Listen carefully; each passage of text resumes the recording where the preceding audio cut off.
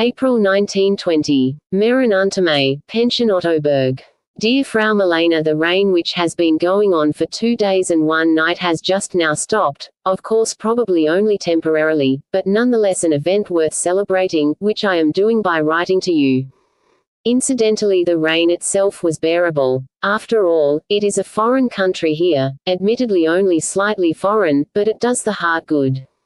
If my impression was correct, evidently the memory of one single meeting, brief and half silent, is not to be exhausted. You are also enjoying Vienna as a foreign city, although later circumstances may have diminished this enjoyment, but do you also enjoy foreignness for its own sake? Which might be a bad sign, by the way, a sign that such enjoyment should not exist. I'm living quite well here, the mortal body could hardly stand. More care, the balcony outside my room is sunk into a garden, overgrown and covered with blooming bushes. The vegetation here is strange. In weather cold enough to make the puddles freeze in Prague, blossoms are slowly unfolding before my balcony. Moreover, this garden receives full sun or full cloud, as it has for almost a week. Lizards and birds, unlikely couples, come visit me. I would very much like to share Mehren with you. Recently you wrote about not being able to breathe. That image and its meaning are very close to one another, and here both would end a little relief. With cordial greetings. F. Kafka. April 1920. Mehren Untermay, Pension Ottoberg. Dear Frau Milena, I wrote you a note from Prague and then from Mehren. I have not received any answer. It so happens the notes did not require a particularly prompt reply, and if your silence is nothing more than a sign, also possible, and this is why I am writing, that in my notes I somehow hurt you. What a clumsy hand I must have had, if that should have happened against all my intentions, or else, which would of course be much worse, the moment of quiet relaxation you described has again passed and bad times have again descended upon you. In case the RST is true, I don't know what to say. That's so far from my thoughts and everything else is so close, and for the second possibility I have no advice. How could I? But just a simple question. Why don't you leave Vienna for a little while? After all, you aren't homeless like other people. Wouldn't some time in Bohemia give you new strength? And if, for reasons unknown to me, you might not want to go to Bohemia, then somewhere else, maybe even Mehren would be good. Do you know it? So I'm expecting one of two things. Either continued silence, which means, don't worry, I'm NE. Or else a few lines. Cordially, Kafka. It occurs to me that I really can't remember your face in any precise detail. Only the way you walked away through the tables in the cafe, your gour, your dress, that I still see. Mehren, April 1920. Dear Frau Milena, you are toiling over the translation in the middle of the dreary Vienna world. Somehow I am both moved and ashamed. You will have probably already received a letter from Wall, at least he wrote to me some time ago concerning such a letter. I did not write any novella entitled Murderers, although this was apparently advertised in a catalogue. There is some misunderstanding, but since it is supposed to be the best one of the lot, maybe it is mine after all. Judging from your last 2 letters, anxiety and worry seem to have left you once and for all. This probably applies to your husband as well. How much I wish it for both of you. I recall a Sunday afternoon years ago, I was creeping along the wall of houses on the Franzenskoi and ran into your husband, heading toward me in much the same way, 2 headache experts, naturally each after his very own fashion. I don't remember. Possibilities could not have been very great. But that is past and should remain deep in the past. Is it nice at home? Cordial greetings. Kafka. Mehren, April 1920. So it is the lung. I've been turning it over in my mind all day long, unable to think of anything else. Not that it alarms me, probably and hopefully, you seem to indicate as much. You have a mild case, and even full-edged pulmonary disease. Half of Western Europe has more or less deficient lungs, as I have known in myself for 3 years, has brought me more good things than bad. In my case it began about 3 years ago with a violent hemorrhage in the middle of the night. I was excited as one always is by something new, naturally somewhat frightened as well. I got up instead of staying in bed, which is the prescribed treatment as I later discovered, went to the window, leaned out, went to the washstand, walked around the room, sat down on the bed, no end to the blood.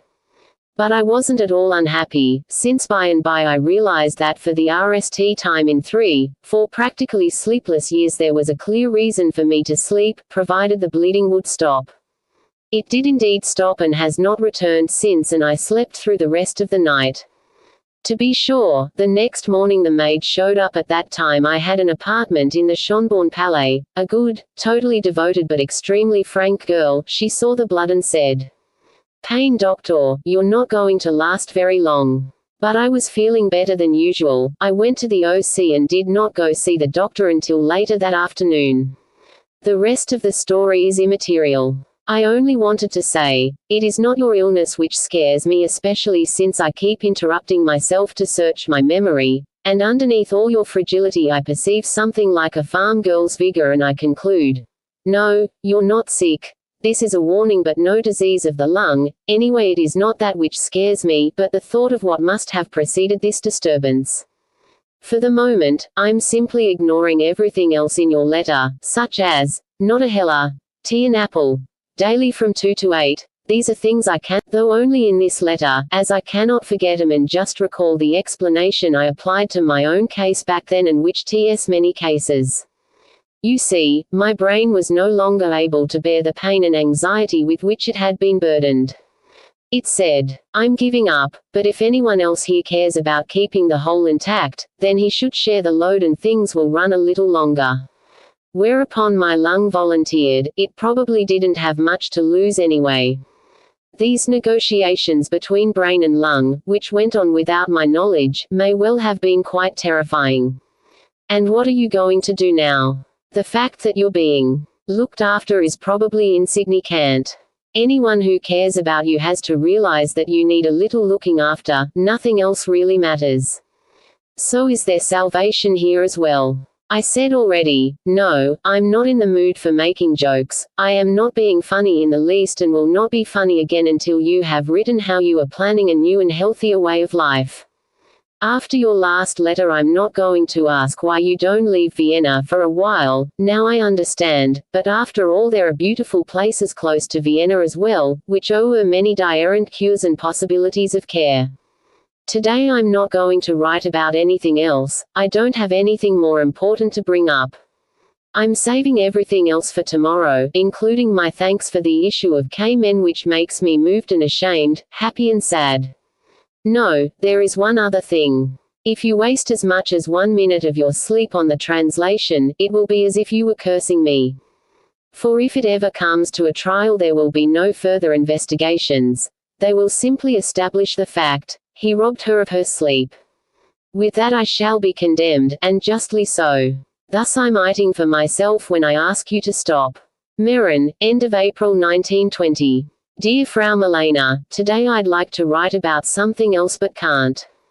Not that this really bothers me. If it did then I would write something ready for you somewhere in the garden, half in the shade, with about 10 glasses of milk within easy reach. It might even be in Vienna, even now in the summer, but without hunger and in peace. Is this impossible? And is there no one to make it possible? And what does the doctor say? When I pulled your translation out of the large envelope, I was almost disappointed. I wanted to hear from you and not the voice from the old grave, the voice I know all too well. Why did it have to come between us? Then I realized that this same voice had also come between us, as a mediator. But apart from that it is inconceivable to me that you would take on such a troublesome task, and I am moved by your faithfulness toward every little sentence, a faithfulness I would not have thought possible to achieve in Czech, let alone with the beautiful natural authority you attain. German and Czech so close to each other. But however that may be, the story is in any case abysmally bad, which I could prove to you, dear Frau Milena, with unparalleled ease, except that my disgust would outweigh the evidence. Naturally the fact that you like the story gives it some value, although it also makes my view of the world a little dimmer. No more about that. Wall will send you the country doctor. I have written to him. Of course I understand Czech. I've meant to ask you several times. Already why you never write in Czech. Not to imply that your command of German leaves anything to be desired. Most of the time it is amazing, and on those occasions when it does falter, the German language becomes pliant just for you, of its own accord, and then it is particularly beautiful, something a German doesn't even dare hope for. A German wouldn't dare write so personally. But I wanted to read you in Czech because, after all, you do belong to that language, because only there can Milena be found in her entirety. The translation con RMS this, whereas here there is only the Milena from Vienna or the Milena preparing for Vienna. So Czech, please. And also the Fultons you mentioned. Even if they are shabby, after all, you managed to read through the shabbiness of my story. How far I don't know. Maybe I can't make it through to the end, at least I'll get stuck in the best possible prejudice.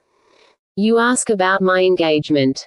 I was engaged twice, or actually 3 times, twice to the same girl, so 3 times I have been separated from marriage by only a few days. The RST is completely over. I hear there's already a new marriage and even a small boy. The second is still alive, although without any prospect of marriage, so it really isn't alive, or rather it is living an independent life at the cost of the people involved. On the whole, I have found here and elsewhere that men may sue more, or if you prefer, they have less resistance in these matters. Women, however, always sue without guilt, and not just because they can't do anything about it, but in the strictest sense of the word, which may nonetheless lead to the can't do anything about it. Incidentally, brooding over these things is useless. It's like trying to smash a single cauldron in hell. RST, the enterprise won't succeed, and second, if it does succeed, one will be consumed by the glowing eruent, while hell remains intact in all its glory. The problem must be approached errantly. In any case, the RST thing is to lie down in a garden and extract as much sweetness as possible from the ailment, especially if it is not a genuine disease. There's a lot of sweetness in that. Franz. Meran, April-May 1920. Dear Frau Milena, to begin with, so that you don't deduce it from my letter against my will, for about 14 days now I have had increasing insomnia. I generally don't take it badly. Times like this come and go. They also always have a few more explanations than they really need. This is ridiculous, but according to Baedeker it can even be the air in Meran. And even if they frequently are just barely visible, all these causes can still make one as dull as a block of wood and at the same time as restless as a beast of the forest. However, I do have one compensation. You have slept peacefully. Even if somewhat oddly, even if yesterday you were still out of sorts, nonetheless your sleep was peaceful. So when sleep passes over me in the night, I know where it is headed, and of course it would be stupid to resist. Sleep is the most innocent creature there is, and a sleepless man the most guilty. And you thank this sleepless man in your last letter. If an uninitiated stranger were to read it, he'd have to think, what a man. He must have moved mountains here. But meanwhile he hasn't done a thing, hasn't lifted a ringer except to write, is living o' milk and good things, without always although often seeing tea and apples, and in general he lets things take their course and leaves the mountains alone. Do you know the story of Dostoevsky's RST success? It encompasses a great many things. What's more, I cite it only because the great name makes it easy to do so, for a story from next door or even closer would have the same significance. Incidentally, my memory of the story, and even the names, is inexact. When Dust wrote his RST novel Poor Folk, he was living with his friend Grigoriev, a man of letters. The latter watched for months as the written pages accumulated on the desk, but didn't receive the manuscript until it was niched. He read the novel, was delighted and took it to Nekrasov, a famous contemporary critic, without saying anything to D. That night at 3 o'clock the doorbell rings at D's. It's GRN. They push their way into the room, embrace and kiss D. Nekrasov, who hadn't known him before, calls him the hope of Russia. They spend 1 or 2 hours talking mostly about the novel and don't leave until morning. D, who always described this night as the happiest in his life, leans out the window to watch them leave, loses control and starts to cry. His basic feeling at that moment, which he describes although I forget where, was something like, "These wonderful people. They're so good and noble. And I am so mean. If they could only see inside me. And even if I simply tell them, they won't believe me. The fact that Dee later undertook to emulate them is merely embellishment, merely the last word that youth demands in its invincibility, and is no longer part of my story, which consequently ends here. Do you, dear Frau Milena, see the mystery in this story? Do you see what reason cannot grasp? I think it is this. Is useless in specie cases, concentrate solely on dust and you will be convinced that Gr and N really were wonderful, that D was impure, innightly mean, that he would never even come close to catching up with Gr and N, let alone repay them for their monstrously kind, undeserved good deed. You can actually see them from the window as they walk away, thereby indicating their unapproachability. Unfortunately, the meaning of the story is obliterated by the great name Dostoevsky. Where did my insomnia lead me? I'm sure to nothing that was not very well meant. Franz Mehren, May 1920. Dear Frau Milena, just a few words. I'll probably write you again tomorrow. Today I'm writing just for my own sake, just to have done something for myself, just to dispel a little the impression your letter made on me, otherwise it would weigh on me day and night. You really are unusual, Frau Milena, living there in Vienna where you have to put up with this and that, and still ending time in between to wonder that other people, for instance myself, aren't doing especially well, and that one night I sleep a little worse than the night before. In this matter my 3 girlfriends here, 3 sisters, the oldest 5 years old, have a healthier outlook. They want to throw me into the water at every opportunity, whether we're by the river or not, and not because I did something mean to them, far from it. When grown-ups threaten children that way, then of course it is all in play and love and means something like, now let's go ahead and say the most impossible things just for fun. But children take everything seriously and do not recognize impossibility. They can fail 10 times in an attempt to knock something over and still be convinced that the next try will succeed. They don't even realize that their earlier attempts were unsuccessful. Children become uncanny whenever their words and intentions are furnished with the wisdom of an adult. When such a small 4-year-old girl retreat back is cut by the railing, and when the friendly father and the soft pretty fat mother standing by the stroller of her 4th just smile from afar without wanting to help, then it is practically all over and it is virtually impossible to describe how one managed to escape after all. Without any apparent reason, these sensible or intuitive children wanted to knock me over, maybe because they considered me superfluous, even though they knew less about me than your letters and my replies. You don't have to be scared by the well-meant of my last letter. It was a time of complete insomnia, by no means the only such time here. I had written down the story. This story I have often thought through in connection with you, but once I was nished I no longer knew why I had told it, with all the tension spanning my temples right and left. Besides, most of what I wanted to tell you, as I sat outside on the balcony, had not yet crystallized in my mind, and so all I could do was refer to my basic feeling. Even now there isn't much else I can do. You have everything of mine which has appeared except the last book, Country Doctor, a collection of short stories which Wall will send to you. At least I wrote him about that a week ago. Nothing is being printed at the moment, nor do I have any idea what might appear later. Whatever you want to do with the books and translations will be NE. It is a pity they aren't worth more to me, so that in leaving them in your hands I could really express my trust in you. On the other hand, I am happy to be able to make a small lowering with the few notes you requested on the Stoker.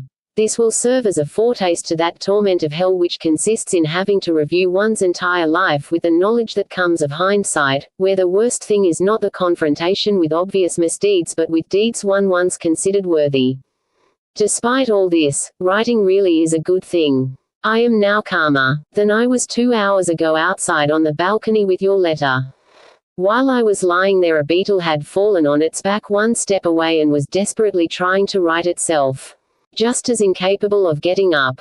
Only a lizard again made me aware of the life around me. Its path led over the beetle, which was already so completely still that I said to myself, this was not an accident but death throes, the rarely witnessed drama of an animal's natural death. but when the lizard slid the beetle was righted, although it did lie there a little longer as if dead, but then ran up the wall of the house as if nothing had happened. Somehow this probably gave me, too, a little courage. I got up, drank some milk and wrote to you. Franz. So here are the notes. Column I line 2 here also has the secondary meaning, pitiable, but without any special emphasis of feeling, a sympathy without understanding that Karl has with his parents as well, perhaps Ubozy. I 9 Frey Luft is a little more grand, but there's probably no alternative. I 17 Z Dober Nalady Ponovads Byl Silny Klepek should be removed. Entirely. No, I'd rather mail the letter. I'll send you the notes tomorrow. Anyway, there are very few of them, nothing for page after page. Even though the truth of your translation is obvious, it still continues to amaze me. Hardly a single misunderstanding. Which wouldn't mean so much in itself, but there is constant powerful and decisive understanding as well. I just don't know whether Czechs won't hold its very faithfulness against you, which for me is the nicest part of the translation, not because of the story but for my own sake, my feel for Czech. I have one too, is fully satisfied, but it is extremely biased. In any case, if someone should attack you on this point, try to balance the offense with my gratitude. Meran, May 1920. Dear Frau Milena, yes, this heading is becoming burdensome, although it is some Czech much more affectionate, which is why your letter removes several uncertainties. I see you more clearly, the movements of your body, your hands, so quick, so resolute, it is almost like a meeting.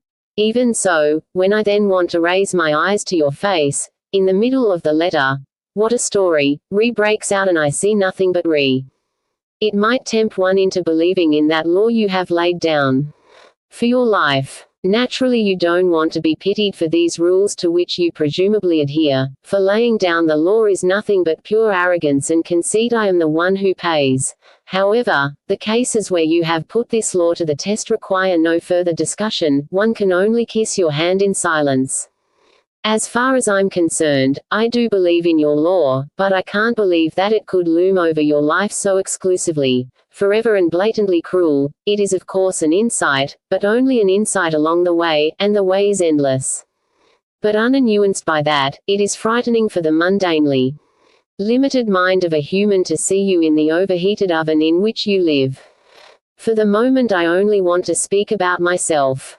If we treat the whole thing as a school assignment, you had 3 possible ways of dealing with me.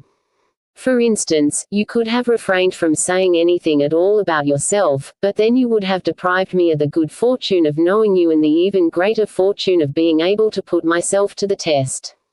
And so you really weren't allowed to keep yourself locked away from me. Then you might have kept certain things from me or glossed them over, and you could still do so, but in my current state I would sense this even if I didn't say so, and it would hurt me twice as much. So you aren't allowed to do that either. There remains only the third choice, to look out for yourself a bit. As a matter of fact, your letters show that this is a slight possibility.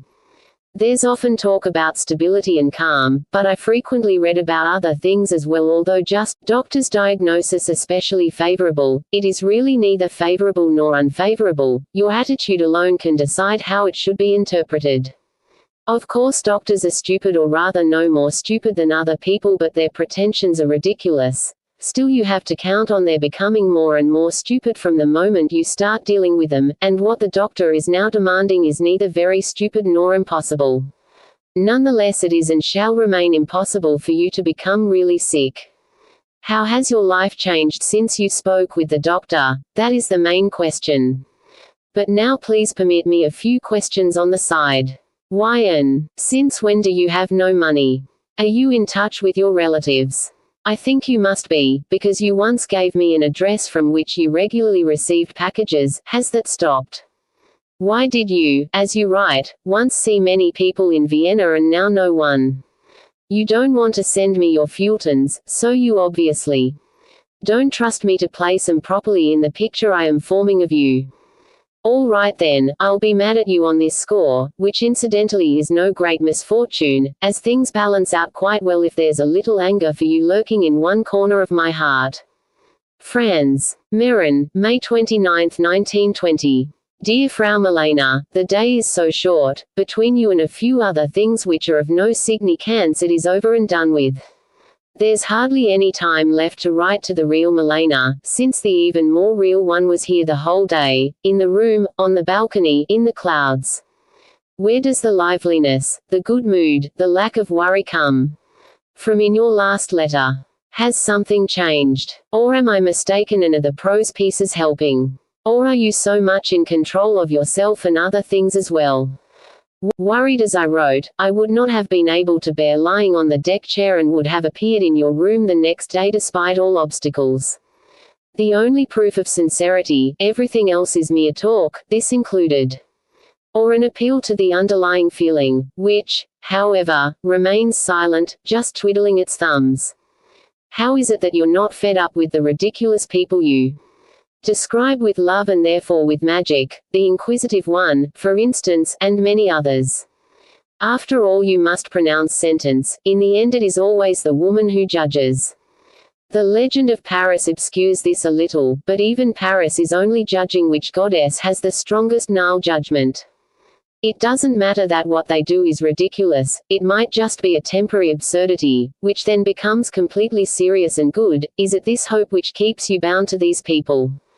Who can claim to know the judge's secret thoughts, but I have the impression that you condone these absurdities as such, that you understand, love, and ennoble them by your love. But they are nothing more than a dog's zigzag run, while its master goes right on walking, straight ahead, not exactly through the middle, but wherever the path happens to lead.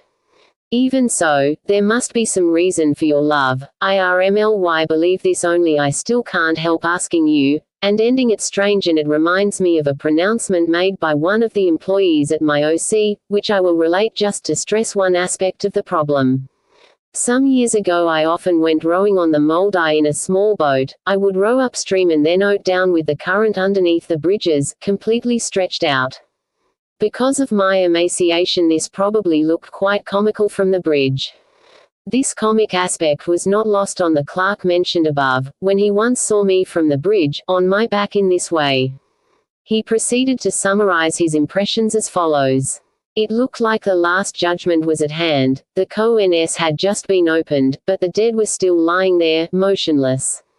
I took a small outing, not the long one I mentioned and which never materialized, and for nearly 3 days just read the letter, your essays, again and again, convinced that such prose does not exist merely for its own sake, but serves as a signpost on the road to a human being, a road one keeps following, happier and happier, until arriving at the realization some bright moment that one is not progressing, simply running around inside one's own labyrinth, only more nervously, more confused than before. But in any case, this was not written by any ordinary writer. After reading it I have almost as much faith in your writing as I do in you yourself. The only linguistic music I know in Czech given my limited knowledge is that of Bozen and Nemkova. This music is different, but related to Nemkova's in its resolution, passion, charm, and above all in a certain clairvoyant intelligence. And this is the result of just the last few years. Did you write earlier as well? Of course you can say that I'm ridiculously biased, and of course you're right, but I am not biased by what IRST discovered in the pieces, which incidentally are uneven, revealing the newspaper's detrimental nuance in places, but what I rediscovered in them. You can immediately recognize the inferiority of my judgment, however, by the fact that I was misled by 2 passages into thinking the mutilated fashion article was also yours. I would gladly hold on to the clippings, at least long enough to show them to my sister, but since you need them right away I am enclosing them. I also notice some arithmetic is in the margin. Apparently I had judged your husband errantly. In the café circle he seemed to me the calmest, most reliable, understanding person, almost exaggeratedly paternal, although also inscrutable, but not enough to cancel out the above attributes. I always respected him. I never had the occasion or the ability to get to know him better, but friends, especially Max Brod, had a high opinion of him, and this was always on my mind whenever I thought of him. At one time I especially liked his peculiar habit of receiving evening telephone calls in every café. Probably somebody was sitting next to the phone instead of sleeping, just dozing. Incidentally, I think both Stasser and he are right. I can justify anything I cannot attain myself, just that when no one is looking I secretly think Stasser is more right. Franz, what do you think? Can I still get a letter by Sunday? It should be possible, but this passion for letters is senseless. Isn't one letter enough? Isn't one knowing enough? Of course it is, but nevertheless I am tilting my head way back, drinking the letters, aware only that I don't want to stop drinking. Explain that, Teacher Milena. Meran, May 30, 1920.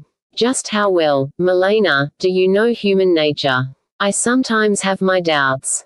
For example, when you wrote about Werfel you wrote with love and maybe only love, but this love is without understanding, and even if you ignore all that W is and just stick to the accusation that he is fat, which moreover seems to me unjust, even though I only see him in passing, I think W is growing more and more beautiful and lovable from year to year.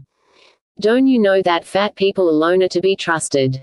Only in strong-walled vessels like these does everything get thoroughly cooked. Only these capitalists of airspace are immune from worry and insanity, to the extent it is humanly possible, and only they can go calmly about their business and, as someone once said, they are the only useful citizens of this planet, for they provide warmth in the north and shade in the south. Of course this can be twisted around, but then it isn't true. Then there's the question of being Jewish.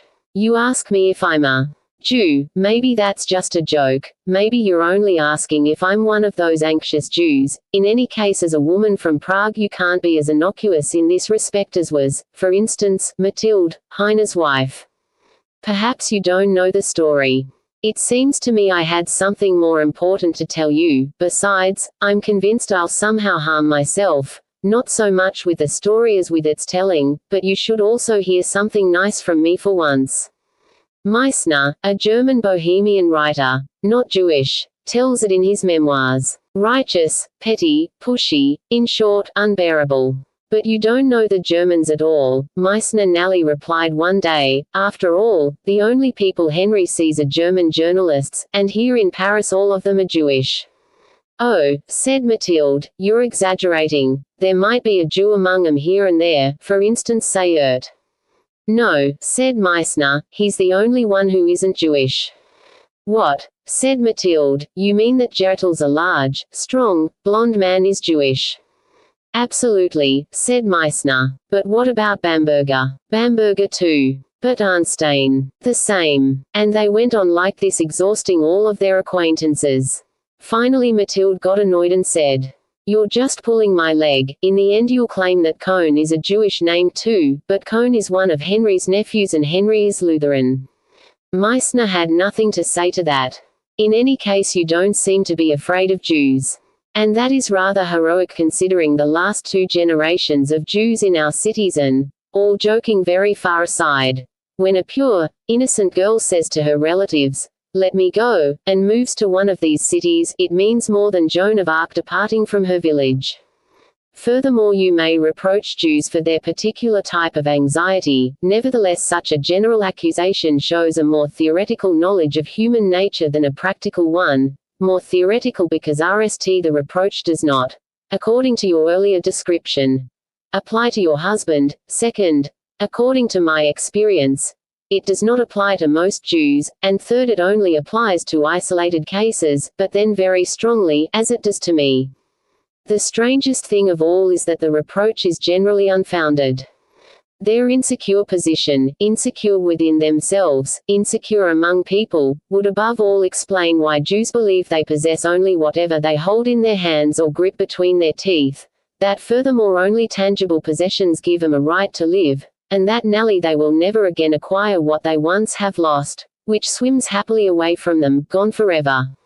Jews are threatened by dangers from the most improbable sides, or, to be more precise, let's leave the dangers aside and say, when I scarcely knew you, but now I mention it without hesitation, as it won't tell you anything new, just show you the love of relatives, and I won't mention names and details since I have forgotten them. My youngest sister is supposed to marry a Czech, a Christian. Once he was talking with one of your relatives about his intention of marrying a Jew, and this person said, Anything but that. Just don't go getting mixed up with Jews. Listen, our Milena, etc. Where am I trying to lead you with all this? I've lost my way a little, but that doesn't matter, because if you've accompanied me, then we're both lost. What is particularly beautiful about your translation, that it is faithful. Go ahead and scold me on account of this faithful. I know you can do everything, but maybe you scold best of all. I'd like to be your pupil just so you would constantly scold me.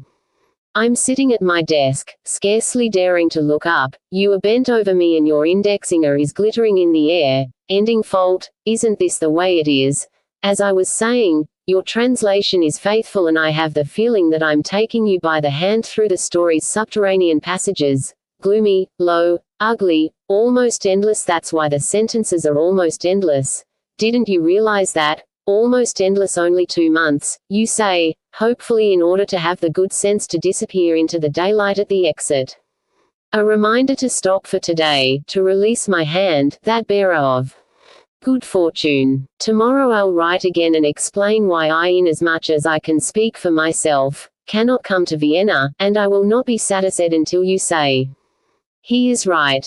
Please write the address a little more legibly. Once your letter is in the envelope, then it is already virtually my property, and you should treat other people's property more carefully, with a greater sense of responsibility. So, incidentally, I also have the impression, was lost. Jewish anxiety. Instead of fearing that the letters might have arrived safely. Now I will again say something dumb on the same subject. It is dumb of me to say something I think is correct when I know it will hurt me. And on top of that, Milena is still going on about anxiety, striking my chest or asking, JSTEZ, which in Czech has the same movement and sound. Don't you see how the street is pulled back in the word JSTE, so as to gain muscle power? And then in the word zid, the happy blow, ying unerringly forward. The Czech language often produces such side effects on the German ear. For example, you once asked how it happened that I made my stay here dependent on one letter, and then you immediately answered your own question, nekapu.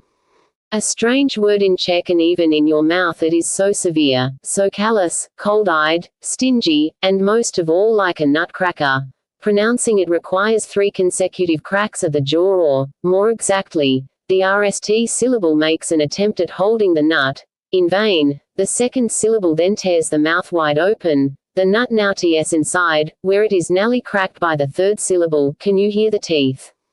Particularly this gnarl, absolute closing of the lips at the end prohibits the other person from expressing anything to the contrary, which is actually quite good at times, for instance when the other person is babbling as much as I am now. Whereupon the babbler replies, entreatingly, but people only babble if they're a little happy for once. In any event, no letter came from you today. And what I really intended to say in the end remains unsaid.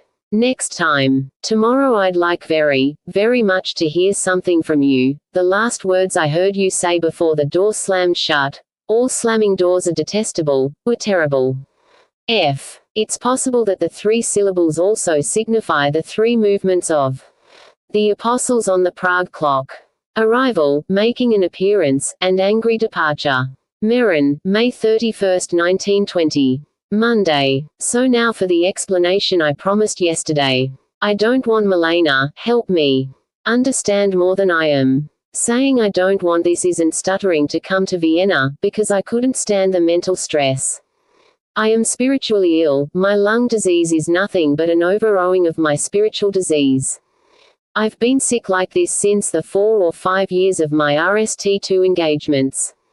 It took some time before I nearly understood why your last letter was so cheerful. I constantly forget the fact that you're so young, maybe not even 25, maybe just 23. I am 37, almost 38, almost older by a whole short generation, almost white-haired from all the old nights and headaches. I don't want to unfold to you the whole long story with its veritable forest of details, which still scare me, like a child, except that I lack a child's power to forget.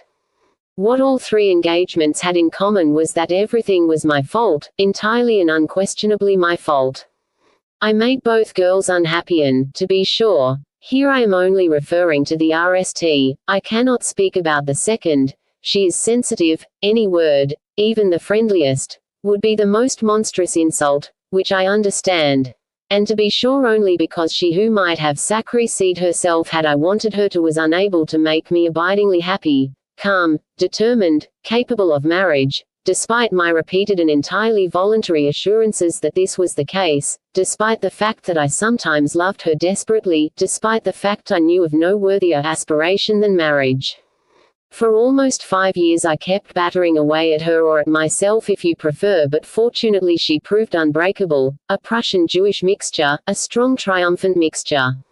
I myself was not so strong, anyway all she had to do was sue her, while I had to batter away and sue her. The end, even though I was just beginning, I can't write anything more, explain anything more. Of course I should describe the spiritual illness, I should mention the other reasons for not leaving. A telegram arrived me at Carlsbad, 8th request letter. I confess it made a terrible face when I opened it, despite the fact that it was sent by the most tranquil, modest being and that it stems ultimately from my own desire. I can't explain this right now, since I cannot appear certain. I'm leaving here Monday. Occasionally I look at the telegram and can scarcely read it, as if it contained a secret code, one which erases the above message and reads, "Travel via Vienna," an obvious order but without a trace of the terror orders always contain. I won't do it, even just at RST glance it is senseless not to take the short route via Munich but one twice as long through Linz and then even further via Vienna. I am conducting an experiment. A sparrow is sitting on the balcony and waiting for me to throw him some bread from my table, but instead I toss it onto the oar next to me in the middle of the room. The sparrow is standing outside and sees the food of his life there in the semi-darkness, enticing beyond measure. He shakes himself, he's more inside than out, but here inside is darkness and next to the bread am I, the mysterious power. Nonetheless he hops over the threshold, a few more jumps, but he doesn't dare go any further and suddenly frightened he ease away. But what vitality lies hidden in this pitiful bird? After a while he's back, inspecting the situation. I strew some more crumbs to make it easier for him, and if I hadn't driven him with a slight movement, intentionally unintentionally, which is the way of secret forces, he would have obtained his bread. The fact is that my vacation will be over at the end of June. For a change I would like to go somewhere else in the country, moreover it is already getting very hot here. She wanted to go too. Now we're supposed to meet there. I'll stay a few days, then perhaps a few more days in Konstantinsbad with my parents, and next travel on to Prague. Looking over these travel plans, and comparing them to my mental state, I feel a little like Napoleon must have felt if, while at the same time he was designing the Russian campaign, he had known exactly what the outcome would be. Back when your RST letter arrived. I believe it was shortly before the intended wedding, the plans for which, by way of example, were quite exclusively my doing. I was happy and showed it to her. Later, no, nothing more, and I won't tear up this letter a second time. Our characters have similar traits but I don't have any oven nearby and there are certain indications which make me fear that I once wrote to that girl on the back of one of these nicht letters. But all this is immaterial. Even without the telegram I wouldn't have been able to go to Vienna. On the contrary, the telegram is more of an argument in favor of the trip. I will definitely not come, however if I should, it won't happen. Myself in Vienna after all, much to my terrible surprise. Then I won't need either breakfast or dinner, but more likely a stretcher where I can lie down for a while. Farewell, it won't be an easy week here. If you'd like to write me a word in Carlsbad, post restant, no. Not until Prague. What kind of monstrous schools are those where you teach 200 pupils, 50 pupils? I'd like to have a seat by the window in the last row, for 1 hour, then I would forego any meeting with you which won't happen anyway, forego all trips and, enough, this endless white paper burns out one's eyes, which is why one writes. That was in the afternoon, now it is almost 2. I have arranged it. The only way I can at the moment. I wired Prague to say I cannot come to Carlsbad. I'll explain this by my state of confusion, which is true on the one hand but not very consistent on the other, since it was precisely because of this confusion that I had wanted to go to Carlsbad in the RST place. This is how I play with a real-life human being. But I can't do anything else. In Carlsbad I would be incapable of either speech or silence, or more precisely, I would be speaking even with my silence, because at the moment I am nothing but a single word. Now there is no doubt that I will travel Monday via Munich, and not through Vienna. I don't know where, Carlsbad, Marienbad, in any case alone. I may write to you, but I won't receive your letters for 3 weeks, not until I'm in Prague, in order to make everything written on Saturday, in spite of Sunday already arrived Tuesday noon, on Tuesday torn from the hands of the maid, such wonderful mail service, and Monday I'm supposed to leave and give it up. You are so kind to worry, you miss my letters. Yes, there were a few days last week when I didn't write, but I have every day since Saturday, so that you'll receive 3 letters in the meanwhile, which will make you praise the letterless time. You will realize that absolutely all of your fears are just dead, namely, that I am very mad at you in general and in particular your letters contained many things I did not like, the Fultons annoyed me, etc. No, Milena, you shouldn't be afraid of all that, but the opposite should make you tremble. It's so wonderful to have received your letter, to have to answer it. With my sleepless brain, I can't think of anything to write. I'm just walking around here between the lines, underneath the light of your eyes, in the breath of your mouth like in some beautiful happy day, which stays beautiful and happy even if my head is sick, tired, and if I have to leave Monday via Munich. You ran home on my account, out of breath. Then aren't you sick? And don't I have to worry about you anymore? It really is like that. I don't have any worries at all. No, I'm exaggerating as much now as I was back then. But it is the kind of worry I'd have if you were here under my supervision, if I was simultaneously giving you nourishment with the milk I drink, giving you strength with the air I breathe, as it wafts up from the garden. No, all that isn't enough. It would have to give you much more strength than it does me. For various reasons I will probably not leave Monday, but a little later. However, then I'm traveling directly to Prague. Recently they added a direct express train, Bozen. Munich. Prague. In case you still want to write me a few lines, you could. If they don't reach me they will be forwarded to Prague. Stay good to me. I really am a paragon of stupidity. I am reading a book about Tibet. At the description of a settlement in the mountains on the Tibetan border my heart suddenly grows heavy, so hopelessly forlorn does the village seem to me, so far from Vienna. What I consider stupid is the idea that Tibet is far from Vienna. Would it really be far? Meran, June 2, 1920. Wednesday. Your 2 letters arrived together, at noon. They aren't there to be read, but to be unfolded, to rest one's face on while losing one's mind. But now it turns out to be a good thing that it is partly lost, for then the rest will hold out as long as possible. And that is why my 38 Jewish years have this to say in face of your 24 Christian years. How's this? And where are the laws of the world and the entire police force of heaven? You're 38 years old and probably more tired than mere age can possibly make you. Or more correctly, you aren't tired at all, just restless, just afraid of taking one step on this earth teeming with pitfalls, which is why you always keep both feet in the air at once.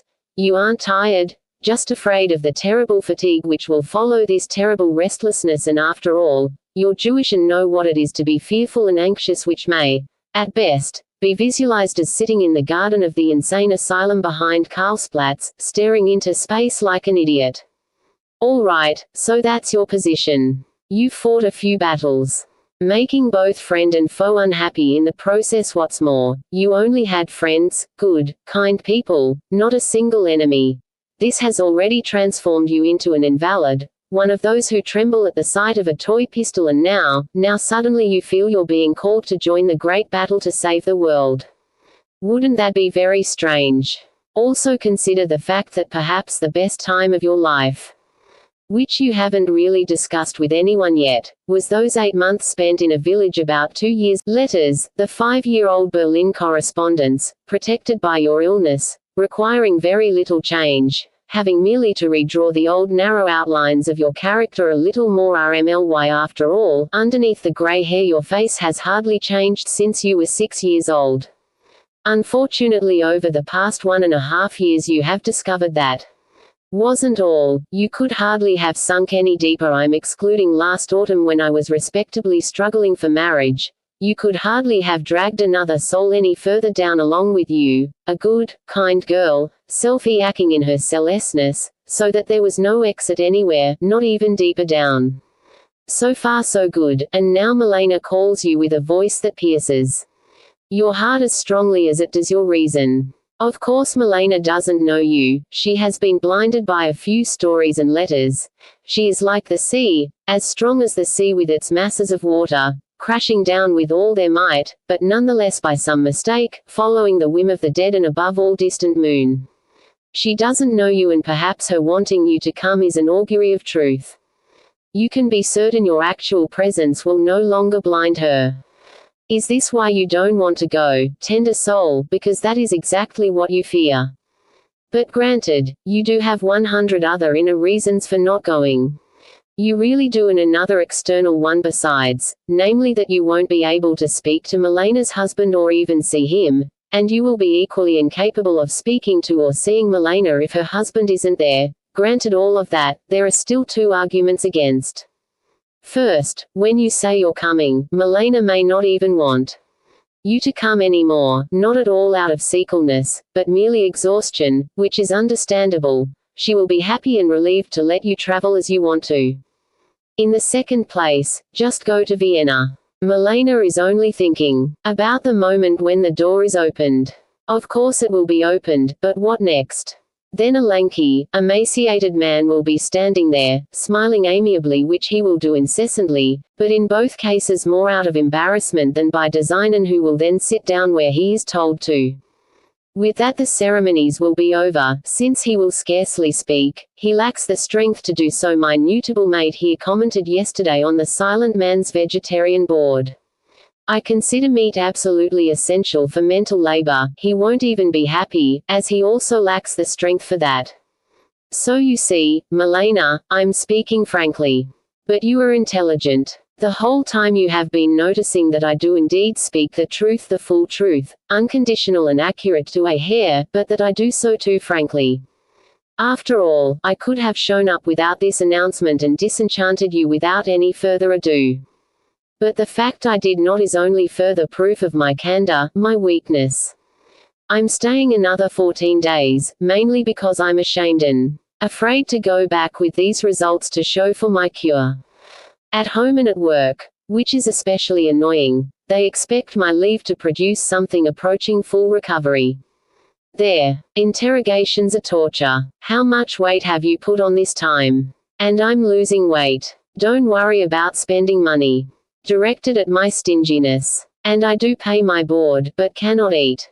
Jokes like that. So much more to say, but the letter would never be sent.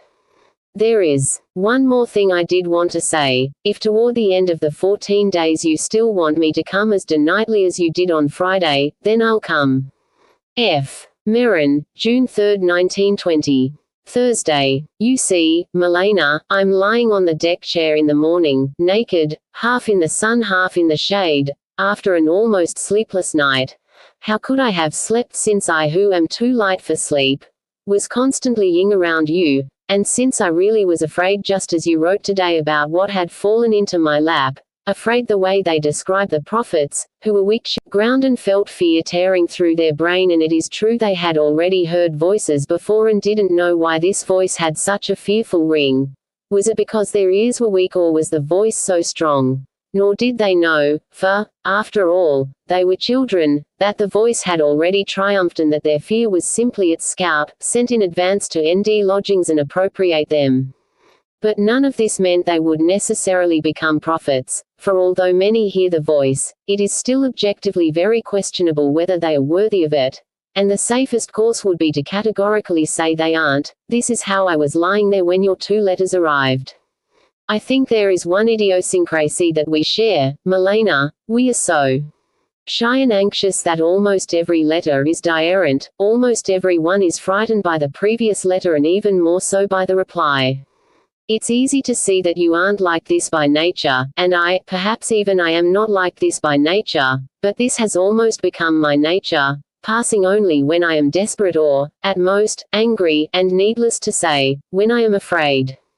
Sometimes I feel we have a room with two doors on opposite sides and each of us is holding his doorknob and, at the bat of one person's eyelash, the other jumps behind his door, and now if the RST person utters a single word, the second is sure to close the door behind him, so that he can no longer be seen.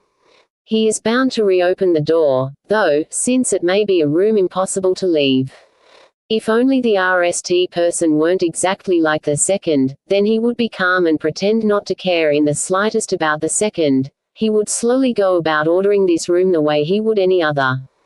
But instead, he repeats the same thing at his door. Occasionally even both people are standing behind their doors at the same time and the beautiful room is empty. Agonizing misunderstandings are the result. Milena, you complain about some letters that you turn them in all directions and nothing falls out, but if I'm not mistaken those are precisely the ones where I was so close to you, my blood so restraining your own, so deep in the forest, so resting in rest, that nothing needed to be said, that's all. And these words are repeated an hour later and there really is not a single word which hasn't been well weighed. But this only lasts for a moment at the longest. The trumpets of sleepless night will soon sound again. Consider too, Milena, how I have come to you, the 38-year journey I have traveled, and because I'm Jewish, another, much longer one as well, and if, at what appears to be an accidental bend in the road, I see you, whom I never expected to see, especially now, so late, then, Milena, I cannot cry out, nor does anything inside me cry out, nor will I utter 1,000 foolish words. They are not inside me. I am excluding a diarrhent foolishness which I have in abundance, and I only realize I am kneeling because I see your feet right before my eyes and I am caressing them. And do not demand sincerity from me, Milena. No one can demand it more than I do myself, and even so, I'm sure that many things escape me, maybe even everything. But cheering me on during this hunt does not cheer me up. On the contrary, it paralyzes me. Everything suddenly becomes a lie and the pursuit become the hunters. I am on such a dangerous road, Milena. You are standing fast by a tree, young, beautiful, your eyes are subduing the sorrows of the world with their brightness. We're playing skatool hey bait se. I'm creeping in the shade from one tree to the next. I'm halfway there, you call to me, pointing out the dangers, wanting to encourage me. You're scared by my faltering step, you remind me how serious the game is. I can't make it, I fall down, already prostrate. I can't listen both to the terrible inner voices and to you simultaneously, but I can listen to what the voices are saying and conjure this in you, trusting you like no other person in the world. F. Mirren, June 3, 1920. Now that I've read this terrible letter, which isn't at all terrible deep inside, it isn't easy to thank you for the joy I felt upon its arrival. Today's a holiday, regular mail would no longer have arrived. It was also doubtful whether anything from you would have come tomorrow, Friday, so as far as you were concerned there was a kind of oppressed quiet, though not at all sad. You were so strong in your last letter that I was watching you as I might watch mountain climbers from my chair, if I could make 'em out, up in the snow, from down here. And then it arrived after all, right before dinner. I was able to take it along, remove it from my pocket, lay it on the table, put it back in my pocket, just the way hands like to play with letters. You simply watch and enjoy the children. All this time, I didn't recognize the general and the engineer sitting across from me, excellent, friendly people, and heard 'em even less. The food I resumed eating yesterday I didn't eat anything, didn't upset me much either. And of the arithmetic tricks performed after dinner, the short problems were much clearer to me than the long solutions, during which, however, I did have a clear view through the open window. Trees, sun, mountains, village, and above all an intimation of Vienna. But then of course I read the letter carefully, that is, I read the Sunday letter carefully. I'm postponing a similar reading of Mondays until your next one arrives, because it contains things I can't bear to read more thoroughly. Apparently I'm not yet fully recovered. Moreover, the letter is out of date. According to my calculation, 5 letters should be on the way, at least 3 of which must be in your hands by now, even if another letter may have been lost or if registered letters do take longer. The only thing left for me to do is request that you answer me here immediately. One word is succinct, but it must be a word capable of taking the bite out of all the reproaches contained in Monday's letter and making them readable. Incidentally, that Monday was precisely when I was giving my own reason such a shaking here, and not without consequence. And now the other letter. But it is late, after several in the night. Promises. I told the engineer that today I would nightly go and see the portraits of his children, which are too large to bring here. He is hardly older than I am, a Bavarian, a manufacturer, very scientific, but also insightful and great fun. He had 5 children, only 2 are alive, but because of his wife he won't have any more. The boy is already 13, the girl 11 years old. What a world! And he bears it with balance. No, Milena, you shouldn't say a thing against balance. More tomorrow. But if it should be the day after, don't hate. Again, please, not that. I reread the Sunday letter. It is even more frightening than I thought at RST. 1 ought, Milena, to take your face in both hands and look you square in the eye, so that you would see yourself in the eyes of the other person, then you could not even think the kinds of things you wrote there. Meran, June 4, 1920. Friday. To begin with, Milena. What's the apartment you wrote from on Sunday like? Full of space and empty. Are you all by yourself? Day and night. In any case, it must be sad to sit there alone on a beautiful Sunday afternoon opposite a stranger whose face is nothing but stationery which has been written on. I am so much better. Oh. Although my own room is small, the true Milena is here, the one who ran away from you on Sunday, and believe me, being with her is wonderful. You complain about uselessness. It was die-errant on other days. And it will be die-errant. The one sentence on what occasion was it uttered shocks you, and yet it really is so clear and has already been spoken or thought with this meaning countless times. A man plagued by his own devils takes revenge on his fellow man without giving it a thought. At such moments you wanted to be the Redeemer, and you called yourself useless if you didn't succeed entirely. But who is permitted such blasphemy? No one has ever succeeded in this, not even Jesus, for example. He could only say, "Follow me," and then this great line which I'm quoting completely incorrectly, unfortunately, "Act according to my word and you will see that it is not the word of man but the word of God." And he cast devils only out of those who followed him. And even that didn't last forever, for once they forsook him, then even he became ineffectual and useless. True, and this is the only point I'll grant you, he, too, succumbed to the temptation. Meran, June 4, 1920. Friday. Toward evening today I took a rather long walk alone, for the RST time actually, otherwise I've always gone with other people or mostly just stayed at home resting. What countryside! Good heavens, Milena, if you were here, and my pitiful, thinking mind. And still I would be lying if I said I missed you. It is the most perfect, most painful magic. You are here, just as I am, and even more so. Wherever I am, there you are too, and even more intensely. This is not a joke. I occasionally imagine that you, who really are here, are missing me here and asking, where can he be? Didn't he write that he's in Meran? Did you receive my 2 letters in answer to yours? Meran, June 5, 1920. Saturday. I keep asking myself whether you understood that my answer had to be the way it was, considering my state of mind. In fact, it was actually much too gentle, much too deceptive, much too overglossed. Day and night I keep asking myself this, trembling before your reply. I keep asking myself, futilely, as if I had been commissioned to hammer a nail into a stone for a whole week, without resting at night, and I must be both hammer and nail in one. Milena. According to rumor. I can't believe it. All rail tracé with the Tyrol will stop tonight as a result of strikes. Meran, June 5, 1920. Saturday. Your letter came, the joy of your letter. Beyond everything else, it contains one central item, that you might not be able to write me anymore once I'm in Prague. First of all, I'm singling that out for emphasis, for all the world to see, including you, Milena. So this is how one human being threatens another, and even while knowing that person's motives, at least from afar. And on top of that one pretends to treat this other human well. But perhaps you'd be right to stop writing me. Several passages in your letter point to such a necessity. There's nothing I can plead against them. Those are exactly the passages where I know perfectly well and acknowledge with the utmost seriousness that I am at a great height, but precisely because of that the air is too thin for my lungs and I have to rest. I'll write tomorrow. Meran, June 6, 1920.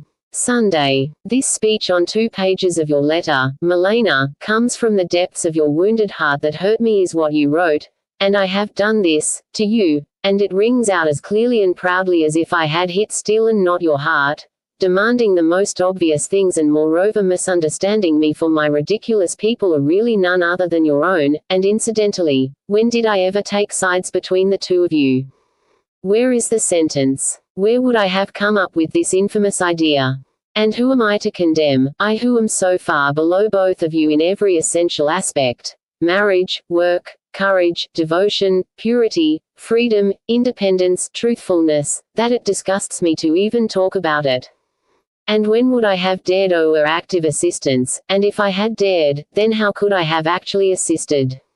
Enough questions. They were sleeping soundly in the underworld, why call them up into the daylight? They are grey and sad and are one the same way. Don't be so certain that 2 hours of life are more than 2 pages of writing, the writing is poorer but clearer, and so your speech misunderstands me, nevertheless. It is directed at me and I am not guiltless, but oddly enough precisely because the above questions must be answered with no and nowhere. Then your lovely telegram came, to comfort me against the night, my old enemy. If the comfort doesn't last it really isn't your fault, but the fault of the nights. These short earthly nights are almost enough to make one fear the eternal night. Of course the letter contains just as much wonderful solace, but on the whole it must be treated as one unit tyrannized by the 2 pages, the telegram. On the other hand is independent and knows nothing about that. However, Milena, I can say this against the telegram, if, disregarding everything else, I had gone to Vienna and if you had given me the same lecture which as I said doesn't pass right by me, but hits me, and justly so, not a full hit, but strong enough face to face, and if it weren't said then it would have had to be thought in some way, glanced, twitched, or at least presumed, then with one blow I would have fallen prostrate and no matter how good a nurse you are, you could not have helped put me on my feet again. And if that hadn't happened, then something worse would have. You see, Milena. Meran, June 10, 1920. Thursday. Right now I only want to say this. Moreover I still haven't read your letters thoroughly. Just own around them the way a Y circles a lamp, burning my head several times. By the way they are 2 separate letters, as I have already discovered, one to be completely imbibed, the other designed to horrify, the latter is probably the later. If you run into an acquaintance and urgently ask how much 2 times 2 is, the question will seem lunatic, on the other hand it is very appropriate in elementary school. With my question to you, Milena, both elements are present, both the asylum and the school. Fortunately, the school is there too. I never could understand it when someone got mixed up with me, and there are many relationships, for example, the one with Weiss which I destroyed with my logical disposition, my tendency to believe more and more the other person had erred, and less in miracles at least in regard to myself. I thought, why use such things to stir up the waters of life even more than they already are? I can see a stretch of the road ahead, the road which is possible for me, and I know how far, probably unattainably far.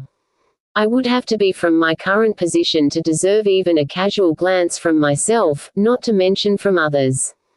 This is not modesty but arrogance if you think it over. Milena, how shall I describe the diarrhence? A man is lying in the LTH and stench of his deathbed and the angel of death, the most blessed of all angels, arrives and beholds him. May this man even dare to die. He rolls over, burying himself deeper and deeper in his bed. He is incapable of dying. In short, I don't believe what you write, Milena, and there's no way it could be proven to me, nor could anyone have proven it to Dostoevsky on that night, and my life consists of one night. Only I could prove it to myself, and I can imagine being able to do so just as you once imagined the man on the deck chair, but I wouldn't be able to believe myself either. Thus this question was a ridiculous device. As you noticed right away, of course. The kind a teacher sometimes uses when, out of exhaustion and yearning, he deliberately lets himself be deceived by one correct answer into believing that the pupil thoroughly understands the subject, whereas in reality the pupil only knows it for some irrelevant reason, and is in fact incapable of more thorough understanding, for only the teacher could teach him that. But not by whining, complaining, caressing, pleading, dreaming. Do you have the last 5, 6 letters? You should look at them, they're all part of the whole, but only by. Let's leave that open. On glancing through your letter I see that you also mention the girl, so that there won't be any doubt. Beyond the momentary pain, you have done the best thing possible for this girl. I can't think of any other way she might have freed herself from me. Of course she did have a certain painful foreboding, but not the faintest idea where the place beside me acquired its warmth, uncanny, though not to her. I remember, we were sitting next to each other on the sofa in a one-room apartment in Warschau. It was probably in November. The apartment was supposed to become ours a week later. She was happy to have acquired at least this apartment after so much trouble. Her future husband was sitting next to her, I repeat. Getting married was solely my own idea. I alone was pushing toward this end. She was merely scared and compliant against her will, but then naturally the idea began to grow on her. With heartbeats in a fever, then I believe myself capable of understanding every human delusion. In this case I myself was deluded for months as well, although it wasn't just delusion. I also had other motives. Evidently it would have been a marriage of reason in the best sense of the word, capable of understanding every delusion to its core, and I am afraid to raise the glass of milk to my lips since it easily might burst right before my eyes, driving the splinters into my face, not by accident, but on purpose. One question: what exactly are you being reproached with? Yes, I have made people unhappy before, but certainly they don't go on and on reproaching me. They simply turn silent, and I believe they don't even reproach me inwardly. This is the exceptional status I have among people. But all this is unimportant compared to an idea I had while getting out of bed this morning, an idea which so enthralled me that I found myself washed and dressed without knowing how, and I would have shaved the same way had a guest not awakened me. It was the lawyer who considers meat a necessary diet. Brie, why it is like this. You leave your husband for a while, that's nothing new, it has already happened before. The reasons are, your illness, his nervousness, you are also bringing him relief, and Nelly, the conditions in Vienna. I don't know where you'd like to go. The best place for you might be some peaceful part of Bohemia. It will probably also be best if I don't interfere or even show myself in person. Whatever money you need, you temporarily borrow from me, we'll agree on the terms of repayment. To mention only one of the additional benefits that this would give me. I would become enraptured by my work. My job, by the way, is ridiculous and lamentably easy. You can't even imagine. I don't know what they pay me for. If now and then there are months when this proves insouciant, you should easily be able to raise the diarrhence yourself. I'm sure it wouldn't be much. For the moment I won't say anything more in praise of the idea. However, this does give you an opportunity to show judgment concerning other ideas of mine, since I know what this one is worth. Kafka. Now that I have written that, I am reading your comment on eating. Yes, I'm sure in that case it could even be arranged for me, since I would have then become such an important man. I am reading the 2 letters the way the sparrow is pecking up the crumbs in my room, in trepidation, attentively, on the lookout, feathers all pooed up. Meran, June 11, 1920. Friday. When will this crazy world Nelly be straightened out a little? I wander around with a burned-out head by day, there are such beautiful ruins everywhere in the mountains here, they make me think I have to become that beautiful myself, but once in bed instead of sleep I have the best ideas. Today, for instance, a thought occurred to me to add to yesterday's proposal, namely that you could spend the summer at Stas's, who, as you wrote, is in the country. Yesterday I made the stupid suggestion that the money might not hold out through every month. That's nonsense, there will always be enough. The letter written Tuesday morning and evening only con RMS. That my suggestion is a good one. This is hardly a coincidence, since anything and everything would have to con-room it. If there happens to be any cunning in my proposal, and where is it not, that enormous beast, which can shrink according to need? I will keep it in bounds, even your husband can count on that. I begin to exaggerate. Nevertheless, I can be trusted. I won't see you at all, not now, not then. You will live in the country, which you love. In this we are similar. Rolling countryside is my favorite, not too mountainous, with forests and lakes. You misjudge the EECT of your letters, Milena. I still haven't nished reading the ones from Monday, but only fear for you. I tried this morning, and even succeeded somewhat. Other hand, and the unusual card as well, was it written in a cafe. I still have to respond to your woeful accusation. I really don't answer anything you write. You're much better at that, which makes me feel good. Has left me succinctly calm and self-assured today despite a night made virtually sleepless by Monday's letter. Of course Tuesday's has its barbs as well, cutting their way through my body, but you section are guiding them, and, naturally this is only the truth of a moment trembling with joy and pain. Could anything coming from you be hard to bear? Once again I'm taking the letter out of the envelope, there's room. Right here. Please say do to me. Not all the time, I don't want it at all. Say do once again. If the occasion presents itself and you don't have anything against it, please say something nice to Werfel on my behalf. Unfortunately there are some things you don't respond to after all, for example the questions concerning your writing. Recently I had another dream about you. It was a big dream, but I hardly remember a thing. I was in Vienna. I don't recall anything about that. Next I went to Prague and had forgotten your address. Not only the street but also the city. Everything, only the name Schreiber kept somehow appearing, but I didn't know what to make of that. So I had lost you completely. In my despair I made various very clever attempts, which were nevertheless not carried out. I don't know why. I just remember one of them. I wrote on an envelope, M. Jessenska, and underneath request delivery of this letter, because otherwise the Ministry of Finance will sue a terrible loss. With this threat I hope to engage the entire government in my search for you. Clever. Don't let this sway you against me. It's only in dreams that I am so sinister. Meran, June 12, 1920. Saturday. You misunderstand me a little, Milena. I agree with you almost completely. I don't even want to go into the details. I still can't say whether I'm coming to Vienna, but I don't think I am, namely that it would tax my spiritual strength, and, as a possible distant, second reason, because this is better for all of us. But I must add that it would be equally beyond my strength, if not more so, if you were to come to Prague under the circumstances you describe, keeping a person waiting. My need to hear what you want to say about the 6 months is not just a temporary one. I am convinced it is something terrible. I am convinced you've experienced or even committed terrible things. I am convinced I could not have stood being part of them even if about 7 years ago I could have endured practically anything. I am also convinced I couldn't stand such participation in the future. But what does all this mean? Is it your deeds and experiences which are important to me, or isn't it really you yourself? Even without the story, however, I know you much better than I do myself, by which I don't mean to say I don't know what state my hands are in. Your letter is not opposed to my suggestion, on the contrary, for you write, most of all I'd like to escape along a third road going neither to you nor with him, but somewhere toward solitude. This is my suggestion. Perhaps you were even writing it the same day I was.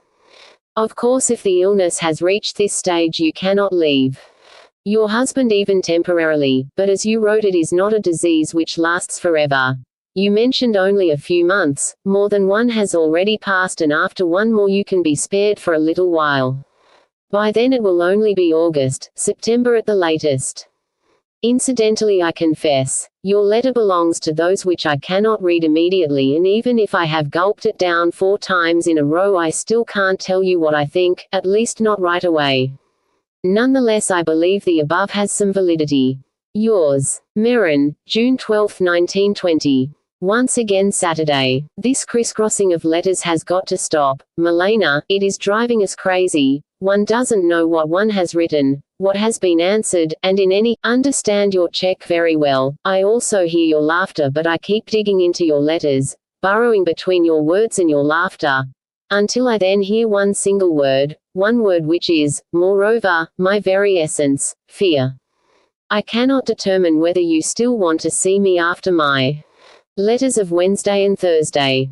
I know my relationship to you, you belong to me, even if I should never see you again. These I know, insofar as they do not fall into the indistinct realm of fear, but I don't know your relationship to me at all. This belongs entirely to fear. Nor do you know me.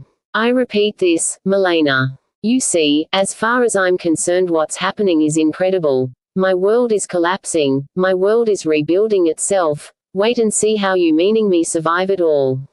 I'm not lamenting the falling apart, it was already in a state of collapse. What I'm lamenting is the rebuilding. I lament my waning strength, I lament being born, I lament the light of the sun. How will we go on living? If you say yes to my letters, then it is impossible for you to go on living in Vienna. Together with your letters today I received a letter from Max Brod, in which among other things he writes, something strange has happened which I report to you, at least by way of suggestion. Reiner, the young editor of the Tribune, they say a very and really exorbitantly young man, perhaps 20 years old, has poisoned himself. This was while you were still in Prague. I think. Now the reason comes to light. Willi Haas had an affair with his wife whose maiden name was Ambrosova, a friend of Milena Jesenska, which was however ostensibly kept within platonic bounds. No one was caught or anything like that, only the woman so tormented the man whom she had known for years prior to getting married, mainly with her words and her behavior, that he killed himself in his OC.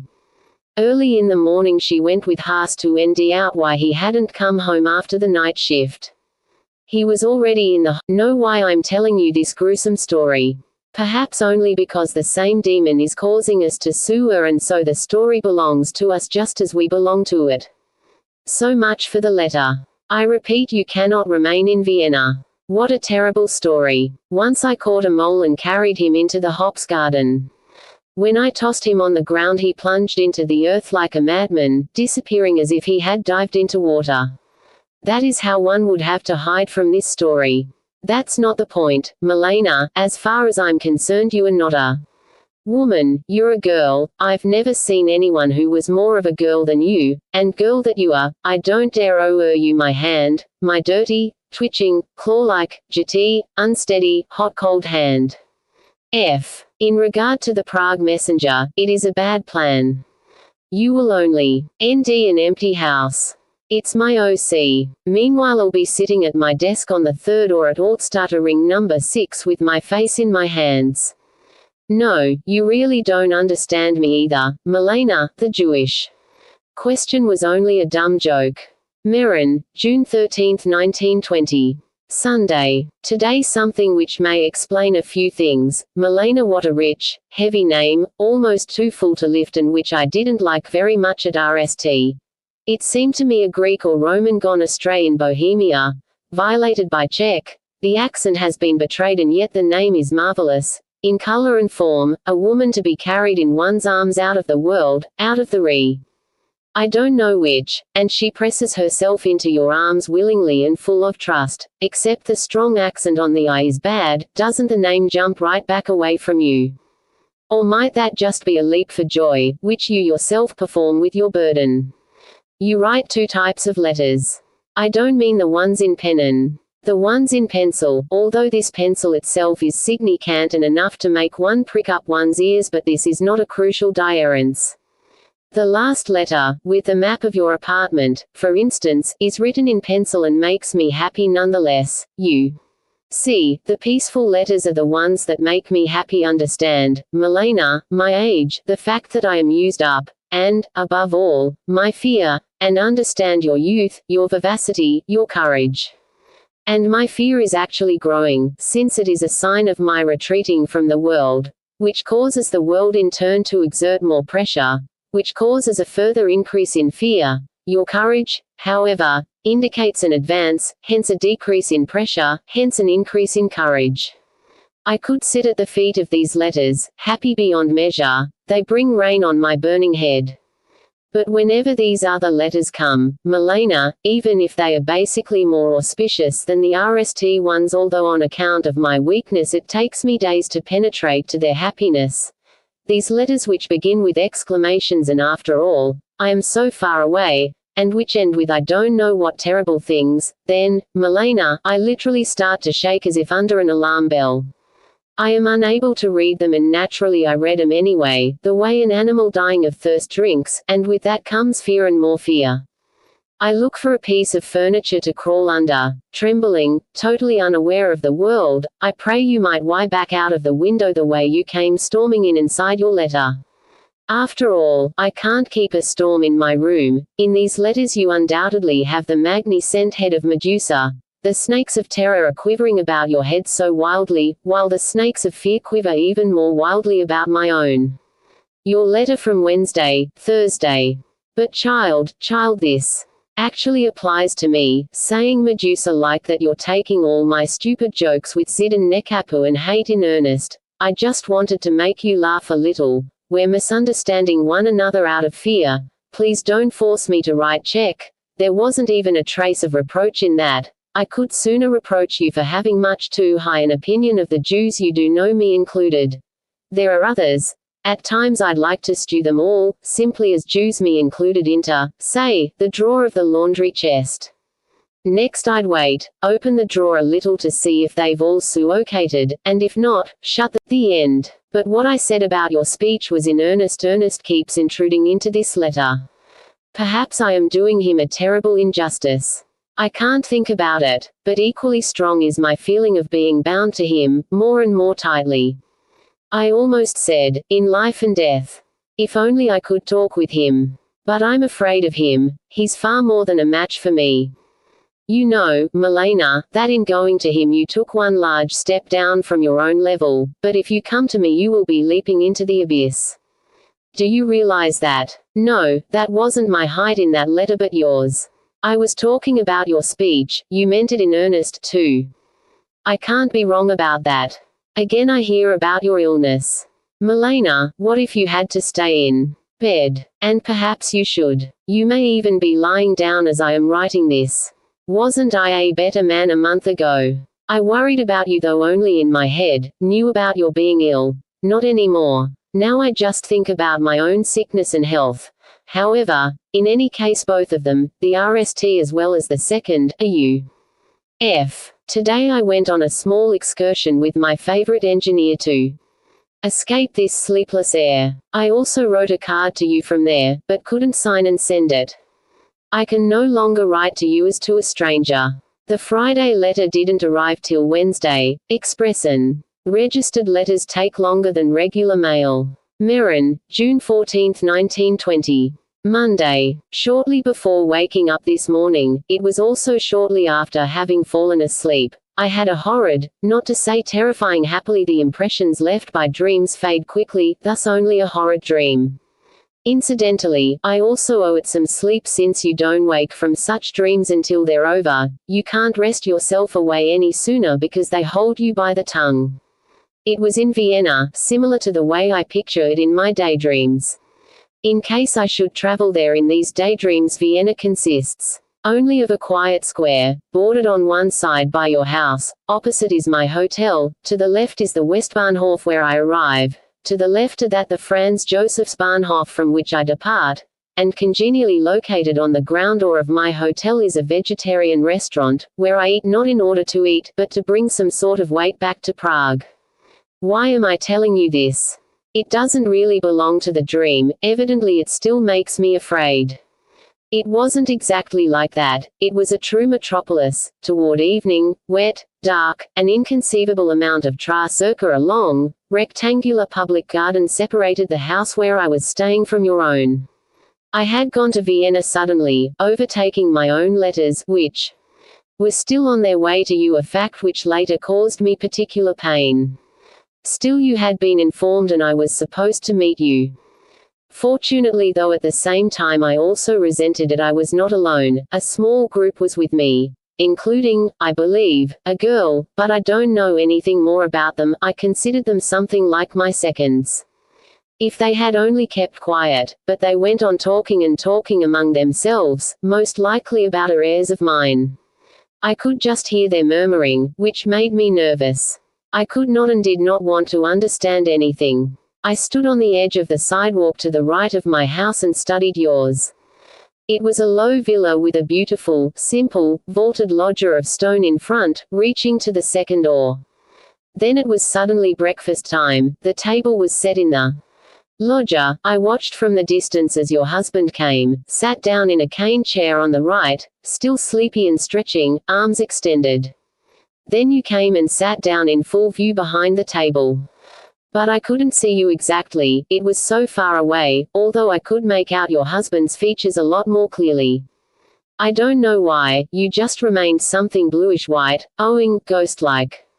You had also spread your arms out, but not to stretch, it was more a ceremonial gesture.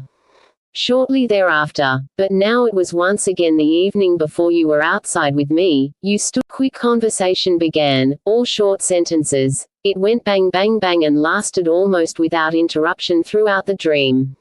I can't retell it. Actually, I only remember the RST2 and the last two sentences. The middle was one long torment impossible to convey in more detail. Instead of a greeting, I said quickly, in response to something in your face. You imagined me die errantly. You replied, frankly, I thought you'd be a little more fesque. Actually, you said something even more Viennese, but I forgot what. Those were the RST2 phrases. On which subject it occurs to me. Do you know that I am completely unmusical, more completely than anyone I have ever known, but with that everything had been decided. What more could there be? However, we then began negotiating another meeting. The vaguest possible expressions on your side, incessant pushy questions on mine. Then my companions intervened, producing the explanation that I had also come to Vienna to visit an agricultural school in the vicinity of the city, and now it seemed I might have time after all. They were evidently trying to take me away, out of charity. I saw through this, but went along with them to the train station, probably because I was hoping that such a serious intention to depart would impress you. We all went to the nearby station, but it turned out I had forgotten the name of the place where the school was supposed to be. We stood in front of the large timetables. They kept running their engines over the names of the stations and asking me whether it might be this one or that one, but it was neither. In the meantime, I was able to observe you some, though it didn't matter to me in the least what you looked like. Your words were all I cared about. You didn't resemble yourself very much. In any case, you were much darker, a thin face. No one with plump cheeks could be so cruel. But was it really cruel?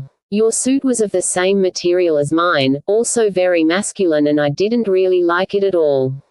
But then I remembered a phrase from one of your letters, the verse, I only have 2 dresses but now the end had come. My companions were still looking through the schedules. We were standing to the side and negotiating. Our last arguments went something like this. The next day was Sunday. It was incomprehensible to you, to the point of repugnance, that I could presume you might have time for me on Sunday. But Nellie, you conceded and said you'd try to save 40 minutes for me. The most horrible thing about the conversation was not the words, of course, but the underlying tone, the senselessness of it all, also your continuous, unspoken argument. I don't want to come. So what good is it to you if I do come? But I couldn't ND out from you when you might have these free 40 minutes. You didn't know, in spite of all your apparently intense concentration, you couldn't say. Finally I asked, Maybe I should wait the whole day. Yes, you said, and turned to face a group of people standing by, waiting for you. But your reply really meant that you wouldn't come at all and that the only concession you could grant me was permission to wait. I won't wait, I said to myself quietly, and since I thought you hadn't heard me, and since after all it was my last trump, I shouted the words after you in despair. You didn't care, however, you were no longer concerned. Somehow I staggered back into town. But then 2 hours later came letters and hours, kindness and consolation. Your F. Milena, the addresses are again unclear, the post OC has written over them and annulled them in. After my RST request, the address was Magni sent, a model collection of beautiful, varied, but not exactly legible styles of handwriting. If the post OC had my eyes, it could probably read your addresses alone and no others. But since it is the post OC. Meran, June 15, 1920. Tuesday. Early this morning I had another dream about you. We were sitting next me, but because I was treating you like some mute woman, ignoring the voice that was speaking out of you directly to me. Or perhaps I wasn't ignoring it, but just unable to answer. I left more disconsolate than in the RST dream. At the same time something occurs to me I once read at somebody's house, something like this. My beloved is a airy column passing over the earth. Now it is holding me enclosed. But it does not guide those who are enclosed, just those who see. Yours. Now I'm even losing my name, it was getting shorter and shorter all the time and is now. Yours. Meran, June 20, 1920. Sunday. After a short walk with you, how easy it is to write that, a short walk with you. I should stop writing out of shame, because it is so easy. First of all, what most terrifies me about the story is the conviction that the Jews are necessarily bound to fall upon you Christians, just as predatory animals are bound to murder, although the Jews will be horrid since they are not animals, but rather all too aware. It is impossible for you to imagine this in all its fullness and power, even if you understand everything else in the story better than I do. I don't understand how whole nations of people could ever have thought of ritual murder before these recent events. At most they may have felt general fear and jealousy, but here there is no question. We see Hilsner committing the crime step by step. What difference does it make that the Virgin embraces him at the same time? But on the other hand, I also don't understand how nations could believe that the Jew might murder without stabbing himself in the process. For that is what he does, but of course the nations don't need to worry about that. Once again I am exaggerating, these are all exaggerations. They are exaggerations, because people seeking salvation always throw themselves at chastity, but the innocence of sacristy, an innocence which has just as much to do with the body. There are some things I could say about the report, but I'd rather maintain my silence. In the RST place I know Haas only slightly, although oddly his congratulations on my engagement were the warmest I received, and I don't know the others at all. Moreover, you might be mad at me if I were to get mixed up in this affair with my speculations, since it is really your own business, and, besides, no one can help here anymore anyway. It would just be a guessing game.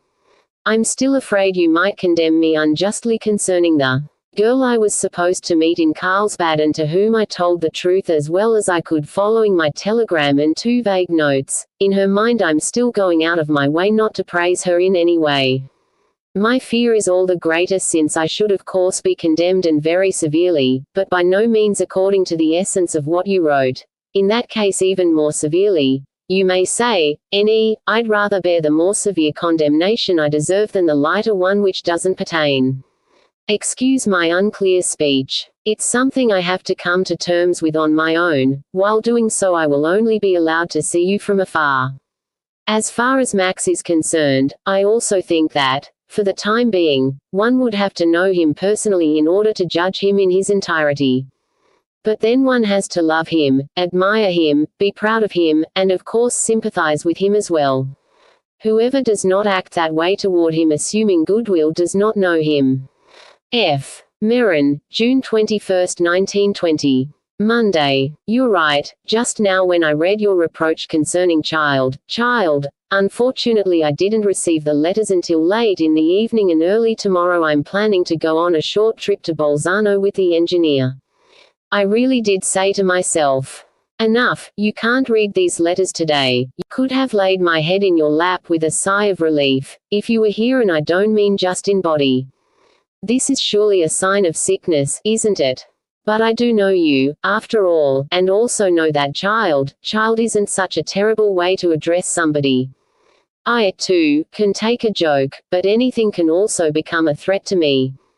If you were to write me, yesterday I counted the ands in your letter, there were such and such many. How dare you write, and, to me, and especially such and such many times, and if you kept a serious face I might even become convinced that I had insulted you and would be suicidally unhappy. And in the end perhaps it really does annoy you, it is difficult to end out.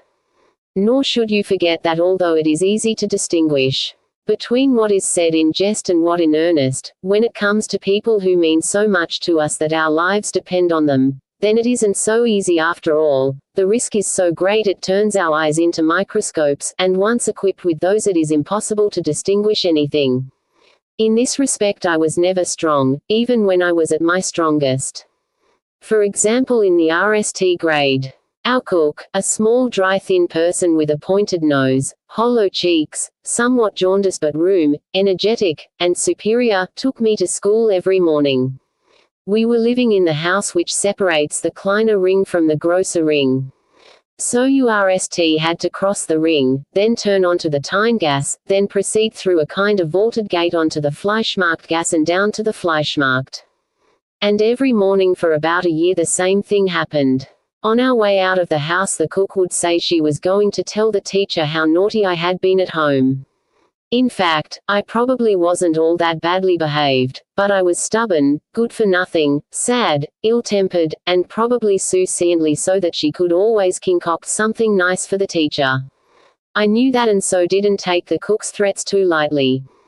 But mainly I thought the way to school was terribly long and that many things could still happen along the way. Anxiety and dead-eyed seriousness developed precisely out of such apparently childish nonsense, but gradually, since no way ever is so terribly long. Moreover, at least while on the Ortstarter Ring, I still doubted whether the cook would even dare speak to the teacher, who commanded the respect of the world, for although the cook commanded respect, she did so only at home.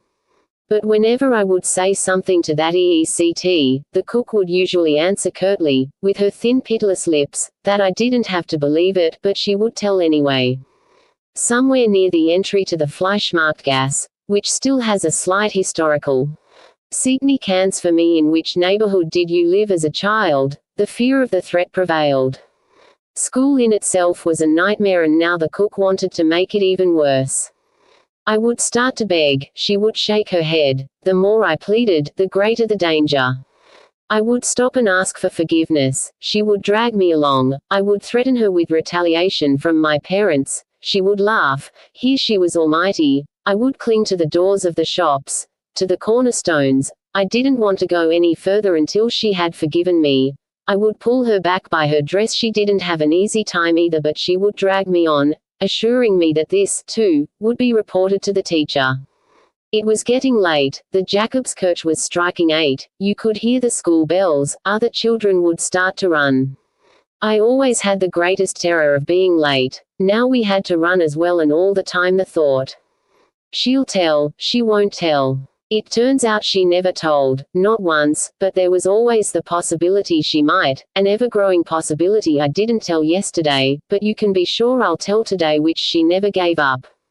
And sometimes, imagine, Milena, she would be so angry she would even stamp her feet on the street, and sometimes there was a woman selling coal nearby, watching. Milena, what nonsense. And how much I belong to you with all these cooks and threats and this terrible dust, which has been stirred up by 38 years and is now settling in my lungs. But that's not at all what I wanted to tell you, or at least I wanted to say it errantly. It is late, I have to stop so I can go to sleep, and I won't, and I'll answer your letter tomorrow, or if it should get too late, then not until the day after. Since I've decided not to visit my parents in Franzensbad, I'm staying a few days longer, although simply lying around on the balcony doesn't really deserve to be called a decision. F. And once again thank you for your letter. Meran, June 23, 1920. Wednesday. It's difficult to tell the truth, since there is only one truth, but that truth is alive and therefore has a lively, changing face, never really beautiful, not by any means, perhaps pretty on occasion. If I had answered you Monday night it would have been terrible. I was lying in bed as if on the rack. The whole night I kept formulating my reply to you, complaining to you, trying to scare you away from me, cursing myself. Also because I had received the letter late in the evening and was too sensitive and upset by the nearness of night for serious words. Then I left early for Bolzano, taking the electric train to Klobenstein, 1,200 meters high, right across the RST chain of the Dolomites. I breathed the pure, almost cold air, to be sure not entirely in my right mind. Later, on my way back, I wrote you the following, which I now copy, although even this strikes me as far too harsh, at least today, so the days change. At last I'm by myself, the engineer stayed on in Bolzano, I am on my way back. The fact that the engineer and the landscapes came between us didn't cause me too much suffering, since I wasn't entirely there myself. I spent last evening until 12:30 with you, with writing, and even more with thinking, then I stayed in bed until 6:00, hardly sleeping a wink. Afterward I jumped up, like a stranger pulling another stranger out of bed, and that was a good thing, since otherwise I would have written and dozed the day away in Meran without any consolation. It doesn't matter that this excursion has barely even crawled into my consciousness and that it will remain in my memory only as a very vague dream. The night passed the way it did because with your letter you have a very penetrating gaze, which wouldn't the street all but asking for such a gaze, but you have the courage to match your gaze and above all the power to see beyond it. This ability to see beyond is the main thing, and you have exactly that. You have once again awakened all the old devils who sleep with one eye closed and one open, waiting for an opportunity. Of course this is frightening and makes me break out in a cold sweat, I swear to you, only because of them, the impalpable forces. Nevertheless it is a good thing, it is healthy, one watches the antics of these forces and knows that they are there. Still your interpretation of my "you should leave Vienna" isn't entirely correct. I did not write this carelessly but under the impression of the whole report. That context hadn't ever even occurred to me beforehand. At the time I was so beside myself that your immediate departure from Vienna seemed the most natural thing. This was because I consider, really very selfishly, that whatever even grazes your husband strikes me square on, 10 times and 100 times harder, cutting me to pieces. It's no different than with you, nor did I fear the material burden. I don't earn much, but it would easily be enough for both of us, I think, barring any illness, of course, and moreover I am sincere as long as I have the power to think and express myself. I was before, too, but you're really the RST one to make that helpful observation. The only thing I do fear, and I fear this with my eyes wide open, I am drowning in this fear, helpless. If I could sleep as deeply as I sink into fear I would no longer be alive. Is this inner conspiracy against myself which the letter to my father will help you understand better, although not entirely, since the letter is much too focused on its purpose, which is based on the fact that I, who am not even the pawn of a pawn in the great chess game, far from it, now want to take the place of the queen, against all the rules and to the confusion of the game. I, the pawn of a pawn, a piece which doesn't even exist, which isn't even in the game, and next I may want to take the king's place as well, or even the whole board. Moreover, if that were what I really not sicklied over, the only thing which makes me unconditionally happy. That's the way it was yesterday. Today, for example, I'd say I will certainly come to Vienna, but since today is today and tomorrow I'm going to leave myself some freedom. In any case I will not surprise you, nor will I come any later than Thursday. If I am coming I'll send you a letter by pneumatic mail. I wouldn't be able to see anyone but you, I know that much, and certainly not before Tuesday. I would arrive at the Sudbahnhof. I still don't know where I would depart, so I would stay somewhere near the Sudbahnhof. It is a shame I don't know where you give your Sudbahnhof lessons, since I could wait for you there at 5:00. I must have read this sentence once in a fairy tale, somewhere near the other sentence. And they lived happily ever after. Today I looked at a map of Vienna. For a moment it seemed incomprehensible to me that they would build such a huge city when you only need one room. I may have also addressed post-restant letters to Pollock. Meran, June 24, 1920. Thursday. One is a lot brighter unrested than after a good night's sleep. Yesterday I had slept a little better and immediately wrote certain stupidities concerning the trip to Vienna. After all, this trip isn't something trivial, isn't anything to joke about. I won't surprise you under any circumstances. I tremble at the very idea. I won't even enter your apartment. If you haven't received a pneumatic letter by Thursday, then I have gone to Prague. By the way, I am told I would arrive at the Westbahnhof. Yesterday I believe I wrote Sudbahnhof, but this is immaterial. Although I am impractical, negligent, and difficult to transport, I am not excessively so provided I've slept some. You don't have to worry about that. If I board the car bound for Vienna, then I will most likely get in Vienna. Just Ropuka is beautiful, but not very beautiful. Not very beautiful. The story is like a centipede. As soon as it has been expired, it is paralyzed, no longer able to move, not even backwards, and all the freedom and movement of the RST half is lost. But apart from that, it reads like a letter of Milena J, and if it is a letter, then I will answer it. And in regard to Milena, the name has nothing at all to do with Germanness and Jewishness. The people who understand Czech best apart from Czech Jews, of course, are the gentlemen from Nazareth, second best are the readers of that journal, and third best the subscribers, of which I am one. And as such I say to you that the only thing really Czech about the name Milena is the diminutive, Milenka. Whether you like it or not, that is what philology says. Meran, June 25, 1920. We are indeed beginning to misunderstand one another, Milena. You think I wanted to help you, but it was me I was trying to help. No more about that. And as far as I know, I didn't ask you for any sleeping pills. I hardly knew Otto Gross, but I did notice that there was something essential in him, something which was at least attempting to extend a hand from amid everything so ridiculous. The bewildered mood of his friends and relatives' wife, brother-in-law, even the strangely quiet infant between the suitcases. There so he wouldn't fall out of bed when left alone. Who drank black coee, ate fruit or anything else you care to name, was somewhat reminiscent of the mood prevailing among Christ's disciples as they stood beneath the Cruciate. At the time I was just coming from Budapest, where I had accompanied my Auntie, returning to Prague and my hemorrhage. Gross, his wife and brother-in-law were all taking the same night train.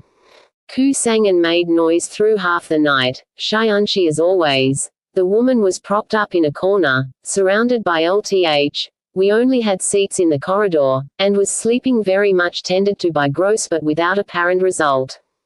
Throughout most of the night, however, Gross was telling me something, excepting small giving himself injections, at least it seemed that way to me, for I really couldn't understand a thing. He demonstrated his learning with a passage from the Bible I didn't know, a fact I did not admit due to cowardice and exhaustion. He kept on endlessly dismantling this passage, endlessly adding new material, endlessly demanding my agreement. I would nod mechanically, while he would practically disappear before my eyes. Incidentally, I don't think I would have understood if I had been awake either. My own thinking is cold and slow. In this way the night passed. But there were other interruptions as well. Occasionally he would stand and hold on to something above him, and would be joggled through and through by the train to the point where he would become completely relaxed and even sleep. Later in Prague I only saw him in passing. Unmusicality is not as clearly a misfortune as you say. In the RST place it isn't for me. I inherited it from my predecessors. My paternal grandfather was a butcher in a village near Strakonec. I have to not eat as much meat as he butchered, and it gives me something to hold on to. Being related means a lot to me. But it is decidedly a general human misfortune, similar or equal to being unable to cry or sleep. And anyway, understanding people who are musical means almost the same thing as being unmusical. So if I do get to Vienna, I'll wire you or write you at the post. OC, Tuesday or Wednesday. I'm sure I put stamps on all the letters. Can't you see on the envelope that the stamps were torn? Meran, June 25, 1920. Friday evening. What I wrote this morning was stupid, and now come both your letters, brimming with kindness. I will answer them orally. I'll be in Vienna Tuesday, if nothing unexpected happens inside or outside. It would be a very good idea to tell you today. I think Tuesday is a holiday, the post OC, but I would suffocate by then if I were to name a place right now and then have to see this place for 3 days and 3 nights, empty, waiting for me to arrive Tuesday at a certain hour. Is there as much patience as I need, Milena, anywhere in the world? Tell me Tuesday. Vienna, June 29, 1920. Jessenska Vienna 8 Post Restant Post OC Benegast Josefstadter Strasse. Tuesday 10:00. This letter probably won't arrive before 12:00, or rather I'm sure it won't, since it is already 10. So not until tomorrow morning. Perhaps it is just as well, for I am indeed in Vienna, sitting in a cafe in the Sudbahnhof. What kind of cocoa is this? What kind of pastry? And this is what you're living on. But I'm not entirely here. I haven't slept for 2 nights. The question is, will I sleep the 3rd night in the Hotel Riva where I am staying, next to a garage at the Sudbahnhof? I can't think of anything better to say. I'll wait for you Wednesday starting at 10:00 a.m. in front of the hotel. Please, Milena, don't surprise me by coming up from the side or from behind. I promise not to do this either. Today I'll probably see the sights.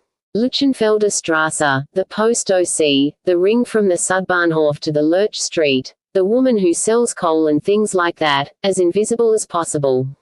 Yours. Prague, July 4, 1920. Sunday. Today Milena, I can't write anything else.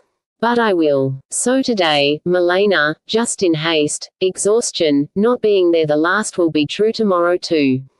Why shouldn't I be tired? They promise a sick man vacation for a quarter of a year and give him 4 days and then only a fraction of Tuesday recovered. Am I not right? Milena. Spoken into your left ear, while you are lying on the pitiful bed in a deep sleep of good provenance.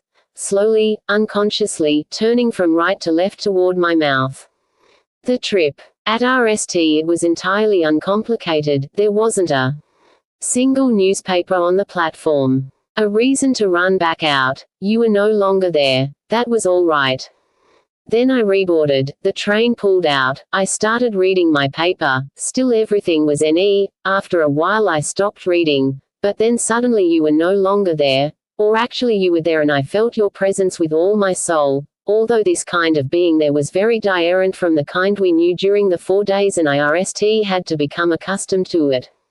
I resumed my reading, but the entry in Barr's diary began with a description of bad cruise and near Grain on the Danube. Then I stopped reading. However, when I looked out, a train was passing and on the car was written, Grain. I looked back inside the compartment. Opposite me a man was reading last Sunday's Narodny Listy. Seeing a Fulton by Ruzena Jessenska, I borrow it, begin reading aimlessly, put it down and then sit there with your face, looking just the way it did when we parted at the station. What happened on the platform was a natural phenomenon I have never observed before. Sunlight dimmed, not by clouds, but of its own accord. What else shall I say? My throat does not obey, nor do my hands. Yours. So tomorrow the amazing story of the rest of the trip. Prague, July 4, 1920. Sunday, a little while later. A courier has brought the enclosed letter. Please tear it up at once, also the one from Max and wants an immediate answer. I'm writing that I'll be there at 9:00. What I have to say is so clear. How I will say it I don't know. Good heavens, if I were married, I would come home and instead of the courier I'd end the bed, impossible to hide in and devoid of any subterranean passage to Vienna. I tell myself this so I'll realize. Yours. I'm sending you the letter, as if by doing so I could transport you. Next to me, especially close, as I walk up and down in front of her house. Prague, July 4th. 5, 1920. Sunday 11:30. 3. I'm numbering at least these letters. Not one of them can miss you, just like I couldn't miss you in the little park. No result, despite the fact that everything is so clear and so clearly expressed by me. I won't go into details, just that she didn't say a single word that was even remotely angry about you or me. I was so clear I wasn't even compassionate. The only thing I could truthfully say was that nothing had changed between her and me, and that it hardly ever would change, only, no more, it is disgusting, work for a hangman but not for me.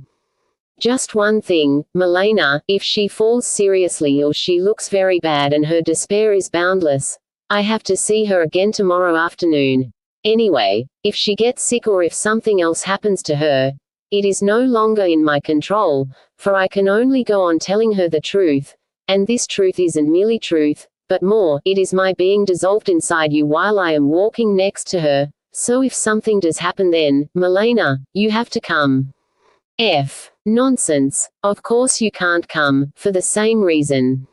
Tomorrow I'll send the father letter to your apartment, please. Take good care of it, I still might want to give it to my father someday. If possible don't let anyone else read it.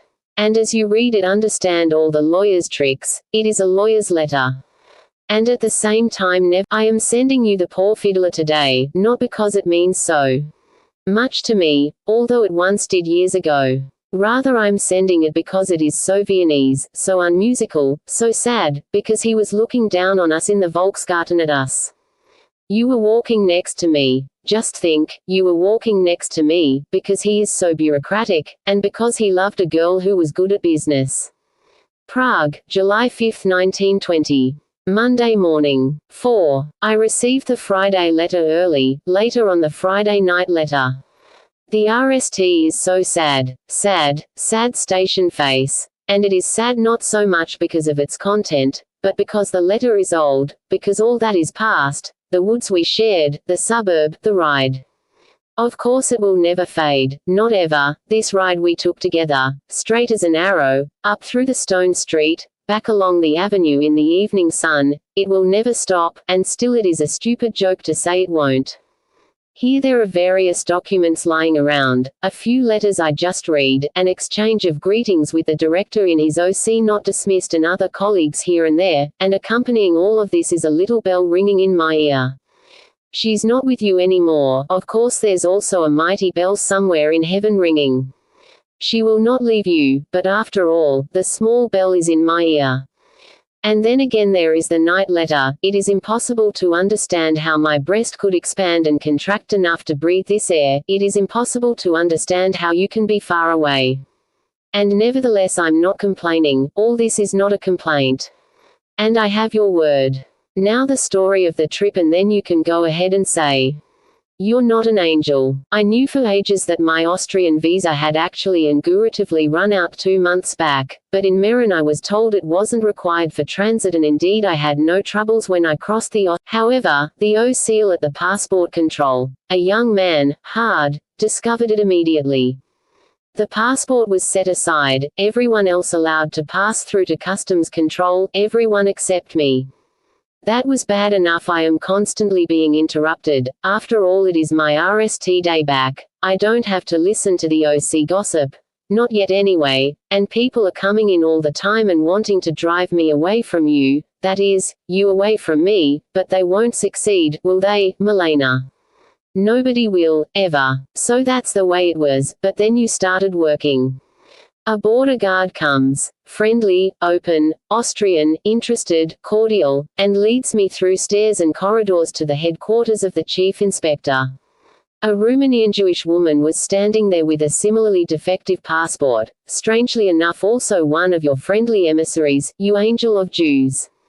But the opposing forces are still much stronger. The large inspector and his small adjutant, both yellow, emaciated, sullen, at least for the moment, take possession of the passport. The inspector is nished in no time. Return to Vienna and obtain the visa at police headquarters. I can do nothing but repeat several times. That is terrible for me. The inspector also repeats his answer several times, ironically and angrily. You only think it is. Can't the visa be obtained by wire? No, even if I pay all costs. No, isn't there a higher authority here? No. The woman, seeing my distress, remains magnificently calm and asks the inspector to let at least me pass. Your means are too weak, Milena. You won't get me through that way. I have to walk all the way back to passport control and fetch my luggage, there's no question of my leaving today. And now we're sitting together in the chief inspector's headquarters. The guard has little consolation to owe her except that the train tickets may be extended etc. The inspector has said his last word and retreated into his private OC, only the small adjutant is still there. I calculate. The next train to Vienna departs at 10 p.m. arrives in Vienna at 2:30 a.m. I'm still covered with bites from the Reaver vermin. That's right, at 5 a.m. Anyway, whatever happens, I must obtain the visa Monday morning. Will I get it right away or will I have to wait until Tuesday? Then go to your house and surprise you at the door, which you open. Good heavens. Here my thinking takes a break, but then continues. But what shape will I be in after such a night and the journey, and in the evening I'll still have to leave on the train that takes 16 hours. What will I look like when I arrive in Prague and what will the director say, whom I'll have to ask for sick leave once again? Certainly you don't want all that, but what do you really want? There's no way out. It occurs to me the only slight relief would be to spend the night in Gemund and wait until morning before traveling to Vienna and so, already exhausted, I ask the quiet adjutant about a morning train bound for Vienna. There's one at 5:30 which arrives at 11:00 a.m. Good, I'll take that train and so will the Romanian woman. But suddenly the conversation takes a turn, I don't know how, at any rate in Arash it is clear that the little adjutant wants to help us. If we spend the night in Gemund then the next morning, when he's alone in the OC, he'll secretly let us through onto the local train to Prague, where we would arrive at 4:00 p.m. But we're supposed to tell the inspector that we're taking the morning train to Vienna.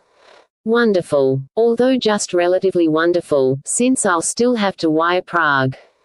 But even so, the inspector arrives, we act out a small comedy about the morning train to Vienna, the adjutant then sends us we're supposed to pay him a secret visit later in the evening to discuss the remaining details. In my blindness I think that all this is your doing, whereas in reality it is merely the last attack of the opposing forces. So now we slowly leave the station, the woman and myself. The express train which was supposed to have taken us on is still standing there, customs control is taking a long time. How far is it into town? An hour. That too. But it turns out there are 2 hotels at the station, we'll go to one of them. There's a track running right next to the hotel, we still have to cross it, a freight train is coming. I want to hurry across the tracks, but the woman holds me back and we have to wait. Precisely this moment of waiting, without which I would not have made it to Prague on Sunday, is the turning point. It's as if you had run up and down knocking on all the gates of heaven to plead for me, just as you ran up and down knocking at all the hotels of the Westbahnhof. For now your guard comes running after us down the long path from the station, out of breath, shouting. Hurry up, come back, the inspector is letting you through. Is it possible? Moments like that make one choke with emotion. We have to beg the guard 10 times before he'll take any money. But now we have to run back, fetch our luggage from the inspector's headquarters, run with it to the passport control, and on to customs. But now you've already set everything aright. I cannot carry my luggage any further. By chance there's a porter next to me. At passport control I run into a crowd. The guard clears the way for me. At customs without realizing it I lose the little case with the gold coinks, and O'Seal NDS it and hands it to me. We're aboard the train and leave at once. At last I'm able to wipe the perspiration on my face and chest. Stay with me always. F. Prague, July 5, 1920. Monday. 5 I think. Naturally I should go to sleep, it is 1 o'clock at night. I would have written you long before this evening, but Max was here, whom I really wanted to see and whom I couldn't see because of the girl and my worries concerning her. I was with the girl until about 8:30. Max had said he'd drop by at 9, then we went walking around till 12:30. Just think. He didn't realize what I thought was blindingly clear in my letters. That you, again the writing stops for a moment. That it is you I'm talking about. He didn't realize. He didn't learn your name until today after all. I hadn't ever spelled it out so bluntly, since his wife could have read the letters. And now once again, Milena, one of my lies, the second one. You once asked, shocked, whether I thought the Rainer error in Max's letter was meant as a warning. I hadn't exactly thought of it as a warning, just something like a musical accompaniment to the text. However, when I saw how frightened you were, I consciously lied to you. I had to get up. Somewhere a member of that feared race of mice is gnawing away, denying there was any connection. Although it turns out there really wasn't any connection, I didn't know that and so I lied. In the margin. And despite everything, I think that if it is possible to die of happiness, then I will certainly do so. And if someone destined to die can be kept alive by happiness, then I will stay alive. The girl, she was better today, but at the high cost of my having allowed her to write to you. I'm very sorry I did. The telegram I sent to the post OC in your name today is a sure sign of my anxiety over you. Girl is writing you, please answer kindly, and here I really wanted to add a very RMLY and don't abandon me. On the whole, things went more smoothly today. I prevailed upon myself to talk peacefully about Meren. The mood became less ominous. But once the conversation returned to the main subject, her whole body went on shaking for minutes. Next to me at the Karlsplatz, the only thing I could say was that next to you everything else, even if it hasn't changed in itself, disappears and turns to nothing. She posed her last question, against which I have never been able to defend myself, namely, I can't leave, but if you send me away, then I'll go. Are you sending me away? There's something very loathsome, apart from the arrogance, in my telling you this, but I'm doing so out of fear for you. What wouldn't I do out of fear for you? Look, what a strange new type of fear. I replied, yes. To which she said, but I really can't go. And then she became talkative beyond her strength, poor thing, saying that she didn't understand at all, that you love your husband and still were talking with me in secret, etc. To be honest, she also had some bad words about you, for which I would have knew this would cost me a few nights' sleep. I was upset precisely by the fact that this consent calmed her down. Be friendly and room, but more room than friendly, but what am I saying, for don't I know that you'll write whatever's best? And isn't my fear, that in her distress she might write something insidious and turn you against me, a great dishonor to you? Of course it is a dishonor, but what am I supposed to do if this fear, and not my heart, is beating in my body? I shouldn't have consented after all. And now I'm going to see her again tomorrow. It is a holiday huss. She begged me so much to go with her somewhere in the afternoon. She said I wouldn't have to see her for the rest of the week. Maybe I can persuade her not to write the letter, if she hasn't already done so. On the other hand, I then say to myself, maybe she only wants an explanation, maybe your word will calm her precisely through its friendly RMness, maybe. This is how all my thoughts run now, she will kneel before your letter. Franz. In the margin. Another reason I allowed her to write. She wanted to see some of your letters to me. But I can't show them to her. Prague, July 6, 1920. Tuesday morning. 6. A slight blow for me, a telegram from Paris, informing me that an old uncle of mine, whom I am really very fond of, who lives in Madrid, and who hasn't been here for many years, is arriving tomorrow evening. It is a blow because it will take time and I need all the time I have and 1,000 times more than all the time I have, and most of all I'd like to have all the time there is just for you, for thinking about you, for breathing in you. My apartment is making me restless, the evenings are making me restless, I'd like to be someplace diarrhent. I'd like many things to be diarrhent and I'd prefer it if the OC didn't exist at all. But then I think that I deserve to be hit in the face for speaking beyond the so may I go to Lauren. He knows pick, for example. Won't it be easy for word to get out this way that I was in Vienna? Please write me about this. Max is very upset over your news from the sanatorium concerning Pribram. He is reproaching himself for having thoughtlessly broken what he had begun to arrange for Pribram. Moreover, his relations with the authorities are now such that he might be able to obtain everything necessary without great difficulties. He urgently asks you to kindly summarize what there is to say concerning the injustice being done Pribram. If you can, send me this short summary when you get a chance. The Russian's name was Sprak. Somehow I can't write about anything but what concerns us and us alone, in the middle of the crowded world. Everything else is foreign to me. Wrong, but my lips are babbling and my face is lying in your lap. Vienna did leave behind one bitter aftertaste, may I say it? Up in the woods. I believe it was the second day, you said something like, the battle over the front hall can't last long. And now in the next to last letter to Milena you write about your illness.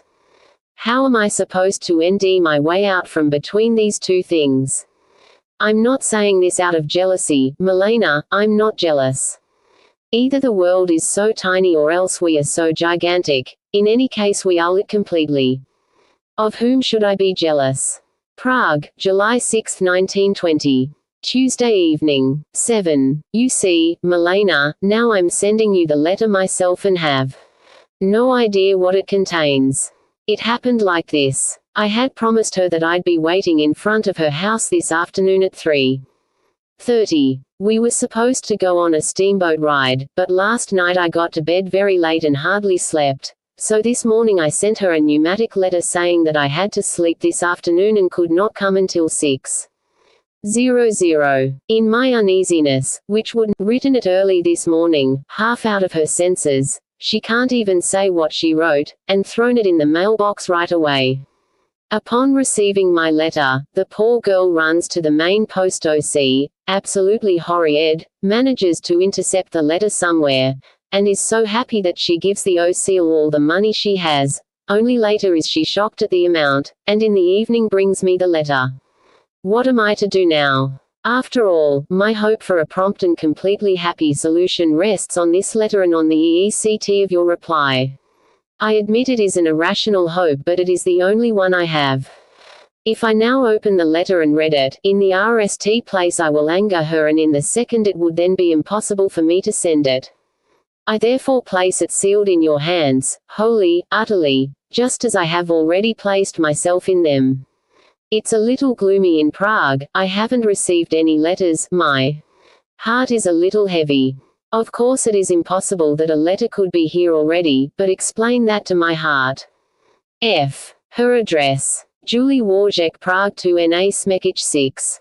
Prague, July 6, 1920. Tuesday, even later. 8. No sooner had I mailed the letter than it occurred to me. How could I have asked you to do this? Apart from the fact that it is really just up to me to do what should and must be done, it is probably impossible for you to write and entrust such a reply to a stranger. So now, Milena, forgive the letters and the telegrams, attribute them to my reason made weak by parting from you. It doesn't matter if you don't reply, I'll just have to end another solution. Don't worry about this. It's only that I'm so exhausted from all the walks, but on a better subject. Do you know when you were most beautifully dressed in Vienna? Absolutely, absurdly beautifully dressed. There can't be any argument about it. On Prague, July 7, 1920. Wednesday evening. 9. Just a few words to consecrate my new apartment, written in the utmost haste because my parents are arriving from Franzensbad at 10:00 and my uncle at 12:00 from Paris, and both want to be met. New apartment because in order to give my uncle some room I've moved into my sister's apartment, which is empty while she is in Marienbad. An empty large apartment, how wonderful. The street, however, is noisier. Even so it is not too bad a trade. And I have to write you, Milena, because you might conclude from my last lamenting letters I tore up the worst one this morning out of shame. Think, I still don't have any news from you, but it is stupid to complain about the mail. What do I have to do with the postal service that I'm unsure of you, that I'm afraid of losing you? No, I'm not unsure. Could you be what you were to me if I weren't sure? I feel this way because of our brief physical closeness and sudden physical separation. Why did it have to be Sunday? Why 7 o'clock? Why happen at all? The whole thing can be a little confusing. Forgive me. And when you go to bed tonight, as a good night wish from me, take in, all in one stream, everything I am and have, all of which is blissfully happy to rest in you. F. Prague, July 8, 1920. Early Thursday morning. 10. The street is noisy, moreover there's construction going on. Diagonally opposite, directly opposite is not the Russian church but apartments full of people. Nonetheless, while being alone in a room may be a prerequisite for life, being alone in an apartment is to be exact, temporary, prerequisite for happiness. One prerequisite, because what use would the apartment be if I weren't alive, if I didn't have a home where I could rest, something like two bright, blue eyes, brought to life by some inconceivable grace. But as it is, the apartment is part of my happiness. Everything is quiet. The bathroom, the kitchen, the front hall, like those communal apartments, the noise, the lechery, the incest to dissolute bodies, thoughts and desires long uncontrolled, where improper, haphazard things take place, where illicit errors occur, where illegitimate children are conceived, in every corner, behind every piece of furniture, and where it keeps going on, errant from your quiet empty Sunday suburbs, more like the wild overcrowded suffocating suburbs on a relentless, unending Saturday night. My sister has come the whole long way to bring me breakfast. Which wasn't necessary, since I would have gone home myself and had to ring several minutes before I nearly awoke from this letter and my isolation. F. The apartment does not belong to me, of course. My brother-in-law will also be staying here, and on during the summer. Prague, July 8, 1920. Thursday morning. 11. At last your letter. Just a few hasty words on the main subject. Even though the haste may cause a few inaccuracies I will later regret. Because we all three know each other independently, this case is unlike any other I know. So there's no need to make it bleaker than it is by citing experiences from other cases. Corpses. Torment for 3. For 2. Some way to disappear. I am not his friend. I have not betrayed a friend, but I'm not merely his acquaintance either. Rather I am bound to him, in some respects maybe more than to a friend. Nor have you betrayed him, since you love him, whatever you may say, and if and when we unite I thank you, my shoulders, it will be on a errant level, outside his domain. Consequently this is not simply our exclusive affair to be kept secret, nor is it just torment, anxiety, pain, worry. Your letter has shocked me out of the relatively calm state I was still enjoying from our being together and which may now be reverting to the turmoil of Meran, although there are powerful obstacles in its openness. Matter of the three of us, even if you should keep silent for a while. I, too, am very much against brooding over all the various possibilities. I am against this because I have you. If I were alone, nothing could stop me from such ruminations, since doing so transforms one in the present into a battleground of the future, and how is such devastated ground to bear the house of the future? At the moment I don't know anything anymore. I've been back at work for 3 days and haven't written a line. Maybe you'll be able to now. Incidentally, Max dropped by as I was writing this. It goes without saying that his silence is reliable. For everyone except sister's parents, girl and him, I came back via Linz. F. May I send you some money? Perhaps through Lauren, to whom? I'll explain. You lend me money in Vienna which he can send you along with your honorarium. I'm also a little frightened by what you promised to write concerning fear. Prague, July 9, 1920. Friday. All writing seems futile to me, and it really is. The best would probably be for me to go to Vienna and take you away. I may even do it, although you don't want me to. Actually there are only two possibilities, each more beautiful than the other. Either you come to Prague or you come to Libešić. I crept up to Jolovsky yesterday, mistrustful in the old Jewish tradition, and caught him just before he left for Libešić. He had your letter to Stassa. He is an excellent person. Happy, open, intelligent, takes you by the arm, talks up a storm, is ready for anything, understands everything and a little more. Together with his wife he was intending to go see Florian, who lives near Brno, and from there on to Vienna to see you. He's coming back to Prague this afternoon and will bring Stasa's reply. I'll speak with him at 3:00, then send you a telegram. Forgive the babble contained in the 11 letters, throw them out, now reality is on its way, bigger and better. At the moment the only thing to be afraid of, I think, is your love for your husband. The new task you write about certainly is difficult, but don't sleeping, but I am much calmer than I thought yesterday evening when I was confronted with your 2 letters by chance. Max was there, which wasn't necessarily good, since it was, after all, too much my own affair. Oh, poor Milena, the jealousy of the non-jealous man is already beginning. The telegram you sent today is also somewhat reassuring. I'm worried about your husband now, at least for the moment, but not too much, not unbearably. He had taken on a huge task, which he has in part perhaps entirely carried out with honor. I don't think he could carry it any further, and not at all because he lacks the strength to do so what is my strength compared to his, but because he is much too burdened with everything that has gone on before, much too oppressed, too deprived of the concentration such a task would require. Compared to this, it may actually come as a relief to him. Why shouldn't I write him? F. Prague, July 9, 1920. Friday. Just a few words concerning Stasa's letter. My uncle, who is otherwise very kind but right now a little bit of a nuisance, is waiting for me. Well, Stasa's letter is indeed very warm and friendly, except it does have some slight defect, perhaps only a formal one, which is not to say that letters without this defect are more heartfelt. Probably the opposite is true, still either it is missing something or else it contains too much. Maybe it is her capacity to think things over, which she seems to get from her husband. Incidentally, he spoke with me yesterday in exactly the same way.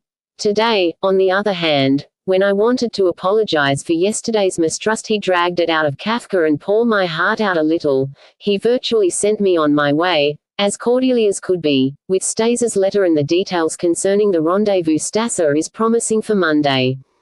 But why should I speak this way about these really kind people? Jealousy, it really is jealousy, but I promise you, Milena, that I'll never plague you with it, only me, only myself. Nevertheless, the letter does appear to contain one misunderstanding, since what you really wanted was neither Stasa's advice nor for her to speak to your husband. Nothing could substitute for what you most desired, that is, her presence.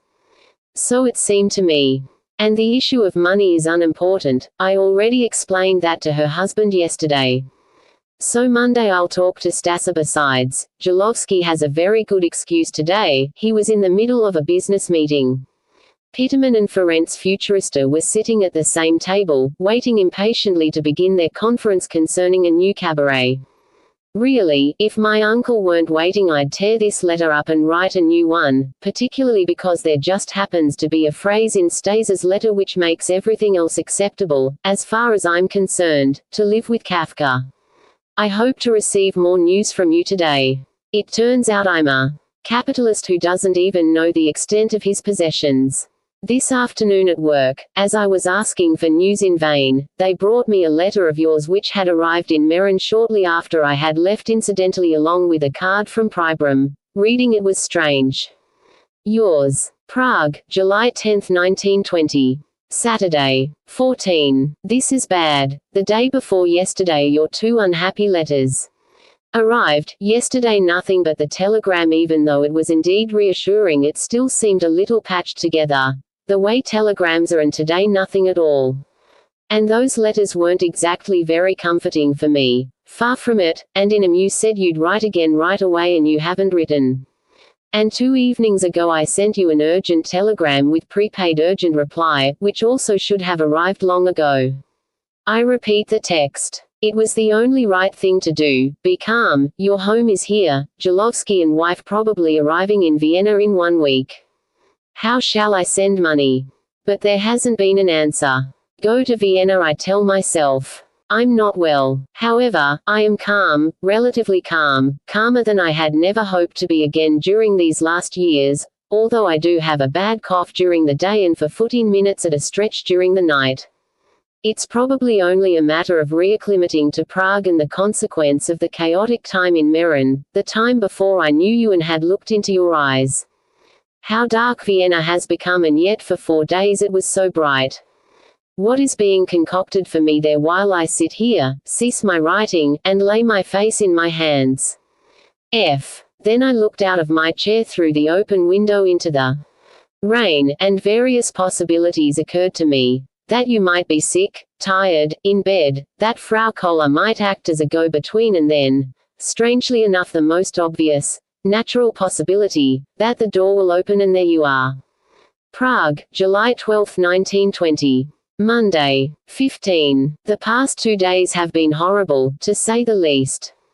But now I realize it wasn't your fault at all. Some malicious devil was holding back all your letters from Thursday on. Friday I received only your telegram, nothing on Saturday, nothing on Sunday, today 4 letters, from Thursday, Friday, Saturday. I'm too tired to really write, too tired to sort out what remains for me from these 4 letters, from this mountain of despair, suffering, and love. One is so self when one is tired and has spent 2 nights and days consumed by the most awful imaginings.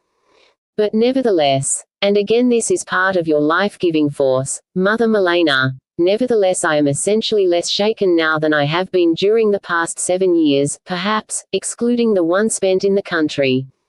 Be that as it may, I still don't understand why I didn't receive any answer to my urgent telegram of Thursday evening. I then wired Frau Kohler, still no answer. Don't be afraid that I might write to your husband, I really don't have much desire to do that. The only thing I do desire is to go to Vienna, but I won't do that either. Passport problems, work, cough, exhaustion, my sister's wedding Thursday. In any case, going to Vienna would be better than spending afternoons the way I did Saturday or Sunday. On Saturday, I wandered around a little with my uncle, a little with Max, and every 2 hours I'd run to the OC to ask for mail. Things were better in the evening. I went to Lauren's, he hadn't heard of anything bad happening to you, he also mentioned your letter, which made me happy, and telephoned Kisk at the Neue Freipresse. He hadn't heard anything either, but said he would ask, not your husband, about you and call back this evening. So I was sitting at Lauren's, heard your name mentioned several times and was grateful to him. Even so, talking to him is neither easy nor pleasant. He really is like a child, like a not too bright child. He boasts, lies, puts on a show just like a child, and one feels exaggeratedly sneaky and repulsively insincere sitting there listening to him. Especially since he's not just a child, but a big and serious grown-up when it comes to kindness, sympathy and readiness to help.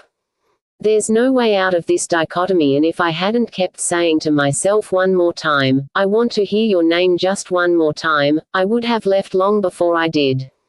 He also talked about his wedding Tuesday in the same tone. In the margin, you misunderstood about the level, I didn't mean it that way, I'll explain soon.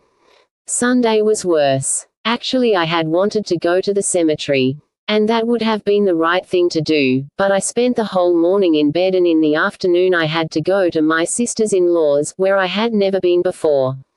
Then it was 6:00. Back to the OC to ask if a telegram had arrived. Nothing. What now? Check what's playing in the theater, since Jolovsky had very briefly why he was in a hurry mentioned that Stasser was going to a Wagner opera on Monday.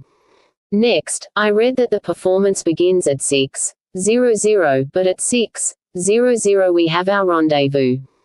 Bad. What now? Go check the house in the Obstgasse. It's quiet, no one going in, no one going out. I wait a little, RST in front, stare at them. And now, into the Lucerna building, where Dobber Dilo used to be on display.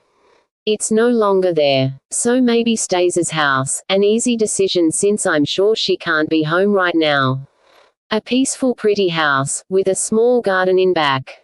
Because a padlock is hanging on the front door, I can ring the bell with impunity. Downstairs a brief conversation with the building superintendent just in order to pronounce the words Libasik and Jalovsky. Unfortunately there was no possibility of saying Milena. And now the dumbest part. I walk into the Café Arco, where I haven't been for years, in order to ND somebody who knows you. Fortunately no one was there and I was able to leave right away. Not many more Sundays like that, Milena. F. In the margin. Thank you very much for the pictures, but Jamila does not look like you, at most only in a certain light, a certain glow which covers her face as well as yours. In the margin. Yesterday I couldn't write, everything in Vienna was too dark for me. Prague, July 13, 1920. Tuesday, a little later. 17. How tired you sound in your letter from Saturday evening. There is a lot I'd have to say about this letter, but I'm not going to say anything to such a tired person. I am tired as well. To tell the truth, my head is completely unrested and aching for the RST time since I arrived in Vienna. I won't say a thing, just seat you in the armchair. You claim you haven't done enough nice things for me, but is there anything nicer, any greater honor you can show me than simply being with me and allowing me to sit in front of you? So now I seat you in the chair, unable to grasp the scope of my fortune with words, eyes, hands and my poor heart, my happiness that you are here and really mine. And actually it is not at all you I love, but rather the existence you have bestowed. F. What you say about the poor fiddler is entirely correct. If I said it didn't mean anything to me, I was only being cautious, since I didn't know how you would like it, also because I'm ashamed of the story, as though I had written it myself, and the beginning is indeed wrong and it does have a number of defects, ridiculous moments, dilettantish features, and deadly erectations which are especially noticeable when read aloud. I could show you where, and particularly this way of practicing music is a lamentably ridiculous invention. It is enough to make the girl and the whole world, too, myself included, so extremely angry that she hurls everything in her shop at the story, until it is torn to pieces by its own elements, a fate it richly deserves. Of course there's no more beautiful fate for a story than for it to disappear, and in this way. Even the narrator, that droll psychologist, will agree to this completely, since he himself is probably the real poor dealer, playing this story as unmusically as possible, exaggeratedly thanked by the tears from your eyes. Prague, July 13, 1920. Tuesday. Your 2 telegrams are right here. I understand, as long as there were letters from Jamila you didn't ask about mail for Kramer. It is all right. Above all, you shouldn't be the least bit afraid I might do something on my own without obtaining your approval beforehand. But the main thing is that, after an almost sleepless night, at last I'm sitting in front of this letter which seems to me innightly important. None of the letters I sent you from Prague would have needed to be written, not even the last ones, and only this one has a right to exist, or rather the others might exist, but this one would have to be considered the most important. Unfortunately I won't be able to tell you the smallest part of what I was saying to you yesterday evening after leaving Stasser, or what I was telling you last night or this morning. Still the main thing is that no matter what the others, beginning with Lauren then Stasser and on to people I don't know, extending in a wide radius with you at the center, no matter what they say about you in their pretentious wisdom, their bestial dullness, although animals aren't that dull-witted, their devilish kindness, their murderous love. I, Milena, will know to the end of my days that you will do the right thing whatever you decide, whether you remain in Vienna or come here or stay hovering between Prague and Vienna, or now do one thing now the other. What in the world would I be doing with you if I didn't know that? Just as there is no place in the deep sea which isn't under the greatest pressure, so it is with you, but all other life is a disgrace and makes me sick. I used to think I couldn't stand living, couldn't stand people, and I was very ashamed of myself, but now you are confirming that it wasn't life which seemed unbearable to me. Stasser is awful, I'm sorry. Yesterday I wrote you about her but didn't dare send the letter. As you said, she is warm, friendly, beautiful, and svelte, but terrible. She was once your friend, and so there must have been a heavenly light in her eyes at one time, but it has been utterly, frighteningly extinguished. One shudders with horror at her as if at a fallen angel. I don't know what happened to her, probably her husband has extinguished her. She is tired and dead and doesn't know it. When I want to imagine hell, I think about her and her husband and repeat this sentence to myself, my teeth chattering. Then we'll run into the forest. Forgive me, Milena, dear Milena, forgive me, but that's the way it is. In the margin, I am very much in favor of the Chicago plan, under the condition that errand boys who can't run errands will also be employed. Of course, I was only with her for 3/4 of an hour, in her apartment. And then on the way to the German theater. I was overly friendly, overly talkative, overly condescending. After all, it was also an opportunity, Nellie, just to talk about you, and you kept her true face hidden from me for a long time. What a stony forehead she has, and how golden shines the inscription there which reads, I am dead and despise anyone who isn't. But of course she was friendly and we just. Then in the evening I went to see Lauren. He was not in the editorial OC. I was late, so I talked for a while with a man I know from before. We sat on the couch where Rainer lay down for the last time a few months back. The man had been with him throughout that last evening and told me a thing or two. So the day was too much for me and I couldn't sleep. Moreover, my sister had come back from Marienbad with her husband and child for 2 days, on account of the Spanish uncle, and the beautiful apartment was no longer empty. But see how kind people are to me. I'm just saying that, as if by mentioning it to you they might be repaid for their kindness. They left me alone in the bedroom, removed one bed, distributed themselves among the other rooms not yet cleaned up, and left the bathroom to me, conning their own washing to the kitchen, etc.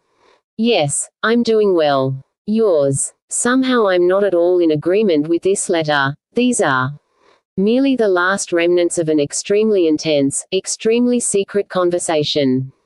Prague, July 14, 1920. Wednesday. You write. Yes, you are right, I do love him. But I also love you. I am reading this sentence very exactly, pausing in particular at the also. It is all correct. You would not be Milena if it weren't correct, and what would I be if you weren't? And it is also better that you write it from Vienna than say it in Prague. All this I perfectly understand, maybe better than you, and yet out of some weakness I can't get over the sentence. It reads endlessly, and Nellie, I'm transcribing it here for you to see as well and for us to read together, temple to temple. Your hair against my temple. That was written by the time your 2 letters in pencil arrived. Can you believe I didn't know they would come? But I really did know, though only in my depths, and we don't always live there, preferring instead to live on Earth, where life assumes its most pitiful form. I don't know why, and I only wired Frau Kohler because I hadn't received an answer to my telegram or any news at all for practically 3 days, and bad days at that. I was almost forced to think you were ill. Yesterday I saw my doctor. He found me in much the same shape as I had been before Meran. The 3 months passed by, my lung hardly leaving a trace. In the top of the left lung the disease is as fresh as ever. He considers this result bleak. I think it is pretty good, for what would I look like if I had spent this time in Prague? He also thinks I didn't put on any weight. According to my calculations, however, I gained about 3 kilograms. In the fall he wants to try giving me injections, but I don't think I'll be able to stand that. When I compare these results with the way you're squandering your own health, because you don't have any choice, I hardly need add, it sometimes seems to me that instead of ever living together, we will just be able to lie down next to one another, comfortable and content, in order to die. But whatever happens, it will be close to you. By the way, I know, contrary to what the doctor thinks, that all I need to recover at least halfway is peace and quiet, although a special kind of quiet, or if looked at another way, a special kind of disquiet. Naturally I'm very happy about what you said concerning Stasis' letter. She considers your current position a surrender, mentions your father as well. In her mouth this is enough for me to hate him, whom I basically love. In short, concerning all this, she says practically the dumbest thing that can be imagined. Even if one were to strain very hard, she doesn't have to strain herself at all, however, it just pours out of those beautiful lips. And of course, this should not be forgotten. It is love through and through. She is holding out her arms to you even from her grave. It's the French national holiday. Below my window, troops are marching home from the parade. I feel, breathing your letters, there's something magnificent about it. Not the pomp, not the music, not the marching, not the old trousers and a blue tunic, but some manifestation of forces calling from the depths. Despite all this, you dumb people, marching and being shoved along, trusting to the point of savagery, despite all this, we will not abandon you, even in your moments of greatest folly, least of all then.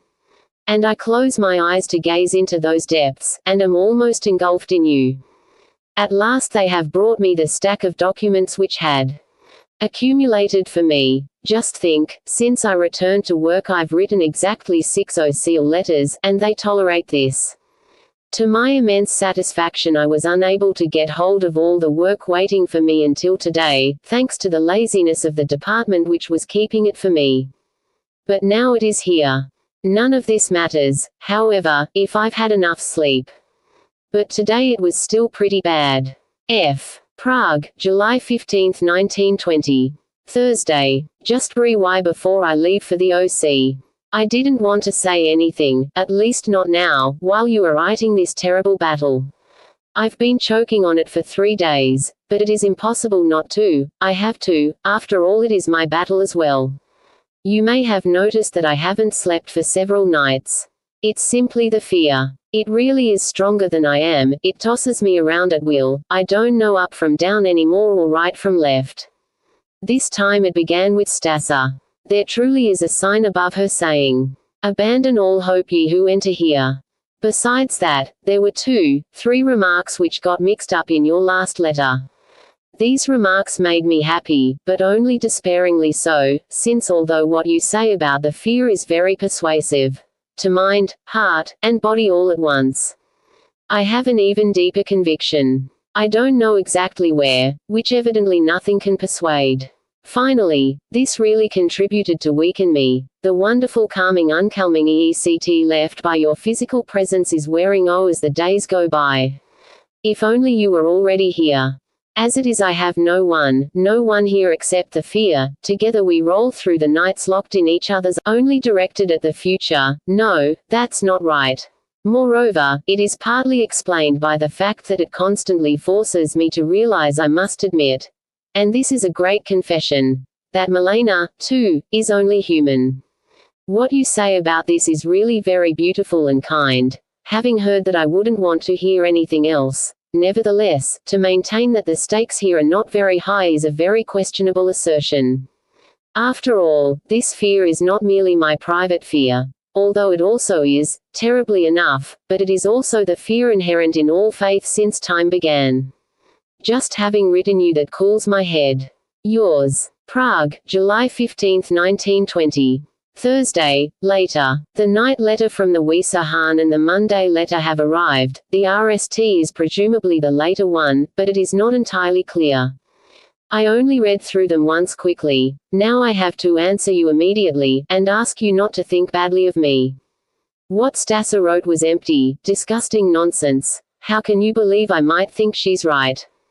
How far Vienna must be from Prague that you can think such a thing, and how close it is to lie next to one another in the woods, and how long ago it has been. And this isn't jealousy, just a game with you in the middle, because I want to grasp you from all sides, and this means from a jealous point of view as well, but I will stop since this is silly, simply the unhealthy dreams that come from being alone. You also have the wrong idea about Max. Yesterday I nearly gave him your regards, annoyed see above, because he is always receiving your regards. He usually has an explanation for everything, however, so he explained that the only reason you keep sending him regards is because I never conveyed his warmest regards to you. It is about time I should do so, then you would probably stop and I would be reassured. Maybe so, anyway I'm giving it a try. And otherwise don't worry at all on my account, Milena. The last thing we need is for you to be worrying about me. If it weren't for the fear which has been gripping me for a few, well, incidentally, why did you say, back then in the forest, that you, too, had not imagined it any differently? It was up in the forest, on the second day. I divide the days very clearly. The RST was unsure, the second oversaw, the third day was full of regret, and the fourth was the good one. I am sending right away to Frau Kohler 100 Czech kronen 50k. Notes and 100 Austrian krone, all I have on hand right now. Next time it would be better if you knew another way of sending money other than registered mail. For example, it is also possible to wire money post-restant, although not under a pseudonym. You have to use your real name. And as far as the month in the country is concerned, why is your father's money or Lauren's better than mine? In any case, that doesn't matter, just never say that you're asking for much. And Jamila, is she coming? But now I have to go to my sister's wedding. By the way, why am I a human being, with all the torments this extremely vague and horribly responsible condition entails? Why am I not, for example, the happy wardrobe in your room, which has you in full view whenever you're sitting in your chair or at your desk or when you're lying down or sleeping, all blessings upon your sleep? Why am I not that? Because I would break down with grief if I had seen your misery during these last days, or even if you should leave Vienna. The feeling that you will soon have a passport is very comforting. Max's address is Prague v. Ufagas 8, but because of his wife it wouldn't be a good idea for you to write there. He also has 2 other addresses, precisely because of his wife, or, if you prefer, for his own sake, 1 CO Drive. Felix Welch, Prague. Universitätsbibliothek, or simply mine. Prague, July 15, 1920. Thursday afternoon, Myrtle in buttonhole, more or less about my wits despite my tortured head. Separation, I managed to make it through the wedding feast sitting between my brother-in-law's 2 kind sisters. Behold the stupidity of an unrested man. As I discovered at the post OC, the registered letter would have to be unsealed. Not a good idea, considering the money. Now I could have sent it another way, or, if it were just regular mail, then at least I could have sent it directly to you, post-restant. But there I was, already standing with the envelope in front of the mailbox, and so I simply took a chance and sent it to Frau Kohler. I hope it arrives. What an easy life it will be when we're together. I'm a fool to write about it. Question and answer, glance for glance. And now I have to wait till Monday at the earliest for your answer to the letter I wrote this morning. Understand me correctly and stay good to me. Prague, July 16, 1920. Friday. I wanted to excel in your eyes, show my strength of will, wait before writing you, RST-ish a document, but the room is empty, no one is minding me. It is as if someone said, leave him alone, can't you see how engrossed he is in his own affairs? It is as if he had a street in his mouth. So I only wrote half a page and am once again with you, lying on this letter like I lay next to you back then in the forest. There was no letter today, but I'm not afraid, Milena, please don't misunderstand me. I'm never afraid about you, even if it sometimes seems that way, and it often does. It is simply a weakness, a mood of the heart, which knows exactly why it is beating nevertheless. Giants have their weaknesses as well. I believe even Hercules fainted once.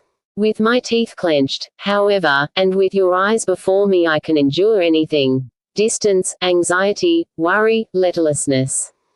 How happy I am, how happy you make me. A client came. Imagine, I have clients too. The man interrupted my writing. I was annoyed, but he had a kind, friendly, fat face, at the same time a very correct face, as only Germans from the Reich have. He was gracious enough to consider jokes or business. Nonetheless he had disturbed me, and I couldn't forgive him. On top of that, too much for you, my kind one, and just when I was getting up the attendant brings in your letter and I open it on the staircase. Good heavens, there is a picture inside. Something which is absolutely inexhaustible. Something which makes this a letter for a whole year, for an eternity, and which is so good, it couldn't be any better. A pitiful picture, which one may only behold through tears and palpitations of the heart, not in any other way. And again a stranger is sitting at my table. To continue what I was saying above. With you in my heart I can bear everything, and even if I did write that the days without letters were horrifying, it is not true. they were just horribly difficult. The boat was heavy and its draft was horribly deep, but on your tide it owed nonetheless. There's only one thing I cannot bear without your express help, Milena, the fear.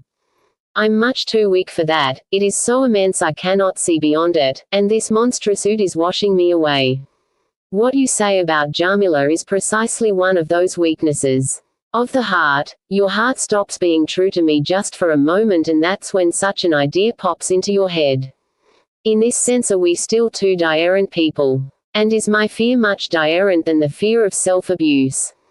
Again I am interrupted. I will no longer be able to write in the OC. The big letter you promised would almost scare me, if this letter weren't so reassuring. What will it contain? Let me know at once whether the money arrived. If it got lost I'll send some more, and if that should get lost, I'll send still more, and so on, until we don't have anything left, and only then will everything be as it should. I didn't receive the OWA, at the last moment you must have considered it too good for me. Prague, July 17, 1920. Saturday. I knew what would be in your letter, it was lurking in back of all your letters, in your eyes, what could possibly hide in their clear depths, in the lines of your forehead. I knew it all along, just like somebody who has spent the whole day behind closed shutters, submerged in some kind of sleep dream fear, who then opens the window in the evening and is naturally not amazed, having known it all along, to now end it dark, a wonderful deep darkness. And I see how you are tormenting yourself and writhing, and how you cannot free yourself now, and let's throw the match into the gunpowder, how you never will. I see all that, but still can't say, stay where you are. But nor do I say the opposite. I simply stand beside you, looking into your lovely poor eyes. The picture you sent me really is pitiful. It is torture to look at, a torture one submits to 100 times a day, and, unfortunately, a possession I could defend against 10 strong men, and I am indeed strong, as you write. I do possess a certain strength which might be and imprecisely described as being unmusical. On the other hand, this strength is not so great that I could go on writing just now. I am caught in a tide of sorrow and love which is carrying me away from writing. Prague, July 18, 1920. Sunday. Still on the subject of yesterday. Concerning your letter, I am trying to look at the whole situation from the point of view I have most avoided up to now. From that angle it looks strange. I am not hating your husband for you, this GHT exists only within yourself. If the decision depended on a battle between your husband and me, everything would have been decided long ago. I'm not overestimating your husband in the least. It is even very likely that I'm underestimating him. But this much I know, if he does love me, then it is a rich man's love of poverty, which to some extent is also present in your relationship with me. In the atmosphere of your life with him I really am just the mouse in the big house which is allowed to run freely across the carpet once a. That's the way it is, and there's nothing strange about it. I am not surprised. But what does surprise me, and this probably cannot be explained, is that you who live in this big house, you who belong there with all your senses, you who derive your strongest life from it, you who reign there as a great queen, that it is nonetheless possible for you. I am sure of this. Not only to love me but also to be mine, to run across your own carpet. But this is precisely because you can do anything. After all, I never stop nor for. But this isn't yet the summit of my surprise, which can be found in the fact that if you did want to come to me, if you wanted to give up the whole world, to judge musically, in order to descend to me, so far down your vision would not only be impaired, it would be completely obstructed. Anyway, if you wanted to come to me, you wouldn't have to climb down oddly enough, you would have to grasp beyond yourself in such a superhuman way you might tear in the process, or plunge, or disappear along with me, of course. And all that just to attain a place with no attractions, where I sit without happiness or unhappiness, without merit or guilt, simply because that's where I was placed. On the ladder of mankind I'm something like a shopkeeper in your suburbs from before the war, not even a dealer, not even that. Even if I had fought or struggled to reach this position, which I didn't, it would not be any great achievement. What you write about the roots is very clear and correct. At any rate, in turn the main task consisted in locating all the secondary roots and removing them. Once just the taproot remained, the real work was basically done, as the whole thing could then be torn out following a single stroke of the spade. I can still hear how it cracked.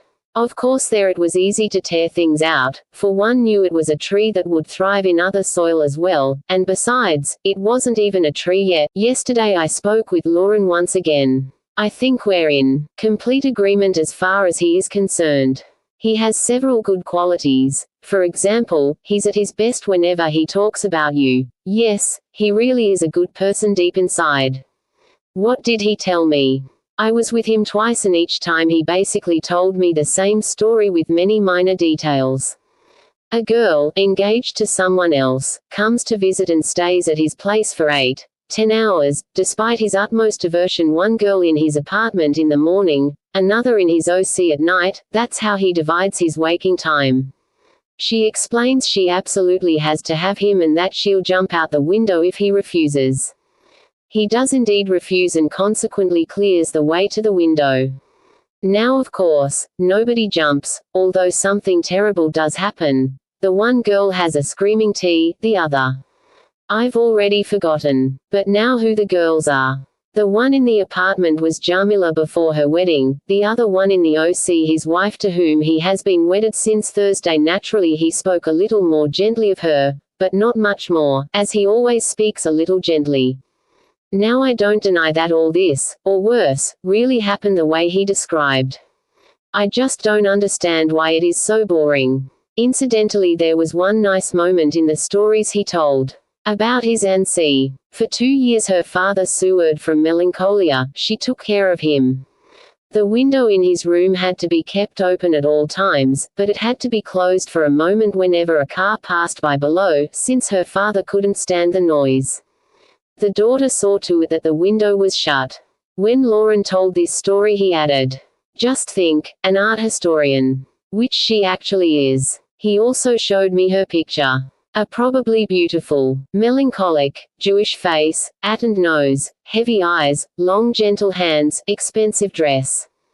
You ask about the girl, I don't have any news about her husband. I didn't feel capable of talking to her and cancelled with a true but also truly friendly explanation. Later on I wrote her another note. However, she seems to have misunderstood that one, since she then sent me a didactic, motherly letter in which she asked for your husband's address among other things. I answered her accordingly at once by pneumatic mail, but it has been over a week now. I haven't heard a thing from her since then, nor do I know yet what you wrote her and how it directed her. In the margin, I know your answer, but I'd like to see it in writing. You write you might come to Prague next month. I almost feel like saying, don't come. Leave me the hope that you'll come immediately if I should ever be in urgent need and ask you to do so, but right now it would be better if you didn't come, since you'd only have to leave again. As far as the beggar woman is concerned, there was nothing good or bad in what I did. I was simply too distracted or too preoccupied with one thing for my behavior to be guided by anything except vague memories. And one such memory says, for instance, don't give beggars too much, you'll regret it later. When I was a very small boy I once received a sexel and very much wanted to give it to an old beggar woman who used to sit between the grocer and the kleiner rings. But the amount seemed enormous to me back then, bigger than anything ever given a beggar, so I was ashamed in front of the woman to do something so unheard of. Even so, I felt I had to give it to her, so I changed the sexel, gave her one cruiser, ran around the Rathhaus and all the adjacent buildings and the arcade along the kleiner ring, then emerged on the left as a completely new benefactor. Once again I gave the woman a cruiser, once again began to run, and did this 10 times or maybe a little less, since I believe the woman later lost her patience and disappeared. In any case, by the end I was so exhausted, morally as well as physically, that I ran home right away and cried until my mother gave me another sexel. You see, I have bad luck with beggars, but I hereby declare myself Willing to Viennese banknotes, one by one, to a beggarwoman there in front of the opera, under the condition that you are standing next to me and I may feel you close to me. Franz. Prague, July 19, 1920. Monday. There are several things you misunderstand, Milena. First of all, I'm not that sick, and when I've had some sleep I actually feel almost better than I did in Meran. Pulmonary diseases are probably the kindest of all, even during a hot summer. How I'll be able to cope with the autumn later on is also a question for later. For the moment I only have a few complaints, for example that I can't get any work done at the OC. If by chance I'm not writing to you, then I'm lying in my armchair, staring out the window. There's enough to look at, the view is open enough, since the house across the street is only 1 story high. I don't mean to imply this occupation particularly depressing. No, not at all, it is just that I can't tear myself away. Second, I am not in any need of money. I have more than enough. Some of it, like the money for your vacation, even oppresses me because it is still just sitting there. Third, you have once and for all already made the decisive contribution to my recovery, which you renew every minute by thinking well of me. In the margin. And besides, please rest assured about me. I'll wait on the last day just as I did on the RST. Fourth, all the doubts you so quietly express concerning the trip to Prague are correct. Correct is also what I wired, although there it referred to speaking with your husband, and that was indeed the only correct thing to do. This morning, for instance, I suddenly began to fear out of love, to fear in anguish that you might come to Prague, misled by some trivial, to your unconscious hope of being able to see him again in the evening. No more on that. Or just this. I just now learned 2 new facts from your letter. RST the Heidelberg Plan, second the plan concerning Paris and the bank. The RST demonstrates to me that I somehow do T in the category of saviors and violent criminals. But then again I don't.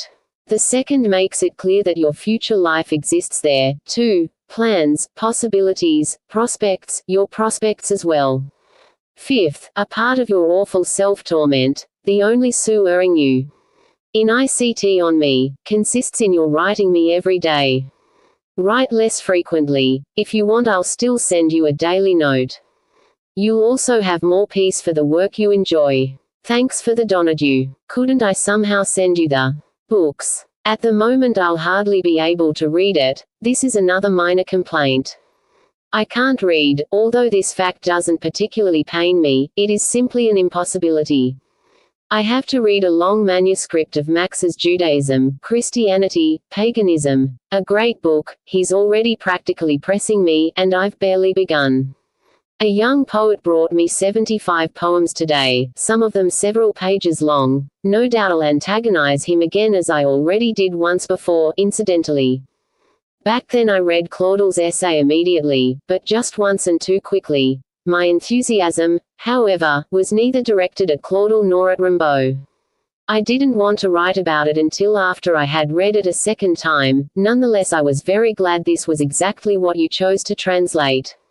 Is it complete? What does Pamatikalni mean? Actually the only thing I remember clearly is the Ave Maria experience of some pious person in the RST column. I am enclosing the letter the girl sent by way of reply. It should enable you to reconstruct my own letter. This way you can see how I am rejected, not without reason. I won't answer anymore. Yesterday afternoon wasn't much better than last Sunday. It actually began quite well. It was 36 degrees in the shade when I left the house to go to the cemetery and the trams were on strike, but this particularly pleased me, since much as I had been looking forward to walking to the little garden next to the stock exchange that Saturday. But when I reached the cemetery I couldn't enter the grave. The information booth was closed, no attendant and none of the women knew a thing. I also checked in a book but it was the wrong one. I wandered around for hours, completely befuddled from reading the inscriptions and left the cemetery in a similar state. F. Prague, July 20, 1920. Tuesday. Between dictation, for which I've pulled myself together today. Letters like the 2 today, small and happy or at least spontaneous, are almost forest, and wind in your sleeves and a view of Vienna. Milena, how good it is to be with you. Today the girl sends me your letter without a word, just a few passages underlined in pencil. Apparently she's not very pleased with it. Well, like any letter adorned with pencil marks, it has its defects. Looking at it, I realize what an inane, impossible thing I asked you to do and beg you many times for forgiveness. Of course I should ask her to forgive me as well, because no matter how it was written, it was bound to upset her. When you write, for instance, very considerately, because he had neither spoken nor written about you, it must have hurt her, just as the opposite would have also hurt her. Again, forgive me. Incidentally, with a die-errant letter, the one to Stassa, you helped me very much. Afternoon. In the OC I succeeded in keeping myself away from this letter, but this cost me so much there was nothing left for my work. The letter to Stassa. Julovsky came to see me yesterday morning, and mentioned that a letter from you had arrived. He saw it on the table as he was leaving the house in the morning, but he didn't know what was inside. Stassa would tell me in the evening. In the face of his friendliness I felt. Turned out the letter was very positive and both of them were satisfied, at least as far as its friendly mood was concerned. I didn't read it. Above all, it contained a brief word of thanks to the husband, which could have only originated in something I wrote, and which made Stassa very happy and caused his own eyes to shine a little more than usual.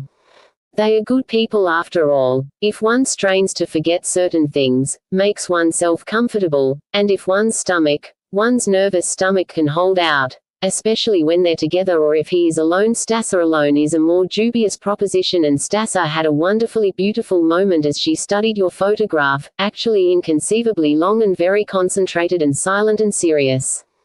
Maybe I'll say more about the evening later. I was tired, empty, boring, deserving to be spanked, indifferent, and from the beginning all I wanted to do was go to bed. They asked me to send you the enclosed piece of paper, a drawing by Stassa with explanations by Julovsky. We were talking about the layout of your room. By the way, they live very richly, require more than 60,000 K a year, and say it is impossible to get by with less.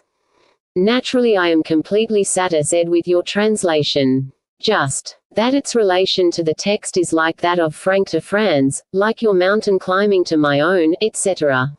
And if the man can summon the power for Nutno and a bike, then things shouldn't have gotten that far in the RST place, and he actually could have married after all, the foolish bachelor. But in any case, please leave it the way you wanted and grant me the pleasure of being able to sigh in relief from myself.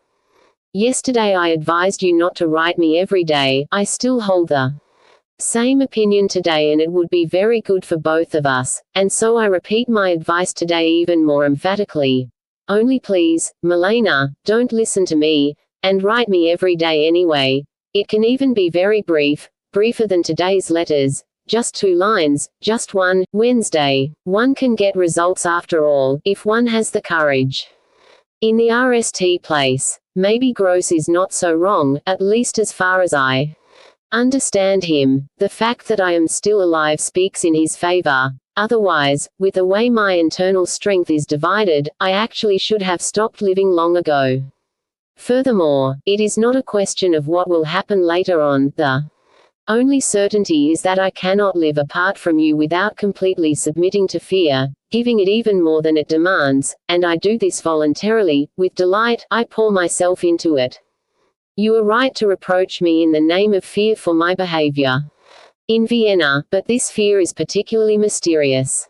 I do not know its inner laws, only its hand on my throat, and that really is the most terrible thing I have ever experienced or could experience.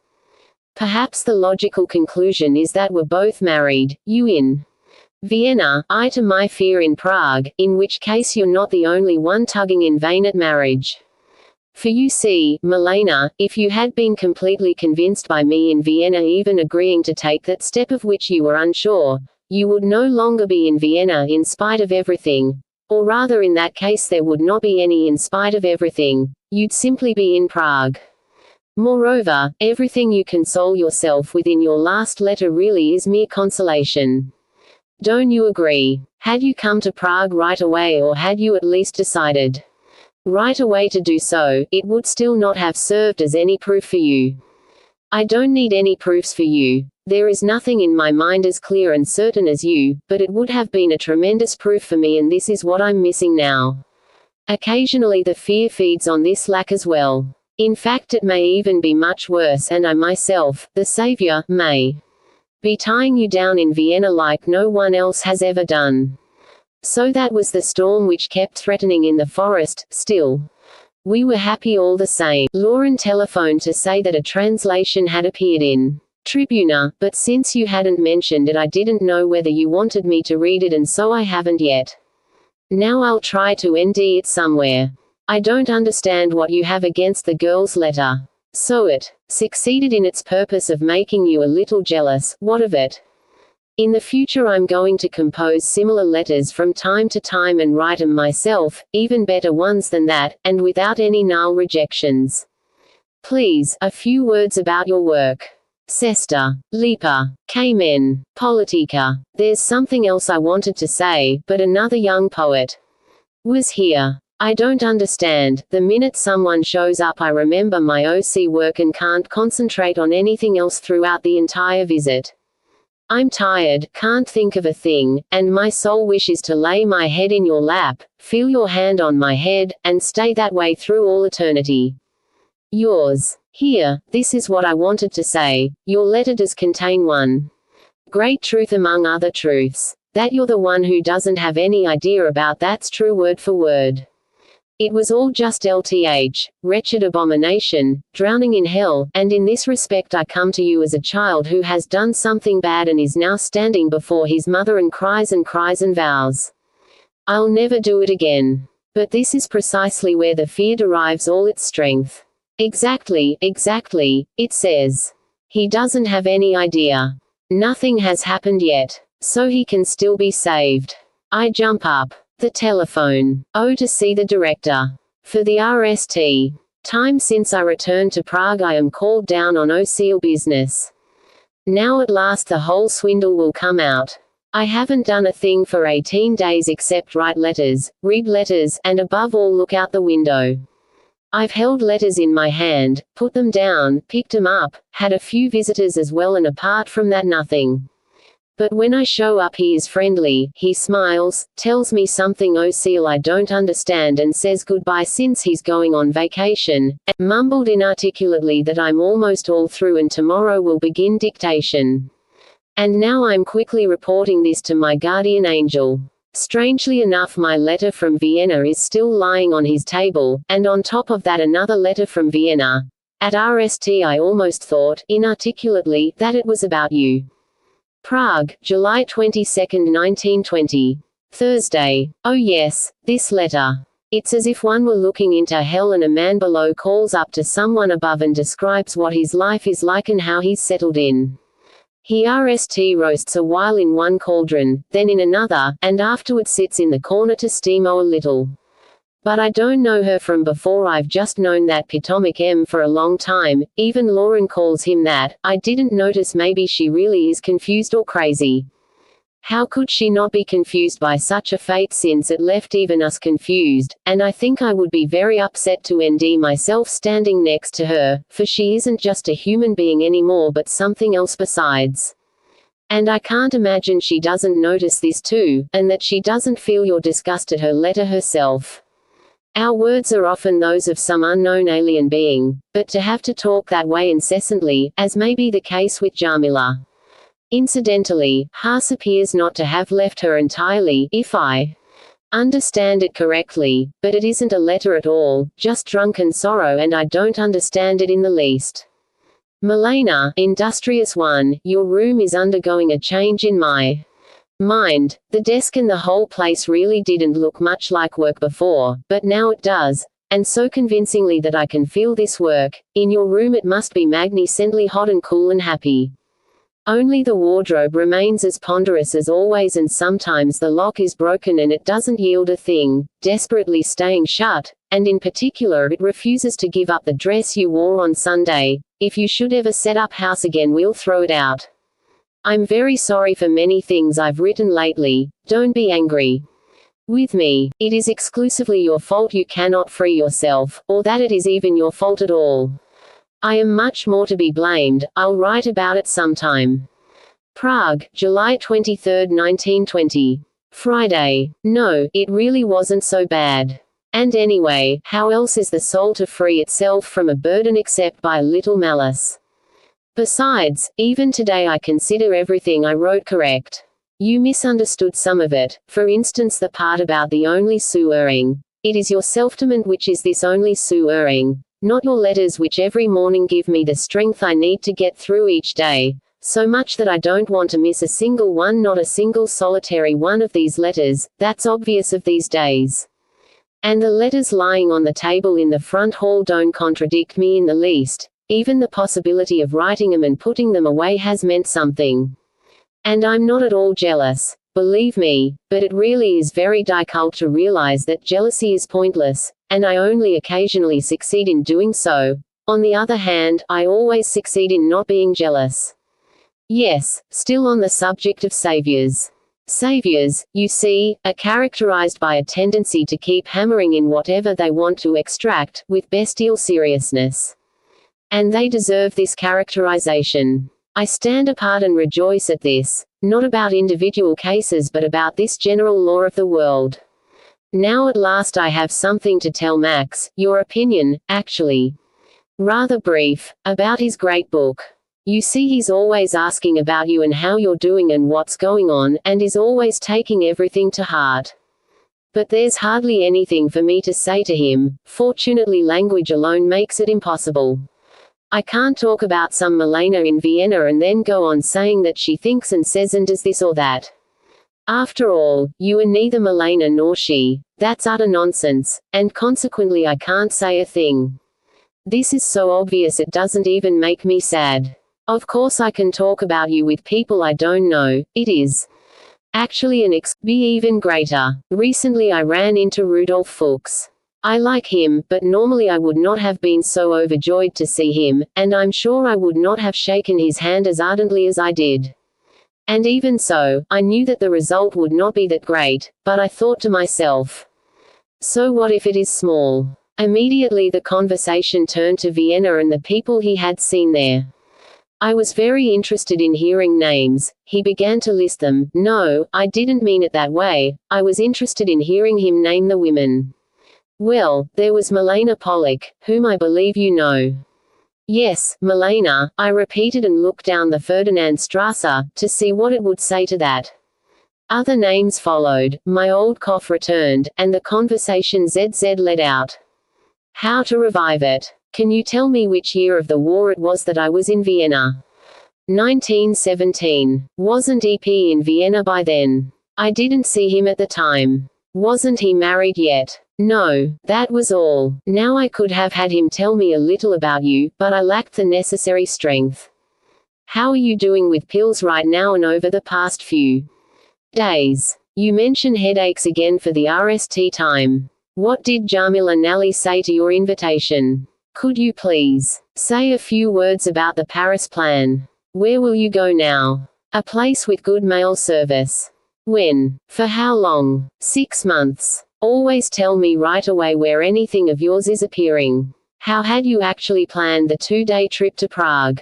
I'm just curious. Thank you for the nevertheless, a magical word which enters my bloodstream directly. Prague, July 23, 1920. Friday afternoon. At home I found this letter. I've known the girl a long time. We're probably distant relations. At least we have one relative in common, that cousin she mentions who was lying in Prague critically ill and whom she and her sister were nursing for months. Annoyingly like a whisper. Apart from that I've heard good things about her. That is to say, relatives have always complained about her behind her back. 2 months ago my answer to such a letter would have been very simple. No, no, no. Now I don't think I have any right to do that. Not that I think I'll be able to help her in any way, of course. No less a person than Bismarck himself has already taken care of such letters once and for all, with the observation that life is a poorly organized banquet where the guests wait impatiently for the appetizer, while the roast has already passed in silence, and then have to adjust themselves accordingly. This sagacity is so stupid, so terribly stupid. It is more for my own sake than for hers that I'm writing to say I am willing to meet with her. You, Milena, have placed something in my hand. I feel I shouldn't keep it closed. My uncle is leaving tomorrow, so once again I'll get out of the city, into the air, the water, at least a little. I need it badly. She writes that only I am allowed to read the letter. In sending it to you I am complying with her request. Tear it up. A nice line, by the way. Women don't need much.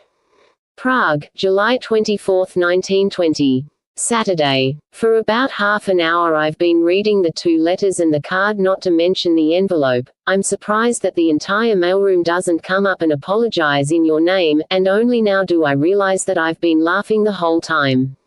Was there ever any emperor in the history of the world better than I am? I walk into my room and ND 3 letters waiting for me, and I don't have to do a thing except open them. My engines are too slow. Lean back and be unable to believe that I am so fortunate, so happy. No, I wasn't laughing the whole time. I won't say a word about you're carrying luggage, since I really can't believe it, and if I can believe it, I cannot imagine it, and if I can imagine it, you are as beautiful. No, that wasn't mere beauty, but an aberration of heaven, as you were on Sunday, and I understand the hair he probably gave you 20k and asked for 3k back. But then I still can't believe it, and even if it might have happened, I admit it was as terrifying as it was grand. But the fact that you are hungry and are not eating anything, whereas I am fed to the gills here, although I am never hungry, and that you have circles under your eyes after all, the photo can't have been retouched. These circles take away half the pleasure your picture gives me, which still leaves me enough to want to kiss your hand so long you'd never have to translate again or carry luggage from the station. That I can't forgive you and will never forgive you, and even if we're sitting in front of our hut 100 years from now I'll still reproach you for that. No, I'm not joking. You claim to be fond of me, thus to be for me, but you insist on hungering against me, and here is the leftover money and there is the Wisahan. For once I'll forgive what you say about the girl's letter, because at last, you call me Tajamnik. I'm called that because what I've been doing here for 3 weeks is very Tajamed, and otherwise, too, you're right. But is it enough to be right? And above all, I am not right, so won't you also bear a small part of my wrong? It won't work, I know, it is only the willingness that matters. By reading past the girl's indie-errand letter and focusing on my wrong, which is written there as clear as can be. Besides, I don't want to hear anything more about this exchange of letters which I caused so thoughtlessly. I sent your letter back to her with a few friendly lines. Since then I haven't heard a thing. I couldn't bring myself to suggest a meeting. Hopefully everything will blow over silently and amicably. You defend your letter to Stasser, and yet I was thanking you for it. I'm sure I keep doing both of them injustice, and maybe someday I'll bring myself to stop. You were in Neuwaldeck. And I go there so often. Strange that we never met each other. Well, you climb and run so quickly you must have whizzed right by me, just like you did in Vienna. What kind of 4 days were those? A goddess left the cinema, and Max will receive your letter today. I didn't read any more of it than could be done in secret. Yes, you really were unlucky with Landauer. And it still seems good to you in German. What did you make of it? Poor thing, not child, please notice. Tortured and confused by my letters as you were. Am I not right in saying my letters upset you? But what good is being right? If I receive letters I am right and endowed with everything, and if none were to arrive I would be neither right nor endowed with anything, including life. Yes, to go to Vienna. Please send me the translation, I can't get my hands on enough of you. There's a great stamp collector here. He grabs the stamps out of my hand. Now he already has enough of these 1K stamps, but he maintains that there are other stamps, bigger, blackish-brown ones for 1K. I am thinking, I get the letters, shouldn't I try to obtain the stamps for him? So if you could use these other 1 krone stamps or some other larger ones for 2K. Prague, July 26, 1920. Monday. Well, the telegram was not an answer, but the letter of Thursday evening is. So my insomnia was very justy, as was my terrible sadness this morning. Does your husband know about the blood? There's no need to exaggerate. It may not mean a thing. Bleeding has many causes, but still it is blood and cannot be forgotten. And your response is to go on living your heroically happy life, go on living as if you were urging the blood on. All right, come on, will you Nelly come? And so then it comes. And you don't give the slightest thought to what I'm supposed to do here, and of course you're not an infant, and of course you know what you're doing, but am I supposed to stand here on the shore in Prague and watch as you drown in the Vienna Sea, on purpose, right before my eyes? And if you have nothing to eat, isn't that a need in itself? Or do you think it is more my need than yours? Well, because at noon I'm going home and stewing all those useless bills into the kitchen stove. So we've drifted apart entirely, Milena, and the only thing we seem to share is the intense wish that you were here, and your face as close to me as possible. And of course we also share this death wish, this wish to die comfortably, but in reality that is a wish small children have anyway, like myself for instance, during arithmetic. I would see the teacher leeing through his notebook, probably looking for my name, and would compare my inconceivable lack of knowledge to this spectacle of power, terror, and reality.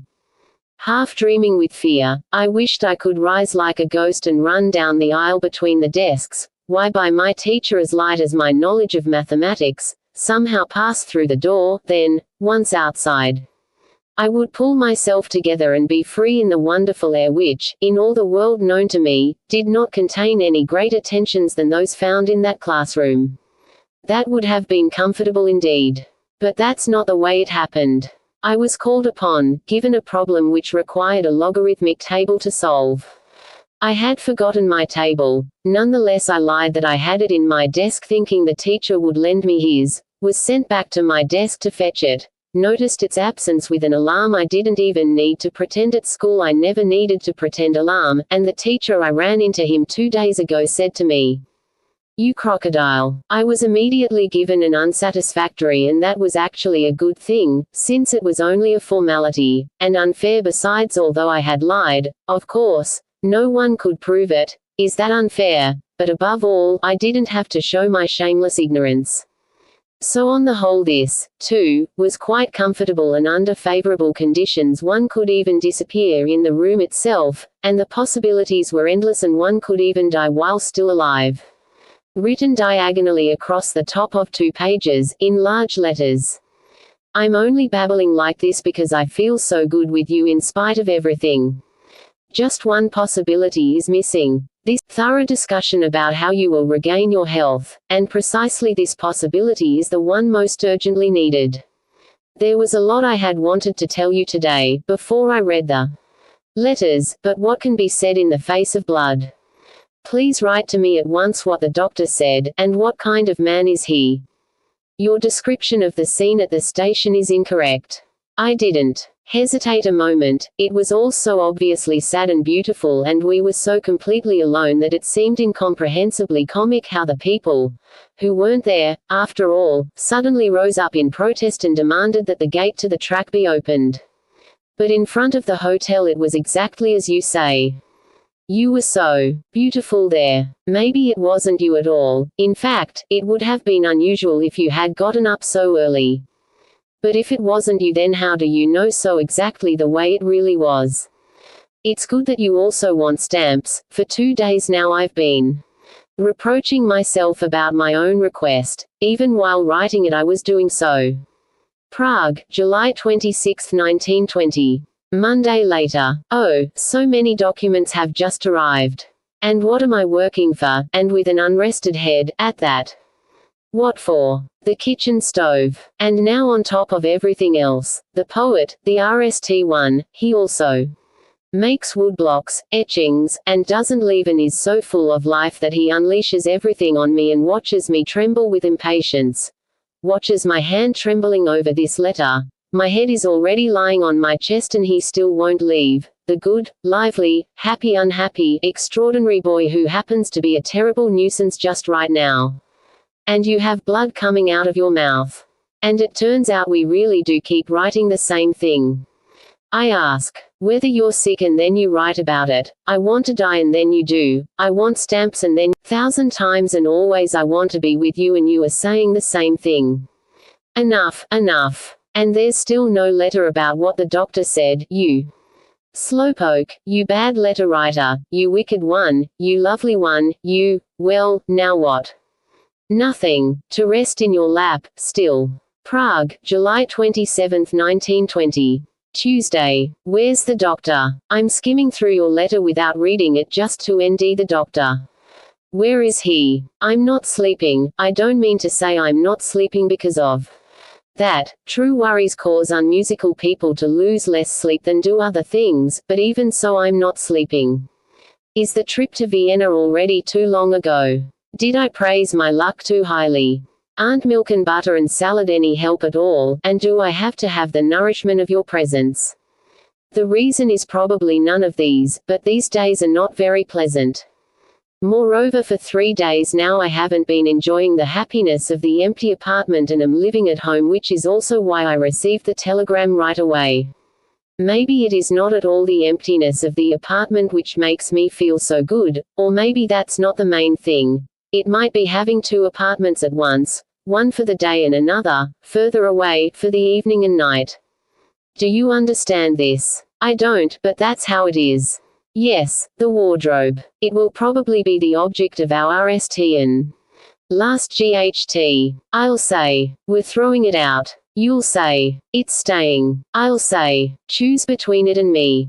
You'll say, just a second. Frank and shrank, they rhyme. I'll take the shrank. Fine, I'll say and slowly walk down the stairs and, if I still haven't found the Danube Canal, I'll be living happily ever after. And incidentally I'm all in favor of the wardrobe, you just shouldn't wear the dress. You'll wear it out and what will be left for me? Bigger and then huge circles around it and Nelly mistook another chapel for the right one. So you're going away and you don't even have your visa. And with that my assurance is lost that you'd come in the night if it were necessary. And nonetheless you expect me to sleep. And the doctor, where is he? Still not there. There weren't any special Congress stamps. I was also under the impression that there had been some, and was disappointed today when someone brought me those Congress stamps. They're just ordinary stamps, only with the postmark from the Congress. Even so, it is precisely this postmark which supposedly makes them quite valuable, but the boy won't understand that. From now on I'm only going to enclose 1 stamp at a time, RST, because of their cost, and second so that I'll be thanked every day. You see, you need a new pen nib. Why didn't we make better use of our time in Vienna? Why didn't we spend the whole time in the stationer's shop, for example? It really was so beautiful inside and we were so close to one another. And I trust you didn't read my dumb jokes aloud to your wardrobe. You know I love almost everything in your room to the point of swooning. And the doctor. Do you see the stamp collector often? There's nothing sly about the question, although it looks that way. After a bad night's sleep one just asks who knows what. And one would like to go on asking forever. After all, not sleeping means asking. If one had the answer, one would sleep.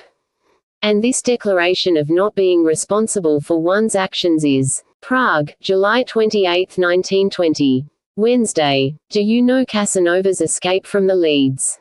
I'm sure you do. It contains a brief description of the most horrifying form of incarceration. Down in the cellar, in the dark, in the dank, on a level with the lagoons, one crouches on a narrow board. The water is almost up to it, and will actually reach it with the tide. But worst are the wild water rats. They're screaming in the night. They're tugging, tearing, and gnawing. I believe the prisoner has to GHT them for his bread, and worst of all is their impatient waiting for the prisoner to weaken and fall from the board. That's exactly what these stories in your letter are like. Horrifying and incomprehensible, and above all as close and as distant as one's own past. And there one crouches, not the best thing for the back, and one's feet get cramps as well, and one is terriered but can do nothing except watch the great dark rats. Their presence is blinding in the middle of the night, and in the end one no longer knows whether one is still on top or already down below, baring one's teeth, hissing through an open snout. Come on, don't tell stories like that, what for? I'll let you have these little beasts, but only on condition you chase them out of the house. In the margin. The trotstem on these letters really was necessary, but isn't the word itself also beautiful? The trots F contains collision, some world is still there, in dem one sinks, then there is nothing. And now there's no longer even any mention of the doctor. And, yet you promised expressly that you'd go to the doctor and, after all, you always keep your word. Are you not going because you no longer see any blood? I'm not citing myself as an example. You are incomparably healthier than I am. I'll always just be the gentleman who has his suitcases carried, which still doesn't indicate any difference in rank. For RST comes the gentleman who aggs down the porter, next comes the porter, and only then the gentleman who asks the porter to carry the suitcase, because he would otherwise collapse, of his own accord, without my having said a thing about it. He was sure that I understood some things that were beyond him, he said, and carrying luggage was his job and he didn't mind it at all, etc. Now that was the entirely insouciant answer to things I had been thinking about but which I had not expressed clearly. Anyway, I'm not comparing myself to you with all this, but I can't help thinking about how it was with me and that makes me worried and you should see the doctor. About 3 years ago, my lungs had never shown any signs of illness, nothing made me tired, I could walk endlessly and never reach the end of my strength although thinking always exhausted me and suddenly around August. It was hot and beautiful. Everything was any except my head. At the public swimming pool I spit up something red. You will agree that was unusual and interesting. I looked at it a while and forgot it immediately. And then it started occurring more frequently, and generally whenever I wanted to I could spit out something red. At that point it was no longer interesting but boring and I forgot about it once again. Had I gone to the doctors right away, well everything would have probably happened exactly as it did without the doctor. Just that no one knew about the blood back then, not even me, really, and no one was worried. But now someone is worried, so please, go to the doctor. In the margin. Why are you also getting Jolovsky mixed up in the stories? On my blotter I still have a drawing of his that concerns you. It's strange of your husband to say he'll write me this and that. And what about beating and strangling? I really don't understand this. Of course I believe you completely, but it is so utterly impossible for me to imagine that I can't feel anything about it, as if it were an extremely remote, extremely alien story. As though you were here saying, right now I'm in Vienna and there's shouting going on, etc. Vienna and naturally there wouldn't be the slightest reason to get excited. But there is one thing. When you talk about the future, don't you sometimes forget that I'm Jewish? Jasne, Nezaplataneg even at your feet, Jews and Judaism remain dangerous. Prague, July 29, 1920. Thursday. That's a very nice note from Stassa. But there's no indication she was any different then than she is now. She's not even in the note, she's speaking for you. There's an incredible accord between her and you, something practically spiritual, like someone who simply passes on what he has heard, something he alone was allowed to hear and understand, and his awareness of this fact is also significant, since it accounts for the pride and beauty of the whole. He himself doesn't dare do anything more than mediate, and remains virtually unmoved. But I don't think she's changed since then. Under similar circumstances, she might be able to write a note like that today. It's strange about those stories. They oppress me, but not because they're Jewish, nor because each Jew has to take his share from the common, repugnant, poisonous, but also ancient and basically eternal food. Once the dish is placed on the table, that's not the reason. Won't you reach out across those stories to me, and leave your hand with me for a long, long time? Yesterday I found the grave. If you look for it timidly it really is impossible to nd. I didn't realize it was the plot belonging to your maternal relatives. Moreover, the inscription can only be read if you bend down attentively. The gold has almost all peeled off. I was there a long time. The grave is so beautiful, so indestructible in its stone, although completely devoid of ores, But what's the good of all the O's on graves? I've never really understood it. I laid a few bright carnations on the very edge. I felt better in the cemetery than in the city. This feeling lasted, too. For a long time I walked through the city as if, and are you well? In the picture from Neuwaldeck you're actually visibly ill. I'm sure it is exaggerated, but nonetheless only exaggerated. I still don't have any real picture of you. One shows a young, distinguished, delicate, well-dressed girl, who will soon, in 1 or 2 years, be taken out of the convent school. As a matter of fact, the corners of your mouth are bent down a little, but that's merely reenactment and religious piety, and the second picture is exaggerated propaganda. This is how we live in Vienna. Incidentally, in this second picture once again you look uncannily like my mysterious RST friend. Someday I'll tell you about him. No, I won't come to Vienna. Outwardly it would only be possible by lying, by calling in sick at work, or else on 2 adjacent holidays. But those are only the outward obstructions, my dear boy soliloquy. Stassa spent that much time with you in Veleslaven. I've written daily, you'll probably still receive the letters. The telegram, thank you, I retract all my reproaches. Besides, they weren't even reproaches to begin with, merely caresses with the back of my hand, since it has been jealous for so long. Just now the poet and graphic artist, but mainly he's a musician, dropped by. He keeps coming to visit. Today he brought me 2 woodcuts Trotsky and an Annunciation. You can see his world isn't small. For his own sake and to gain a better understanding of the things, I quickly produced a connection to you and said that I'd send them to a friend in Vienna, which had the unexpected result that instead of 1 copy I received 2. I'm keeping yours here, or do you want them right away? But then your telegram arrived. While I was reading it and ending no end to my joy and gratitude, he continued talking to me unperturbed, although without wanting to disturb me in the least. Not at all. Whenever I say I have something to do and say it loudly enough to wake him, he breaks in mid-sentence and runs away, without taking the slightest offense. All your news is very important. The details, however, will be even more important. But above all, how are you supposed to take it easy? That's impossible. A doctor could not utter any greater nonsense, at least not to my mind. Oh, it is bad after all, but thank you in any case, thank you. Prague, July 29, 1920. Thursday, later. Just so there isn't any doubt, Milena. Maybe my condition isn't the best it could be, maybe I could stand a little more happiness, a little more security, a little more abundance, although that is by no means certain, even in Prague.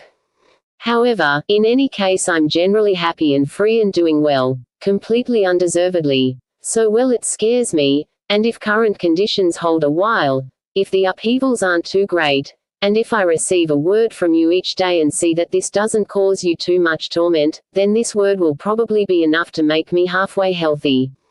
And now please, Milena, don't torture yourself anymore, and I have never understood physics, or at most just the pillar of Re. That's also physics, isn't it? And I do not understand the scales of the world, and I'm sure they don't understand me any better. What could my 55 kilograms, undressed, begin to do with such monstrous scales? They wouldn't even notice, much less move, and I am here just like I was in Vienna, and your hand is in my own as long as you leave it there. H. Werfel's poem is like a portrait that stares at everyone, including me, and above all at the evil one, who has moreover written it himself. I don't understand what you wrote concerning your vacation. Where would you go? Prague, July 30, 1920. Friday. You're always wanting to know, Milena, if I love you, but after all, that's a difficult question which cannot be answered in a letter, not even last Sunday. But you shouldn't write about my traveling to Vienna. I'm not going, but every time you mention it you hold a little re up to my bare skin, which is already a small pyre, one which burns and burns but never burns down. In fact, the aims are even growing. I'm sure you don't want that. I'm very sorry about the O's you received, so sorry I can't even decipher what kind of O's they were. And now they're in your room. If I really were your wardrobe, I'd suddenly shove myself out of the room in broad daylight and wait in the front hall at least until the O's wilted. No, that isn't nice. And everything is so far away and still I see the handle on your door as close before my eyes as my inkwell. In the margin. No, the man is odd. He's only interested in Austrian stamps. Maybe you could use smaller denominations, 25H, etc. if you can't ND the stamps for 1K. But no, just forget it, please forget it.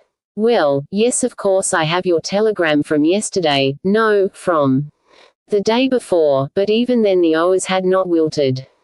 And why did they make you happy? If they are your favorites, then all the O's of this species on Earth should make you happy, so why these in particular? But perhaps that question is also too difficult and must be answered orally. Right, but where are you? In Vienna. And where is that? No, I can't forget the O's. The Kantner Strasse, now that is a ghost story or a dream dreamt on a night like day, but the O's are real. They hold the vase an armful you say and hold them close to you and they can't even be touched because they are your favorite O's. Just wait, when Milena Nally leaves the room I'll tear you out and toss you down into the courtyard. Why are you gloomy? Did something happen? And you aren't telling me? No, that is impossible. In the margin. And why are you sad? You ask about Max, but he answered you a long time ago. Yesterday was an extremely restless day, not agonizingly restless. Just restless. Maybe I'll tell you about it soon. Above all, I had your telegram and there was something special about walking around with it in my pocket. There is a particular human kindness which people do not realize exists. For instance, I'm walking toward the Czech bridge, and I take out the telegram and read it. It is always new. Once it has been read, absorbed, the paper is empty, but as soon as it is back in my pocket it is immediately rewritten. Then I look around, expecting to see mean faces, not exactly envy, but nonetheless faces that say, "What? You of all people received this telegram. We'll have to report this higher up at once. At the very least, O's an armful will be sent to Vienna right away." In any case, we are determined not to simply accept the telegram unchallenged. But instead of this, all is calm as far as the eye can see. The Sherman go on shing, the onlookers go on looking, the children are playing soccer, the man at the bridge is collecting his cruises. If you look a little more closely you can detect a certain nervousness, as people force themselves to concentrate on what they're doing, so as not to betray any of their thoughts. But it is precisely this which makes them so lovable, this voice which comes out of the hole, saying, "It's all right, the telegram belongs to you, we agree, we're not questioning your right to receive it, we'll just look the other way, and you can keep it for yourself." And when I take it out again a little later, you'd think they'd be annoyed that I don't at least keep quiet and hide myself. But they're not annoyed, they remain as they were. This evening I once again spoke with a Palestinian Jew. It's impossible for me to describe him to you in a letter, to explain his importance for me, a small, almost tiny, weak, bearded man with one eye. At the moment I'm distracted and sad. I lost your telegram, that is, it can't be lost, but it is bad enough that I have to look for it. Incidentally, it is all your fault. If it weren't beautiful I wouldn't have had it in my hands constantly. However, what you say about the doctor gives me consolation. So, the blood didn't mean anything. I said the same thing myself, old physician that I am. Now what does he say about the defect in your lung? I'm sure he didn't prescribe fasting or carrying suitcases. And did he concur that you should go on being good to me? Or wasn't I mentioned at all? But how can I claim to be satisfied if the doctor didn't even come up with a trace of me? Or is it my defect, supposedly, that he found in your lung? And it really isn't serious. And he has nothing more to say except, send you to the country for 4 weeks. That really isn't very much.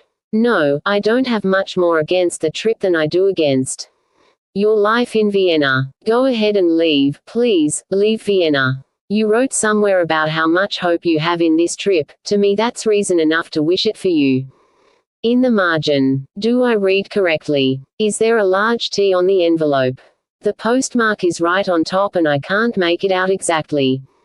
Once again you mention my traveling to Vienna. It's worst of all, when you write about it seriously, then the ground here actually begins to quiver and I wait anxiously to see whether it will eject me. It doesn't. I've already written about the outward obstacle. I don't want to discuss the ones on the inside, for even though they are stronger than I am, I don't think they would restrain me, not because I'm strong, but because I'm too weak to let myself be held. I could only travel if I lied, and I'm afraid of lying, not like a man of honor, but like a schoolboy. And besides, I have a feeling, or at least a premonition, that I might someday, absolutely, inevitably, have to go to Vienna for my sake or yours, but I wouldn't be able to lie a second time, even like a silly schoolboy. Thus this possibility of lying is my reserve. I live it as I do your describe these 2 days, Milena, that would practically torture me. It's not necessity yet, only in night desire. And the hours. Naturally they've already wilted. Have you ever had hours go down the wrong pipe, the way these did to me? It's very unpleasant. I'm not going to meddle in the GHT between you and Max. I'm staying to the side. I acknowledge that each person is right, and am safe. What you say is undoubtedly correct, but now let's trade places. You have your homeland and can renounce it, and that may be the best thing one can do with a homeland, especially because in doing so one doesn't give up that which cannot be renounced. But he does not have a homeland and therefore has nothing to renounce and must constantly think about it, search for it or build it, whether he's taking his hat the rack or lying in the sun next to the pool or writing the book which you will translate here. He may even be least tense of all, but you poor dear, how much work you burden yourself with from a sense of guilt. I see you bent over your work, your neck bared. I'm standing behind you, but you don't know it. Please don't be frightened if you feel my lips on the back of your neck. I didn't mean to kiss it. It is only love which can't be helped. Yes, Max, so he has to think about it constantly, even when he's writing you. And it is strange how he defeats you in details, although in general, your defense against him is correct. He apparently wrote you about my living with my parents and about Davos. Both wrong. Certainly living at home is very bad, but it is not just the living there. It is the life, the sinking into this circle of kindness, of love. You don't know the letter to my father, the buzzing of the Y on the lime twig. Of course it has its good side as well. It's just that one man GHTS at Marathon, the other in the dining room, while the god of war and goddess of victory are omnipresent. But what, in the margin? Yes, please send me unhappiness. I wanted to ask you before. Having someone at Tribuna look it up is unpleasant. Prague, July 31, 1920. Saturday, later. However one chooses to look at today's lovely happy auspicious letter, it is still a savior letter. Milena among the saviors. If I were one of them, would she then be with me? No, in that case assuredly not. Milena among the saviors, Milena who is constantly discovering in herself that the only way to save another person is by being there and nothing else. Moreover, she has already saved me once with her presence and now, after the fact, is trying to do so with other, in nightly smaller means. Naturally, saving someone from drowning is a very great deed, but what good is it if the Savior then sends the saved a gift certificate for a swimming course?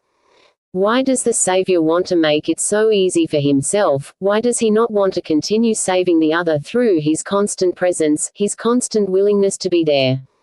Why does he want to shirk his duty and leave it with the swimming instructors and hotel owners at Davos? And besides, I weigh 55.40 kilograms.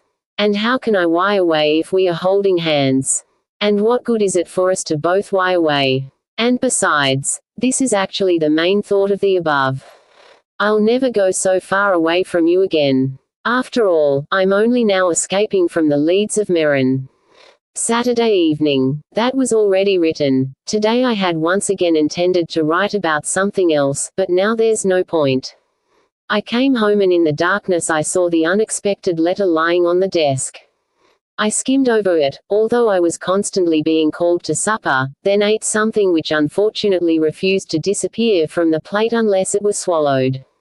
Afterward I read the letter thoroughly, slowly, quickly, wildly, happily, once in amazement, and nearly in desperation, so desperate that my heart was pounding. It absolutely dires belief, but there it is. Still, it cannot be believed. And still one swoons over it, and swooning counts as believing. I can't come. I knew that with the RST line and with the last line. But in between I was in Vienna several times the way one has 10 dreams, each lasting about a half-minute, during an overly wakeful, sleepless night. Then I went to the post OC, sent you a telegram, calmed down a little, and now I am sitting here. Sitting here with the pitiable task of proving to you that I cannot come. Well, you say I'm not weak, so maybe you'll succeed. Above all, maybe you'll succeed in getting through the next weeks, when every hour will be grinning at me as it is right now with the question. You mean you didn't go to Vienna? You received this letter and didn't go to Vienna. You didn't go to Vienna. You didn't go to Vienna. I do not understand music, but unfortunately I understand this music better than all musical people combined. I cannot come because I am unable to lie at the OC.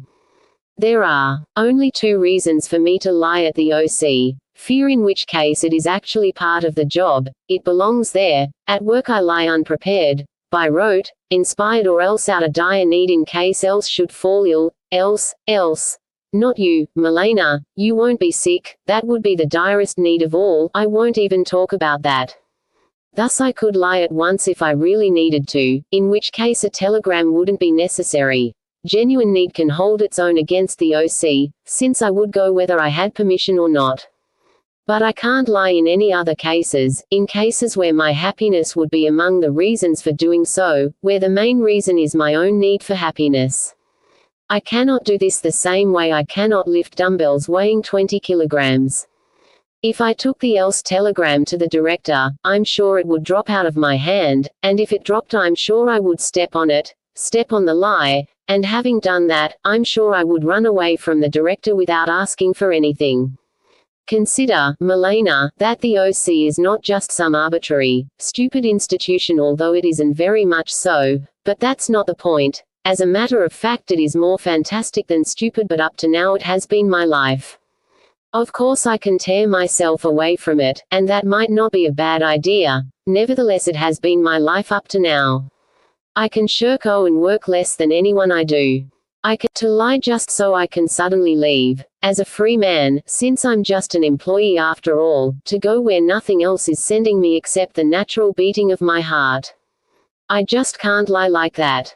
Before I had received your letter, however, I had intended to write that I plan to renew or otherwise update my passport this very week, so that I can come immediately if I must. I'm reading this over and didn't mean it like that at all, and I must not be strong after all, since I couldn't say it correctly.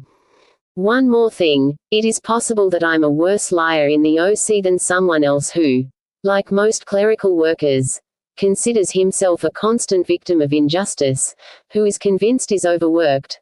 For me that thought would be tantamount to an express train to Vienna. Someone who views the OC as a stupidly run machine. He would run it much better, a machine in which he is in the wrong place precisely as a result of this stupidity. According to his abilities he should be a big wheel, and yet he is condemned to being a little wheel, etc. To me, however, the OC is a human being. Just like elementary school, high school, university, family, everything, watching me with innocent eyes wherever I am, a living person to whom I have become attached in some way unknown to me. In reality this person is more of a stranger to me than the people I now hear driving their cars across the ring, so much a stranger it is absurd, in fact. But this is exactly why I have to be considerate, and consequently I make virtually no effort to conceal the fact that I, too, am a stranger. But does such innocence ever realize this? And so you see I cannot lie. No, I am not strong and I cannot write and cannot do anything. And now, Milena, on top of this you are turning away from me, not for long, I know, but remember a human can't last for long without a heartbeat, and as long as you are turned away how can my heart go on beating? If you could send me a telegram after this letter. That is an exclamation and not a request. But do so only if you can do it freely. Only then, you see, I'm not even for in that case the only person standing in the director's OC would be you. Prague, August 1, 1920. Sunday. I still don't know what you're going to say to the letter of Saturday evening, and I won't know for a long time. In any event, I am now sitting in the OC on Sunday duty, another strange institution. It is enough just to sit here, so other people on Sunday duty do less work than usual. I do exactly as much. It's dreary outside. 1 minute it is about to rain, the next there's light coming through the clouds, disturbing my writing. That's exactly the way things are, too, sad and heavy. And though you write that I have a true desire for life, it is hardly true today. What does today matter to me, or tonight? Nevertheless, please keep coming back every now and then. Good word, I essentially have this desire, but little of it is on the surface. Moreover, I like myself so little. I'm sitting here in front of the director's door. The director isn't in, but I wouldn't be surprised if he came out and said, "I don't like you either, and that's why I'm ringing you." "Thank you," I would say, "I really need that so I can go to Vienna." In that case, he would say, "Now I like you once again and am retracting your dismissal." "Oh," I would say, "so now once again I can't go." "Oh yes you can," he would say, "because once again I don't like you and you're red." And so it would go, a story without end. Today I dreamt about you for the RST time since returning to Prague, I think. A dream toward morning, short and heavy, something like sleep caught after a bad night. I don't remember much of it. You were in Prague, we were walking down the Ferdinandstrasse, somewhere across from Villamek, heading toward the docks. Some acquaintances of yours passed us on the other side, we turned around to face them, you spoke with them, you may have also discussed Krasser. I know he's not in Prague. I'll lend out his address. You spoke the way you usually do, but, already on me. Next we were in a cafe, probably in the Café Union. It was on our way, moreover it was Reiner's last cafe that evening. A man and a girl were sitting at our table, but I can't remember 'em at all. Then there was a man who looked very much like Dostoevsky, but young, with his deep black beard and hair, and everything incredibly pronounced, for example the eyebrows, the bulges above the eyes. Then you were there and so was I. Again nothing betrayed your inner attitude, but the rejection was there. Your face was. I couldn't take my eyes. Oh, this agonizing peculiarity, powdered, and what's more, too much so, clumsily, badly. It was probably also hot and whole designs of powder had formed on your cheeks. I can still see them. I kept bending over to ask why you were powdered. Whenever you saw this question coming you would obligingly meet me halfway. As I said, the rejection was impossible to notice, and say, "What do you want?" But I couldn't ask. I didn't dare, and I had the feeling that this being powdered was a test for me, a very crucial trial, that I really should ask. I actually wanted to, but just didn't dare. In this way the sad dream rolled on over me. The Dostoevsky man also tormented me. In his behavior toward me he resembled you. Still, he was a little errant. Whenever I asked him something he was very friendly, concerned, bent over, candid, but when I ran out of things to say, which happened every minute, he would jerk back, sink into his book, and forget the entire world and me in particular as he vanished into his beard and hair. I don't know why I couldn't stand this. Time and again I had to lure him over with a question, and time and again I lost him through my own fault. I couldn't help it. I have one small consolation, you can't deny me this today. The Tribuna is lying in front of me. I didn't even have to disobey orders and buy it. I borrowed it from my brother-in-law. No, my brother-in-law lent it to me. Please grant me this pleasure. Anyway, I'm not even concerned about what's inside, but I hear the voice, my voice. Grant me this pleasure, surrounded as I am by the din of the world. And the whole article is so beautiful, too. I don't know how it happens, after all I only read it with my eyes, so how did my blood end out so quickly that my veins are already hot from circulating its words. And it is fun. Naturally I belong to the second group. This weight on the feet is really my own property and I do not at all consent to the publication of matters of mine which are strictly private. Someone once said I swim like a swan, although that was no compliment.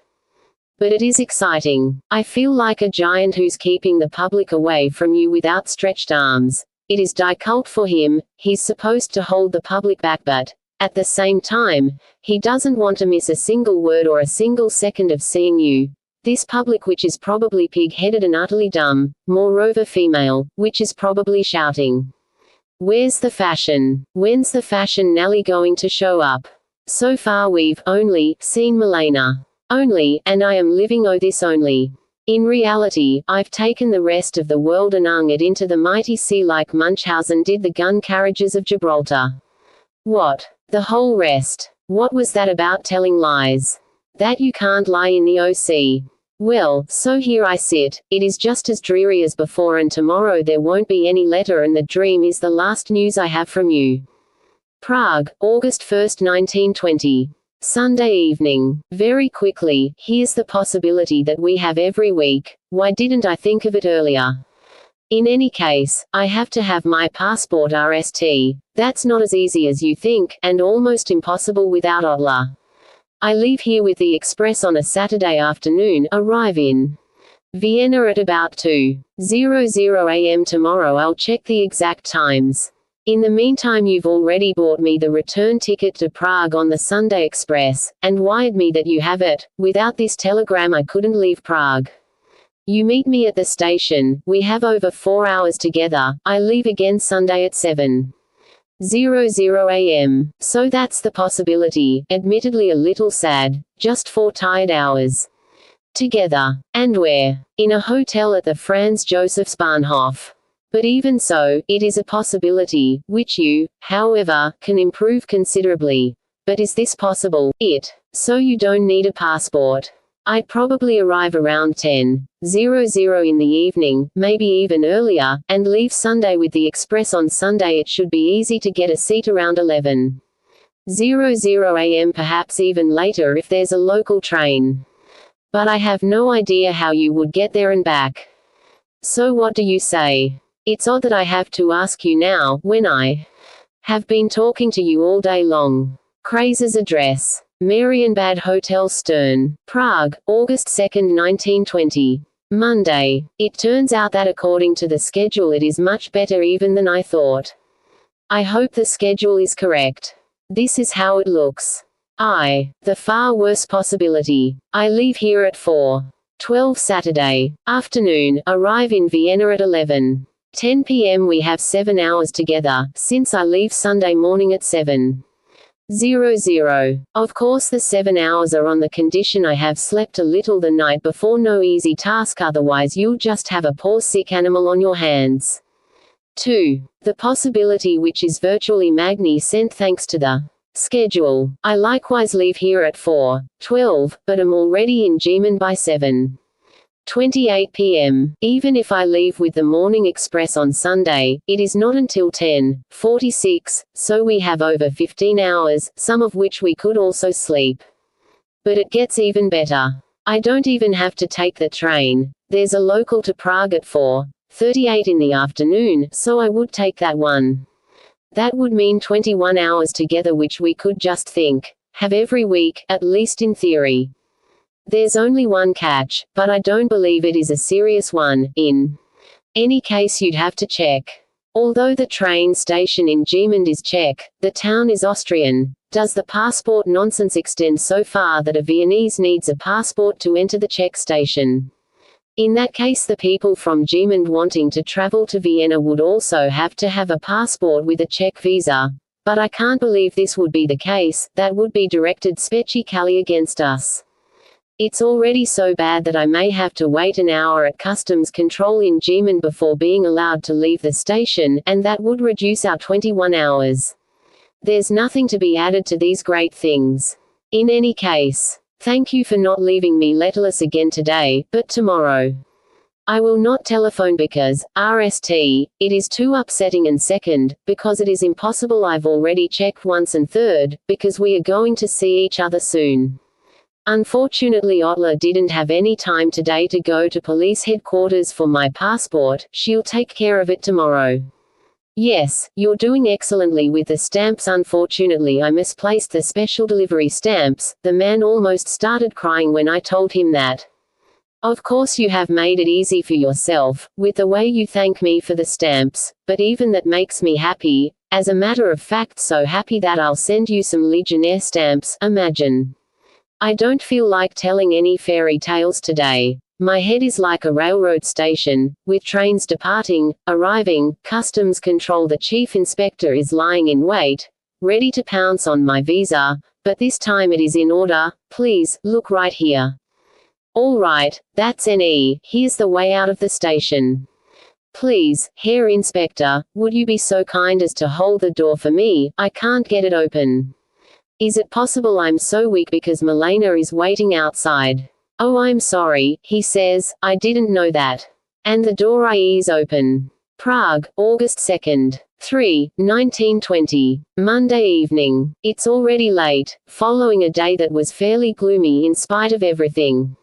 There probably won't be any letter from you tomorrow.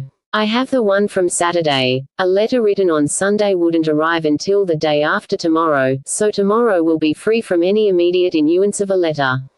It's strange how your letters blind me, Milena. For a week now or even longer I've had the feeling that something has happened to you, something sudden or gradual, something fundamental or incidental, something clear or only half-conscious. Whatever it is, I know it is there. I don't detect it so much from details in the letters, although such details can be found, as from the fact that your letters are full of memories, very special memories that, though you want to send me to Davos, that you want to get together so suddenly after having immediately accepted my advice not to come here, after having declared Vienna inappropriate for meeting, after having said we shouldn't meet before you leave, and now in 2, 3 letters this hurry. It should make me very happy, but it doesn't, because your letters contain some secret fear, whether for me or against me I don't know, and there is fear in this suddenness and haste with which you want to meet. In any case, I am very happy to have found a possibility, and it is indeed a denied possibility. If you couldn't spend the night outside Vienna, it can still be accomplished by sacrificing a few hours together. You take the Sunday express just before 7:00 a.m. to Gemund, as I did that time. You arrive there at 10:00.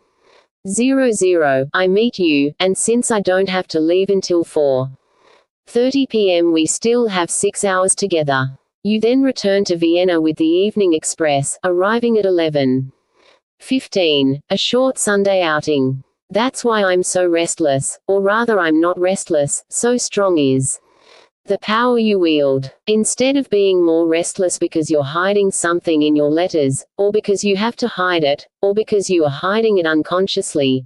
Anyway, instead of being more restless, I remain calm, so great is my trust in you despite the way you may appear. If you are hiding something, then you are right to do so, I think.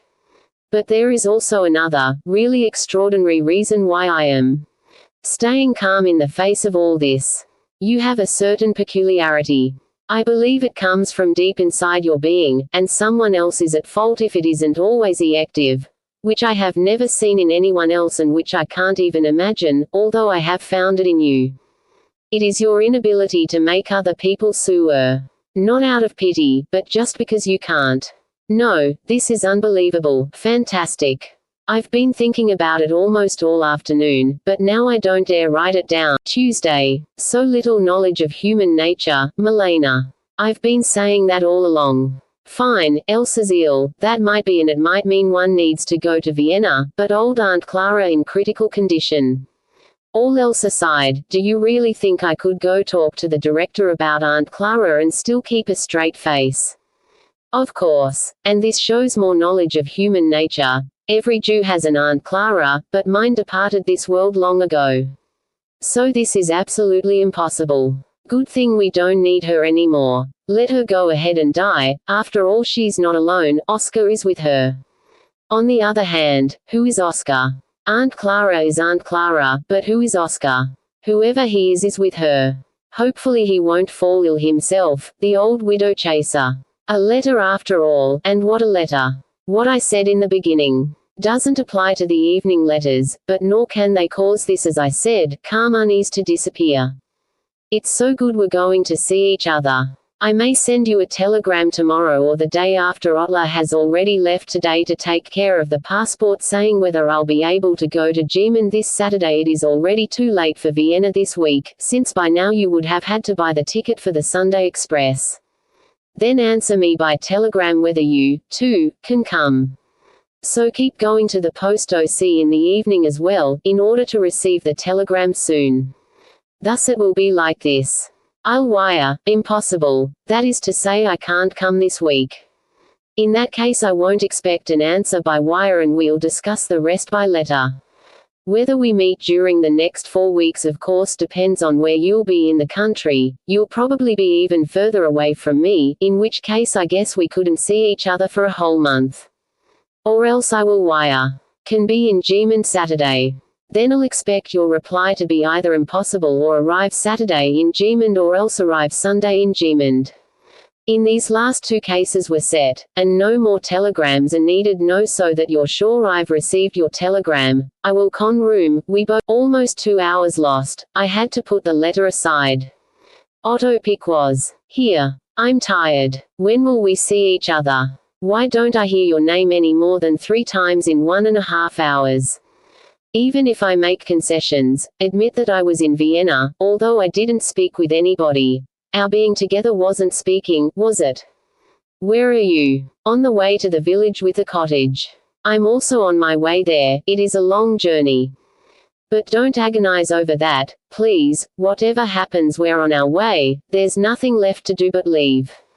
Prague, August 4, 1920. Wednesday. I prefer to overlook what you write about my trip. You're waiting until you feel the need. RST because it is outdated, second because it hurts. Of course it is not without justification. Why else would the letters of Saturday evening and Sunday morning have been so desperate? And third, we're probably going to see each other as early as Saturday. On Monday morning you don't seem to have had the RST of the 3 telegrams. Hopefully you'll receive the third on time. I understand your despair over your father's letter only insofar as every new affirmation of this most agonizing relationship, which has been going on for so long, has got to cause you new despair. You can't read anything new out of his letter. Not even I, who have never read a single one of his letters, can read anything new out of it. He is heartfelt and cordial and tyrannical, and believes he must be tyrannical to satisfy his heart. The signature doesn't really signify much, just the sign of the tyrant, but above it are the words sorry and terribly sad which cancel everything. In the margin, the stamp collector is delighted, such honest joy. Of course you may be frightened by the disparity between your letter and his. Naturally I don't know your letter, but, on the other hand, think of the disparity between his obvious readiness and your incomprehensible durance. And you have doubts as to your reply. Or rather had doubts. Since you write that you now think you know what to say, I would be able to tell you without hesitation what I thought your reply had been. Naturally for your father there's no difference between your husband and myself. There's no doubt about it. To the European we both have the same Negro face, but why does this belong in your letter, beyond the fact you can't say anything certain about it right now? And why should it be necessary to lie? In my opinion, your only answer can be what another person, someone who has been watching your life with a pounding heart, tense, and with no eyes for anything else, would say to your father if he were to talk about you in a similar vein.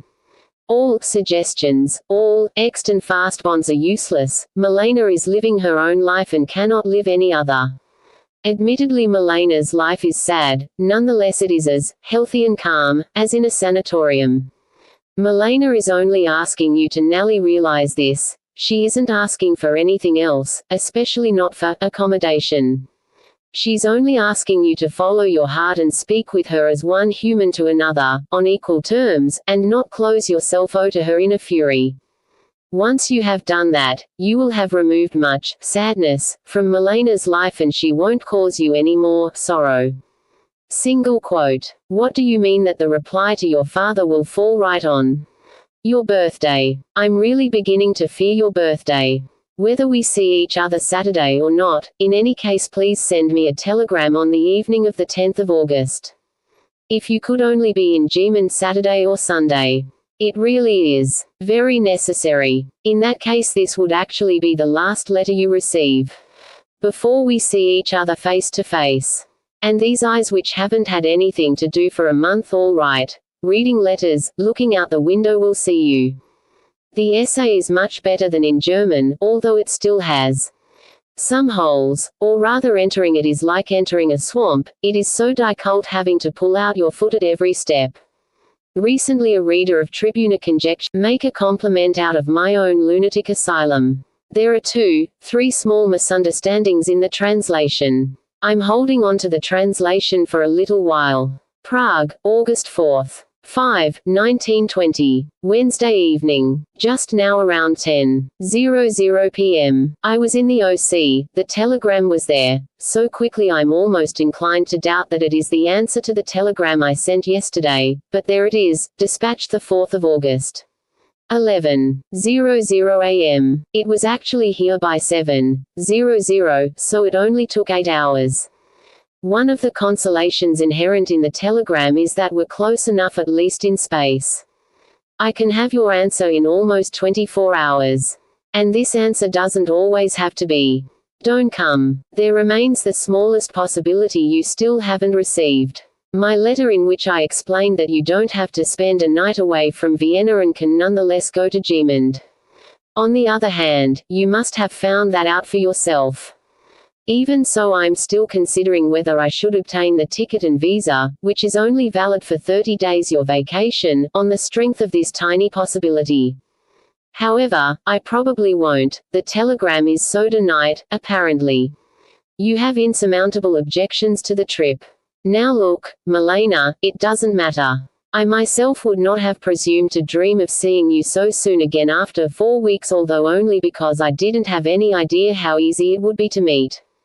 If we had met I would have owed it exclusively to you, and therefore you also have the right to cancel this possibility which you yourself created. This is disregarding the fact that if you don't come it is because it can't be helped, I know. I wouldn't have to mention this at all, it is just that I was so happy to end this narrow tunnel leading out of the dark apartment to you. I had thrown myself into it with all my soul, into this passageway which could my foolishness immediately says. Of course it does, of course, lead to you, but which instead runs smack into the impenetrable stone of please don't come. So now I have to turn back, again with all my soul, slowly, little, you see, but it can't be all that bad, since I'm able to write about it in such a tedious manner. In the end one always ends new tunnels to burrow, old mole that one is. In the margin. I'm not at all against your vacation. How could I be, and why do you think that? Much worse is the fact that the meeting would have been very important for reasons I believe I indicated yesterday. In this respect it cannot be replaced by anything, and that's really why the telegram makes me sad. But maybe your letter of the day after tomorrow will contain some comfort. I only have one request. Your letter of today contains 2 very harsh sentences. The RST but you're not coming because you're waiting until you feel the need to come has some justification. The second, farewell Frank. I'll quote the rest just so you can hear how this sentence sounds. In that case it doesn't make sense for me to send you the fake telegram, I'm not sending it. So why did you send it? This farewell Frank has no justification whatsoever. Those are the sentences. Could you, Milena, take them back somehow, formally retract them? The RST only in part if you prefer, but the second one in its entirety. This morning I forgot to enclose your father's letter, forgive me. By the way, I also overlooked the fact that it is his RST letter in 3 years, only now do I understand the impression it made on you. This makes your letter to him much more significant. It must have contained something new after all. By the way, I had always misunderstood you, thinking that your father had never spoken with your husband. Stasser, however, mentioned that they talked to each other frequently. What might have been discussed? Yes, your letter has a third sentence as well, which may be directed against me even more than the ones I quoted. The sentence about sweets which upset the stomach. Thursday. So today is, moreover unexpectedly, the letterless day I have feared so long. So seriously did you mean what you wrote Monday, that the next day you were unable to write. But I still have your telegram to cling to. Prague, August 6, 1920. Friday. So you're not doing well, the worst ever since I've known you. And this insurmountable distance between us, together with your sewering, makes me feel as though I were in your room and you were barely able to recognize me as I wandered helplessly back and forth between the bed and the window, trusting nobody, no doctor, no treatment, and knowing nothing, simply staring at this dreary sky which now, for the RST time, after all the playfulness of earlier years, reveals its true nature, forlorn and just as helpless as myself. You're lying in bed. Who's bringing you your meals? What kind of meals? And these headaches. Write me something about 'em when you get a chance. I once had a friend, an Eastern Jew, actor, who every 3 months had terrible headaches lasting for days. Apart from that, he was entirely healthy, but on those days if he went out on the street, he would have to support himself against the house walls, and there was nothing else one could do for him but walk up and down for half an hour, waiting. The healthy forsake the sick, but the sick also forsake the healthy. Do the pains recur regularly? And the doctor. And since when have you been having them? And now you're probably taking pills as well. Bad, bad, and I can't even say child. In the margin, I'm enclosing the 6 Legionnaire stamps. 1 thanks is enough, but put it in a letter, since it is warmer there. It's a shame your departure has been postponed again. Now you won't leave until a week from Thursday. Well, I won't have the pleasure of seeing you revive among lake, forest, and mountains. But how much more pleasure do I want, greedy, greedy man. It's a pity you have to go on torturing yourself in Vienna for so long. We'll discuss Davos another time. I don't want to go there because it is too far away, too expensive, and too unnecessary. If I do leave Prague, and I'll probably give it some thought, in any case, I definitely won't leave before October. Last night I met a certain Stein, you may know him from the cafes, people always compare him with King Alfonso. He's now an intern with a lawyer, was very glad to see me, wanted to discuss some OCL business, and would otherwise have had to telephone me the next day. Well, what is it? It's concerning a divorce, in which I'm also somewhat involved, that is, I'm being asked to intervene. In what way? I really had to reach for my heart. But then it turned out it was only the parents of one of my poets who were getting a divorce, and that the mother, whom I don't know in the least, had asked Drive Stein to ask me to work on the poet so he would treat her, his mother, a little better and not revile her so. An odd marriage, incidentally. Imagine, the mother had already been married once. She had a child, the poet, during this earlier marriage by her current husband. So the poet's last name is that of her RST husband and not the father. But then they did marry and now after many years are separated once again, at the instigation of the husband, the poet's father. The divorce is already complete. Because of the current housing shortage, however, the woman cannot ND an apartment for herself, so for this reason alone they continue living together as a married couple.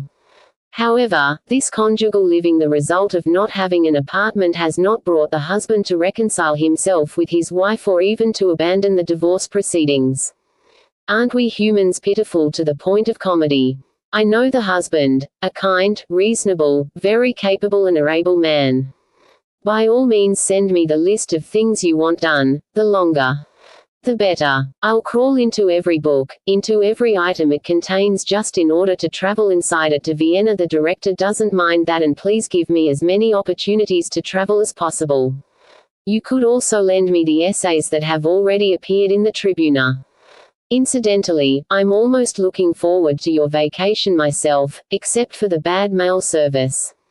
You will write me what it is like there, won't you? Your life, your apartment, your walks, the view from your window, what you eat, so that I can share it all with you a little. Prague, August 7, 1920. Saturday. Am I really kind and patient? I don't know about that, but I do know that such a telegram does the whole body good, so to speak. Still, it is just a telegram and not a pro-word hand. But it also sounds sad, tired, spoken from the sickbed. And it really is sad. What's more, no letter came today. Another day without a letter, you must be doing very poorly. Who can give me any guarantee that you sent the telegram yourself and aren't spending the whole day in bed, cooped up in your room, which I inhabit more than my own? Last night I committed a murder for your sake. A wild dream, bad night. I hardly remember anything more about it. So now your letter arrived after all. It's clear, all right. True, the others weren't any less clear, but one didn't dare press further to attain their clarity. By the way, since when are you capable of lying? Your forehead is not the kind that can tell lies. I don't blame Max. Of course, whatever may have been in his letter, it was wrong. Nothing, not even the best of people, shall come between us. This is also why I committed a murder last night. Someone, a relative, said in the course of a conversation I don't remember but which mainly concerned something this person or that could not accomplish. Anyway, some relative Nellie said ironically. So maybe Milena. Whereupon I somehow murdered him and came home, all worked up. My mother kept running after me. Here at home a similar conversation was taking place. Nellie, I cried out, hot with rage. If anyone says anything bad about Milena, for instance my father, I'll kill him too, or else I'll kill myself. Then I woke up, but there had been no sleep and no awakening. To get back to your earlier letters, they basically resembled your letter to the girl. And the evening letters were nothing but grief over the more possible, except my losing you. Actually only a slight push was needed and the impossible would have happened. And perhaps this push did occur and perhaps it did happen. In any event, this letter is relief. One felt one was being buried alive beneath the earlier letters. At the same time one felt compelled to lie still, since perhaps one was dead after all. So none of this actually surprised me. I expected it, I prepared for it as well as I could, in order to bear it in case it came. Now that it is coming I'm still not sufficiently ready, naturally, but I haven't been blown over yet. Nonetheless, the other things you write about your situation and about your health are absolutely terrifying and much stronger than I am. Well, we'll talk about all that when you come back. Maybe the miracle you're expecting really will occur there, at least the physical miracle. Incidentally, I have such faith in you concerning this that I don't even want any miracles to occur.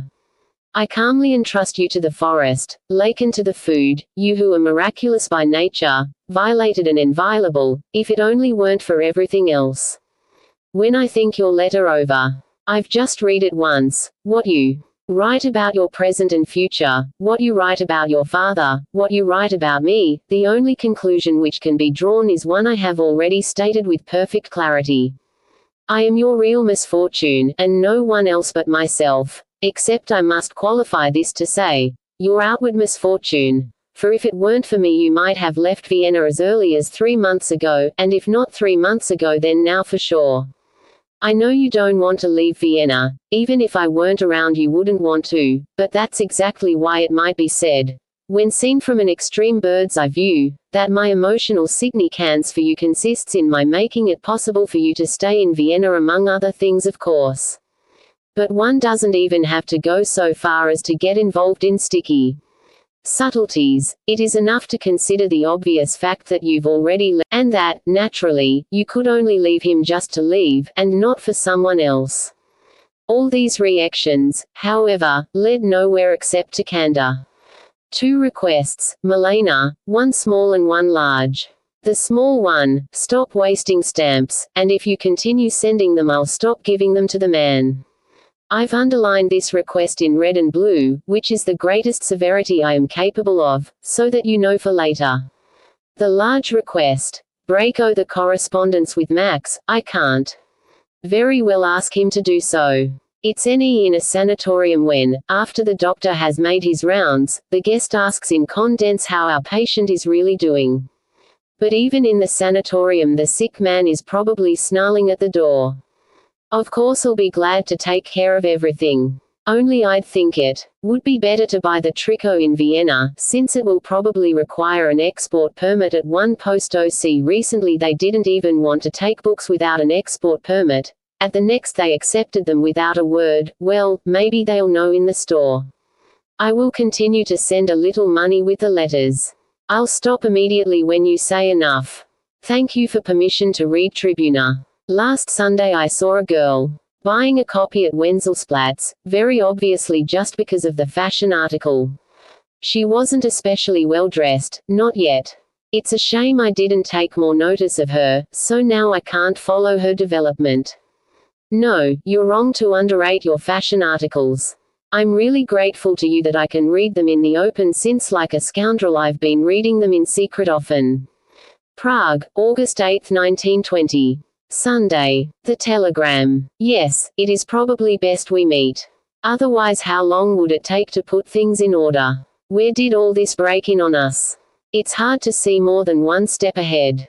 And how this must have made you sewer, in addition to everything else.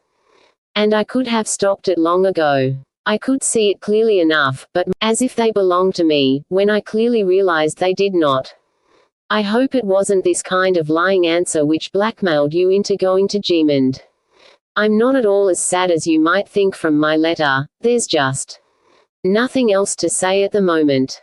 It's grown so still, one doesn't dare break the silence with a single word. So we'll be together Sunday after all, 5, 6 hours, too little for talking, enough to share the silence, hold hands, look into each other's eyes. Prague, August 8. 9, 1920. Sunday evening. There's something which has always bothered me in the way you reason, something which is particularly clear in your last letter, an undeniable fault you can check for yourself. When you say, as is the case, you love your husband so much you cannot leave him even for my sake, I mean it would be horrible for me if you did it anyway, I believe you and agree. When you say that although you could leave him, he still needs you deep inside, and cannot live without you, and so therefore you cannot leave him, I also believe you and agree. But when you say he can't deal with the outside world without you and that is why you cannot leave, this having been made the main reason, then either you are saying this to cover up the reasons named above, not to strengthen them. Those reasons don't need any strengthening, or else it is just one of the brain's pranks you describe them in your last letter which cause the body to writhe, and not only the body. In the margin. Thank you for the stamps. This way it is at least bearable, but the man isn't working at all, just looking at the stamps, enraptured, as I am doing with the letters 1 or below. The ones for 10H, for instance, are available on thick paper and thin, but the thin ones are rarer. Today you sent the thin stamps, kind soul. Monday. I was just about to write some more along the lines of what I had begun above when 4 letters arrived. By the way, not all at once. RST, the one where you regret having mentioned your fainting spell. The one which is very beautiful, and still later the letter concerning Emily.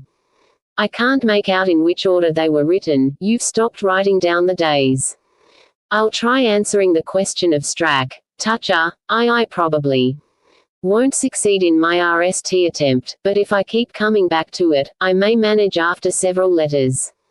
It would help if you read my incidentally bad and unnecessary letter to my father. Maybe you'll take it along to Gemund. If we restrict fear and longing the way you do in your last letter, the question is not easy, but very simple to answer. In that case I only have fear.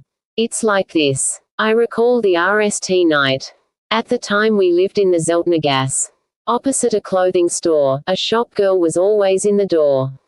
I was constantly pacing back and forth in my room upstairs, a little over 20 years old, nervously preparing for the RST state examination, trying to cram facts that made no sense to me into my head.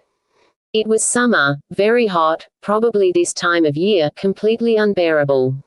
I kept stopping in front of the window, my mouth full of disgusting Roman law. Nellie, we came to an understanding using sign language. I was to pick her up at 8:00, but when I went down that evening somebody else was already there. That didn't really change much, however. I was afraid of the whole world, hence afraid of this man as well.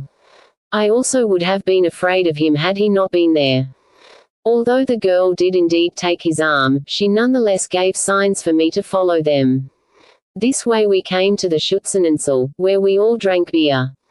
I sat at the next table. They then walked to the girl's apartment, slowly, with me in tow. It was somewhere near the Fleischmarkt. There the man took his leave, the girl ran into the house, I waited a while for her to reappear and then we went to a hotel on the Kleinstadt. It was all enticing, exciting, and disgusting, even before we reached the hotel, and it wasn't any different inside.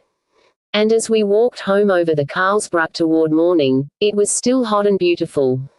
I was actually happy, but this happiness was only because my eternally grieving body had given me some peace at last, and above all because the whole thing had not been more disgusting, more dirty, than it was. I met the girl once again, 2 nights later, I think. Everything went as well as the RST time, but then right away I left for the summer holidays.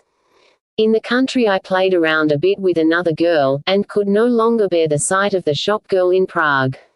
I never spoke to her again. She had become from my point of view my evil enemy, although in reality she was friendly and good-natured.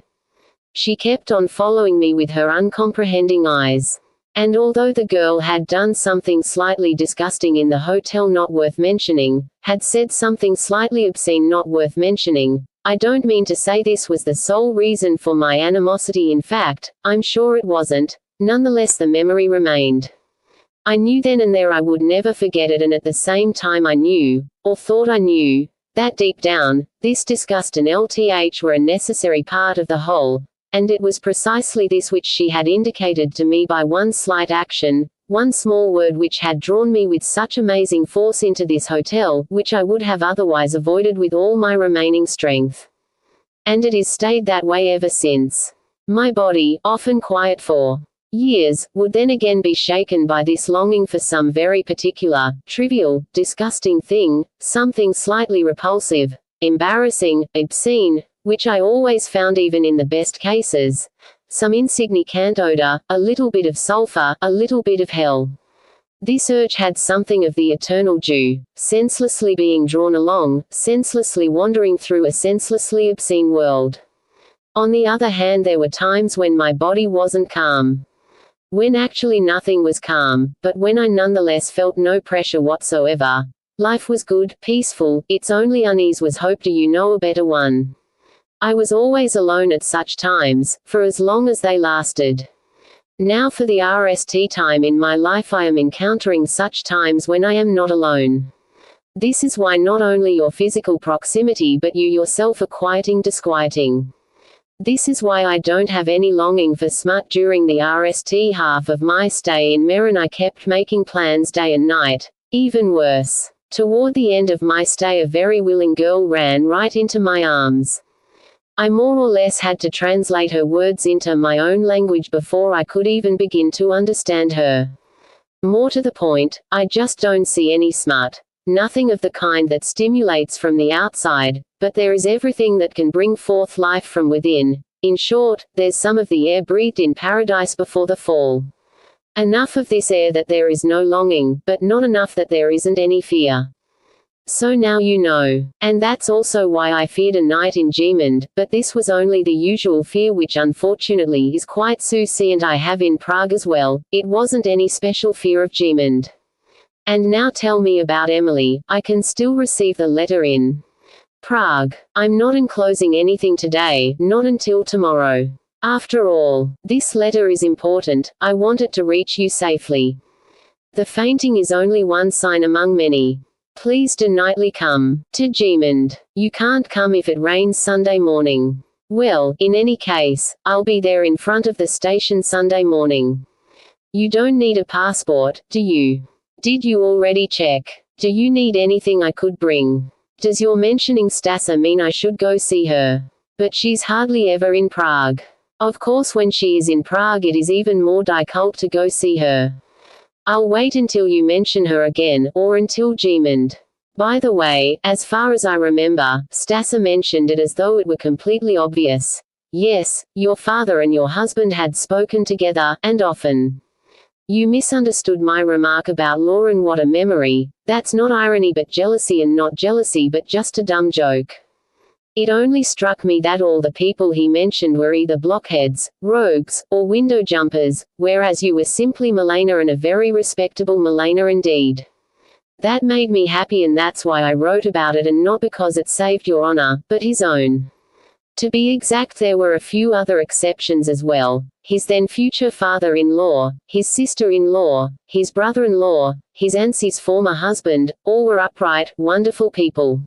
In the margin. So you arrive right after 9:00. Since you're an Austrian, don't let 'em detain you at customs. After all, I can't go on for hours repeating to myself the words I'm planning to greet you with.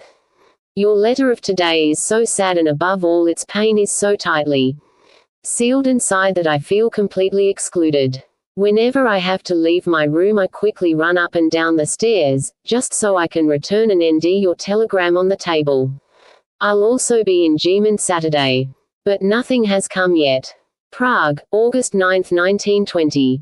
Saturday, Monday afternoon. Apparently I'm thinking only about Saturday. I'd be a liar if I didn't say any more than I did this morning, especially to you, with whom I can speak more freely than anyone else, since no one else has ever taken my side as knowingly and willingly as you. Despite everything, distinguish the great despite everything from the great nevertheless.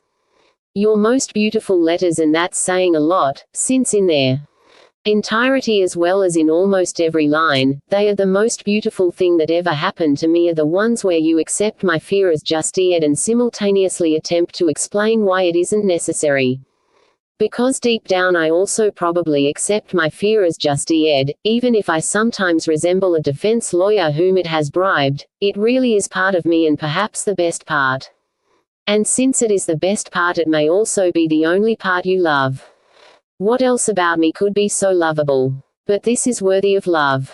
And when you once asked how I could have called that Saturday good with this fear inside my heart, it isn't difficult to explain. Because I love you, you see, I do love you, you dimwit, my love engulfs you the way the sea loves a tiny pebble on its bed. And may I be the pebble with you, heaven permitting. I love the whole world, and that includes your left shoulder. No, the right one was RST, and so I'll kiss it whenever I want to and whenever you're kind enough to pull down your blouse a little, and that also includes your left shoulder and your face above me in the forest and your face below me in the forest and my resting on your almost naked breast. And that's why you're right in saying we were already one, and I'm not afraid of this. On the contrary, it is my only happiness and my only pride, and I don't at all restrict it to the forest. But between this daytime world and that half hour in bed you once wrote of with disdain, as if it were men's business, there is an abyss I cannot span, probably because I don't want to. Over there lies an error of the night, absolutely and in every respect. Here, on the other hand, is the world which I possess, and now I'm supposed to leap across into the night in order to repossess it. But can anything be repossessed? Doesn't that imply losing it? Here is the world which I possess, and I'm supposed to leap across to there, just for the sake of some black magic, some hocus pocus, some alchemy, a philosopher's stone, a wishing ring. Away with it. It makes me dreadfully afraid. To resort to black magic at night, hastily, panting, helpless, demonically possessed, in order to capture what every day gives freely to open eyes. Maybe there isn't any other way to have children, maybe children, too, are black magic. Let's skip that question for now. This is why I'm so grateful to you and to everything, and so it is natural I am extremely calm and extremely uncalm, extremely constrained and extremely free whenever I'm next to you. This is also why, following this realization, I have renounced all other life. Look into my eyes. So I have to be told by Frau Kohler that the books have emigrated from the nightstand to the desk. There's no question I should have been consulted RST as to whether I approve of this emigration. And I would have said no, and now be grateful to me. I have happily overcome the temptation to add something crazy in these last lines, something crazy and jealous. But that's enough. Now tell me about Emily. Prague, August 10, 1920. Tuesday. I can't say I'm very well prepared, my temple's causing me torment, and my cough. I don't think I could owe her congratulations of any length without coughing. Fortunately no congratulations are necessary, just to thank you for being on this earth, where I wouldn't have even begun to expect you might be found. You see, my knowledge of the world isn't very great either. Only, in contrast to you, I admit it. And as a token of my gratitude, this is gratitude. I kiss you just like I did at the train station, despite the fact you didn't like it for some reason. I'm being spiteful today. Lately I haven't been feeling this bad all the time, occasionally it is. Also been very good, but the day of my greatest glory occurred about a week ago. I was taking the endless walk around the pool at the swimming school, as weak as always.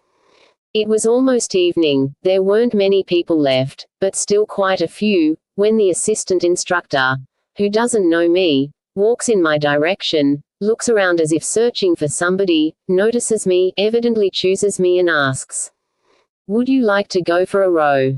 It turns out there was a gentleman, some big builder, I believe, who had come down from the Sophoninsul and wanted to be ferried over to the Judeninsul. They're constructing something enormous on the Judeninsul. Now there's no point in exaggerating the whole thing. The swimming instructor had simply spotted me and wanted to owe the poor boy me the pleasure of a free boat ride. In deference to the big builder, however, he had to choose a boy who looked not only sufficiently strong and skillful, but also reliable enough to return the boat immediately after having niched the job and not take it out for an unapproved spin.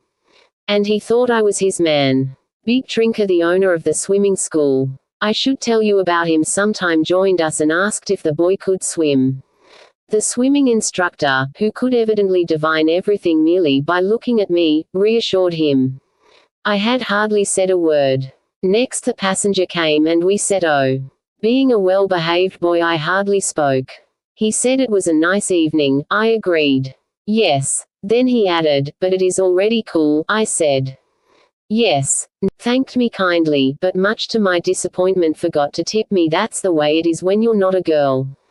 I rode back straight as an arrow. Big Trinker was astonished to see me back so soon. Well, it has been ages since I was as pued up with pride as I was that evening. I felt more worthy of you, admittedly only by a tiny bit, but nevertheless a tiny bit more worthy. I've been waiting at the swimming school every evening since then for another passenger, but so far no one else has shown up. Last night, in a short half-sleep, it occurred to me that I should celebrate your birthday by visiting places that are important to you. And right afterward, I involuntarily found myself in front of the Westbahnhof. The building was very tiny. There couldn't have been much room inside, since an express train had just arrived and one of the cars didn't and was jutting out of the hall. I was very pleased that three very nicely dressed, but thin, girls, one had a ponytail, were standing in front of the station as porters. I realized that what you had done really wasn't so unusual. Nonetheless, I was glad you weren't there now, although I was also sad. But as a consolation, I found a small briefcase which a passenger had lost, and to the amazement of the passengers standing around me, I started pulling out large pieces of clothing. Unfortunately, there was no coat like the one demanded in the Sunday Tribune's open letter directed at me. I'll have to go on and send mine after all, although it is not the right one. Particularly the second part of typus is excellent, sharp and angry, anti-Semitic and magnificent. I never noticed before at all what a sophisticated thing journalism is. You speak to the reader so calmly, so intimately, so urgently, you have forgotten everything else in the world, are concerned only with the reader, but in the end you suddenly say, "Is what I've written nice? Really nice? Well, I'm glad, but I generally keep my distance and don't accept gratitude in the form of kisses. And then it really is the end and you're gone. By the way, did you know that you were my confirmation present? There's also a kind of Jewish confirmation. I was born in 83, so when you were born I was 13 years old. The 13th birthday is a special celebration. In the temple I had learned with difficulty, then give a small speech also memorized at home as well. I also received many presents. But I imagine I wasn't completely satisfied, since one present was still missing. I demanded it from heaven, but heaven waited until the 10th of August. Yes, of course I'll be happy to read through the last 10 letters. Again, although I know them very exactly. But look over mine again as well, you'll end a whole girl's school of questions. We'll talk about your father in Gemund. As usual when faced by girls, I'm helpless, confronted by greed. Am I supposed to have had the slightest thought at all concerning you? I can't remember. I like holding your hand in my own, I like looking in your eyes. That's about it. Exit greet. As far as not earning is concerned, I don't understand how such a person. I'm faced with the same riddle myself, and I don't think we'll ever be able to solve it together. Moreover, it is blasphemous. In any case, I don't intend to waste a single minute on it in Gmund. Now I realize you have to lie more than I would have had to lie. That depresses me. If any serious obstacle crops up, go ahead and stay in Vienna, even without informing me. I will have simply taken a trip to Gmund and be closer to you by 3 hours. I already have my visa. You won't be able to wire me at all, at least not today, because of your strike. Prague, August 11, 1920. Wednesday. I don't understand your asking for forgiveness. If it is over, it goes without saying that I forgive you. I was only unrelenting as long as it was going on, and then you didn't care. How could I not forgive you for something if it is over? How confused your head must be to even think such a thing. I don't like being compared to your father, at least not at the moment. Am I supposed to lose you as well? Besides, I don't have the strength to be your father. If you're going to insist on this comparison, however, incidentally, buying and sending the tricot was a 3-hour affair, which thoroughly refreshed me. At the time I needed that very much, and for which I am grateful to you. I'm too tired to tell you about it today. It is the second night I've hardly slept. Can't I pull myself together enough for me to receive at least some praise in Gmund? Really now, envious about the lady from Amsterdam. Of course. What she does is beautiful, if she does it with conviction, but you're making one logical mistake. For someone who lives the way she does, life is compulsion. Only for someone who cannot live that way would it be freedom. It's the same everywhere. Ultimately, that kind of envy is really just a death wish. By the way, where did heaviness, nausea, disgust come from? How was it compatible with envy? It wasn't at all compatible. Such elements of life can only be made compatible through longing, in death.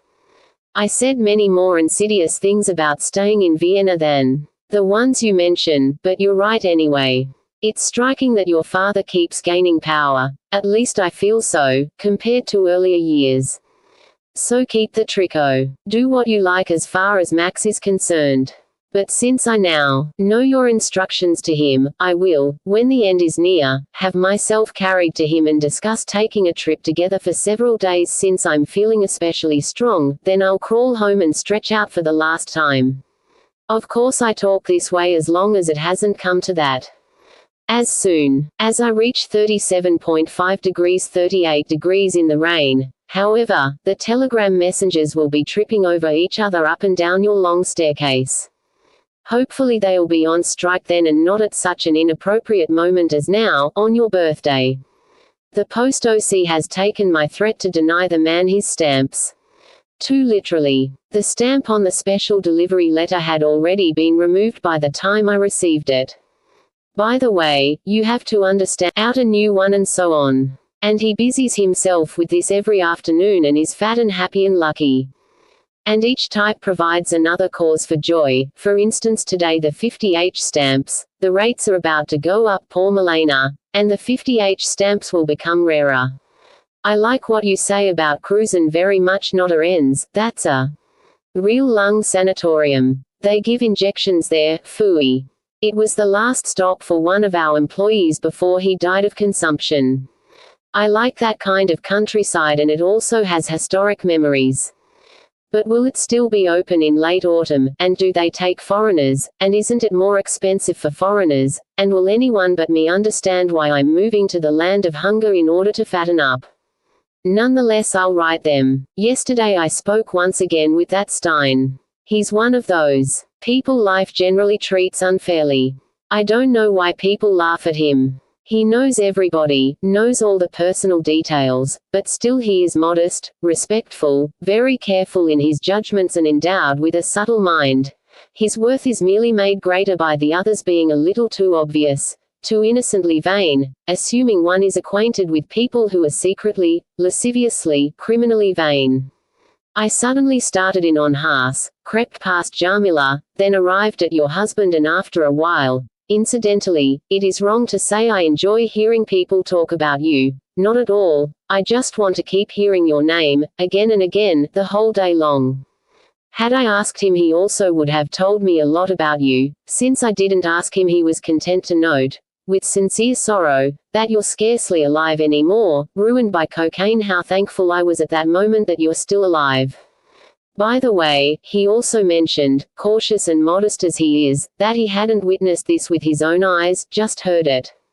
He spoke about your husband as if he were a powerful magician. He claims to have been together with Jamila, Haas, and Rainer 2 days before the suicide. Rainer was apparently very friendly to Haas and borrowed money from him. He also mentioned a name I hadn't heard before from your Prague days. Kryadlova, I believe. He would have gone on like that a long time if I was walking beside him so silently and listening to things I didn't want to hear and which didn't concern me in the least. I repeat, stay in Vienna if there is any obstacle that might cause you to sue her even slightly, if it can't be helped, even without letting me know. But if you do go, then break through the border crossing immediately. Should it happen that for some unforeseen insanity I was unable to leave and could no longer reach you in Vienna, I would wire Frau Kohler. There'll be a telegram waiting for you in the hotel at the train station. Did all 6 books arrive? Reading the cafe was like listening to Stein, except you tell a story much better than he does. Who else can tell a story so well? But why do you tell them to anyone who buys the Tribuna? While I was reading it, I felt I was walking up and down in front of the cafe, day and night, year after year. Every time a guest came or went, I would peer in through the open door to check that you were still inside. Then I would resume the pacing and waiting. This was neither straining nor sad. And how could it be straining or sad to wait in front of a cafe when you were inside? Prague, August 12, 1920. Thursday. I'm going to Lauren's today. Telephoning is too uncertain and too difficult. Moreover, I can only reach Pick by writing and don't even know his exact address.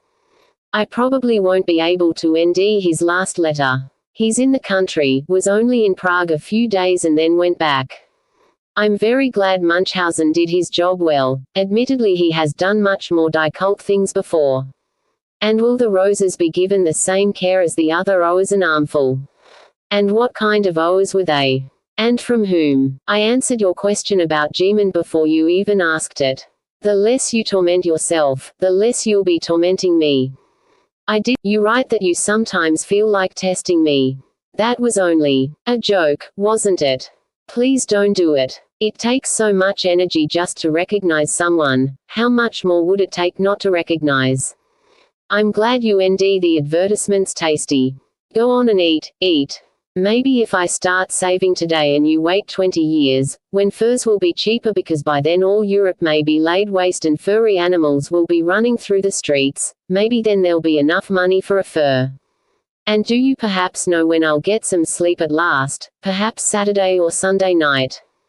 For your information, these surcharged stamps are what he truly desires. He only truly desires. That's beautiful, beautiful, he says. What things he must see in them. And now I'm going to eat and go to the foreign exchange. A typical morning in the OC.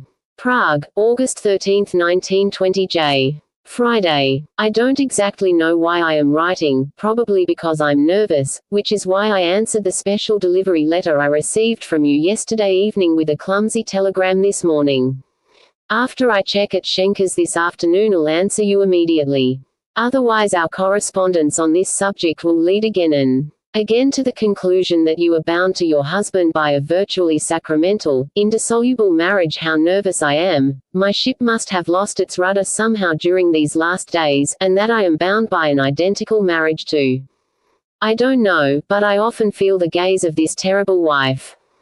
And the strange thing is that, although each of these marriages is indissoluble, so there's actually nothing more to be said, the indissolubility of one creates the indissolubility of the other, or at least reinforces it, and vice versa. But nothing remains except the judgment in your words. This truth is absolute, unshakable, the pillar supporting the world. And still I confess I feel, but this is merely a feeling. However, the truth remains absolute. You know, whenever I want to write something like the following, the swords immediately begin to approach, slowly, their points forming a wreath around me. The most perfect torture. When they begin to graze me, not cut, just graze me. It is already so terrible I betray everything at once. With my RST scream, you, me, everything. So only on this assumption do I confess that writing letters about things like this makes me feel I repeat for my life's sake. This is merely a feeling as if I were living somewhere in Central Africa and had lived there all my life and wanted to share with you who live in Europe, in the middle of Europe, my unshakable opinions about the next political congregation.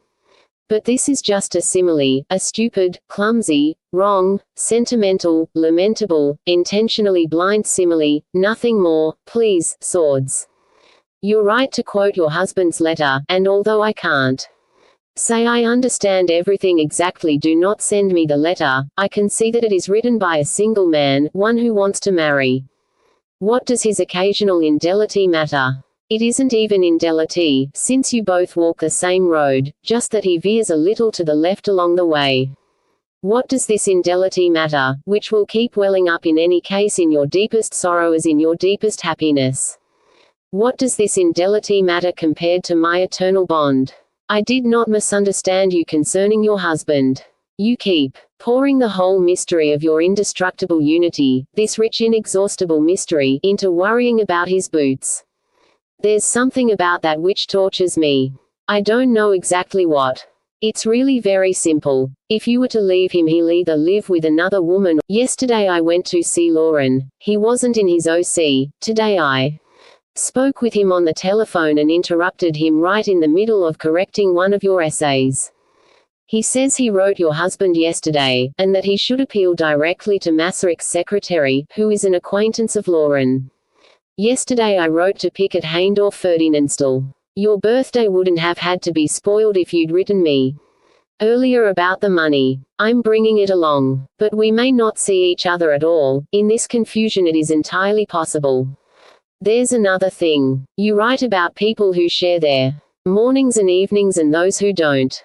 In my opinion, precisely the latter situation is the more favorable. They have possibly, or certainly, done something bad, and the LTH of this scene derives essentially from their being strangers, as you correctly observe, and it is physical LTH, just like the LTH in an apartment that has never been occupied and is suddenly, savagely torn open. This is bad, but nothing crucial, nothing actually decisive in heaven and on earth has happened. It really is just playing with a ball, as you call it. It's as if Eve had indeed picked the apple. Sometimes I think I understand the fall like no one else, but just to show it to Adam, because she liked it. It was the biting that was decisive. Of course playing with the apple also wasn't allowed, but neither was it prohibited. Prague, August 17, 1920. Tuesday. So it'll be another 14 days before I get an answer to this letter. Compared to the way it has been, that's almost like being abandoned, isn't it? And just now I feel there are some things I have to tell you, unsayable things, unwritable. Not to make up for something I did wrong in Gemund, not to save something which has drowned, but to make it utterly clear to you how I am doing, so that you won't let yourself be frightened away from me. Desperation, but simply out of sheer annoyance. Now, naturally this isn't addressed to you, but to your pale reaction, barely recognizable by a tired, empty head, neither unhappy nor excited, almost a condition to be grateful for. So yesterday I went to see Jamila. Since it was so important to you, I didn't want to postpone it by a single day. To tell the truth, the thought of having to speak with Jamila at all made me uneasy, and I preferred to get it over with at once. Despite my being unshaven this time, it wasn't merely goose-ish, which could hardly rect the outcome of my mission. I went up there around 6:30. The doorbell didn't ring, knocking didn't help, the Narodny listee was in the mailbox, evidently there was nobody home.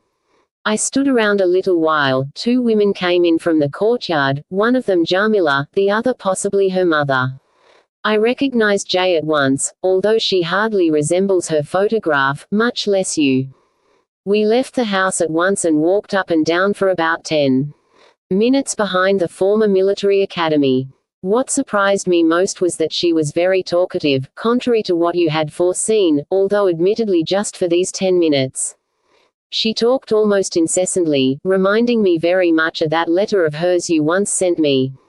A loquaciousness that is somehow independent of the speaker. This time it was even more striking, since it wasn't about such concrete details as were in that letter. Her liveliness is partly explained by the fact that, as she said, she has been upset about the whole affair for several days now. She has wired Haas on account of Werfel, and still without an answer has wired you and written by special delivery. Following your request, she immediately burned the letters, not knowing any other way she could quickly put your mind to rest. Which is also why she had already thought of going to see me this afternoon, to at least discuss it with someone who also knew about the whole thing. She is evidently under the impression that she knows where I live, because of the following. One autumn, I think, or maybe it was all, had prophesied my impending end in the Schönbornpalais. In front of the Rudolfinum we met Haas with a woman whom I didn't even notice at the time. It was Jamila. Haas told her my name and Jamila mentioned that she had occasionally spoken with my sister years ago at the swimming school. Because the swimming school was very Christian at the time, Jamila had remembered my sister as a Jewish curiosity. At the time we lived opposite the swimming school and Otla had pointed out our apartment. So that's the whole long story. This is why she was honestly glad I had come, why she was so animated, incidentally, also unhappy, about these entanglements which have most assuredly stopped and which, as she almost passionately assured me, will most assuredly have no further consequences. My ambition, however, was unsatisfied. I had wanted to burn the letters myself and scatter the ashes over the Belvedere. Admittedly without seeing the importance of doing so, but I was so caught up in the task I had been assigned. She said little about herself. She sits at home all the time. Her face proves this. Speaks to no one, only goes out on occasion to check for something in a bookstore or else to mail a letter. Apart from that, she just talked about you, or was it me talking about you? It is hard to distinguish after the fact. When I mentioned how happy you had been when you saw, having received a letter from Berlin, that there was a possibility Jamila might visit you, she said she could hardly understand how happiness was possible and least of all how it might come from her. It sounded simple and believable. I said old times can't just be erased and they always contain possibilities that might spring to life. She said yes, that might happen if people were together, and recently she had been looking forward to seeing you very much, and it seemed to her so obviously necessary for you to be here. She pointed to the ground several times. Her hands were animated as well. Here, here, here. In one respect she reminds me of Stassa, whenever they talk about you, both. Other case it is the person looking on who suers, here it is Jamila. I have the feeling she needs indulgence. We said goodbye quickly in front of her house. Beforehand she had also annoyed me somewhat with a tedious account of a particularly beautiful picture of you she wanted to show me. Finally it turned out she had had this photograph in her hand when she was burning all her papers and letters before leaving for Berlin. She had looked for it again this very afternoon, but in vain. Then I sent you an exaggerated telegram saying your instructions had been carried out. But could I have done more? And are you satisfied with me? It's senseless to ask, considering this letter won't arrive for 14 days, but maybe this will only be a small addition to the general senselessness of my request. Do not let yourself be scared away from me. If it is at all possible in this unsteady world where, when one is torn away, one is simply torn away and can't do anything about it, even if I disappoint you once or 1,000 times or right now or perhaps always right now. Incidentally, that isn't a request and isn't directed to you at all. I don't know where it is directed. It's simply the oppressed breathing of an oppressed chest. Wednesday. Your letter from Monday morning. Since that Monday morning or Rather since Monday noon, when the Bene Celiacs of the trip had already worn a little apart from everything else. Every trip is a recuperation in itself. A being grabbed by the collar. A being shaken through and through. Since then I have been singing one single song for you, incessantly. It is always diarrhent and always the same, as rich as a dreamless sleep, boring and exhausting, so that it even puts me to sleep sometimes. Be glad you don't have to hear it, be glad you'll be protected from my letters for so long. O ye knowers of human, only that you polish them in your mind all day long, sometimes that torments me and doesn't clean the boots. Prague, August 19th. 23, 1920. Thursday. I kept wanting to hear a diarrhent sentence than you did, this one. You're mine. And why that one in particular? It doesn't even mean love, just nearness and night. Yes, the lie was great and I shared in its telling, but what's even worse is I did so in the corner, just for myself, playing innocent. Unfortunately you keep assigning me tasks which have already been taken care of by the time I get there. If you have so little trust in me and are just trying to build my self-confidence a little, then it is too obvious a ploy. Pick writes he has already answered Frau Milena Pollock's request last week. Who is this occult three-footed creature? By the way, he doesn't seem to have a publisher, but is coming to Prague at the end of August and will look for one then. I recently heard a rumor that Ernst Weiss is critically ill and without money and that a collection is being taken up for him in Franzensbad. Do you know anything about that? I don't understand what Jamila's telegram which was sent before we met has to do with me or even with jealousy. She did seem pleased that I showed up because of you, but much more pleased that I left because of me, or more precisely herself. In the margin. Did Lauren write? And what did the lawyer say? You really could have written a few more words about your cold. Did you catch it in Gemund or on the way home from the cafe? Incidentally, we're still having a beautiful summer here. Even on Sunday it rained only in southern Bohemia. I was proud. The whole world could see from my soaking clothes that I was coming from the direction of Gemund. Friday. When read very close up it is impossible to understand the misery you're living in at the moment. It has to be held further away, but you misunderstood what I said about claws, although it really wasn't understandable. What you say about Gemund is correct and in the broadest sense. For instance, I remember you asked whether I hadn't been unfaithful to you in Prague. It was half in jest, half in earnest, half indifferent. Again the three halves, because it was impossible. You had my letters and were asking that. How was such a question possible? And if that wasn't enough, I go on and make it even more impossible. I said, yes, I had been faithful to you. How can it happen that one speaks like that?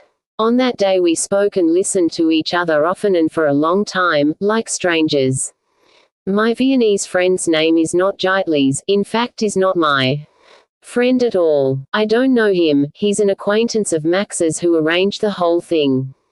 However, the ad will somehow make it into the press. That's easily taken care of here in a local advertisement. OC.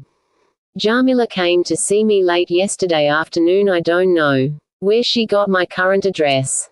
I wasn't home. She left a letter for you and a penciled note asking me to send you the letter because although she has your address in the country, it doesn't seem safe enough to her. I haven't called Vlasta yet. I can't really bring myself to do so. After 9 I could only call her from the OC, and I telephoned so badly when surrounded by employees we don't have a booth that the switchboard operator generally refuses to connect me. I also forgot her surname, and what would I do if your father answered? I'd rather write her. It would probably have to be in Czech. You don't mention the lawyer. The ad will appear Wednesday for the RST time. Will possible responses be forwarded to Vienna? Monday. So there, it didn't take so long after all. I've received the 2 letters. From Salzburg. May things turn out well in Gilgen. Of course, it is already autumn, this cannot be denied. I'm doing badly, I'm doing well, whichever you prefer. Hopefully my health will, the opposite. I'll write about it in greater detail. I'm enclosing Jamila's letter. I responded to her visit with a pneumatic letter saying I'd be happy to send you her letter, but only if it didn't contain anything urgent, since I didn't think I'd have your address for another week. She hasn't written back. If it is possible, please send me a view of your apartment. Prague, August 26, 1920. Thursday. I read the letter in pencil RST. In Monday's letter I just skimmed over an underlined passage, then I preferred to leave it alone a while.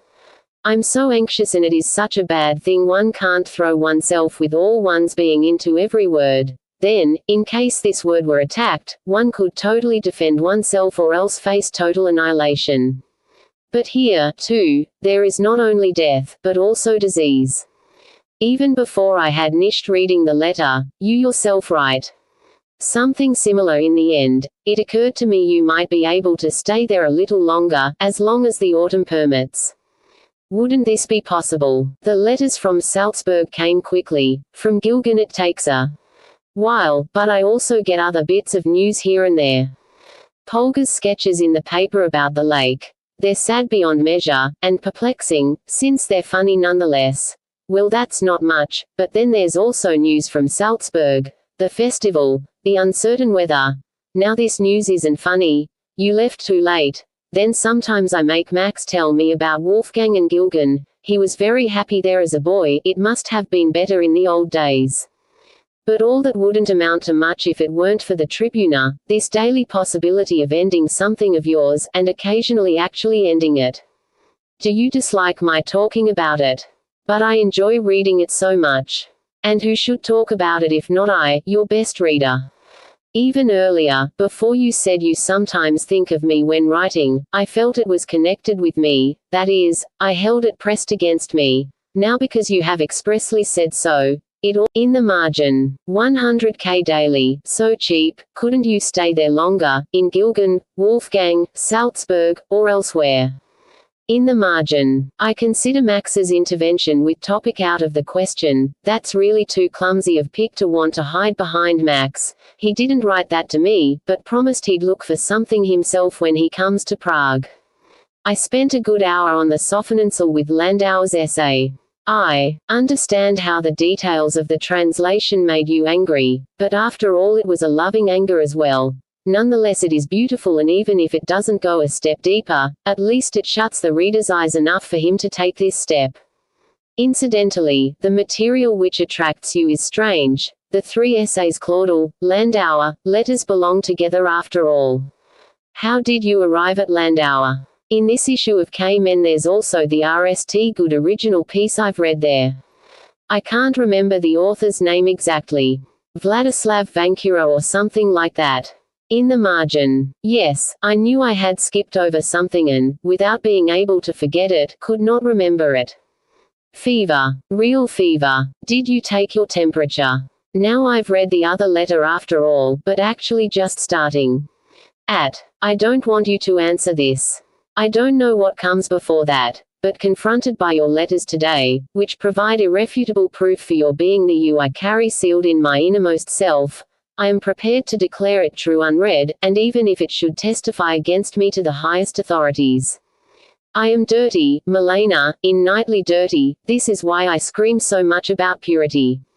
No one sings as purely as those who inhabit the deepest hell. What we take to be the song of angels is their song. In the margin. There's probably no swimming anymore. The view of your apartment, please. In the margin. Jarmila did write back after all, 3 lines, that her letter is neither urgent nor important and that she thanks me. Concerning Vlasta, I'm still waiting for your answer. For a few days now I've been performing my military service, or more correctly maneuvers, which is sometimes the best thing for me, as I discovered years ago. In the afternoon I sleep in bed as long as I can, then walk around for 2 hours, then stay awake as long as I can. But the catch is in this as long as I can. I can't for long, not in the afternoon, not at night, and still I'm practically wilted in the morning when I walk into the OC. The real treasure lies hidden in the deep of the night, in the 2nd, 3rd, 4th hour, but these days if I don't go to bed before midnight at the latest I am lost, and so are night and day. Nevertheless none of that matters. This being in service is good even when there are no results. Nor will there be any. It takes me half a year to loosen the tongue, and then I realize it is already over, that my permission to serve has expired. But as I said, it is good in itself, even if sooner or later the coughing intervenes tyrannically. Of course, the letters weren't that bad, but I really don't deserve this letter in pencil. Is there anyone in heaven or on earth who does? Prague, August 26. 27, 1920. Thursday evening. Today I did practically nothing except sit around and read a little here, a little there, but mostly I did nothing, or else listen to a very light pain working in the temples. All day long I was preoccupied with your letters, in agony, in love, in worry, and in an entirely inner-night fear of the inner night, which is inner night mainly because it is in nightly beyond my strength. At the same time I didn't at all dare read the letter a second time, and there is one half page I didn't dare read a rest time. Why can't one accept the fact that the right thing to do is live inside this very special tension which keeps suicide suspended? I tried to laugh at you when you occasionally said something similar. Why does one attempt instead to ease it, in petulance, and then burst out of it like an irrational animal, even loving this irrationality like an animal, thereby bodily absorbing all the disrupted, wild electricity, so that one is practically consumed? I don't exactly know what I'm trying to say with that. I'd just like to somehow intercept the laments coming from your letters. Not darkness, we are so much of one mind. I can believe it literally only every other moment. Friday. Instead of sleeping I spent the night with the letters, though not entirely voluntarily. That's still not the worst. Of course no letter arrived, but that in itself doesn't matter either. At the moment it is much better not to write every day. You realized this in secret before I did. The daily letters weaken instead of strengthen. One used to drink the letters to the last drop and immediately feel 10 times stronger. I'm talking about Prague and not Meran, and 10 times thirstier. But now it is all so serious. Now one bites one's lips while reading and nothing is as certain as the small pain in the temples. But even that is tolerable. Just one thing. Don't get sick, Milena, don't get sick. It's any if you don't write. How many days do I need to cope with 2 letters like yesterday's? A stupid question. A day's enough, but it shouldn't be because you're sick. I'm only thinking of myself here. What would I do? Most probably the same thing I'm doing now, but how would I do it? No, I don't want to think about that. And, at the same time, whenever I think of you, the clearest picture I have is always one where you're lying in bed, the way you were lying in the meadow in Geman that evening when I was telling you about my friend and you weren't paying much attention. And this isn't an agonizing picture at all, but the best I'm capable of right now. You're lying in bed, I'm nursing you a little, now and then I walk over to you and place my hand on your forehead. I sink into your eyes whenever I'm looking at you, and feel your eyes on me whenever I'm walking around the room, and all the time I am aware, with a pride I can no longer contain, that I am living for you, that I am allowed to do so, and that, in this way, I am beginning to thank you for the fact that you once stopped beside me and gave me your hand. Furthermore, this would only be a sickness which passes quickly, leaving you healthier than you were before, one which, without noise and pain. This doesn't cause me the slightest agony, but the idea you might fall ill far away. Here's the ad. It could probably have been a little wittier and easier to understand, particularly the Vienna schools of business and languages are standing there senselessly, deserted. In any case, the comma after teacher wasn't mine. By the way, tell me what you'd like to have improved and I'll have it changed for the next run. For now it has appeared on the 26th and will appear next on the 1st, 5th, and 12th. It turns out Max really isn't able to mediate. Topic did indeed publish Tycho Brahe. Since then, however, another Jewish political brochure was supposed to appear. It had already been accepted. But then because of lack of paper, printing costs, etc. it was once again rejected. So he's actually fallen out with topic. Prague, end of August, 1920. What I said still holds. I cannot force it on myself, but that only has to do with the following insofar as your Suering will still bring me some good. Your Suering still cares for me, not by allowing me to approach with money, but by letting me participate in some way, from a distance, from very far away whenever I'm allowed to, of course. Still I'm not afraid you're going to refuse me, since there isn't any reason to do so. I'm just afraid you won't want to go to a sanatorium even now. And yet you liked cruisin' so much, for example. You have 1000K from your father, correct? Or 1200, right? 1000K is the least I can send you each month. That's 8,000 Austrian krone all in all. The sanatorium won't cost more than 250K a day. And this way you can stay there through the fall and winter, and if not in cruisin', then somewhere else.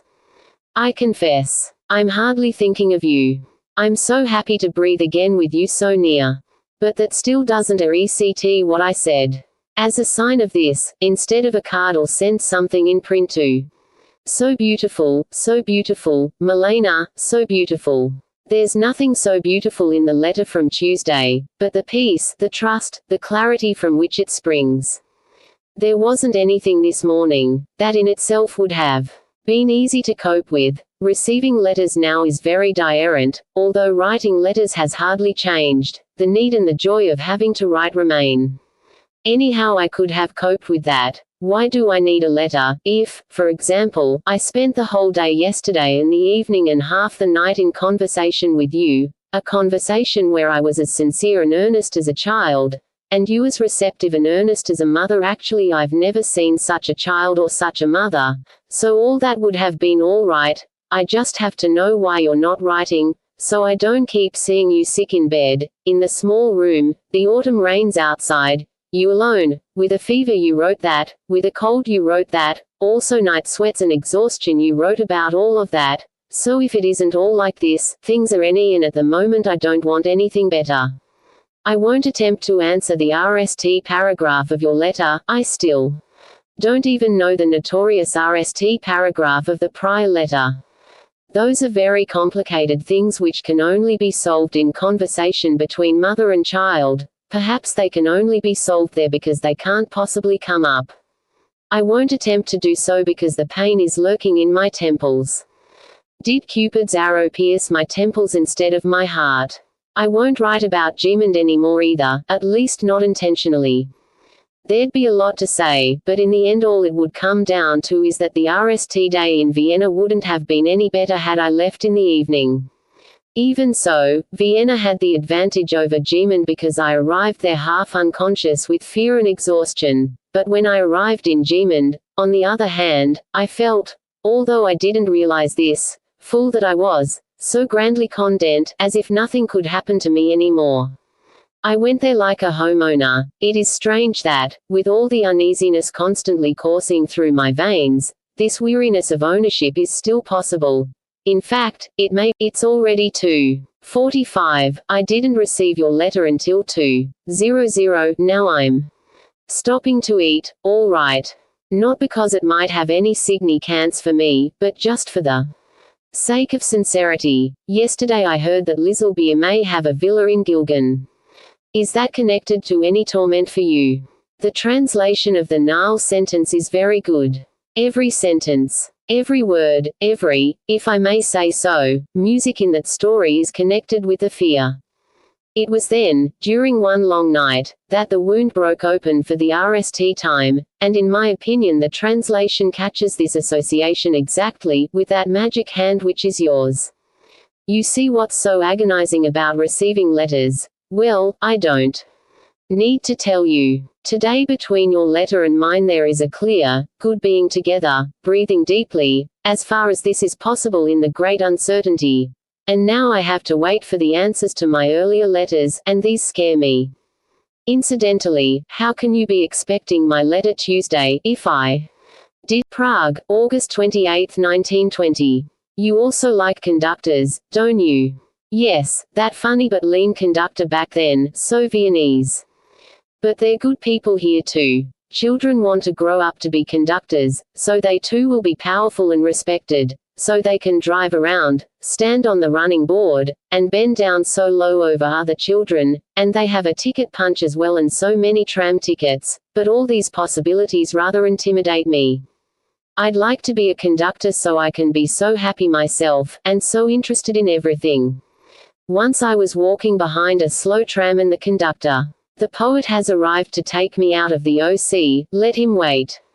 Until I'm nished with the conductors was on the rear platform leaning over and shouting something to me, which I couldn't hear due to the noise on the Josephsplatz. He was also waving his arms excitedly, wanting to show me something, but I couldn't understand what, and meanwhile the tram was moving further away and his ears were becoming more and more hopeless. At last I understood. The golden safety pin on my collar had come undone and he had been trying to call my attention to it. I thought about that when I boarded the tram this morning, as dull as a sick ghost. Following last night, the conductor gave me change for 5k, and in order to cheer me up, not exactly me, as he hadn't looked at me at all, he just wanted to cheer up the atmosphere, he made some friendly remark which I couldn't hear about the bills he was handing me, whereupon a gentleman standing beside me also smiled at me in recognition of the distinction I had received. I could only answer by smiling myself, and so everything became a little better. If it could only cheer up the rainy sky above. Street. Gilgan. Prague, August 29th. 1920. Sunday. An unusual error yesterday. Yesterday at noon I was so happy because of your letter from Tuesday, and when I reread it in the evening it turned out to be essentially the same as the last letters. It is far more unhappy than it admits. The error proves how much I cling to whatever part of you I can, and how I'd like most of all to run with it somewhere in the desert, somewhere, so that no one can take it away from me. Because I had come running into my room after dictation, because your letter surprised me there, because I read it over greedily and gladly, because nothing seemed to be written against me in bold type, because by chance my temples were only quietly knocking, because I was just light-minded enough to imagine you bedded down in the peace and quiet of forest, lake, and mountains. For all these reasons and more, none of which had the slightest thing to do with your letter and your real situation, what you wrote struck me as happy and I replied with corresponding nonsense. Monday. Dear Milena, how uncontrolled, how much being tossed to and fro on a sea which refuses to swallow one up out of sheer malice. Recently I asked you not to write me every day. This was sincere. I was afraid of your letters. If on occasion one didn't come I felt calmer. Whenever I saw one on the table I had to gather all my strength. Which was far from enough. And today I would have been unhappy if these cards had not arrived. I have appropriated both. Thank you. OC work. Of all the generalities I've read about Russia up to now, the enclosed essay made the greatest impression on me, or more accurately, on my body, my nerves, my blood. Incidentally, I did not take everything exactly as it is written there. I rearranged it for my orchestra. Since the whole thing is a fragment anyway, I tore the conclusion. It contains accusations against the communists which don't belong in this context. This address with its short words, one underneath the other, sounds like a litany, a eulogy, doesn't it? Prague, August 31st, 1920. Tuesday. What you write about me is terribly smart. I don't want to add anything, just leave it the way it stands. There's just one thing, something you also mention. I would like to state a little more openly. My misfortune is that I consider all human beings to be good, naturally above all the ones I consider the most eminent. Both with my mind and with my heart. A man just came in and was shocked because I was making a face which expressed these opinions to the void. My body, however, simply cannot believe these people will stay that good once they really have to. My body is afraid and would rather crawl slowly up the wall than await this trial, which really would, in this sense, redeem the world. Once again I'm starting to tear up letters, one last night. You're very unhappy because of me, probably combined with other things. It is all a mutual ECT. Say it more and more frankly. Of course it takes time. Yesterday I was at the doctor's. Contrary to my expectations, neither he nor the scales nd me improved. On the other hand, I'm no worse. But he thinks I should leave. After I explained why, he quickly agreed that southern Switzerland was out of the question, and immediately named 2 sanatoria in Lower Austria as the best, without any coaching from me. Sanatorium Grimmenstein Drive, Frankfurter, and Sanatorium Wienerwald, although at the moment he doesn't have the address of either one. When you get a chance, could you please ND that out, at a pharmacist's, from a doctor, in a postal or telephone directory. There's no hurry. Nor does this mean I'm leaving. Those institutions are exclusively for the lung, houses that literally cough and shake with fever day and night, where you have to eat meat, where former hangmen dislocate your arm if you resist injections, and where Jewish doctors look on, stroking their beards, callous toward Jews and Christians alike. In one of your last letters you wrote something I don't dare take these last letters out. It is also possible that in glancing over them I misunderstood this. That's the most likely possibility about your situation they're coming to. I reread your letter and take back the terribly, some things are missing there and there are a few things too many, so it is merely smart. It's also difficult for people to play tag with ghosts. You saw Blay. What's he up to? I can easily believe the whole thing was silly, also that you were left with conflicting opinions. Of course, there's an element of beauty as well, just that this is about 50,000 miles away and refuses to come, and if all the bells of Salzburg were to begin ringing it would cautiously retreat another several thousand miles. Prague, September 1, 1920. Wednesday. No letter today. It is silly. I take exception when a letter doesn't come, and when one does come I moan, but in this case I'm allowed to do that. You know that neither one nor the other is a genuine complaint. Jamila came by my OC today, so I've seen her a second time. I don't know exactly why she came. She sat at my desk, we spoke a little about this and that, then we stood at the window, then at the table, then she sat down again, and then she left.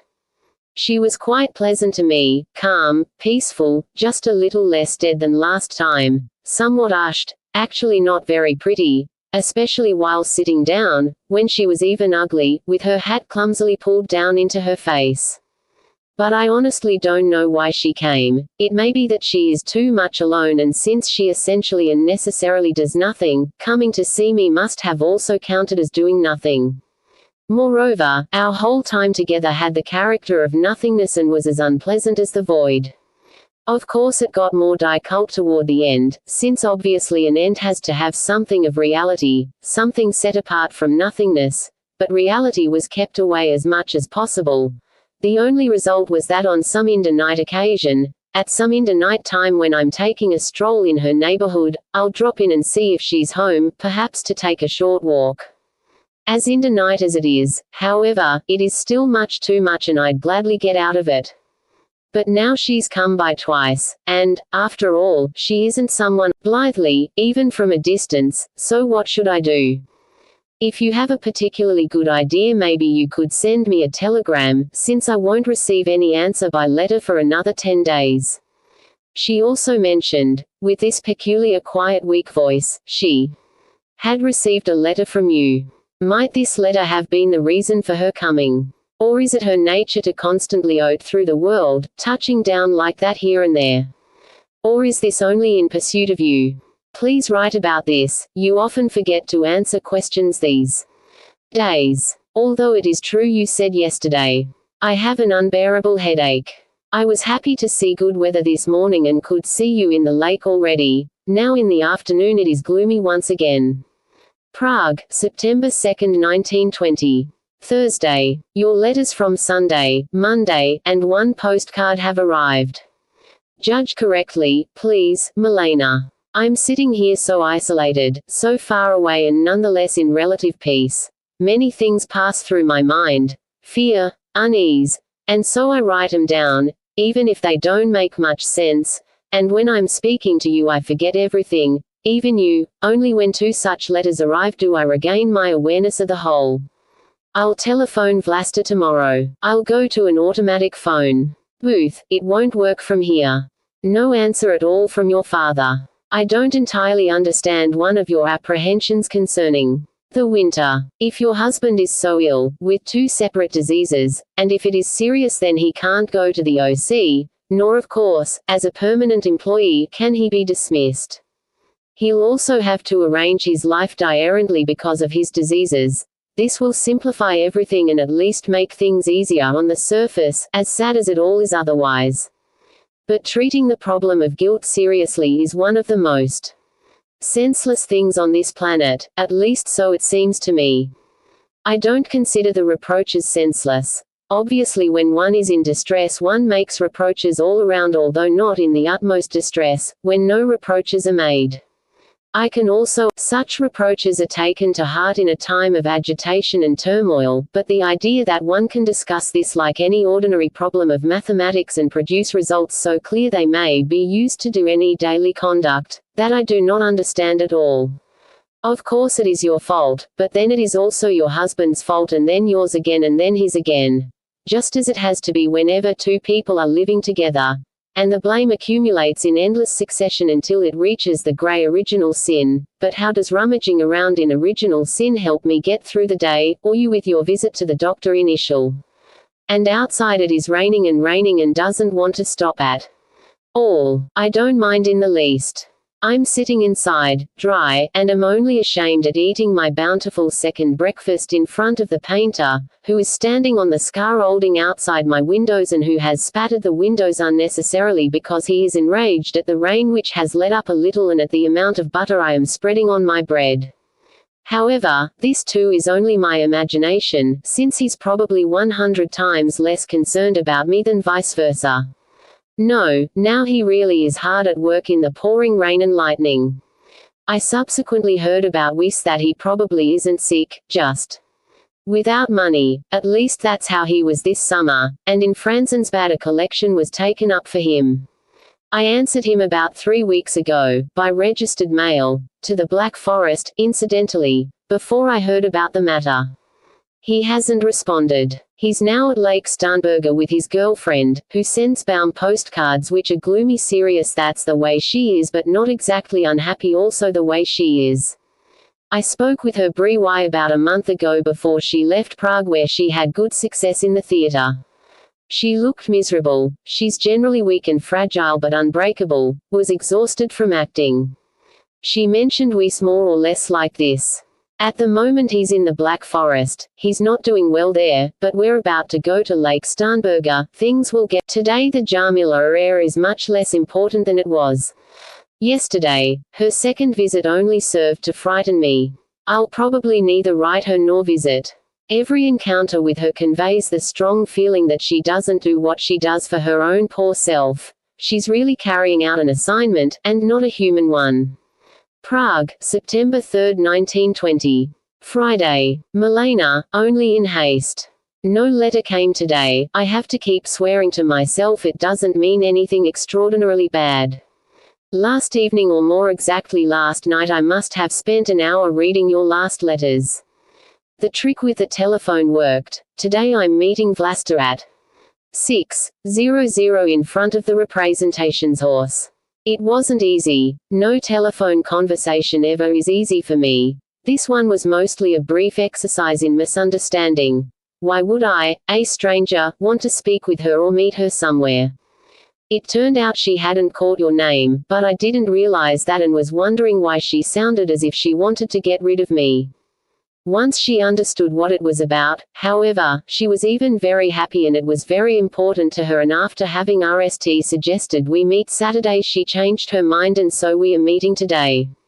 Yesterday at Max's I saw a letter from your husband concerning the authorization. Calm writing, calm language. Here Max will probably be able to help.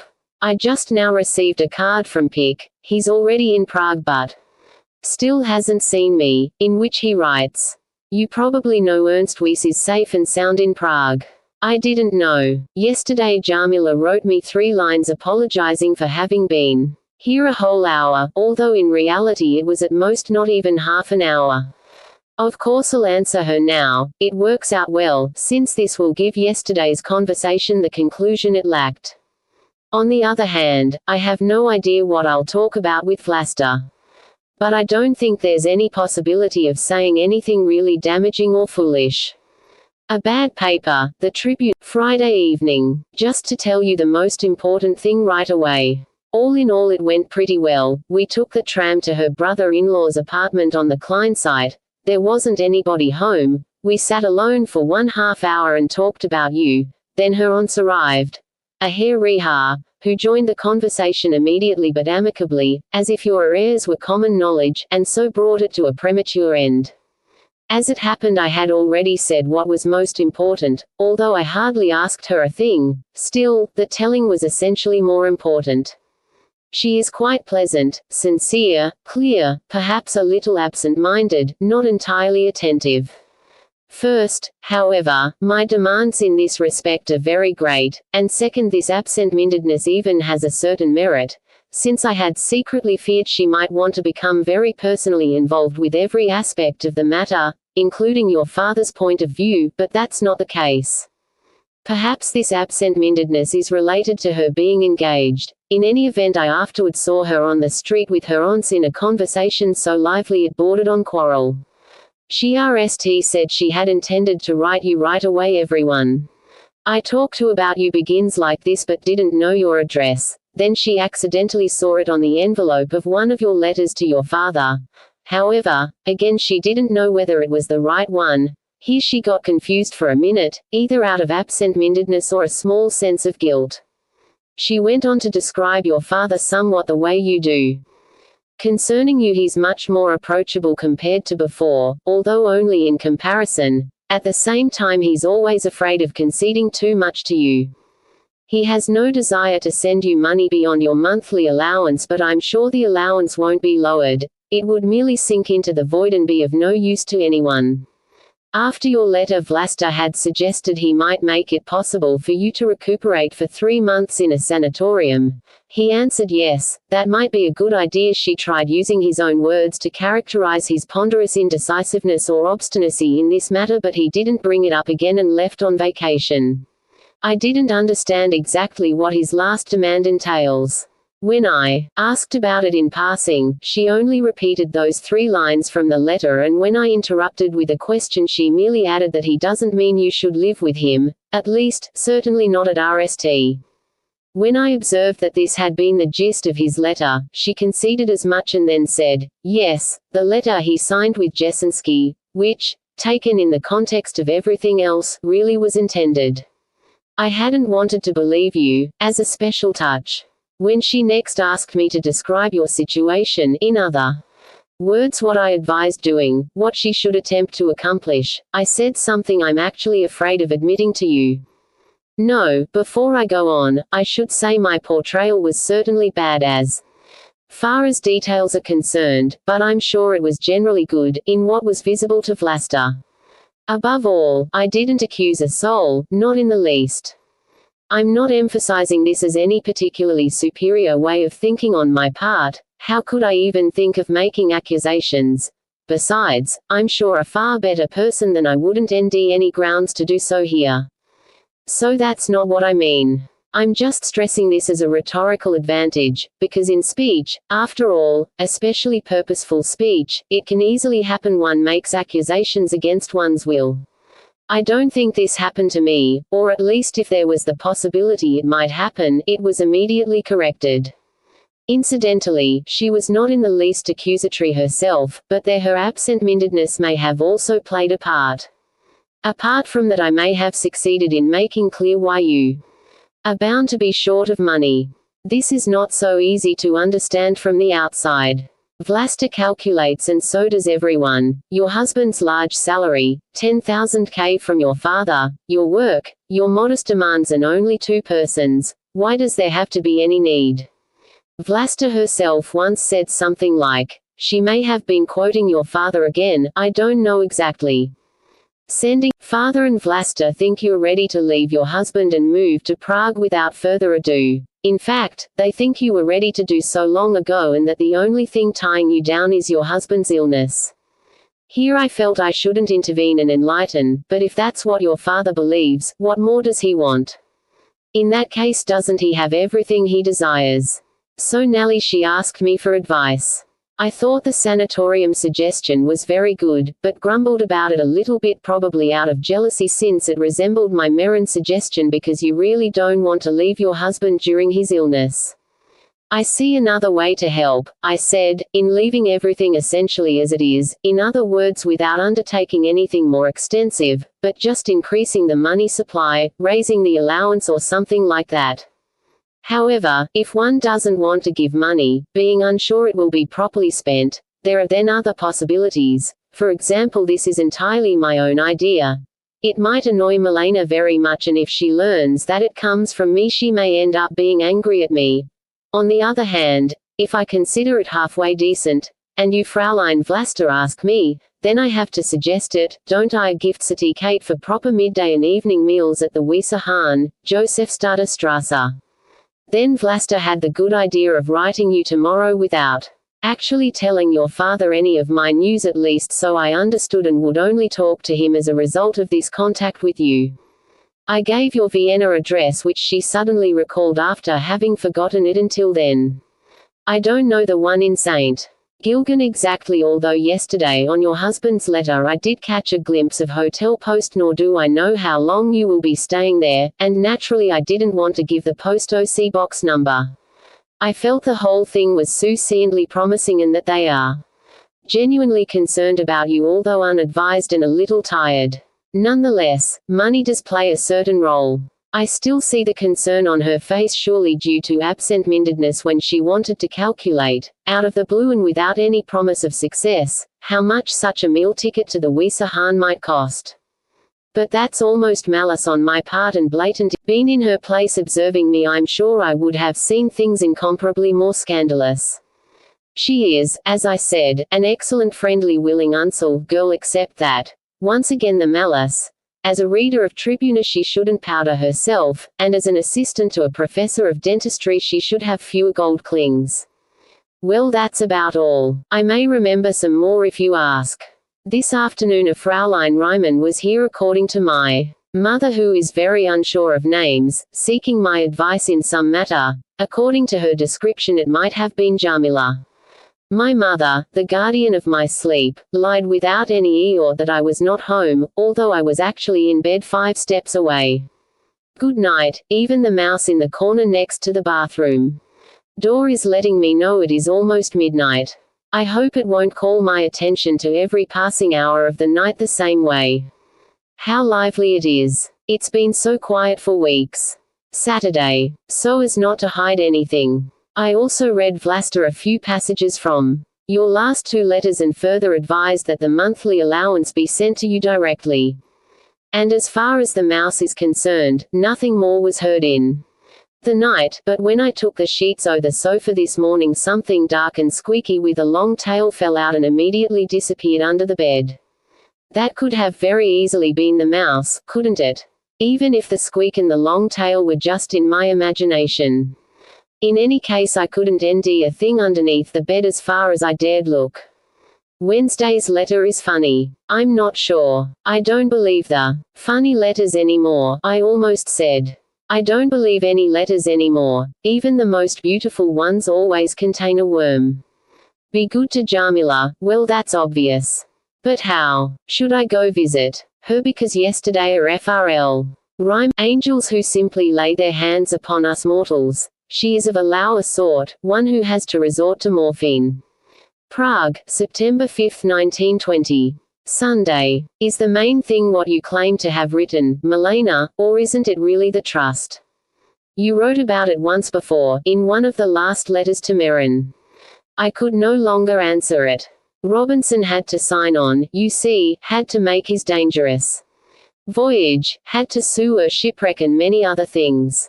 I would only have to lose you and would already be Robinson. But I'd be more Robinson than he. He still had the island and Friday and many various things, and Nellie the ship that took him away and practically turned everything into a dream. I wouldn't have a thing, not even my name, since I've given that to you as well. That's why I'm independent of you to a certain extent, precisely. Because the dependency transcends all bounds. The either-or is too great. Either you are mine, in which case it is good, or else I lose you, in which case it is not actually bad but simply nothing at all. No jealousy, no suing, no anxiety, nothing at all.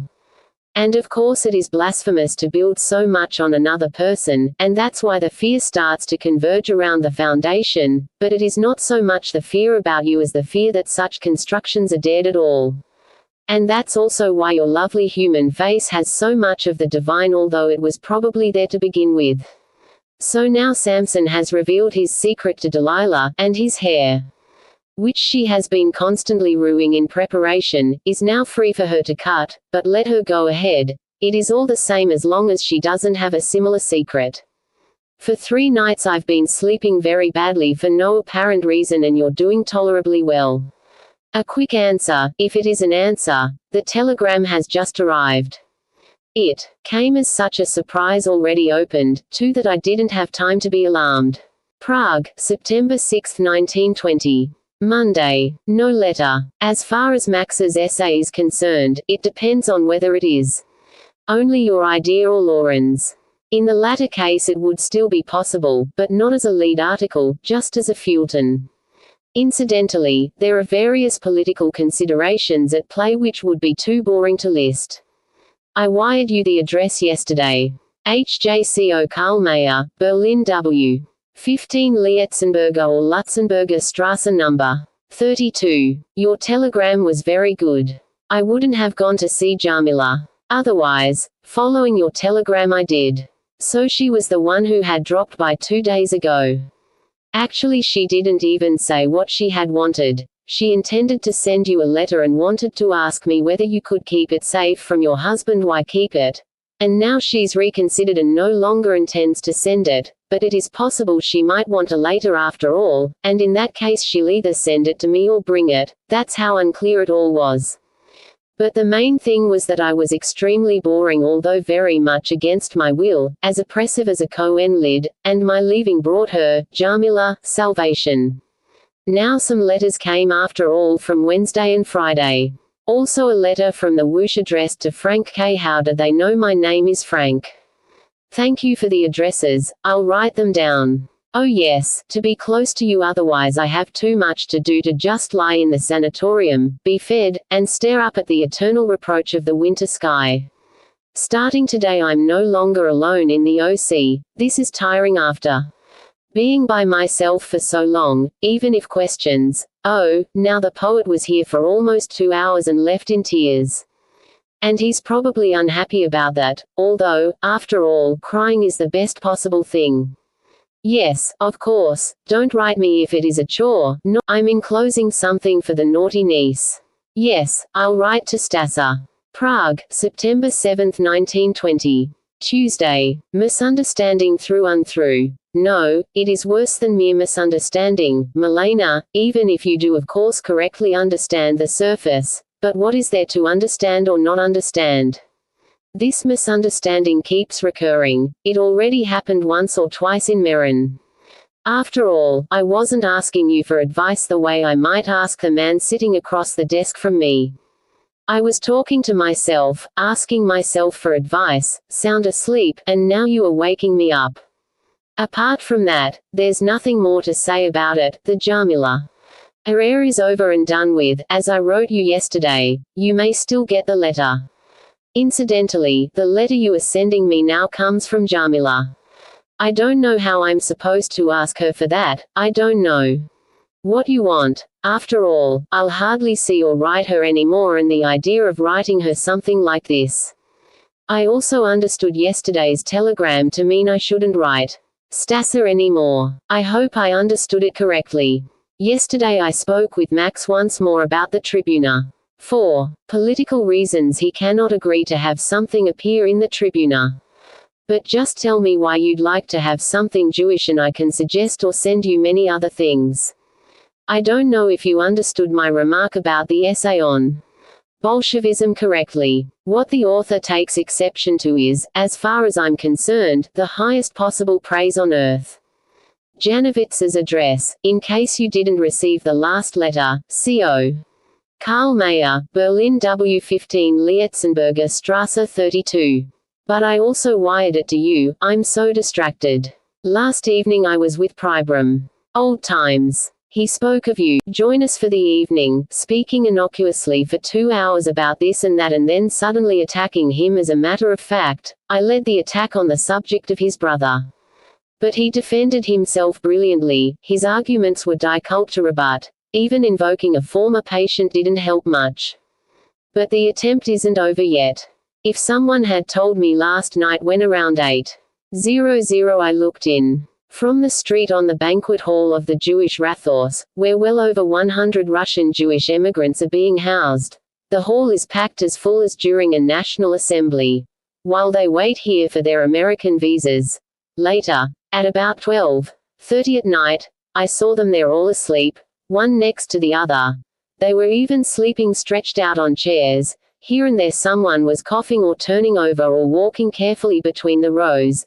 The electric light is on throughout the night. If someone had told me last night I could be whatever I wanted, I would have chosen to be a small Jewish boy from the East, standing there in the corner without a trace of worry, his father talking with the men in the middle of the hall, his heavily clad mother rummaging through the bundles they have brought for the journey, his sister chatting with the girls and scratching in her beautiful hair, and in a few weeks one will be in America. Of course it is not that simple. There have been cases of dysentery, there are people standing outside shouting threats through the window, there's even eating among the Jews themselves. 2 have already gone at one another with knives. But if one is small, able to grasp everything quickly and judge it properly, then what can happen? And plenty such boys were running around there, climbing over the mattresses, crawling underneath chairs and lying in wait for the bread which someone, they are all one people, was spreading with something. It is all edible. Prague, September 10, 1920. Friday. Your telegram just arrived. You're absolutely right. The way I took care of it was disconsolately stupid and clumsy, but nothing else. Are rendered worthless by our replies. Now we have to stop writing one another and leave the future to the future. Since I'm only allowed to telephone Vlasta and not write her, I won't be able to tell her until tomorrow. Prague, September 14, 1920. Tuesday. Today 2 letters came and the picture postcard.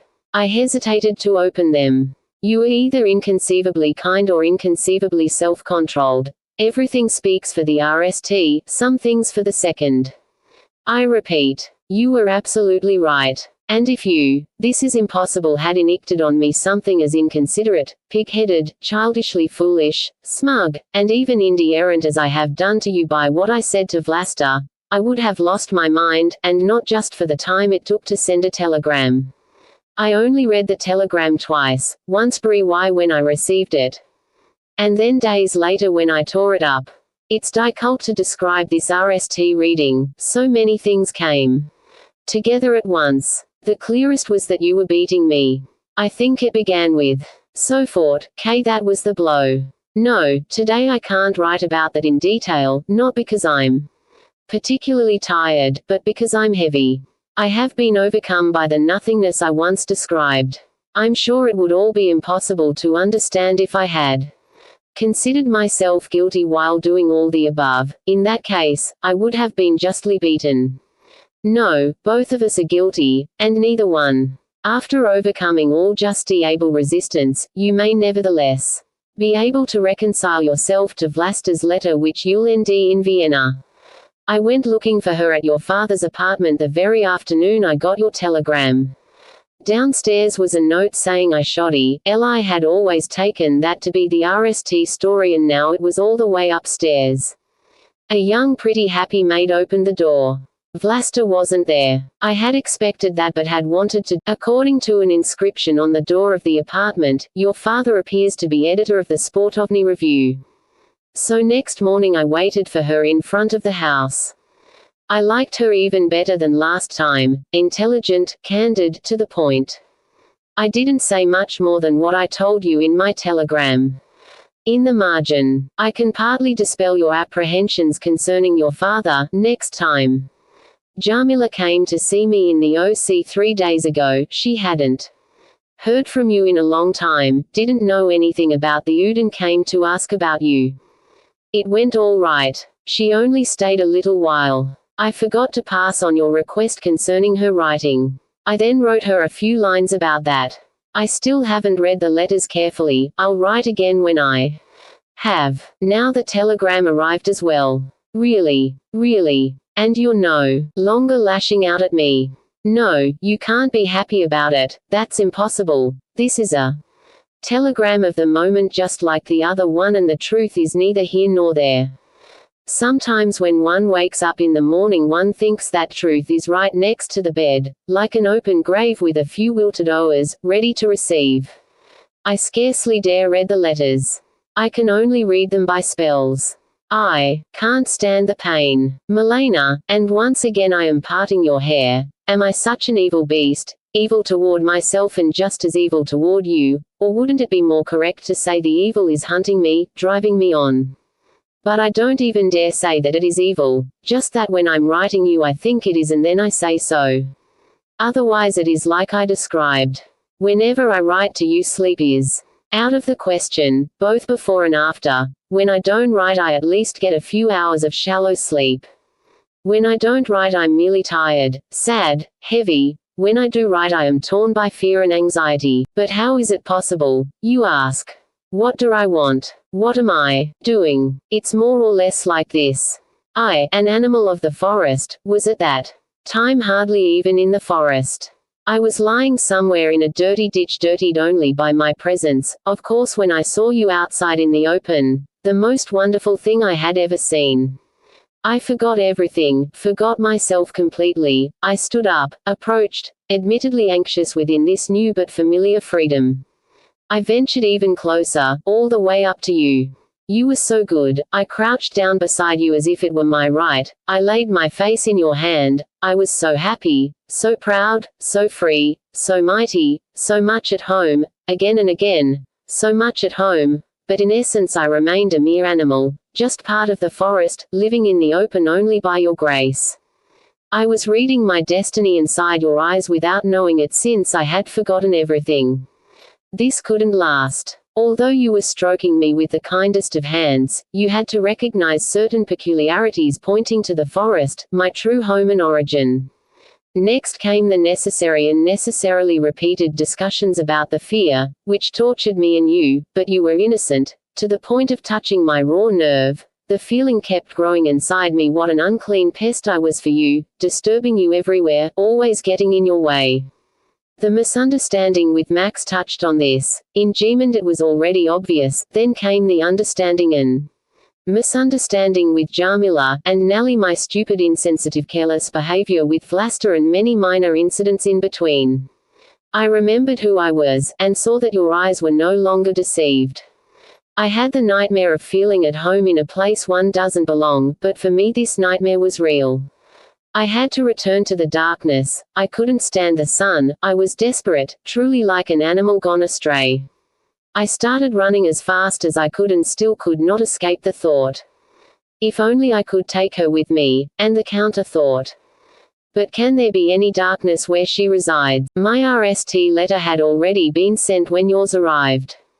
Apart from whatever might be underneath, under such things as fear, etc., and which nauseates me, not because it is nauseating but because my stomach is too weak. Apart from all that, it may be even simpler than you say.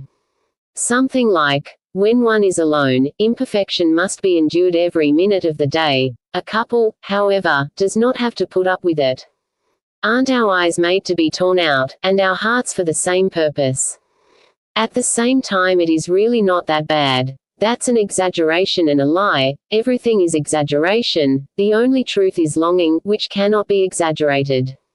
But even the truth of longing is not so much its own truth. It is really an expression of everything else, which is a lie. This sounds crazy and distorted, but it is true.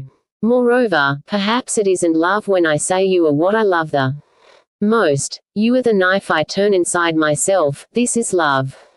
Incidentally, you say the same thing. They lack the strength to love. Shouldn't that see to distinguish between beast and man? Prague, September 15, 1920. Wednesday. There's no law preventing me from writing you again and thanking you for this letter, which contains perhaps the most beautiful thing you could have written me. I know that you, apart from that, however, you have been in agreement with me. For a long time that we should now stop writing one another. It was only by accident that I happened to say it, you could have said it just as well. And since we both agree, it is pointless to explain why not writing will be good. The only bad thing is that I'll then have almost no possibility of writing you at all from now on. You shouldn't ask at the post OC, or else just the possibility of sending you a postcard without any text, which means a letter is waiting for you at the post OC. It goes without saying you should write to me whenever it is at all, although one inside Czechoslovakia for a few months. Since no one responded to your ad, which isn't strange, there's probably less interest in Czech this year. Maybe you could accept this proposal. That isn't advice. The thought just makes me happy. There's no doubt I handled the matter with Vlasta very badly, but not as badly as it seemed to you in your initial moment of fright. First of all, I didn't go as a petitioner, and even less in your name. I went as a stranger who knows you well, who has some insight into the situation in Vienna and who had, moreover, just received 2 sad letters from you. Admittedly, I went to Vlasta in your interest, but every bit as much in your father's interest as well. The gist of my presentation, which was clear although not stated expressly, was, at this point Milena's father will not achieve the victory of her returning voluntarily, humbly, and convinced. That's out of the question, but I'm sure it is entirely possible for her to be brought back to him 3 months from now critically ill. And that probably isn't a victory and is certainly nothing to strive for, is it? That was one thing, the other was about money. I portrayed it just the way I saw it, in the face of those 2 letters, which cancelled any further reaction on my part. It seemed to me that every time I falsified something in my account of Vlasta, I would bring you down another notch in Vienna. It wasn't exactly like that. This is the Jewish lawyer speaking, always quick with his tongue, but still it was partly like that. So I said something to this EECT. Her husband spends his own salary almost all by himself. There's nothing to argue about. Milena wouldn't have it otherwise. She loves him the way things are and doesn't want it any different. In fact, it is partly her own doing. In any case, she consequently has to take care of everything else, even including her husband to some degree, although not his meals, since he doesn't even earn enough for himself, because of the monstrous ination in Vienna. Now it is true she could nonetheless afford all that and would be happy to do so, but she only reached that stage last year. After all, when she left home she was pampered, inexperienced, without any real idea of her strengths and capabilities. Provide for the household completely and by herself, giving private lessons, teaching in schools, translating, writing. But as I said, that didn't happen until last year. For 2 years before that, money had to be borrowed, and these debts in turn cost money. They are impossible to pay from this work alone. Moreover, they cause pressure and torment. They make it impossible to put things in order and make it necessary to sell what they have. They force her to work excessively, and I didn't cover up your carrying wood, carrying luggage, the piano, and ultimately fall ill. That's the way it is. I'm not saying goodbye. There isn't any goodbye, unless gravity, which is lying in wait for me, pulls me down entirely. But how could it, since you are alive? Prague, September 18, 1920. You cannot, Milena, exactly understand what it is about, or in part was about. I don't even understand it myself. I am shaking from the eruption. You can torture me to the point of insanity, but what it is and what it ultimately wants I do not know. I only know what it wants at the moment: quiet, darkness, crawling somewhere, and I must obey. I have no other choice. It is an eruption and will pass and has already passed in part, but the powers which call it forth are always trembling inside me, before and after. Indeed, this subterranean threat constitutes my life, my being. If it ceases, I cease. It's how I participate in life. If it ceases, I give up living, as easily and naturally as you close your eyelids. Wasn't it always there, as long as we've known each other, and would you have even stolen a glance at me had it not been there? Obviously one can't turn this around and say, now it has passed. And I'm nothing but calm and happy and grateful in our new togetherness. This cannot be said, although it is almost true. The gratitude is absolutely true, the happiness only to a certain extent, and the calm is never true because I will always frighten and be frightened, most of all by myself. You mention the engagements and similar things. Of course it was very simple, not the pain, but it's EECT. It was as if one had lived a dissolute life, and was suddenly arrested as punishment for all one's debauchery, and one's head were placed in a vice, with screws on both temples. Then, as the screws were slowly tightened, one would be forced to say, "Yes, I'll stick with my dissolute life," or "No, I'll give it up." Of course one would bellow no until one's lungs burst. You're also right to place what I've now done in the same category as the old things. After all, I can only go on being the same person and go on living the same life. The sole difference is that I already have experience. I don't wait with my screaming until they tighten the screws to force the confession. I start screaming as soon as the screws are brought out. In fact, I'm already screaming the minute something starts to move in the distance, so over-alert has my conscience become. No, not over-alert, not nearly alert enough. But there is another difference as well. You can stand the truth like no one else, and one can tell you the truth both for one's own sake and for yours. In fact, one can even discover one's own truth directly through you. But you are wrong to speak bitterly of my begging you not to leave me. In this regard I was no different then than I am today. I was living. Oh, your gaze, this isn't any special dichotomy of your person. In such a gaze anyone can be divine. I wasn't standing on solid ground, and this is what I feared so much. But I didn't realize it exactly. I had no idea how high I was floating above my earth. This was not good. Not for you, not for me. One word of truth, one word of the inevitable truth was enough to bring me down a notch, another word another notch, until Nelly there's no longer any stopping and one is suddenly crashing to the ground and still it feels too slow. I'm not giving any examples of such truth words on purpose. That could only lead to confusion and would never be wholly correct. Please, Milena, come up with another way for me to write you. Sending fake cards is too dumb. Also I don't always know which books to send you. Nelly, the idea you might wind up going to the post OC Monday evening. So Wednesday you'll go to the post OC and there won't be any letter. Yes, there will be the one from Saturday. I couldn't write in the OC because I wanted to work and I couldn't work because I was thinking about us. This afternoon I couldn't get out of bed, not because I was too tired but too heavy. This word keeps recurring. It is the only one that tears me. Do you really understand it? It's something like the heaviness of a ship that has lost its rudder and says to the waves, "I'm too heavy for myself and too light for you." But it is not exactly like that either. It can't be expressed by analogy.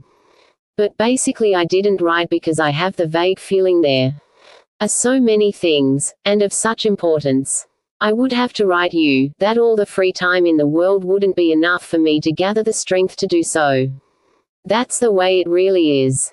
So since I can't say anything about the present, there's even less for me to say about the future. I literally just this minute climbed out of my sickbed seen from the outside. I'm still clinging to it, and would like most of all to return there. Despite the fact I know what it means, this bed. What you, Milena, wrote about the people, they lack the strength to love, was correct, even if you didn't think so while writing it. Perhaps their strength to love consists solely in their ability to be loved. And even this is weakened by a further distinction which exists for these people. When one of them says to his beloved, "I believe you love me," it is actually something completely different and much less than when he says, "I am loved by you." But these aren't really lovers, they're just grammarians. Imperfection as a couple was actually a misunderstanding in your letter. I didn't mean to say anything more than, "I am living in my dirt, that's my business." But dragging you down into it is an entirely different matter, not only as a transgression against you, that's incidental. I don't believe a transgression against another person could disturb my sleep, insofar as it only concerns the other person. So it isn't that. Rather the terrible thing is that you make me so much more aware of my dirt and, above all, that this awareness makes salvation so much more difficult for me. No, so much more impossible. It is impossible in any case, but here the impossibility increases. This makes my forehead break out in a fearful sweat. That it could be any fault of yours, Milena, is out of the question. But it was wrong and I regretted very much making comparisons to older events in my last letter. Let's erase this together. So you really aren't sick. Prague, September 1920. Of course, Milena, you possess property here in Prague. No one's challenging that except the knight, which is eating for it, but at GHTS for everything. But what property? I'm not making it smaller than it really is. It is something so big, in fact, it could even eclipse a full moon up in your room. And you won't be afraid of so much dark. Dark without the warmth of darkness. So you can see how I'm keeping myself occupied. I'm enclosing a drawing. There are 4 posts, with poles running through the 2 middle ones to which the delinquent's hands are fastened. Poles for the feet are run through the 2 posts on the outside. Once the man is thus secured, the poles are slowly pushed outward until the man is torn apart in the middle. The inventor is leaning against the column with his arms and legs crossed, putting on airs as if the whole thing were his original invention. The reason I ask if you won't be afraid is because the person you write about does not exist and never did exist. The one in Vienna did not exist, nor did the one in Gemund, but if anyone did, it was the latter, and may he be cursed. This is important to know because, in case we meet, the Viennese or even the man from Gemund will reappear, in all innocence, as if nothing had happened, whereas down below the real person, unknown to all and to himself, who exists even less than the others but is more real than anything, why doesn't he now climb up and show himself, will rise menacingly and destroy everything once again. Prague, September 1920. Yes, Mitsuku was here, things went quite well. But if it is at all possible I won't write about other people anymore. They're getting mixed up in our letters is to blame for everything. But that's not why I'm no longer going to write about them after all. They aren't to blame for anything, they merely cut a path for the truth and whatever wants to follow. I don't want to punish them with that, in case this might be considered a punishment. It just seems to me they no longer tea here. It's dark here, a dark apartment where only the inhabitants can end their way, and only then with difficulty. Did I know it would pass? I knew it would not. When as a child I had done something very bad, although nothing bad or nothing all that bad in the public sense of the word, but something very bad in my private sense, the fact that it wasn't publicly acknowledged as bad didn't vouch for my merit as much as it showed the world was blind or asleep. I was amazed that everything continued along its course unchanged. The grown-ups, although somewhat gloomy, kept moving around me unchanged, and their mouths stayed shut and quiet, in a natural way, which I had admired from below since my earliest childhood. All this led me to conclude, after having watched a little while, that I couldn't have done anything bad, in any sense. What later this notion of my surroundings changed. First I began to believe that other people paid careful attention to everything, further that they expressed their opinions clearly enough, just that my eye wasn't sufficiently sharp, although I soon exed that. But in the second place, although I was still amazed at how imperturbable the others were, if indeed they were so, this still could not be counted as evidence which might be used on my behalf. Fine, so they didn't notice anything, nothing from my being entered into their world. As far as they were concerned I was irreproachable. Thus the way of my being, my way, led outside their world. If this being was a stream, then at least a strong branch owed outside their world. No, Milena, please, I beg you to come up with another possibility. For writing. You shouldn't go to the post OC in vain, not even your little postman. Where is he? Should do so. Even the woman at the counter in the post OC should not be asked unnecessarily. If you don't ND another possibility I'll have to put up with it, but at least make some ought to ND one. Yesterday I dreamt about you. I hardly remember the details, just that we kept on merging into one another. I was you, you were me. Finally you somehow caught Re. I remembered that Re can be smothered with cloth, took an old coat and beat you with it. But then the metamorphoses resumed and went so far that you were no longer even there. Instead I was the one on re, and I was also the one who was beating the re with the coat. The beating didn't help, however, and only confirmed my old fear that things like that can't hurt a re. Meanwhile the reman had arrived and you were somehow saved after all. But you were die errant than before, ghost-like, drawn against the dark with chalk, and you fell lifeless into my arms, or perhaps you merely fainted with joy at being saved. But here the transmutability came into play. Maybe I was the one falling into someone's arms. Paul Adler was here just now. Do you know him? If only the visits would stop. Everybody is so, their immediate life. I'm so afraid of them. Out of fear I'd like to read his eyes in order to uncover his every wish, and out of gratitude I'd like to kiss his feet, if he would just leave without asking that I return his visit. Alone I am still alive, but whenever a visitor comes by he literally kills me, just so he can then revive me with his own power, except he isn't powerful enough. Monday I'm supposed to go see him. The idea makes my head spin. Prague, September 1920. Why, Milena, do you write about our common future which will never be, or is that why you write about it? Even when we were discussing it in Vienna one evening, I had the feeling we were looking for somebody we knew very well and missed very much, and whom we consequently kept calling with the most beautiful names, but there was no answer. How could he answer, since he wasn't there, nor anywhere nearby? Few things are certain, but one is that we'll never live together. Share an apartment, body to body, at a common table, never, not even in the same city. I almost said just now, it seems as certain to me as the certainty that I won't get up tomorrow morning and go to work. I'm supposed to lift myself alone. I can see me carrying myself, as if I were carrying a heavy cross, pressed to the ground on my belly. I have to work hard just to crouch and lift the corpse a little bit above me. It is true, too. I'm sure I won't get up, but if getting up requires strength which is just a little more than human, that much I can attain. I can lift myself that much, but just barely. But don't take all this about getting up too literally. It isn't that bad. My getting up tomorrow is still more certain than the most distant possibility of our living together. Incidentally, Milena, you must agree when you examine yourself and me and take soundings of the sea between Vienna and Prague with its insurmountably high waves. And as far as the dirt is concerned, why shouldn't I go on exposing it, my sole possession, everybody's sole possession? I just don't realize this. The thought of death makes you anxious. I'm just terribly afraid of pain. That's a bad sign. To want death but not pain is a bad sign. Otherwise one can risk death.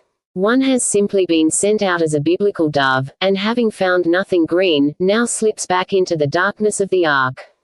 I have received the brochures about the two sanatoria. They couldn't possibly have contained any surprises, or at most regarding prices and the distance from Vienna.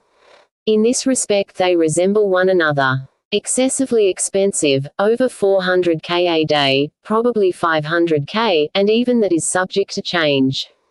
About 3 hours from Vienna by train and another half hour by carriage. Thus quite far, too, almost as far as Gemund, but with a local train. Incidentally, Grimmenstein seems to be a bit less expensive, and so in an emergency, but only in emergency, I would choose it. You see, Milena, how I neglect everything else and only think about myself incessantly, or more precisely about the narrow ground we share, which both my feeling and my will say is so crucial for us. I haven't even thanked you for K-Men and Tribuna, although once again you have performed so beautifully. I'll send you my own copy I have here on the table, but you may also want a few comments, in which case I'll have to read it again, and that isn't easy. I very much enjoy reading your translations of other people's writing. Was the Tolstoy conversation translated from Russian? The enclosure. So that you also receive something from me that makes you laugh for once. Je, on a Nevi, Koja by Jack Kindersek. M. Prague, September 1920. So you've had the U. Well, at least I don't have to reproach myself for having had particularly much fun here.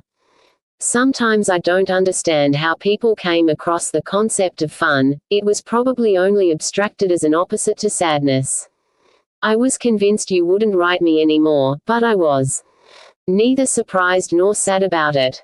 Not sad because it seemed necessary beyond all sadness, and because there probably aren't enough weights in the whole world to raise my poor small weight, and not surprised because I wouldn't really have before if you had said, "I've been friendly to you up to this point, but now I'm going to stop and leave you." Actually, all things are surprising, but that would have been one of the least surprising. It is so much more surprising, for instance, that one gets up every morning. But this is not some surprise that inspires confidence as much as a curiosity which can occasionally cause nausea. Do you deserve a good word, Milena? Apparently I don't deserve to tell you, otherwise I could. We'll see each other sooner than I think. I'm writing see, you. Write live together. However, I think we'll never live together and never will be able to, and I see this con roomed everywhere, in things which aren't even related. Everything is saying the same thing, and sooner than never is still just never. It turns out Grimmenstein is better anyway. The diarrhence in price is probably about 50k a day. Besides, in the other sanatorium you have to bring everything you need for the rest: cure, foot mew, pillows, blankets, etc. I don't have any of these. In Grimmenstein all this can be borrowed. In the Wiener Wald you have to pay a large deposit. In Grimmenstein you don't. Moreover, Grimmenstein is at a higher altitude, and so on. Anyway, I'm not leaving yet. Admittedly, I did feel bad enough for one whole week, a slight fever and such shortness of breath. I was afraid to get up from the table, also a lot of coughing, but that just appears to be the result of a long walk during which I talked a bit. It is a lot better now, so once again the sanatorium has become less important. Now I have the brochures right here. In the Wiener Wald the lowest price for a room with balcony and southern exposure is 380k. In Grimmenstein the most expensive room costs 360k. As disgustingly expensive as they both are, the diarrhence is just too great.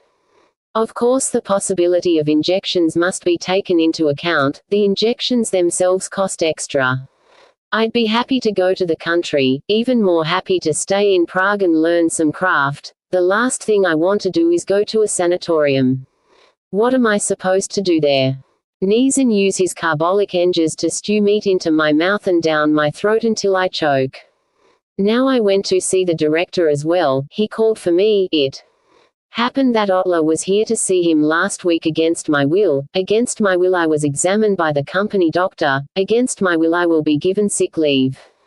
Kapek is alles. Apparently you assume there are mistakes.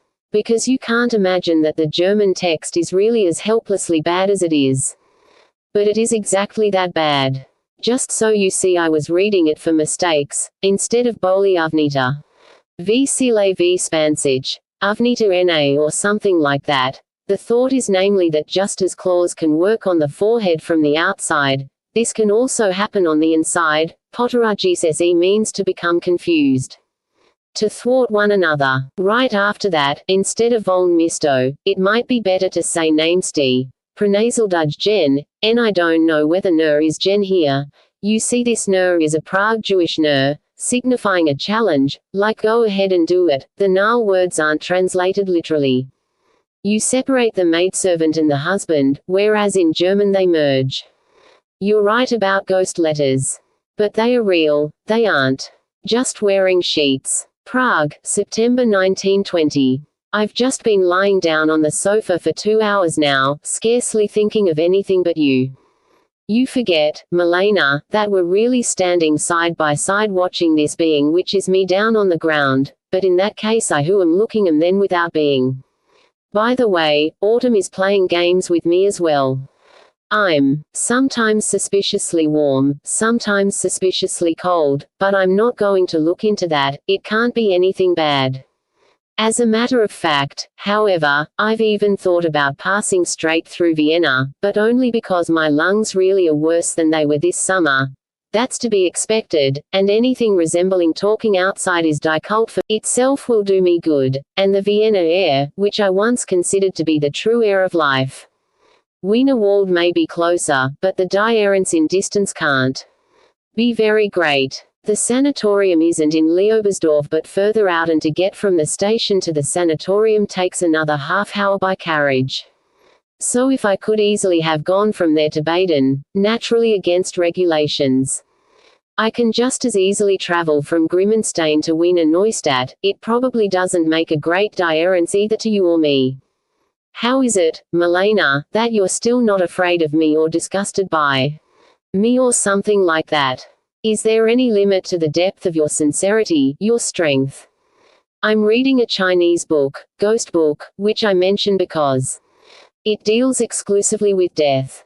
A man is lying on his deathbed, and in the independence gained by the proximity of death, he says, I have spent my life fighting the desire to end it. Then a pupil mocks his teacher, who talks of nothing but death. You're always talking about death and yet you do not die. And yet I will die. I'm just singing my last song. One man's song is longer, another man's is shorter. At most, however, they die by only a few words. That's true, and it is unfair to laugh at the lead singer in the opera, who sings an aria while lying on the stage, mortally wounded. We lie on the ground and sing for years. I also read Mirror Man. What immense vital energy. Just a little sicklied over in one place, but it is all the more exuberant everywhere else, and even the illness itself is exuberant. I nished it greedily in one afternoon. What is tormenting you now there? Before I always thought myself powerless to help you, but it is only now that I really am. And you are sick so often. Prague, October 22, 1920. Milena, I received this letter meant for Vlasta. Maybe it is a mix-up, a small misfortune, evidently designed to have me torment you this way. Dumb, since she would have realized she had my letter, if that were indeed the case. In any event, it was extraordinarily intelligent of me not to do so, or really not quite so intelligent, as it was mostly just the trouble involved holding me back. Anyway, the whole thing isn't all that bad, just a small entry in my catalogue of faults. Today, Friday, I received the enclosed letter from Illavy. It is completely insignificant in and of itself, but it can be seen as a slight intervention in our heirs, and consequently I would have tried to stop it had I known about it earlier. Illavy, an exaggeratedly modest, quiet person, and even little Illavy, as it recently said in Servan, when they were listing the Jews of the rightist party, was in some of my classes in high school. I haven't spoken with him in many years, and this is the RST letter I've ever received from him. Now it is almost certain I will leave. My cough and shortness of breath are forcing me to do so. I'm also sure I'll stay in Vienna and that we will see one another. Prague, October 27, 1920. You made me happy with the train schedule, which I'm studying like a map. At least one thing is certain. Nonetheless, I know I won't come for another 2 weeks, probably later. There are still some things in the OC holding me up. The sanatorium, which used to answer me readily and willingly, is now silent on the subject of vegetarian diets. What's more, I am literally rising to the trip like a nation, calling for a little more determination here and there, giving a little more encouragement to this person or that, until nearly everyone is ready, but unable to set out only because a child is crying. What's more, I'm almost afraid of traveling. Who, for instance, will put up with me in a hotel if I'm coughing the way I was yesterday, from 9:45 to about 11 without stopping? For the RST time in years I was in bed as early as 9:45. I then fall asleep but toss about in bed, and around 12 I again start coughing and continue till 1:00. I wouldn't dream of no more talk of knowing one another, and then once again we were split. I'd like to say more about that, but I'm choking and can't get it out of my throat. But perhaps you are right, perhaps other people can translate it better. I'm only repeating this sentence here so it won't get lost so unceremoniously. Incidentally, I received Ilavy's letter Friday, and it is strange that before the law appeared on Sunday. It's not my fault, at least not entirely, that the ad was not in Sunday's paper. Today is Wednesday. A week ago yesterday I gave the ad to the advertising OC. Incidentally, I had received your letter the day before. If the OC had sent the ad in right away, as they had promised, it would have been in Vienna on Thursday and in the paper on Sunday. I was almost sad when I didn't see it Monday. Then yesterday they showed me the note from the press saying it had arrived too late. Since it is supposed to run on a Sunday, and because it is probably again too late for this Sunday, it will appear the Sunday after. Prague, November 8, 1920. Yes, there was a slight lag, apparently because one of your letters got lost. So the ad nearly appeared yesterday. It seems you wanted check-up in the middle by itself. Unfortunately this is impossible, instead they prefer putting a senseless comma between practicing and teacher. Incidentally, I treated the advertising OC unfairly. I just came back from there and must admit, it is difficult to know human nature. I accuse the women working there of the following. One, that despite the fact I've given them enough ads already, they take payment apparently well in excess of the actual price, which they claim not to know, and they cannot be brought to calculate it correctly. 2, that it was their fault this ad was delayed. 3, that they didn't give me any receipt at all for the last payment. That is, for a payment on an announcement that is constantly being delayed and already half forgotten. 4, that they didn't pay any attention to me at all 2 weeks ago. When I requested the ad nearly appear on November 8 and in bold type, although admittedly the OC was full of people. So I went there today convinced the ad had not appeared. I, furthermore, thought I'd have to go to great lengths to clarify the unconfirmed payment, that they wouldn't believe me and that I'd wind up having to go to another OC, where I would be cheated even more. Instead of that, the ad did appear, correct, almost the way I wanted it, and when I started to order further ads the girls said I didn't have to pay anything more at the moment, they'd settle accounts with me after the ad appeared. Isn't that wonderful? One decides to keep on living a little while, at least through the afternoon, until the matter is once again forgotten. Prague, mid-November, 1920. Milena, forgive me, I may not have written enough lately, upset as I was about reserving the room in the sanatorium which now turns out not to have happened. I really am intending to go to Grimmenstein, but there are still some slight delays which a man of average strength who wouldn't be going to Grimmenstein in the RST place of course would have taken care of long ago, just not me. I've also now learned that, contrary to what the sanatorium had maintained, I do need a residence permit from the local authorities, who will probably grant it, but certainly not before I've sent the application. I've been spending every afternoon outside on the streets, wallowing in anti-Semitic hate. The other day I heard someone call the Jews a mangy race. Isn't it natural to leave a place where one is so hated? Zionism or national feeling isn't needed for this at all. The heroism of staying on is nonetheless merely the heroism of cockroaches which cannot be exterminated, even from the bathroom. I just looked out the window, mounted police, gendarmes with Xed bayonets, a screaming mob dispersing, and up here in the window this has been lying around for some time. I just couldn't bring myself to mail it. I was so locked up inside myself. Besides, I can only think of one reason why you aren't writing.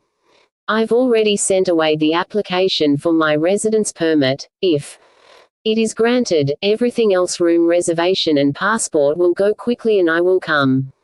My sister wants to accompany me as far as Vienna. She may come along. She wants to stay in Vienna for 1 or 2 days to take a small trip before she has her child, which is already in its 4th month. Ehrenstein. Well, according to what he wrote you, he's sharper than I thought. In light of this, I'd be happy to revise my impression of him, but since I won't be able to see him anymore, this won't be possible. I felt very much at ease with him, although it wasn't much more than a quarter of an hour. Not at all like a stranger, although we didn't reach the loftiest spheres either. It was something like the feeling I had in school about the boy sitting next to me, a feeling of being relaxed and not a stranger. I was good for him, he was indispensable to me, we were allied against all the terrors of the school. I pretended less with him than with anyone else, but it was essentially a very pathetic relationship. It was similar with E. I didn't feel any exchange of strength. He means very well and speaks well and puts in a lot of effort, but even if speakers like that were installed on every street corner, They still wouldn't make the day of judgment come any sooner, although they would make the present day more unbearable. Do you know, Tanya, the conversation between the Russian Orthodox priest and Tanya? It is, without meaning to be, a paragon of such helpless help. We watch Tanya die under this incubus of consolation. In himself I'm sure he is very strong. What he read aloud last night was uncommonly beautiful, again excepting a few passages in the book on Krauss. And as I said, he's also very observant, very sharp. By the way, he has almost grown fat. In any case he's massive and downright beautiful. How could you fail to notice that, and knows little more about thin people than that they're thin. But I'm sure that knowledge say for most. The journals are late. I'll explain why when I get a chance. In any case they will arrive. No, Milena, we do not have the shared possibility we thought we had in Vienna, not by any means. We didn't have it then either. I had been looking over my fence, holding myself up with just my hands, and then I fell back down, my hands completely lacerated. There must be other shared possibilities. The world is full of possibilities, only I still don't know what they are. Prague, mid-November 1920. That's the way it is with me too. I often think, I have to write you this or that, but then it turns out I can't. Maybe Sergeant Perkins has hold of my hand and only when he lets go for just a moment can I write you a quick word in secret. The fact you chose precisely this passage to translate is a sign we have similar tastes. Yes, torture is extremely important to me. My sole occupation is torturing and being tortured. Why? For much the same reason as Perkins and, just as thoughtlessly, mechanically, and in line with tradition, namely, to get the damned word out of the damned mouth. I once expressed the stupidity contained in this as follows: it doesn't help at all to recognize the stupidity. The animal wrests the whip from the master and ails itself in order to become the master, unaware that this is only a fantasy created by a new knot in the master's thong. Torturing is pathetic too, of course. After all, Alexander didn't torture the Gordian knot when it wouldn't come untied. Incidentally, this also seems to be in keeping with a Jewish tradition. The Venkov, which is now printing very much against the Jews, recently ran a lead article demonstrating that Jews ruin and corrupt everything, even agilantism of the Middle Ages. Unfortunately, it didn't explain in greater detail, only cited an English text. I'm too heavy to go to the university library, but I'd really like to know what the Jews were supposed to have in common with that medieval. I sent the books. I state expressly that it does not annoy me. In fact, it is the only even slightly sensible thing I've done in a long time. Ailes is out of print, and won't be available again until around Christmas. I took Chekhov instead. On the other hand, Babica is printed so badly it is practically illegible. Had you seen it you might not have even bought it. But I had my instructions. I'm only sending the rhymed spelling book to satisfy your immediate needs. RST I have to ND a good book for spelling and shorthand. Did you receive the letter I wrote explaining why the ad was delayed? Did you read any more about the sanatorium re? In any case, Grimmenstein will now become overcrowded and arrogant. How can H visit me there? After all, you wrote is in Meran. Your wish that I not meet your husband cannot possibly be stronger than my own. But unless he decides to come visit me, which he will hardly do, it is virtually impossible for us to meet. My trip is being postponed a little longer because I have things to do in the OC. You see, I'm not ashamed to write I have things to do. Of course, this could be work like any other. In my case it is half sleep, and just as close to death as sleep. The Venkov is very correct. Emigrate, Milena, emigrate. Prague, November 1920. You say, Milena, you don't understand it. Try to understand it by calling it a disease. It's one of the many manifestations of disease which psychoanalysis claims to have discovered. I do not call it a disease and consider the therapeutic part of psychoanalysis a helpless mistake. All these alleged diseases, sad as they may seem, are matters of faith, anchorages in some maternal ground for souls in distress. Consequently, psychoanalysis also maintains that religions have the same origin as diseases of the individual. Of course, today most of us don't feel any sense of religious community. The sects are countless and limited to individuals, but perhaps it only seems that way from our present perspective. On the other hand, those anchorages which are RMLYXed in real ground aren't merely isolated, interchangeable possessions. They are preformed in man's being, and they continue to form and reform his being as well as his body along the same lines. And this they hope to heal. In my case, one can imagine 3 circles, an innermost circle A, then B, then C. The center A explains to B why this man is bound to torment and mistrust himself, why he has to give up. It isn't giving up. That would be very occult. It is merely a having to give up, why he may not live. Wasn't Diogenes, for instance, very sick in this sense? Which one of us would not have been happy, when at last favored with Alexander's highly radiant gaze? But Diogenes pleaded desperately to let him have the sun, this terrible Greek sun, constantly burning, driving people mad. That barrel was full of ghosts. Nothing more is explained to C, the active human being. He simply takes orders from B. C acts under the greatest pressure. In a fearful sweat. Is there any other sweat that breaks out on the forehead, cheeks, temples, scalp, in short, around the entire skull? That's what happens with C. Thus C acts more out of fear than understanding. He trusts, he believes that A has explained everything to B and that B has understood everything and passed it on correctly. Prague, November 1920. I am not insincere, Milena, although I do have the feeling my handwriting used to be clearer and more open, am I right? I am as sincere as prison regulations allow, and that's a lot. Also the regulations are becoming more and more lax. But I can't keep up with that. It is impossible to keep up with that. I have one peculiarity which distinguishes me from all the people I know, not in essence, but very much in degree. After all, we both know numerous typical examples of the Western Jew. As far as I know, I'm the most Western Jewish of them all. In other words, to exaggerate, not 1 second of calm has been granted me. Nothing has been granted me. Everything must be earned, not only the present and future, but the past as well, something which is for the past. But as it is, I don't have the least bit of strength for all these obligations. I can't carry the world on my shoulders. I can barely carry my winter coat.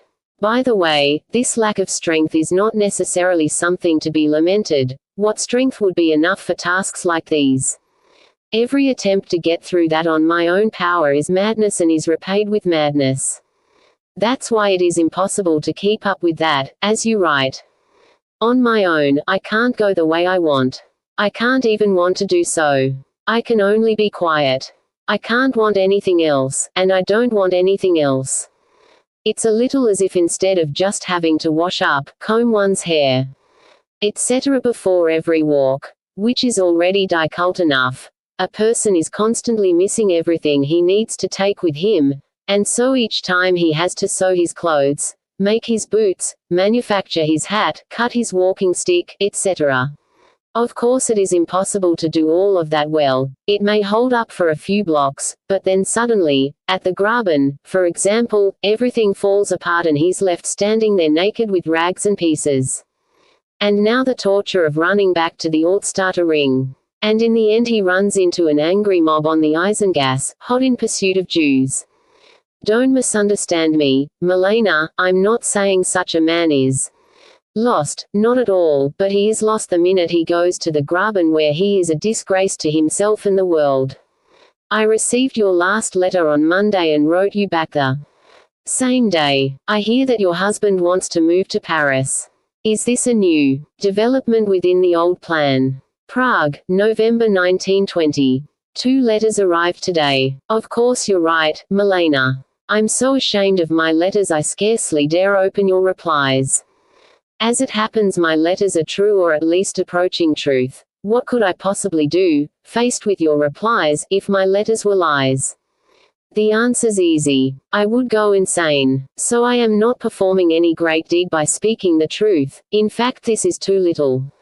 I keep trying to convey something which cannot be conveyed, to explain something which cannot be explained, something in my bones, which can only be experienced in these same bones. In essence, it may be nothing more than that fear we have already discussed so often, but extended to everything, fear of the greatest things as well as the smallest, fear, convulsive fear of pronouncing a single word. On the other hand, maybe this fear isn't simply fear, but also longing for something greater than anything that can inspire fear. Dashed to pieces on me is utter nonsense. Only I am at fault. Because there was too little truth on my part, still far too little truth, still mostly lies, lies told out of fear of myself and fear of people. This pitcher was broken long before it went to the well. And now I'm keeping my mouth shut in order to stick with the truth a little. Lying is horrible, there's no worse mental agony. Therefore I beg you, let me be silent, now in my letters, in Vienna in words. Dashed to pieces on me you write, but I see only that you are torturing yourself, that you end peace outside on the streets, as you write, and nowhere else, while I sit here in a warm room in my robe and slippers, as peacefully as my watch spring will allow, for I still have to show the time. I can't say when I'm leaving until I obtain the residency permit. To stay more than 3 days, a special permit is now required from the local authorities. I applied for that a week ago. Why don't you need the journals anymore? I sent the notebooks. Also a small volume of Capik. Where do you know the girl from? I know 2 relatives who have the disease, and although it abated in both cases, it never disappeared entirely. Of course, it is a lot worse if the girl is in misery. In Grimmenstein there is a department exclusively for such diseases. Again I'm thinking about dashed to pieces on me, it is just as incorrect as, say, coming up with the opposite possibility. This is neither my defect nor one of other people. It's just that I belong in the quietest. Today is Thursday. Up till Tuesday I was honestly determined to go to GR, though I did occasionally feel something menacing inside me when I thought about it. I also realized the continued postponement of my journey was partly caused by this, but I believed I could easily overcome the whole thing. Tuesday during the day someone told me it is not necessary to wait in Prague for the residency permit. It can very likely be obtained in Vienna. With that the path was clear. I then agonized on the sofa for a whole afternoon. In the evening I wrote you a letter but didn't mail it. I still hope to be able to overcome my feeling, but I spent the whole sleepless night virtually writhing in agony. 2 people were struggling within me, one who wants to go and one who is afraid to go, both just parts of me, both undoubtedly scoundrels. I got up the next morning like I did in my worst times. I don't have the strength to leave. I can't bear the thought in advance that I might be standing before you. I can't bear the pressure in my brain. Your letter itself is one vast, inevitable disappointment in me, and now this as well. You write that you have no hope, but you do have the hope of being able to leave me completely. I can't explain to you or to anybody what it is like inside me. How could I begin to explain? I can't even explain it to myself. But even this is not the main thing. The main thing is obvious. It is impossible to live like a human being around me. You see this and yet you don't want to believe it. Prague, November 1920. Saturday evening. I still haven't received the yellow letter. I'll send it back unopened. I'd have to be horribly mistaken if the idea we stop writing one another doesn't prove to be a good one. But I am not mistaken, Milena. I don't want to talk about you, not because it is none of my business, it is my business. I just don't want to talk about it. So I'll only say this about myself. What you are for me, Milena. Beyond the whole world, even worse. They can only evoke a day in Gemund, produce misunderstandings and shame, a shame which almost never passes. I want to see you as clearly as I saw you the RST time on the street, but the letters cause more distraction than the entire Lichtenfelder Strasse with its noise. But not even that is decisive. The deciding factor is my increasing, letter by letter, inability to go beyond the letters. I am powerless toward you as well as toward myself. 1,000 letters from you and 1,000 desires from me will not convince me otherwise. and perhaps as a result of this powerlessness, but here all causes lie buried in darkness. What is equally decisive is the irresistibly strong voice, literally your voice calling on me to be silent. And now everything concerning you remains unsaid. Of course it is mostly found in your letters, maybe in the yellow one as well, or more correctly, in the telegram you sent, naturally with good reason, demanding I return the letter, frequently in the passages which I fear and avoid like the devil avoids a consecrated place. Strange, I also wanted to send you a telegram. I played with the idea for a long time, in bed this afternoon, at the Belvedere this evening, but it would say only this. Request explicit and affirmative reply to underlined passage in last letter. But in the end that seemed to contain an unjust yet an ugly lack of trust and I didn't send it. So now I've been brooding over this letter until 1:30 at night. Without doing anything else, just staring at it, and through it at you. Sometimes, not in a dream, I see in my mind. Your face is hidden by your hair, which I succeed in parting right and left. Your face appears, I run my hands along your forehead to your temples and now I'm holding your face in my hands. Monday. I wanted to tear up this letter, not send it, not answer your telegram. Telegrams can mean so many different things, but now both the postcard and the letter have arrived. This card, this letter. But even when faced by them, Milena, and even if I have to bite my tongue to shreds, it wants to speak so badly. How can I believe you need my letters now, when the only thing you need is peace, as you have so often said, half unconsciously. And these letters really are pure anguish. They are caused by incurable anguish and they cause incurable anguish. Moreover, it is even getting worse. What good will my letters be this winter? The only way to live is to be silent and still, here as well as there. With some sadness, what difference does that make? It renders sleep deeper and more childlike. But anguish pulls its plough through sleep, all through the day, too, and that is unbearable. In the margin, if I do go to a sanatorium, of course I will write you. Prague, end of March 1922. It's been such a long time since I've written you, oh Frau Milena, and even today I am only writing as the result of coincidence. Actually I don't have to apologize for my not having written. After all, you know how much I hate letters. All my misfortune in life. I don't want to complain, just make a generally instructive observation. Derives, one might say, from letters or from the possibility of writing letters. People have hardly ever deceived me, but letters always have, and as a matter of fact not those of other people, but my own. In my case this is a particular misfortune which I do not want to discuss further, but it is nevertheless also a general one.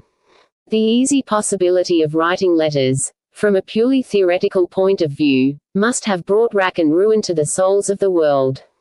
Writing letters is actually an intercourse with ghosts, and by no means just with the ghost of the addressee but also with one's own ghost, which secretly evolves inside the letter one is writing, or even in a whole series of letters, where one letter corroborates another and can refer to it as witness. How did people ever get the idea they could communicate with one another by letter? One can think about someone far away and one can hold on to someone nearby. Everything else is beyond human power. Writing letters, on the other hand, means exposing oneself to the ghosts, who are greedily waiting precisely for that. Written kisses never arrive at their sense this and struggle against it, in order to eliminate as much of the ghost's power as possible and to attain a natural intercourse, a tranquility of soul. They have invented trains, cars, aeroplanes, but nothing helps anymore. These are evidently inventions devised at the moment of crashing. The opposing side is so much calmer and stronger. After the postal system, the ghosts invented the telegraph, the telephone, the wireless. They will not starve, but we will perish. I'm surprised you haven't written about this yet, not in order to prevent or achieve something with its publication. It is too late for that, but at least to let them know they have been exposed. Incidentally, they are also exposed by the exceptions, for it sometimes happens they let a letter through untouched, and it arrives like the light, kind handclasp of a friendly hand. But probably that also merely appears to be so. Such cases may be the most dangerous of all, and should be guarded against more carefully than the others. On the other hand, if this is a deception, at least it is a complete one. Something like that happened to me today, and that's why I thought of writing you. I received a letter from a friend whom you also know. We haven't been writing each other for a long time, which is extremely sensible.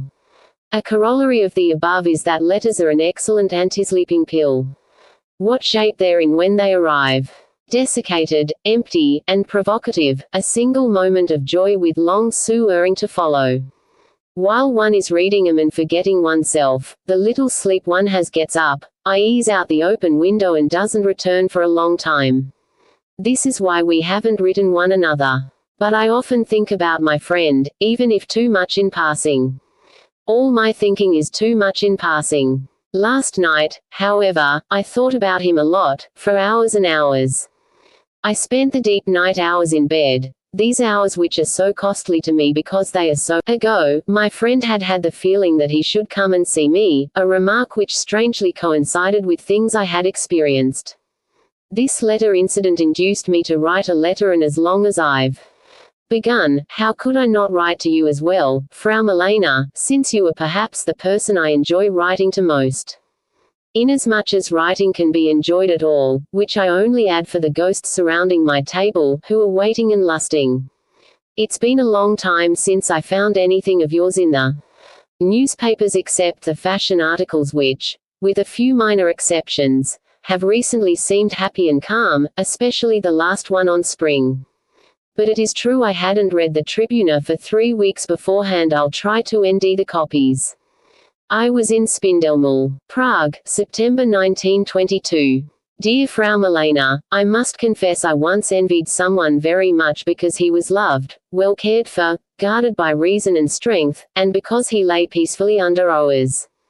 I'm always quick to envy. I think I was right to conclude from the Tribuna, which I read often although not constantly, that you have had a good summer. I once acquired a copy in Plana at the station. 2 women, summer guests, were conversing with each other. One was holding the supplement behind her, in my direction. My sister then borrowed it for me. If I'm not mistaken, you had a very funny article attacking the German spas. Once you wrote about the happiness of spending the summer in places far removed by rail. That was also nice, or was that the same article?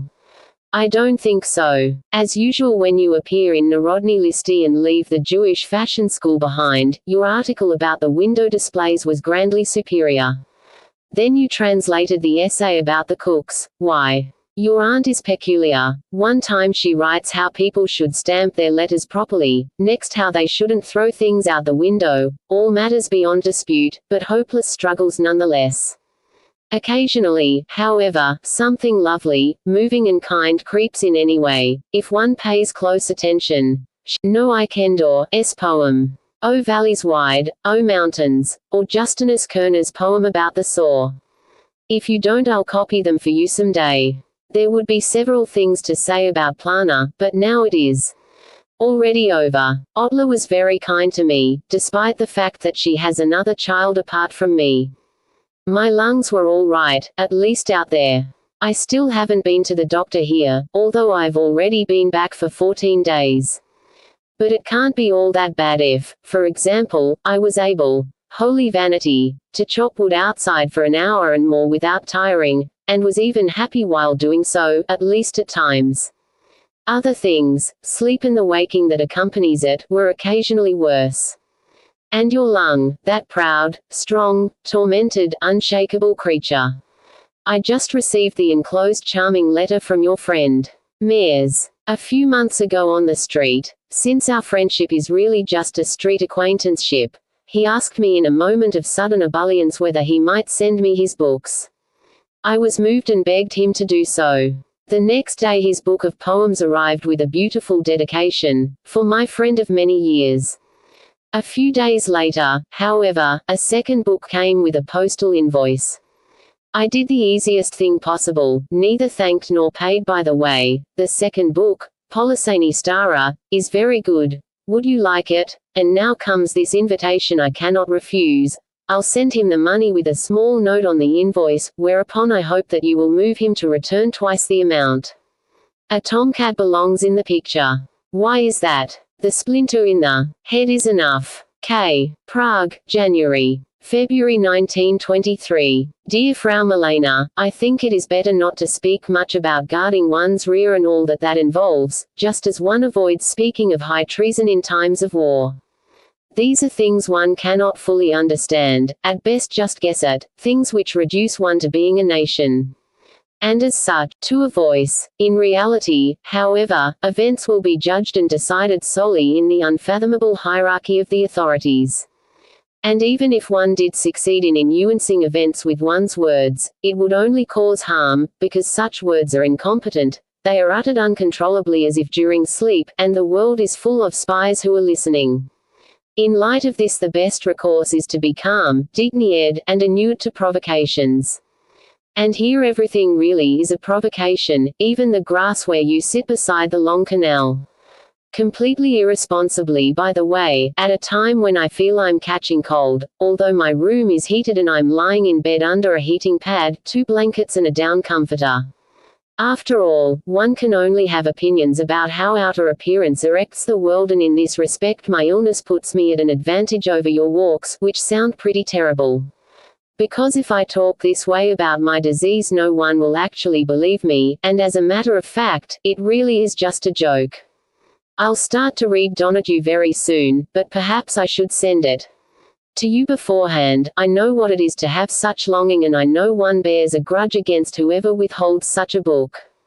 For instance, I was prejudiced against several people because, although I could prove nothing, I suspected each of holding on to that copy of Indian Summer.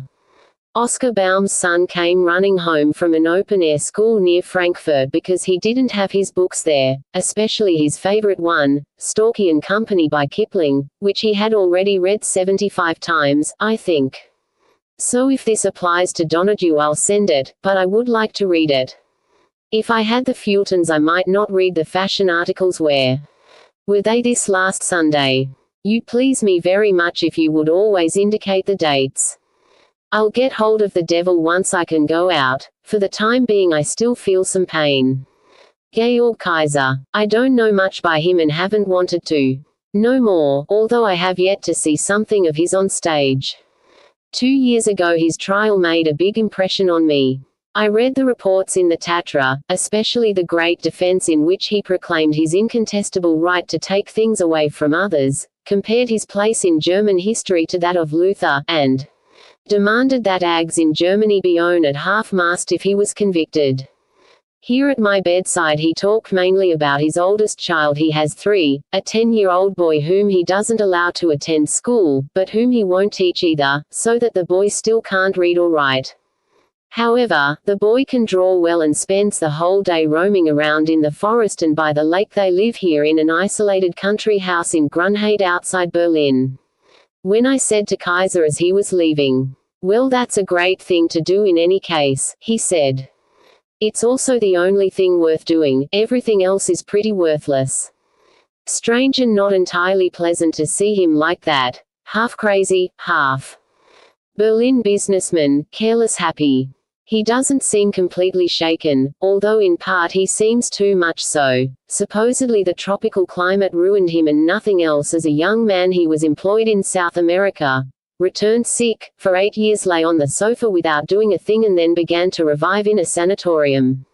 His face also reveals this dichotomy, with amazingly empty light blue eyes, which however twitch rapidly back and forth like several other features of his face, whereas other parts are so immobile they seem paralyzed. Incidentally, Max has a completely different impression of him. He considers him full of cheer, and that's why in his friendly concern he probably forced Kaiser to come up to see me. And now he's taking up the whole letter. There are still some things I wanted to say. Next time. Prague, January. February 1923. Dear Frau Milena, I have read The Devil. It is admirable, not even mainly as instruction, not even as discovery, but because of the presence of an inconceivably courageous person, and this is even more inconceivable, a person who, as the null sentence shows, knows about other things than courage but stays courageous nonetheless. I don't enjoy making the following comparison, but it suggests itself too strongly. What you owe the reader is itself like a married couple or perhaps the child of a marriage. Impossible to see him earlier, since he is too large for human eyes, by the mighty hand of an angel who loves these Jews so much he marries the whole nation so it will not perish. And now the child of this marriage is standing here looking all around, and the RST thing he sees is the devil at the hearth, a terrible apparition which didn't even exist before the child was born. At any rate, it was unknown to the child's parents. In general, the Jews who had reached there, I almost wrote, happy, and did not know this particular devil. They could no longer differentiate among various infernal things. They considered the whole world a devil and the devil's work, and that angel. What does an angel, as long as is not a fallen one, have in common with the devil? But on the other hand, the child sees the devil standing over his hearth very exactly. And now the struggle of the parents begins in the child, the struggle of their convictions trying to escape the devil. Again and again the angel hauls the Jews on high, to where they should defend themselves, and again they fall back down, and the angel has to return with them if he doesn't want them to be swallowed up completely. And there's no reason to reproach either side, both are the way they are, one Jewish, one angelic. Then the latter begins to forget his high heritage, and the former, feeling safe for the moment, becomes haughty. Their endless dialogue might be summarized in sentences like these, although it is inevitable that Jewry will twist the words of the angel whenever possible. Jewry. If there's anything that avenges itself in this world, it is calculation and accounting in spiritual arrears. Angel. The only good reason for two people to get married is if it is impossible for them not to.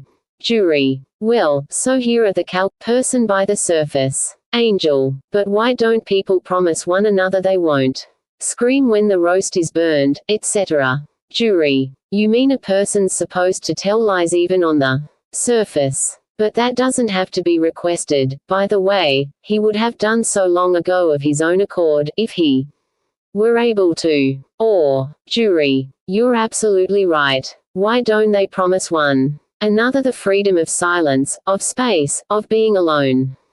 Angel. I'm supposed to have said that.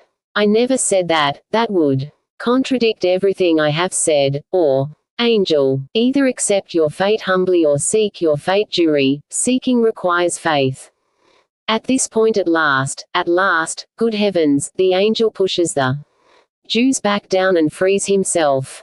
A wonderfully stimulating essay, where your lightning quickness of thought is particularly well aimed and hard-hitting. Whoever hasn't been struck by it yet, and most people probably have, ducks down. Whoever has been struck stretches out again inside a dream. And in this dream he says to himself, as trivial as these demands are, they are not trivial enough.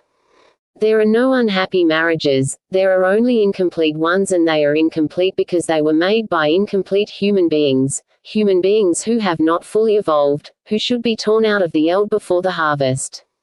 Sending such people into marriage is like teaching algebra in the RST grade. In the 1 times 1, but down here it is impossible and just confuses the entire world of children, and maybe even other worlds as well. But it seems that Jewry is speaking here, and we should probably stew his mouth. Then your letter arrived. It's a strange thing these days with my writing. You have to be patient with me. When didn't you? For years I haven't written a soul. I might as well have been dead. I felt no need to communicate with anyone. It was as if I wasn't of this world, but not from any other either. It was as if throughout the years I had done everything demanded of me just on the side, while in reality I was only listening to find out whether I was being called, until the disease actually did call from the next room, and I ran in and started belonging to it more and more. But the room is so dark and it is hard to tell whether it really is the disease. In any case, thinking and writing became very difficult for me. Occasionally while writing my hand would run empty over the page. This happens now too. I won't even mention thinking again and again. I am amazed at your lightning thought, the way a handful of sentences gathers and then the lightning strikes.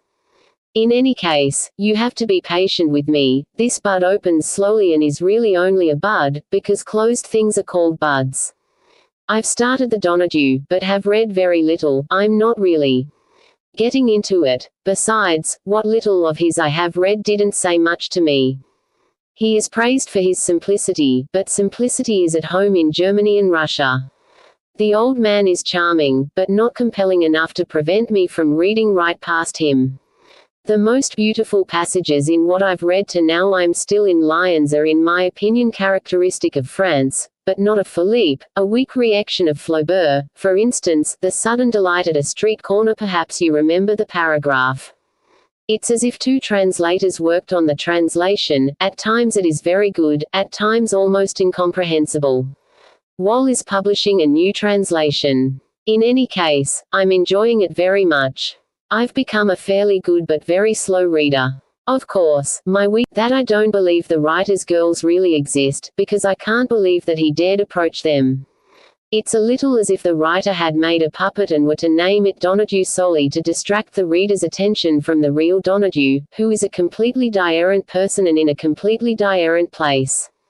And despite all their charm, I really feel these girlhood years are very contrived, as if what's being told here didn't really happen, just what comes later, and that this was only an overture invented after the fact according to the laws of music and then attuned to reality. And there are books where this feeling lasts to the very end. I don't know On the High Road. But I love Chekhov very much. Sometimes completely senselessly. Nor do I know Will of the Mill, or anything by Stevenson, just that he is a favorite of yours. I'll send you Franzi. I'm sure you won't like it at all, except in a few minor places. This can be explained by my theory that living authors have a living relationship with their books. With their very existence they GHT for or against them. The true, independent life of the book doesn't begin until the death of the author, or more correctly some time after his death, for these zealous men keep struggling for their books even a while after they have died. But then the book is left all alone and has to rely on the strength of its own heartbeat. That's why, for instance, it was so sensible of Meyerbeer to want to assist this heartbeat by bequeathing something to each of his operas, perhaps varying the amount according to his contents in each. But more if not very important things could be said about that. Applied to Franzi, this means the book of the living author is really the bedroom at the end of his apartment, meant for kissing if he is meant for kissing and horrible in any other case. It is hardly a verdict on the book if I say I like it or if you, but perhaps not, say the opposite. Today I read further in Donahue, but I can't get anywhere with it. Nor is it likely I'll get anywhere with this explanation, since my sister is talking with the cook in the kitchen next door. Of course I could interrupt them with my RST slight cough, but I don't want to. As this girl, she's only been extremely strong, maintains she's the most unhappy creature in the world, without reason. She's only unhappy because she is unhappy and needs my sister's consolation, who by the way has always, as my father says, preferred to sit with the maid. Whatever I say superficially against the book will be unfair, because all objections come from the core, and I don't mean the core of the book. If someone committed a murder yesterday, and when could such a yesterday ever become the day before, he won't be able to stomach reading murder mysteries today. To him they mean everything at once. They are painful, boring, and inamatory. The solemn unsolemnity, the partial impartiality, the admiring irony of the book. I don't want any of it. When Raphael seduces Donahue, it is undoubtedly very important for her, but what is the writer doing in the student's room? And there's even a fourth person, the reader, so that the little room turns into the auditorium of the School of Medicine or Psychology. And besides, the book contains little except despair. I still think about your essay often. Strangely enough, I really do. Believe there can be marriages, to carry over the imagined dialogue into a real one. Jews, and even lofty, conscious marriages that do not stem from the despair of loneliness, and I think the angel essentially shares this belief. For what is to be gained by marrying out of despair? If one loneliness is placed inside another, the result is not a home but a katorga. One loneliness is reacted in the other even in the deepest darkest night.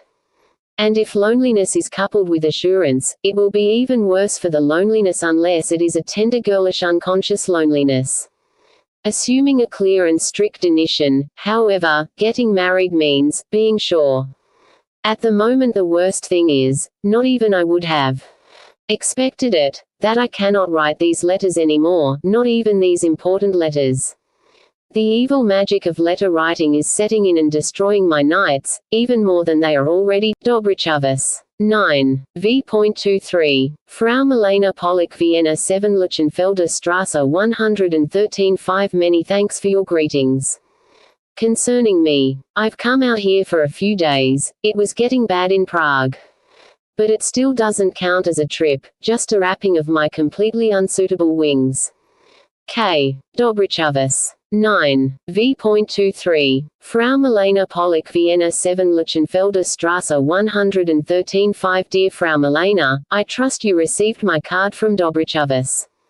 I'm still here, but am going back home in 2-3 days. It is too expensive. They also don't return change correctly. Sometimes too much and sometimes too little. It is hard to check since the head waiter is so quick and alert, too sleepless and so forth, although of course beautiful beyond all measure. As far as future trips are concerned, this one may have made me a little more able to travel, if only to destinations an additional half-hour away from Prague. It's just that in the RST place, I fear the costs. It is so expensive here. It is really just for spending one's last days before death, when there's nothing left. And in the second place I fear, in the second place, heaven and hell. Apart from that the world is open to me.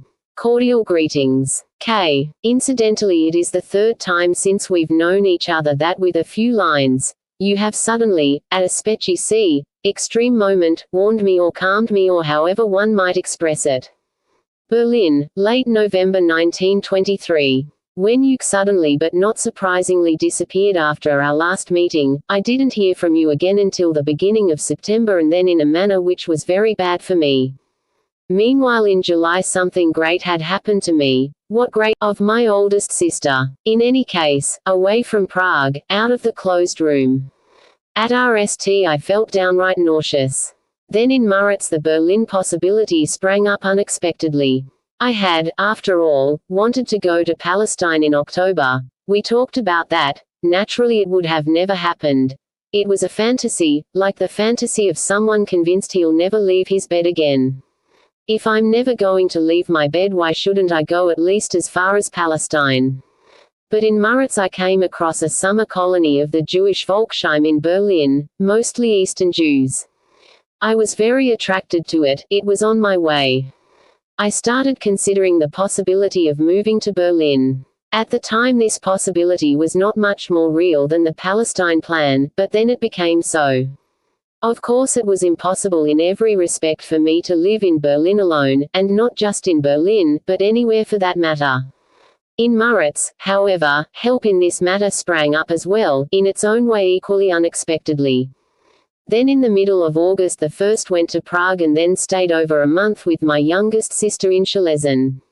There I happened to hear about the burned letter. I was desperate. I immediately wrote you to ease my burden, but didn't mail the letter after all, since I hadn't heard anything from you, and Nelly I burned my letter before leaving for Berlin.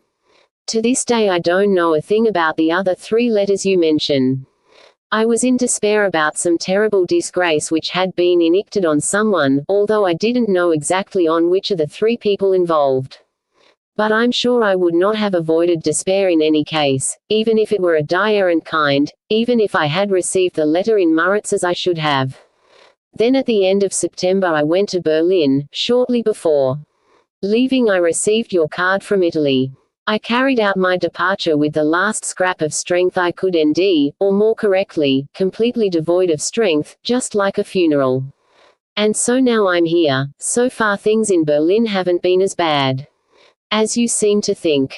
I am practically living in the country, Prague, that is to say, my food. The same holds true for my health.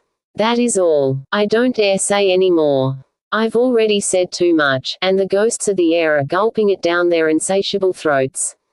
And you say even less in your letter. Is your general situation good, bearable? I can't gurr it out. Of course one cannot even gurr out one's own riddles. This is precisely the meaning of fear. Berlin Steglitz 25.12. 23. Frau Milena Pollock, Vienna 7 Lichtenfelder Strasse 113 5. Dear Milena, a piece of a letter has been lying here ready for you such a long time, but I am unable to niche it, for the old grief, the old pain has found me here as well, attacked me and knocked me down a little. Everything takes eort, every stroke of the pen, everything I put on paper seems to me too grandiose, out of proportion to my strength, and if I write down cordial regards, then are these greetings really strong enough to enter the wild, noisy, grey, urban Lichtenfelder Strasse, where it was impossible for me and mine to even breathe? Consequently I do not write at all, just wait for better times or even worse ones, and by the way, I'm being cared for gently and well to the limit of earthly possibility. My only source of news about the world, but it is a very vivid source, is the rising cost of living. I do not receive any newspapers from Prague and cannot afford the ones from Berlin. How would you like to send me an occasional clipping from the Narodny Listy, the kind that once gave me so much pleasure? Incidentally, for the past few weeks my address has been Steglitz Grunwald Strasse 13 COHR. Seifert. And now my best regards after all. Section here. For the RST time, Kafka employs the familiar do, a form he adopts and uses consistently beginning with the subsequent letter. Viennese for elegant, dapper, abeloved, or sweetheart. No, it is necessary. A bike. So that I check. See blockhead check. Dajumnik. Secretary. Tajum. Secret check. Uerdrobe German. Fulltrotzdem. Nevertheless, in spite of that, Trotz, Duons, spite German, Jun, clear, Nezaplatin, uncomplicated check, HTHE signature reads. Franz wrong, F wrong, yours wrong nothing more, calm, deep forest, Istrak, fear, toucher, longing check, J. Written the day before Kafka left Prague to meet Milena in Gemund, Kosofort, at once German, shoddy, staircase check, Makek. You mean she doesn't know what movies are? They're X. Presumably a caption from a newspaper cartoon. In Boli, pain inside the forehead and temples. Potteragis se, struggling with one another. Voln misto, free seat. Namesti, place. Prenasaldudgen. Just go ahead and persecute check. Oh, here Kafka has reverted to the formal Z. Pa punish. Appendices. Milena Jesenska's letters to Max Brod. July 21, 1920. Dear Herr Doctor, you wanted me to provide some proof of injustice being done to Herr NN in Veleslaven. I'm afraid there's very little tonight information I can report that would carry any weight with the authorities, although I would be very glad to do so. I was in Veleslaven from June 1917 to March 1918, I was living in the same villa, and all that I could do for him was occasionally loan him books and occasionally have myself locked in. UC is not allowed to talk to anyone. If he is seen doing so, even if the conversation is of no significance and even if it takes place in the presence of an attendant, everyone is locked in and the attendant is read. Of course psychiatry is horrible whenever it is misused. Everything can be abnormal, and every word is a new weapon for the torturer. I would swear that Herr NN is capable of a die-errant existence in the world. On the other hand, I cannot prove anything. I also have a big request to ask of you, Herr Doctor. I'm sure you know I can never end out from Frank how he is doing, since he's always excellent, good man that he is, and since he's overly healthy, so to say, overly rested and so on. I would like to ask, request, beg you to write me immediately if you sense he is suffering, if he is in any physical pain because of me. I won't tell him I found out from you, and I'll be a little calmer if you promise me you'll do this. I don't know how I will help him if that happens, but I know for sure I will help him. Frank says that one has to love you, be proud of you, admire you, and I really was very shocked. I didn't know that Franz's illness was so serious. He was really quite healthy here, I didn't hear him cough at all, he was bright and cheerful and slept well. You thank me, dear Max, you thank me instead of reproaching me for not having been with him all this time, for sitting here and only writing letters. I beg you not to think I'm bad, that I'm making it easy for myself. I am in complete torment here, complete despair. Don't tell Frank, and don't know what to do or how to help myself. But the fact that you write that Frank does get something out of me and from me, something good, really, Max, that is the greatest happiness possible. I'm sure Frank will go somewhere. I'll do everything I can to this end, even if it means I have to come to Prague myself in the fall. And then we'll send him away, won't we? And I also hope he'll be rested there and that he'll be in good spirits. I have to say it, will do everything I can for that to happen. The story of my marriage and my love for my husband is too complicated to tell here. It only means I cannot come now, perhaps not ever. I know, words are just too dumb. But I'm constantly looking for a way out for myself, constantly looking for a solution, for the good thing to do, the correct thing. Max, please, be convinced I won't let Frank sue her. Please, believe me when I say that this is more important to me than anything else in the world. So you are with him now, and you'll tell me immediately should there be anything to say. You will be severe and truthful with me, won't you? Today it is a little easier for me because I have you, because I am no longer so entirely alone. When you come back, please write to me about the practical requirements of the trip, for instance the OC, and in general how and what must be done, and above all, does the doctor really have any hope that he can recover? This is all so unimportant. What am I writing here? The main thing is for him to leave, and I'm sure he'll do that. Many, many thanks. I'm really deeply grateful to you. Your letter was so good to me. Best wishes. Milena P. Beginning of August 1920. Your letter would take days and nights to answer. You wonder how it happens that Frank is afraid of love but not afraid of life. But I think it is something else. Life for him is something entirely different than for all other human beings. In particular, things like money, the stock market, currency exchange, a typewriter are utterly mystical to him, and they really are, too. Just not for the rest of us. They are the strangest riddles to him, and his approach to them is completely different than our own. Can his OC work be considered the customary performance of a service? Any OCL position, including his own, is something very puzzling to him, very admirable, like a locomotive is for a small child. He doesn't understand the simplest things in the world. Were you ever in a post-OC with him? After he composes a telegram and picks out whatever little counter he likes best, shaking his head, he then drifts from one counter to another, without the slightest idea to what end or why, until he nearly stumbles on the right one. And when he pays and receives change, he counts it and discovers 1 krone too many, and so he gives one back to the girl behind the counter. Then he walks away slowly, counts once again, and in the middle of descending the last staircase he realizes that the missing krone belonged to him after all. So there you stand next to him, at a loss, while he shifts his weight from one foot to the other, wondering what to do. Going back is difficult. Upstairs there's a crowd of people pushing and shoving. So just let it go, I say. He looks at me completely horried. How can you let it go? Not that he's sorry about the krone. But it is not good. There's 1 krone missing. How can you forget about something like that? He spoke about it for a long time, and was very dissatisfied with me.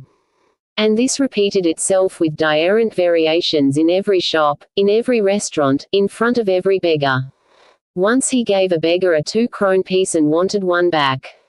She said she didn't have anything. We stood there for a good 2 minutes, thinking about how to deal with the matter. Sooner had he taken a few steps when he started getting very cross.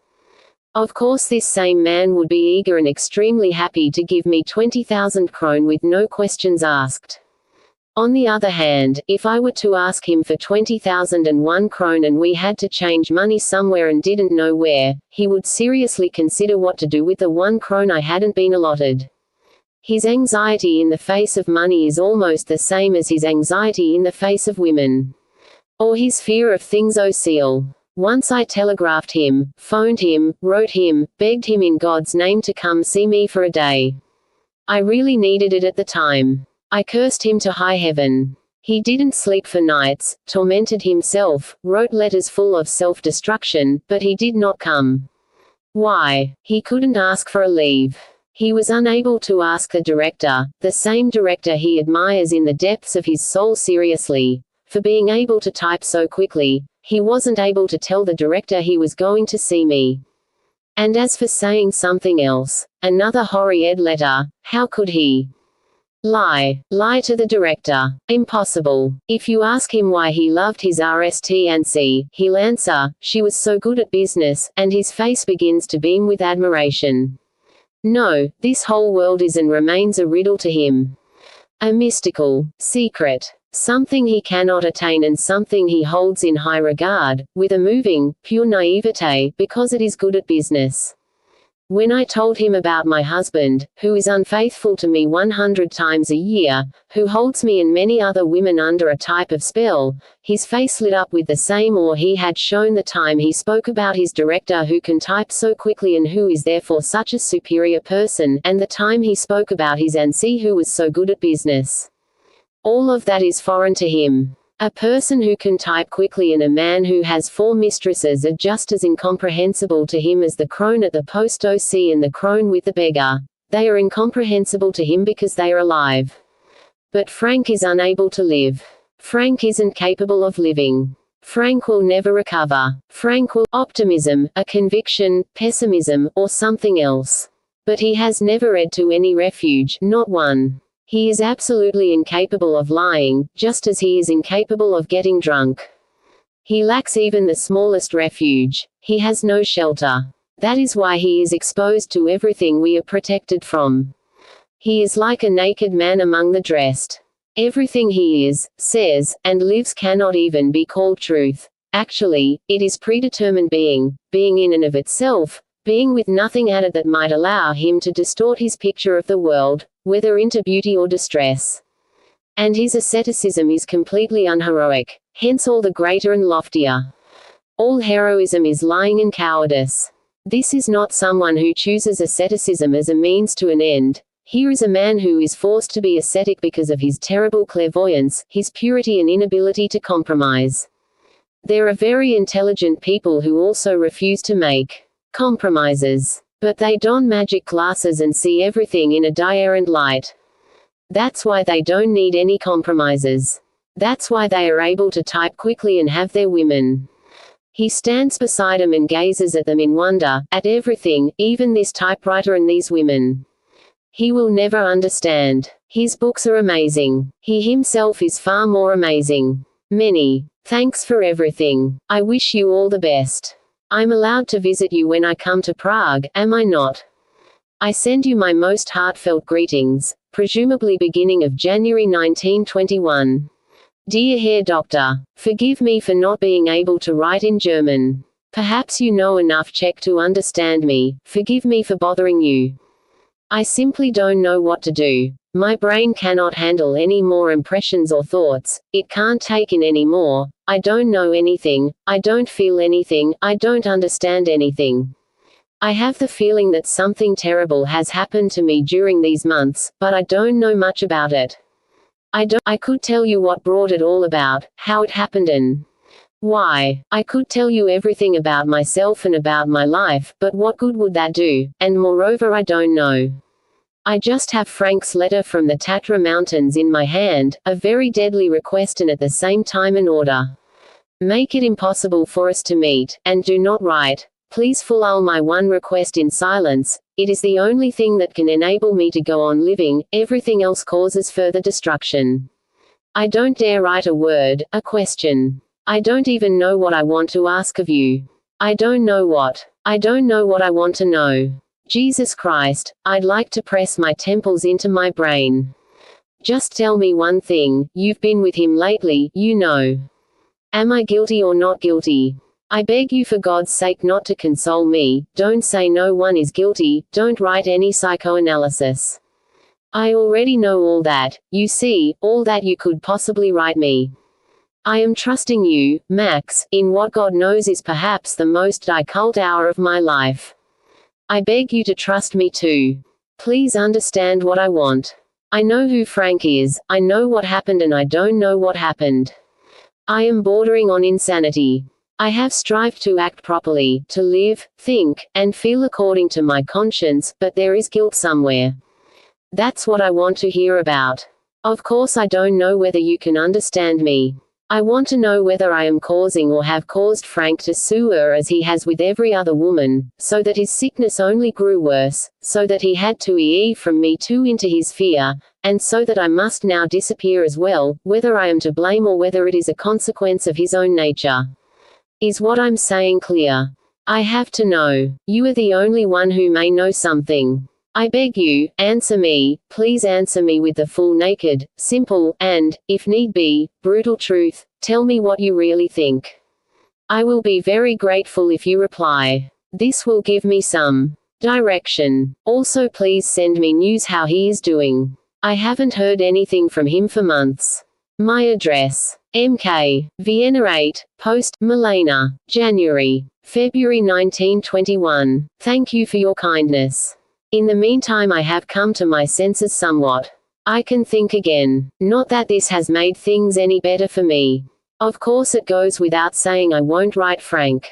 How could I? If it is true that people have a task to fulfill on earth, then, where he is concerned, I have fulfilled mine very badly.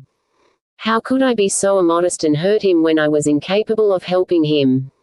I understand his fear down in my deepest nerve. Furthermore, it was always there, before he met me, all the time he didn't know me. I knew his fear before I knew him. I armed myself against it by understanding it. In the 4 days Frank was next to me, he lost it. We laughed about it. I know for certain that no sanatorium will succeed in curing him. He will never be healthy, Max, as long as he has this fear. And no psychic reinforcement can overcome this fear, because the fear prevents the reinforcement. This fear doesn't just apply to me, it relates to everything that is shamelessly alive, also to the Esh, for example. Flesh is too uncovered. He can't stand the sight of it. This is what I was able to dispel back then. Whenever he sensed this fear, he would look me in the eye, and we would wait a while, as if our feet hurt or we had to catch our breath, and after a moment it would pass. This didn't require the slightest effort. Everything was simple and clear. I dragged him over the hills behind Vienna. I went on ahead since he was walking slowly. He came trudging on behind me, and if I close my eyes I can still see his white shirt and his sunburned neck and how he was straining. He kept hiking the whole day, uphill, downhill, in the sun. He didn't cough once. He ate an enormous amount and slept like a bagpipe.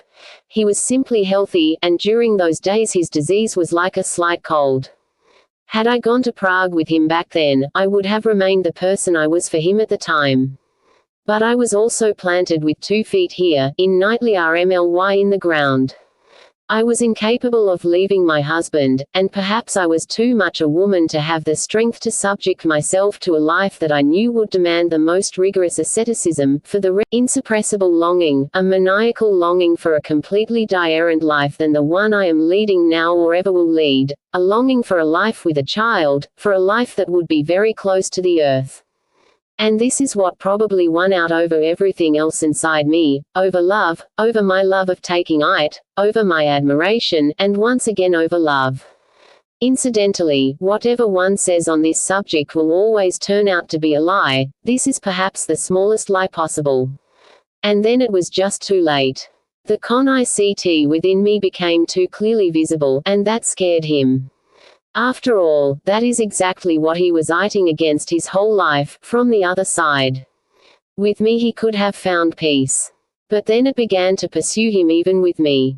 Against my will. I knew very well something had happened that couldn't be erased. I was too weak to be able to fulfill this task, to do the one and only thing I knew would help him. This is my fault. And you too know it is my fault. What people attribute to Frank's not being normal is actually his virtue. The women he was with were normal women and didn't know how to live any differently. I really think that every one of us, that everyone in the world, is sick, and that he is the only one who is healthy and understands things correctly and feels correctly and the only pure human being. I know he isn't resisting life, just this type of life. If I could have brought myself to go with him, he would have been able to live happily with me. But it is only today I realize all of this. At the time, I was an ordinary woman, like all women in the world, a small, impulsive female. And that is what led to his fear. It was correct. Is it possible for this man to feel anything that isn't correct? He knows 10,000 times more about the world than everyone else. This fear of his was correct. And you are wrong. Frank will not write me of his own accord. There isn't anything for him to write. There is literally not a single word he could say to me in his fear. I know he loves me. He is too good and retiring to be able to stop loving me. He would see that as a fault. After all, he always considers himself guilty and weak. And there's really not another person in the consciousness. When I do, it will be terrible. I run through the streets, sit by my window for long nights on end, sometimes my thoughts jump around like sparks when you sharpen a knife, and my heart feels as if it were hanging on a hook, on a very thin little hook, so that it keeps tearing with an extremely thin, horribly sharp pain. My health has reached its limit, and if something is still sustaining me, it is happening against my will, and it is probably the same thing that has carried me this far, something very unconscious, an involuntary love of life. I recently stumbled across some tracks, somewhere at the other end of Vienna, imagine streets that go on for miles, forming a great oblong pit, and at the bottom, tracks, red lights, trains, viaducts, boxcars. It was such a horrendous black organism. I sat next to it and felt as if something were breathing.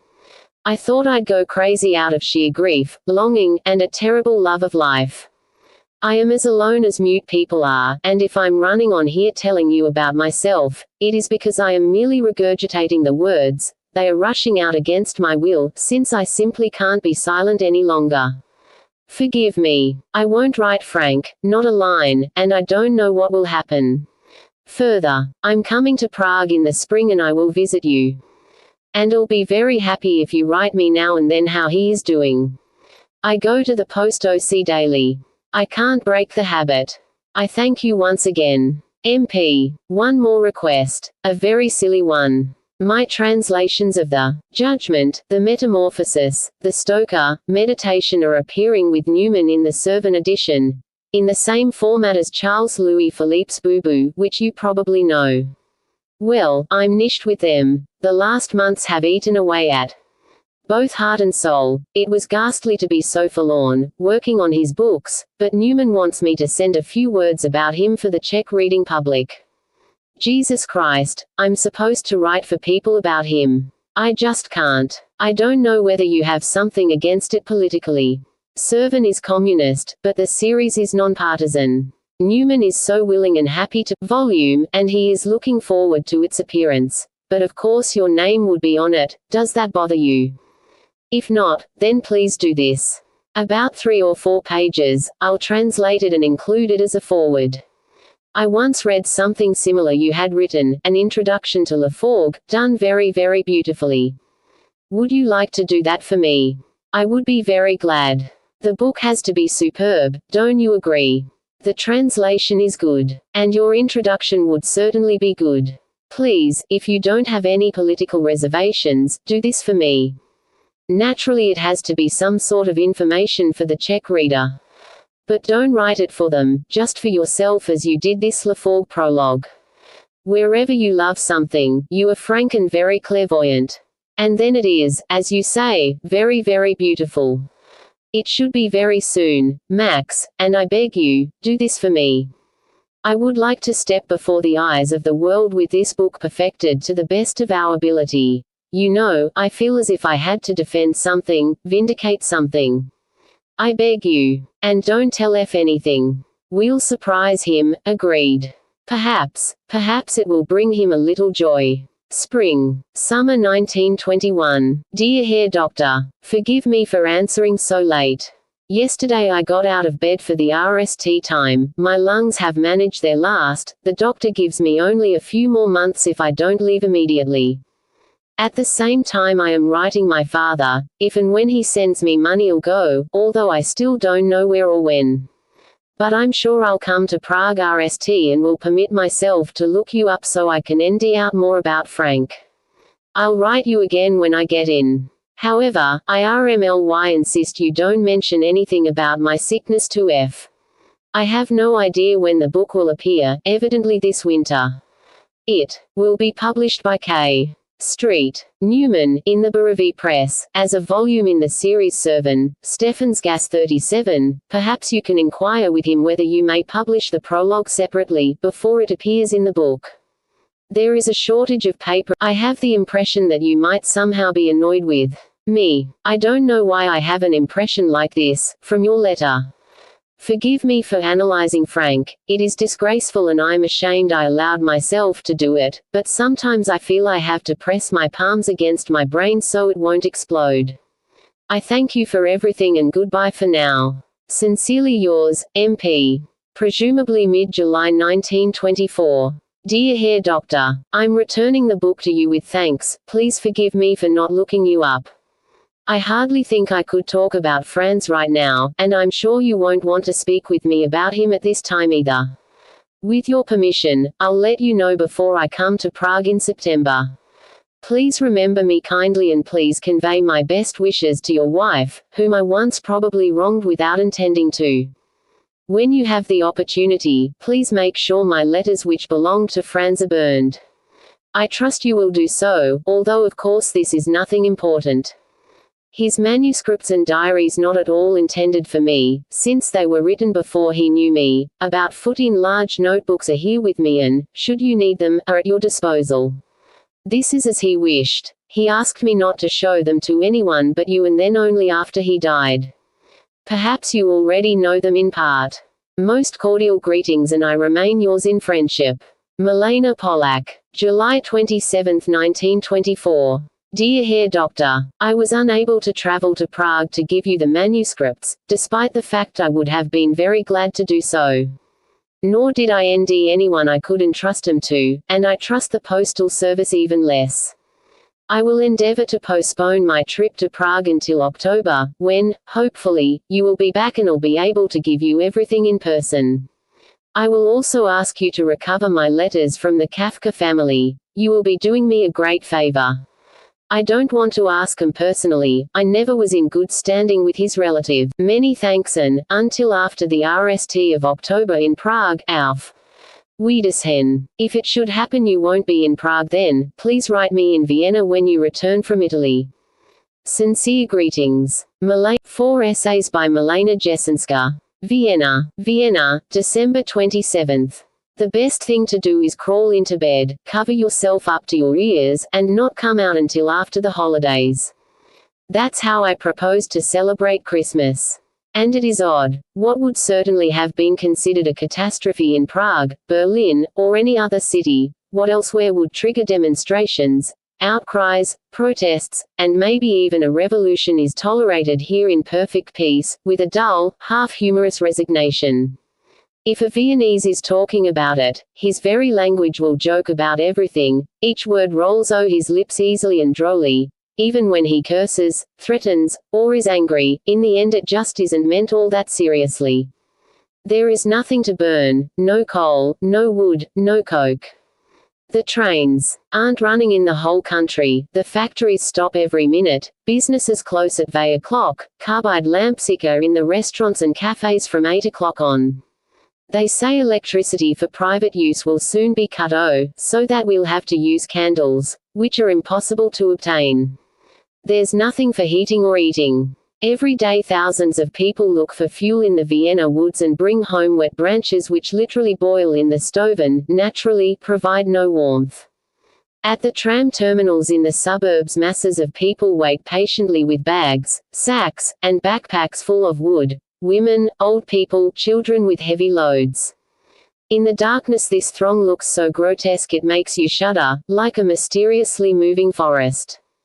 The people can scarcely be seen under the wood they carry. One after the other, they all squeeze into the train with the patience of a donkey, their hands stiff with cold, their limbs scraped and bruised. With the same patience the driver endures all the bumps and injuries from the branches his back is exposed to. After 2 minutes the car looks as if it were stewed full of wood.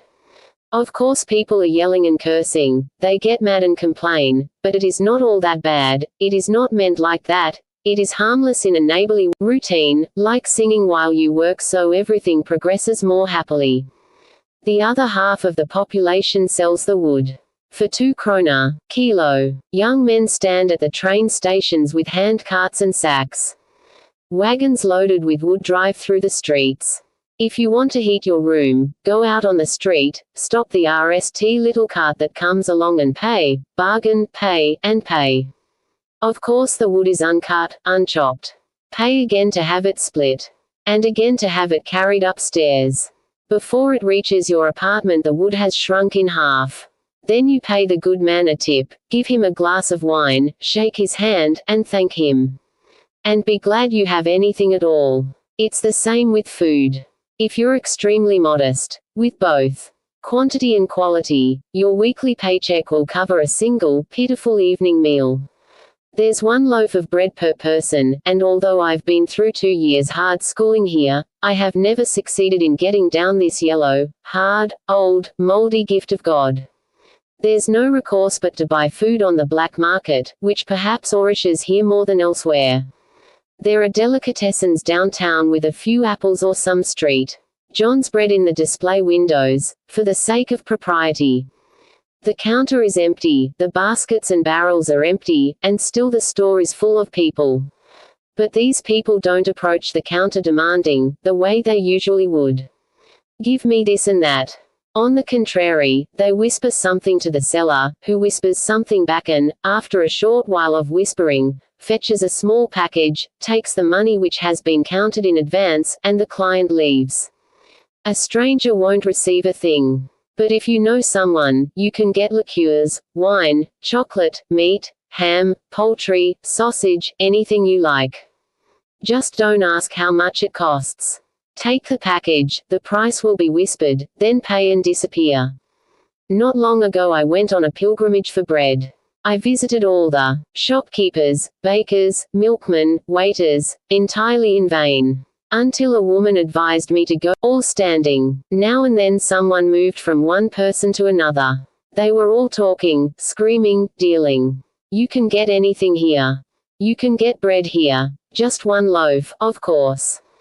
1 loaf of evil-smelling, moldy bread for 50 krone. A kilo of our costs 50 krone, a kilo of rice 80, an egg 8, a candle 8, a kilo of butter 200, a kilo of meat 150 to 250, a goose costs 1,000 krone. Coal, wood, food, textiles, everything at astronomical prices. And the most remarkable thing is, without exception, all the people selling here are workers. I stood in the middle of the room, amazed that the world had turned upside down, not once but 3 times, so that no one really knows anymore what's top and what's bottom. The whole world revolves around the working masses. Every newspaper, every assembly, every lecture. Everyone is crying for help. Help for the proletariat, help for the children with rickets who are moldering vey, 8 to a room with 2 beds, help for women whom need has forced into prostitution. All of us, almost all, are in agreement, enthusiastic, ready to help, and here are workers with piles of money, who are selling items in great demand at the highest, most shameless prices. There are hundreds and thousands, and not the slightest hint of need. They have furs. They have good shoes, free time, and money. I know many households, including a family of 13. Their 3 rooms, which are heated every day, are a lot warmer than my single room, and they would never serve what I cook for myself, simply because they wouldn't like it. They drink café au lait for breakfast and eat white rolls, and all 13 of them have full, ruddy faces, not the slightest trace of malnutrition. The Viennese proletariat isn't doing badly, it really isn't. And of course this should not be begrudged. The civil servants, however, are worse people with lamentable salaries and large families, postal OCLs, etc. Here you'll end the greatest deprivation, even if it isn't visible. Because the many people who aren't workers, the many widows, cripples, street sweepers, mailmen, small craftsmen, these families really are wasting away in musty rooms in Favoriten and Otterkring, with wash lines full of rags. Their poverty reigns, fearfully, nakedly. Enormous price of tickets. A box seat for the premiere of Strauss's Die Frau ohne Schatten costs 1,000 K, for an orchestra seat in the opera the simplest performances cost 60 K. 20 cabarets, 20 bars, numerous restaurants where you can't eat for under 200 K all full. Colorful advertisements promote entertainment of all descriptions. Cinemas and cafes on every block are overowing. The fashion boutiques along the Kantnerstrasse are crowded with people. Furs, dresses, material, hats, shoes. A pair of shoes costs 1,200 K. Horrendous prices for underwear, clothes, gloves. And meanwhile people are buying more and more wildly, greedily. There are people for whom nothing is expensive, modern, and new enough. Vienna revels, Vienna dances, Vienna enjoys itself, Vienna sings and plays waltzes and more frivolous operettas than ever before. And the same Vienna is languishing, dying away, full of reparation committees, and its political leaders travel the world over requesting aid. The trains don't run, the people don't have bread, or potatoes, mail, telephones, and telegraphs all barely function, unbelievably slowly. In hospitals and clinics patients are lying in shredded linen, and in the prisons the poor criminals are howling so loudly with hunger and cold that those who live nearby can't sleep. At the same time, clubs and casinos, which earn hundreds of thousands, are open until morning, and people are making amazing deals on the currency exchange. 1,000 krone is nothing. Neither for a businessman nor one of the newly rich, nor for a restaurateur, cafe proprietor, client, or thief. For 1,000 krone you can buy a blouse, a pair of shoes, 2 kilos of pork fat. As recently as last year you could make do with 1,000 krone a month. Today it won't last a week. Vienna is crazy, or is it the world? Vienna's fame is gasping its last, and the only thing keeping this city alive is its ancient tradition as a metropolis, the fact that everything has been running for so long, that public buildings, hotels, restaurants, bars, and theaters exist, that the entire mechanism keeps functioning even when it is idle. But it is worst for us people being able to help us a bit. Wouldn't it be possible to open the border a little for citizens of the Czech Republic, or to allow Thracian mail? We aren't even allowed to receive a piece of streltsel, or a few crumbs of our for the holidays. So I had no other choice than to sleep through Christmas, like a log in my feather bed. MP. Tribuna, December 30, 1919 Letters of notable people. Because it is not essential, I am temporarily leaving aside the question whether one has the right to publish letters of notable people. It is not a matter of right as much as of determining the value we ultimately derive from the information and testimonies obtained by such a glimpse into the private lives of celebrities. Only then can the other, subordinate question be answered.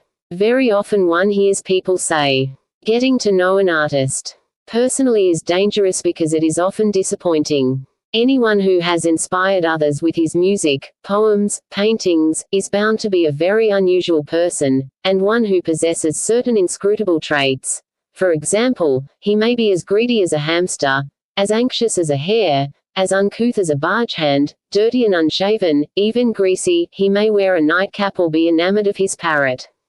The same man who has such a passionate relationship to eternity, truth, and great deeds wears a nightcap. Yes, my dear girl. Artists don't always look like Waldemar Cylinder, unfortunately, or maybe fortunately. And if you are disappointed by an artist as a human being, by an artist whose accomplishments provide irrefutable proof of his stature, then it is your fault alone, because you are looking at things so conventionally. People, but what they possess. A non-artist possesses only what he has: 10,000 krone, shares of stock, a pretty nose, 2 healthy hands. An artist, on the other hand, also possesses things he doesn't quite have. His desires, wishes, imaginings. The entire world provides material for his creativity. If you are disappointed by an artist, my dear girl, this is only because you haven't understood how to endear him, and don't know how grotesquely strange the human soul is. Or maybe it isn't grotesque that the great moralist of the human Comedy, Balzac, with his any understanding of beauty and elegance, was dumpy, ugly, and fat, always carelessly dressed or even unkempt, a man his friends had to guard constantly so he wouldn't do something dumb, foolish, or embarrassing. Or that our sweet, starry-eyed Dvorak came from the country, was quite robust and given to habits that had nothing to do with the stars. Or that Maupassant was a surly, despairing, and mistrusting loner who tortured himself with feelings of inferiority for 30 years and for 30 years burned all his stories because he considered them imperfect. Or that Napoleon, terrible, brave Napoleon, the master of the world, was a small, frail, dwarf little man afraid of the dark. And so on, one could continue at will. The interest in the private life of important people stems from the fact that we aren't just satisfied with their work, their creation. We want to know where it comes from, we want to understand the internal act preceding the creation. The more so since every great work of art is by definition inexplicable and new, for an artist does not say what exists, but what does not exist, and by saying it, makes it exist. Ever since Shakespeare wrote Hamlet, the world knows the indecisive man unable to choose between being and not being. Ever since Dostoevsky created Myshkin, the world knows the noble, clumsy, but thoroughly good man, the wonderful man, the idiot and savior of lives. Ever since Bozena Nemcova's grandmother we know the wise, radiant, rustic soul of an old woman. Ever since Zola's Nana, we know what it is to be a prostitute in the Parisian demimonde. Of course there was a Hamlet before Shakespeare and a Myshkin before Dostoevsky, and the earth was turning before Galileo, and there was electricity before Galvani. But the world didn't know that. The world was unaware of electricity and went without it. It didn't count on it and didn't suppose it existed. Just like it didn't know a Hamlet before Shakespeare or an Onegin before Pushkin. That is the artist's possession, his exclusive worldview. His ability to see something for the RST time, to see something new. Naturally we ask ourselves, good God, it is so simple, why didn't I know that before? How and why was he the one to discover it? Greedily we reach for the letters, expose the human element, gulp down the pages. How did he do it? Through what pain? What wish? What disease? What tension? The letters complete the work like a map completes the world. But a miracle is not enough for us doubters. We require a tangible explanation, and so we search the letters for motivations, logical clues. Biographies are something completely different. Interesting in a completely different way. Stendhal's biography of Napoleon reveals the author's thoughts more than a portrait of its subject. It in itself is a work of art.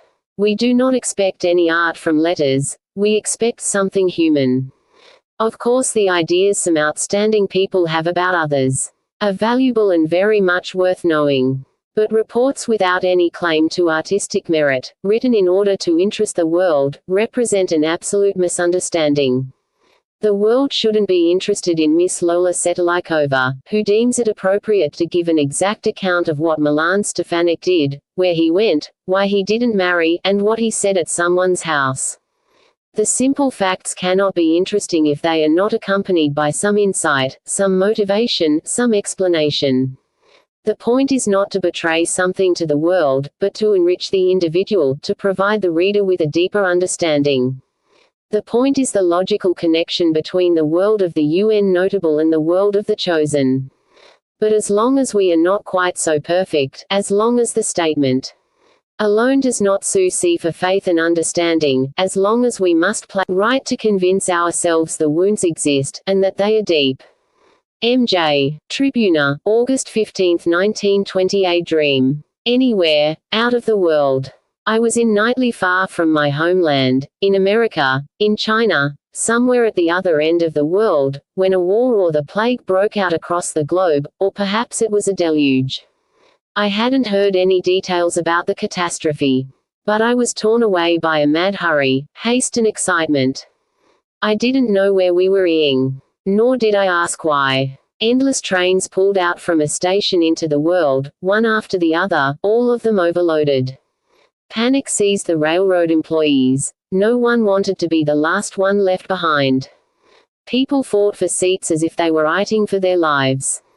Immense crowds stood between the station and me, and it was pointless to try pushing through. I was desperate. I'm young, I can't die, I cried. But there were young people standing in front of me as well. And the tickets were all sold out.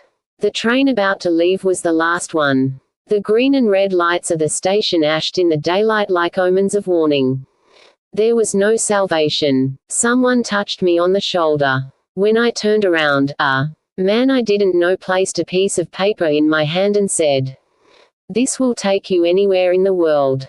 You can cross the border, and you will receive a place in the train. Fear not and be brave. So go now, go, it is high time." Although I couldn't recall where I had seen his face, I knew he was an old acquaintance and a good hope, but I obeyed like someone with no other choice. I wasn't afraid. It was as if I had always expected something horrible to happen, and I breathed more easily because it had nearly arrived. I shoved my way through the crowd, and it occurred to me that saving myself in front of thousands of onlookers was a base thing to do. A malicious voice spoke within me. "So you really hope you can save yourself?" Well, yes, possibly, maybe, I thought. And the voice. If someone can be saved, is that person vile? No, no, no, no, I defended myself. The catastrophe began as the train was pulling away. The earth sank into an abyss, and the world transformed itself into a network of railways, where people raced along, people who had lost their homeland. The tracks lay over the deep, and the trains stormed ahead in maniacal frenzy. Finally they stopped at the border. "All out for control," screamed a conductor. The crowd spilled over to the customs booth. I alone stood to the side, without a passport, without luggage. My hand clenched the piece of paper. Shivers ran down my spine. An OCL approached me and demanded my papers. Seconds became an eternity. I unfolded the piece of paper. The OCL, stepping aside impatiently, stuck out his hand in expectation. He seemed determined not to let me through. I glanced at the paper. There, in 20 languages, were the words, "Sentenced to death." My forehead broke out in an icy sweat. My heart stopped beating. A convulsive, painful horror balled up inside my chest. A mortal terror strangled my throat. And with a feeble hope, as I lay dying, with my last breath I said to the OCL, "Perhaps it is just a password to make it easier for me to get to the other side of the world." A.X. Nasi, Tribuna, June 14, 1921. The Devil at the Hearth.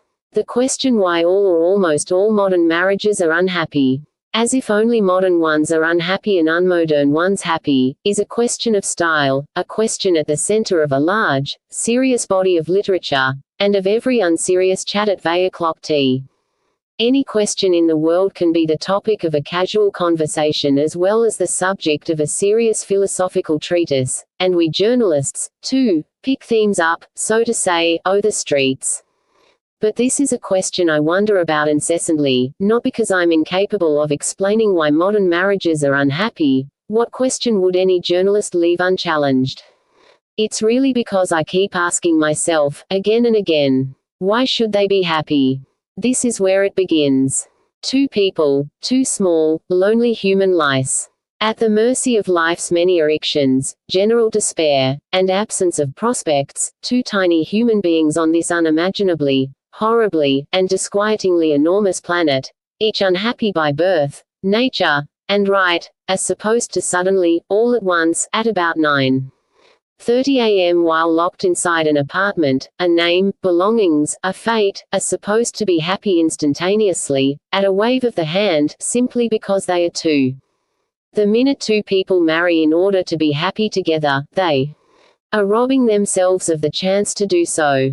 It's just as self to marry for happiness as it is to marry for 2 million, an automobile, or the title of baroness, and happiness won't make you any happier than the 2 million, the automobile, or the baron.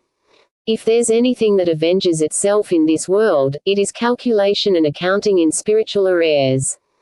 The only good reason for two people to get married is if it is impossible for them not to. If they simply cannot live without each other. No romance, sentimentality, tragedy, it happens. It actually happens daily, and, whether it is love or not, it is decidedly the most legitimate and strongest feeling in the world. Except how many people overlook precisely that, repress it, reduce it, avoid it, break it. Two people marry in order to live together. Why, in addition to the overwhelming, extraordinary gift of this opportunity, do they also need to be happy? Why can they never be satisfied with true, unadorned greatness, preferring the well-polished lie instead? Why do they promise each other something that cannot satisfy them, and cannot satisfy the world, nature, heaven, fate, or life, and which no one has ever been able to fulfill? Why do they expand a very real and realistic, holy and worldly contract to include such a fantastic claim as happiness? Why do they demand from others more than they are able to give themselves? Why do they demand anything at all, when faced by something as important, serious, and deep as a life together? If we would consciously confront marriage before embarking on it, we would become aware of certain things we generally don't think about. For instance, that living together is not only easier, but also harder than living alone. Life alone has many compensations for the loneliness, half the responsibility or twice the freedom or independence or even the possibility of traveling to Australia. But marriage is difficult because, starting the moment one binds oneself, one must renounce everything, in the deepest meaning of the word, that marriage does not owe. And that is the second point where modern marriages break down. People marry without having positively decided for one another, or, to put it better, without having decided to renounce everyone else. Getting to know someone is inconceivably difficult. I don't think I'm exaggerating when I say you can get to know someone after a half hour of conversation, but to know them any better takes another 10 years of living together. I also think it is practically out of the question that two people could have the faintest notion who they are and whom they are marrying. Even if you know about all the great deeds, ideas, passions, convictions, beliefs, and confessions of the other person, you still don't know anything about his socks. What lies deep down is deceiving, but you can know a person by the surface. 1,000 risks of disappointment are hidden in each marriage, as well as every possibility of internal collapse, and there is only one weapon against them: to take them on from the very beginning. Global convention requires that any intrinsic difference such as nationality or political or religious affiliation be forgiven in the name of love, and it is forgiven. But let us go deeper. Let's forgive what's on the surface. Let's leave the modern hysteria a la Anna Karenina aside and forgive each other for ears that stick out and ties that are crooked. Every person is a world unto himself. The more he stands out, the more he creates a whole. The fewer opportunities or talents he has, the more significant they are. And if he only has one, then is the most outstanding. But no sooner can you ask a blonde man to have dark hair as well, on Tuesdays and Fridays, for instance, for the sake of variety, than you can expect a pedant to gladly dance a shimmy, a dimwit to understand Kierkegaard, a painter to understand mathematics, a melancholy man to sing a little song, or an eccentric recluse to throw a party. That's easy to understand, and it is strange so few people do. They usually reproach one another for precisely those things, which are determined by personality. It doesn't occur to them at all that being married really means accepting the other person so he will feel justified in being himself. After all, one person is always seeking confirmation of himself from the other. Proof that he is loved nevertheless. Every one of us has such a nevertheless, and that's precisely why we are unhappy. I will never believe that people live together because of sexual, erotic, pecuniary, or social necessity. People live together to have a friend. To have someone who will spare them from punishment, revenge, ill opinion, justice, or a bad conscience. Or do you really think a home is something else and serves purposes other than protecting, and once again protecting people, from the world and mainly from their own inner reaction? The greatest promise that husband and wife can give each other is that deep statement made, "You go." That says it all. Decency between people, honesty, home, loyalty, belonging, decisiveness, friendship. How in nightly vast such promises are compared with some miserable, shabby happiness. In short, it almost seems to me that our marriages are so unhappy because we make it so damned easy for ourselves. It's very comfortable to accept a promise that can't be kept and then turn indignant and run away when the promise is broken a year later. I think it would be much more difficult to promise what can be kept, and then live up to such a promise. All the fantastic talk from the depths of one's soul is only an excuse. It won't survive the truly difficult situation that demands simply that people act with human decency. But why don't people promise each other they won't scream when the roast is burned, or if one of them is late to dinner? Why don't they promise one another never to be too lazy to bring home an orange, a bouquet of violets, a super brand new Koh-i-Noor pencil, or a bag of raisins? Why don't they promise to show up at the breakfast table washed, smelling of soap and water, carefully dressed in clean clothes, even on the day after their golden anniversary and every day until then? Why don't they promise to hit each other when they are angry rather than accuse one another of some minor atrocity, some little cowardice, some small repulsive act, or something slightly unappetizing?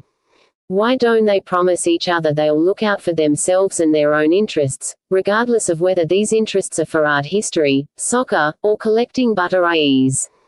Why don't they promise one another the freedom of silence, of space, of being alone? Why don't they promise each other these myriad difficult tries, which can be fulfilled, and which are nonetheless constantly neglected, instead of promising something as incidental as happiness? If marriage is to make sense, it has to have a broader and more realistic basis than a longing for happiness.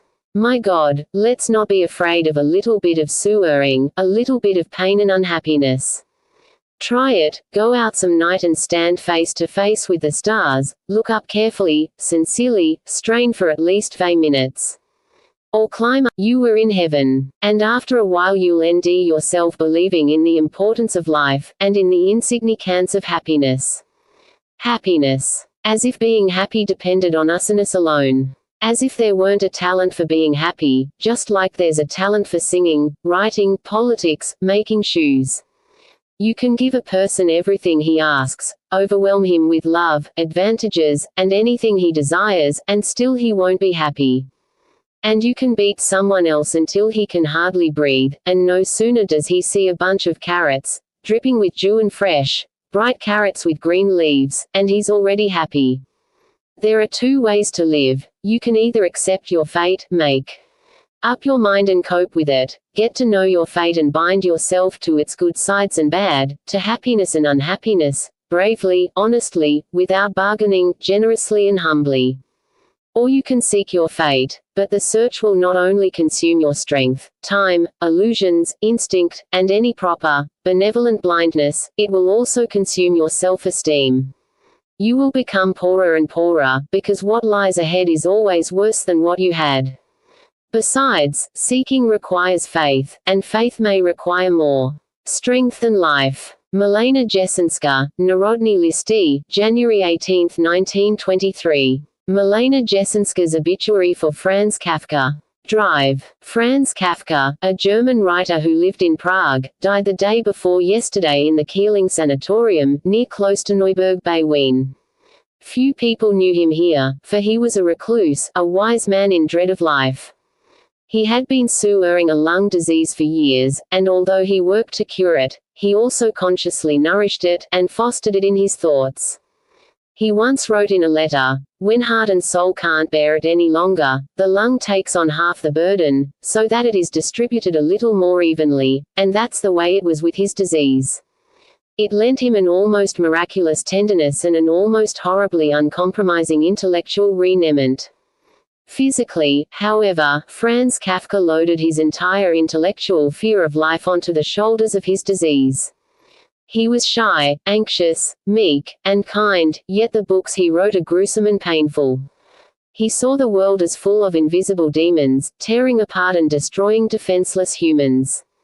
He was too clairvoyant, too intelligent to be capable of living, and too weak to GHT.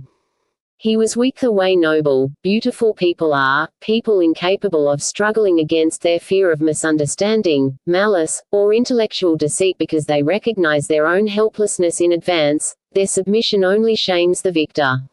He understood people as only someone of great and nervous sensitivity can, someone who is alone, someone who can recognize others in a rash, almost like a prophet. His knowledge of the world was extraordinary and deep. He was himself an extraordinary and deep world. He has written the most significant books of modern German literature, books that embody the struggle of today's generation throughout the world, while refraining from all tendentiousness. They are true, stark, and painful, to the point of being naturalistic even where they are symbolic. They are full of unconscious, even the more noble ones. Drive. Franz Kafka wrote The Stoker, the RST chapter of a wonderful, still unpublished novel which has appeared in Czech in Newman's Servan. The Judgment, the concept of two generations. The Metamorphosis, the most powerful book in modern German letters. In the Penal Colony, and the collections Meditation and a Country Doctor. The last novel, Before the Law, has been in manuscript form, ready to print, for years. It is one of those books which, upon reading, leaves the impression of a world so perfectly portrayed that any further comment is superfluous. All of his books paint the horror of secret misunderstandings, a innocent guilt between people. He was an artist and a man of such anxious conscience he could hear even where others, deaf, felt themselves secure. Narodny Listy, June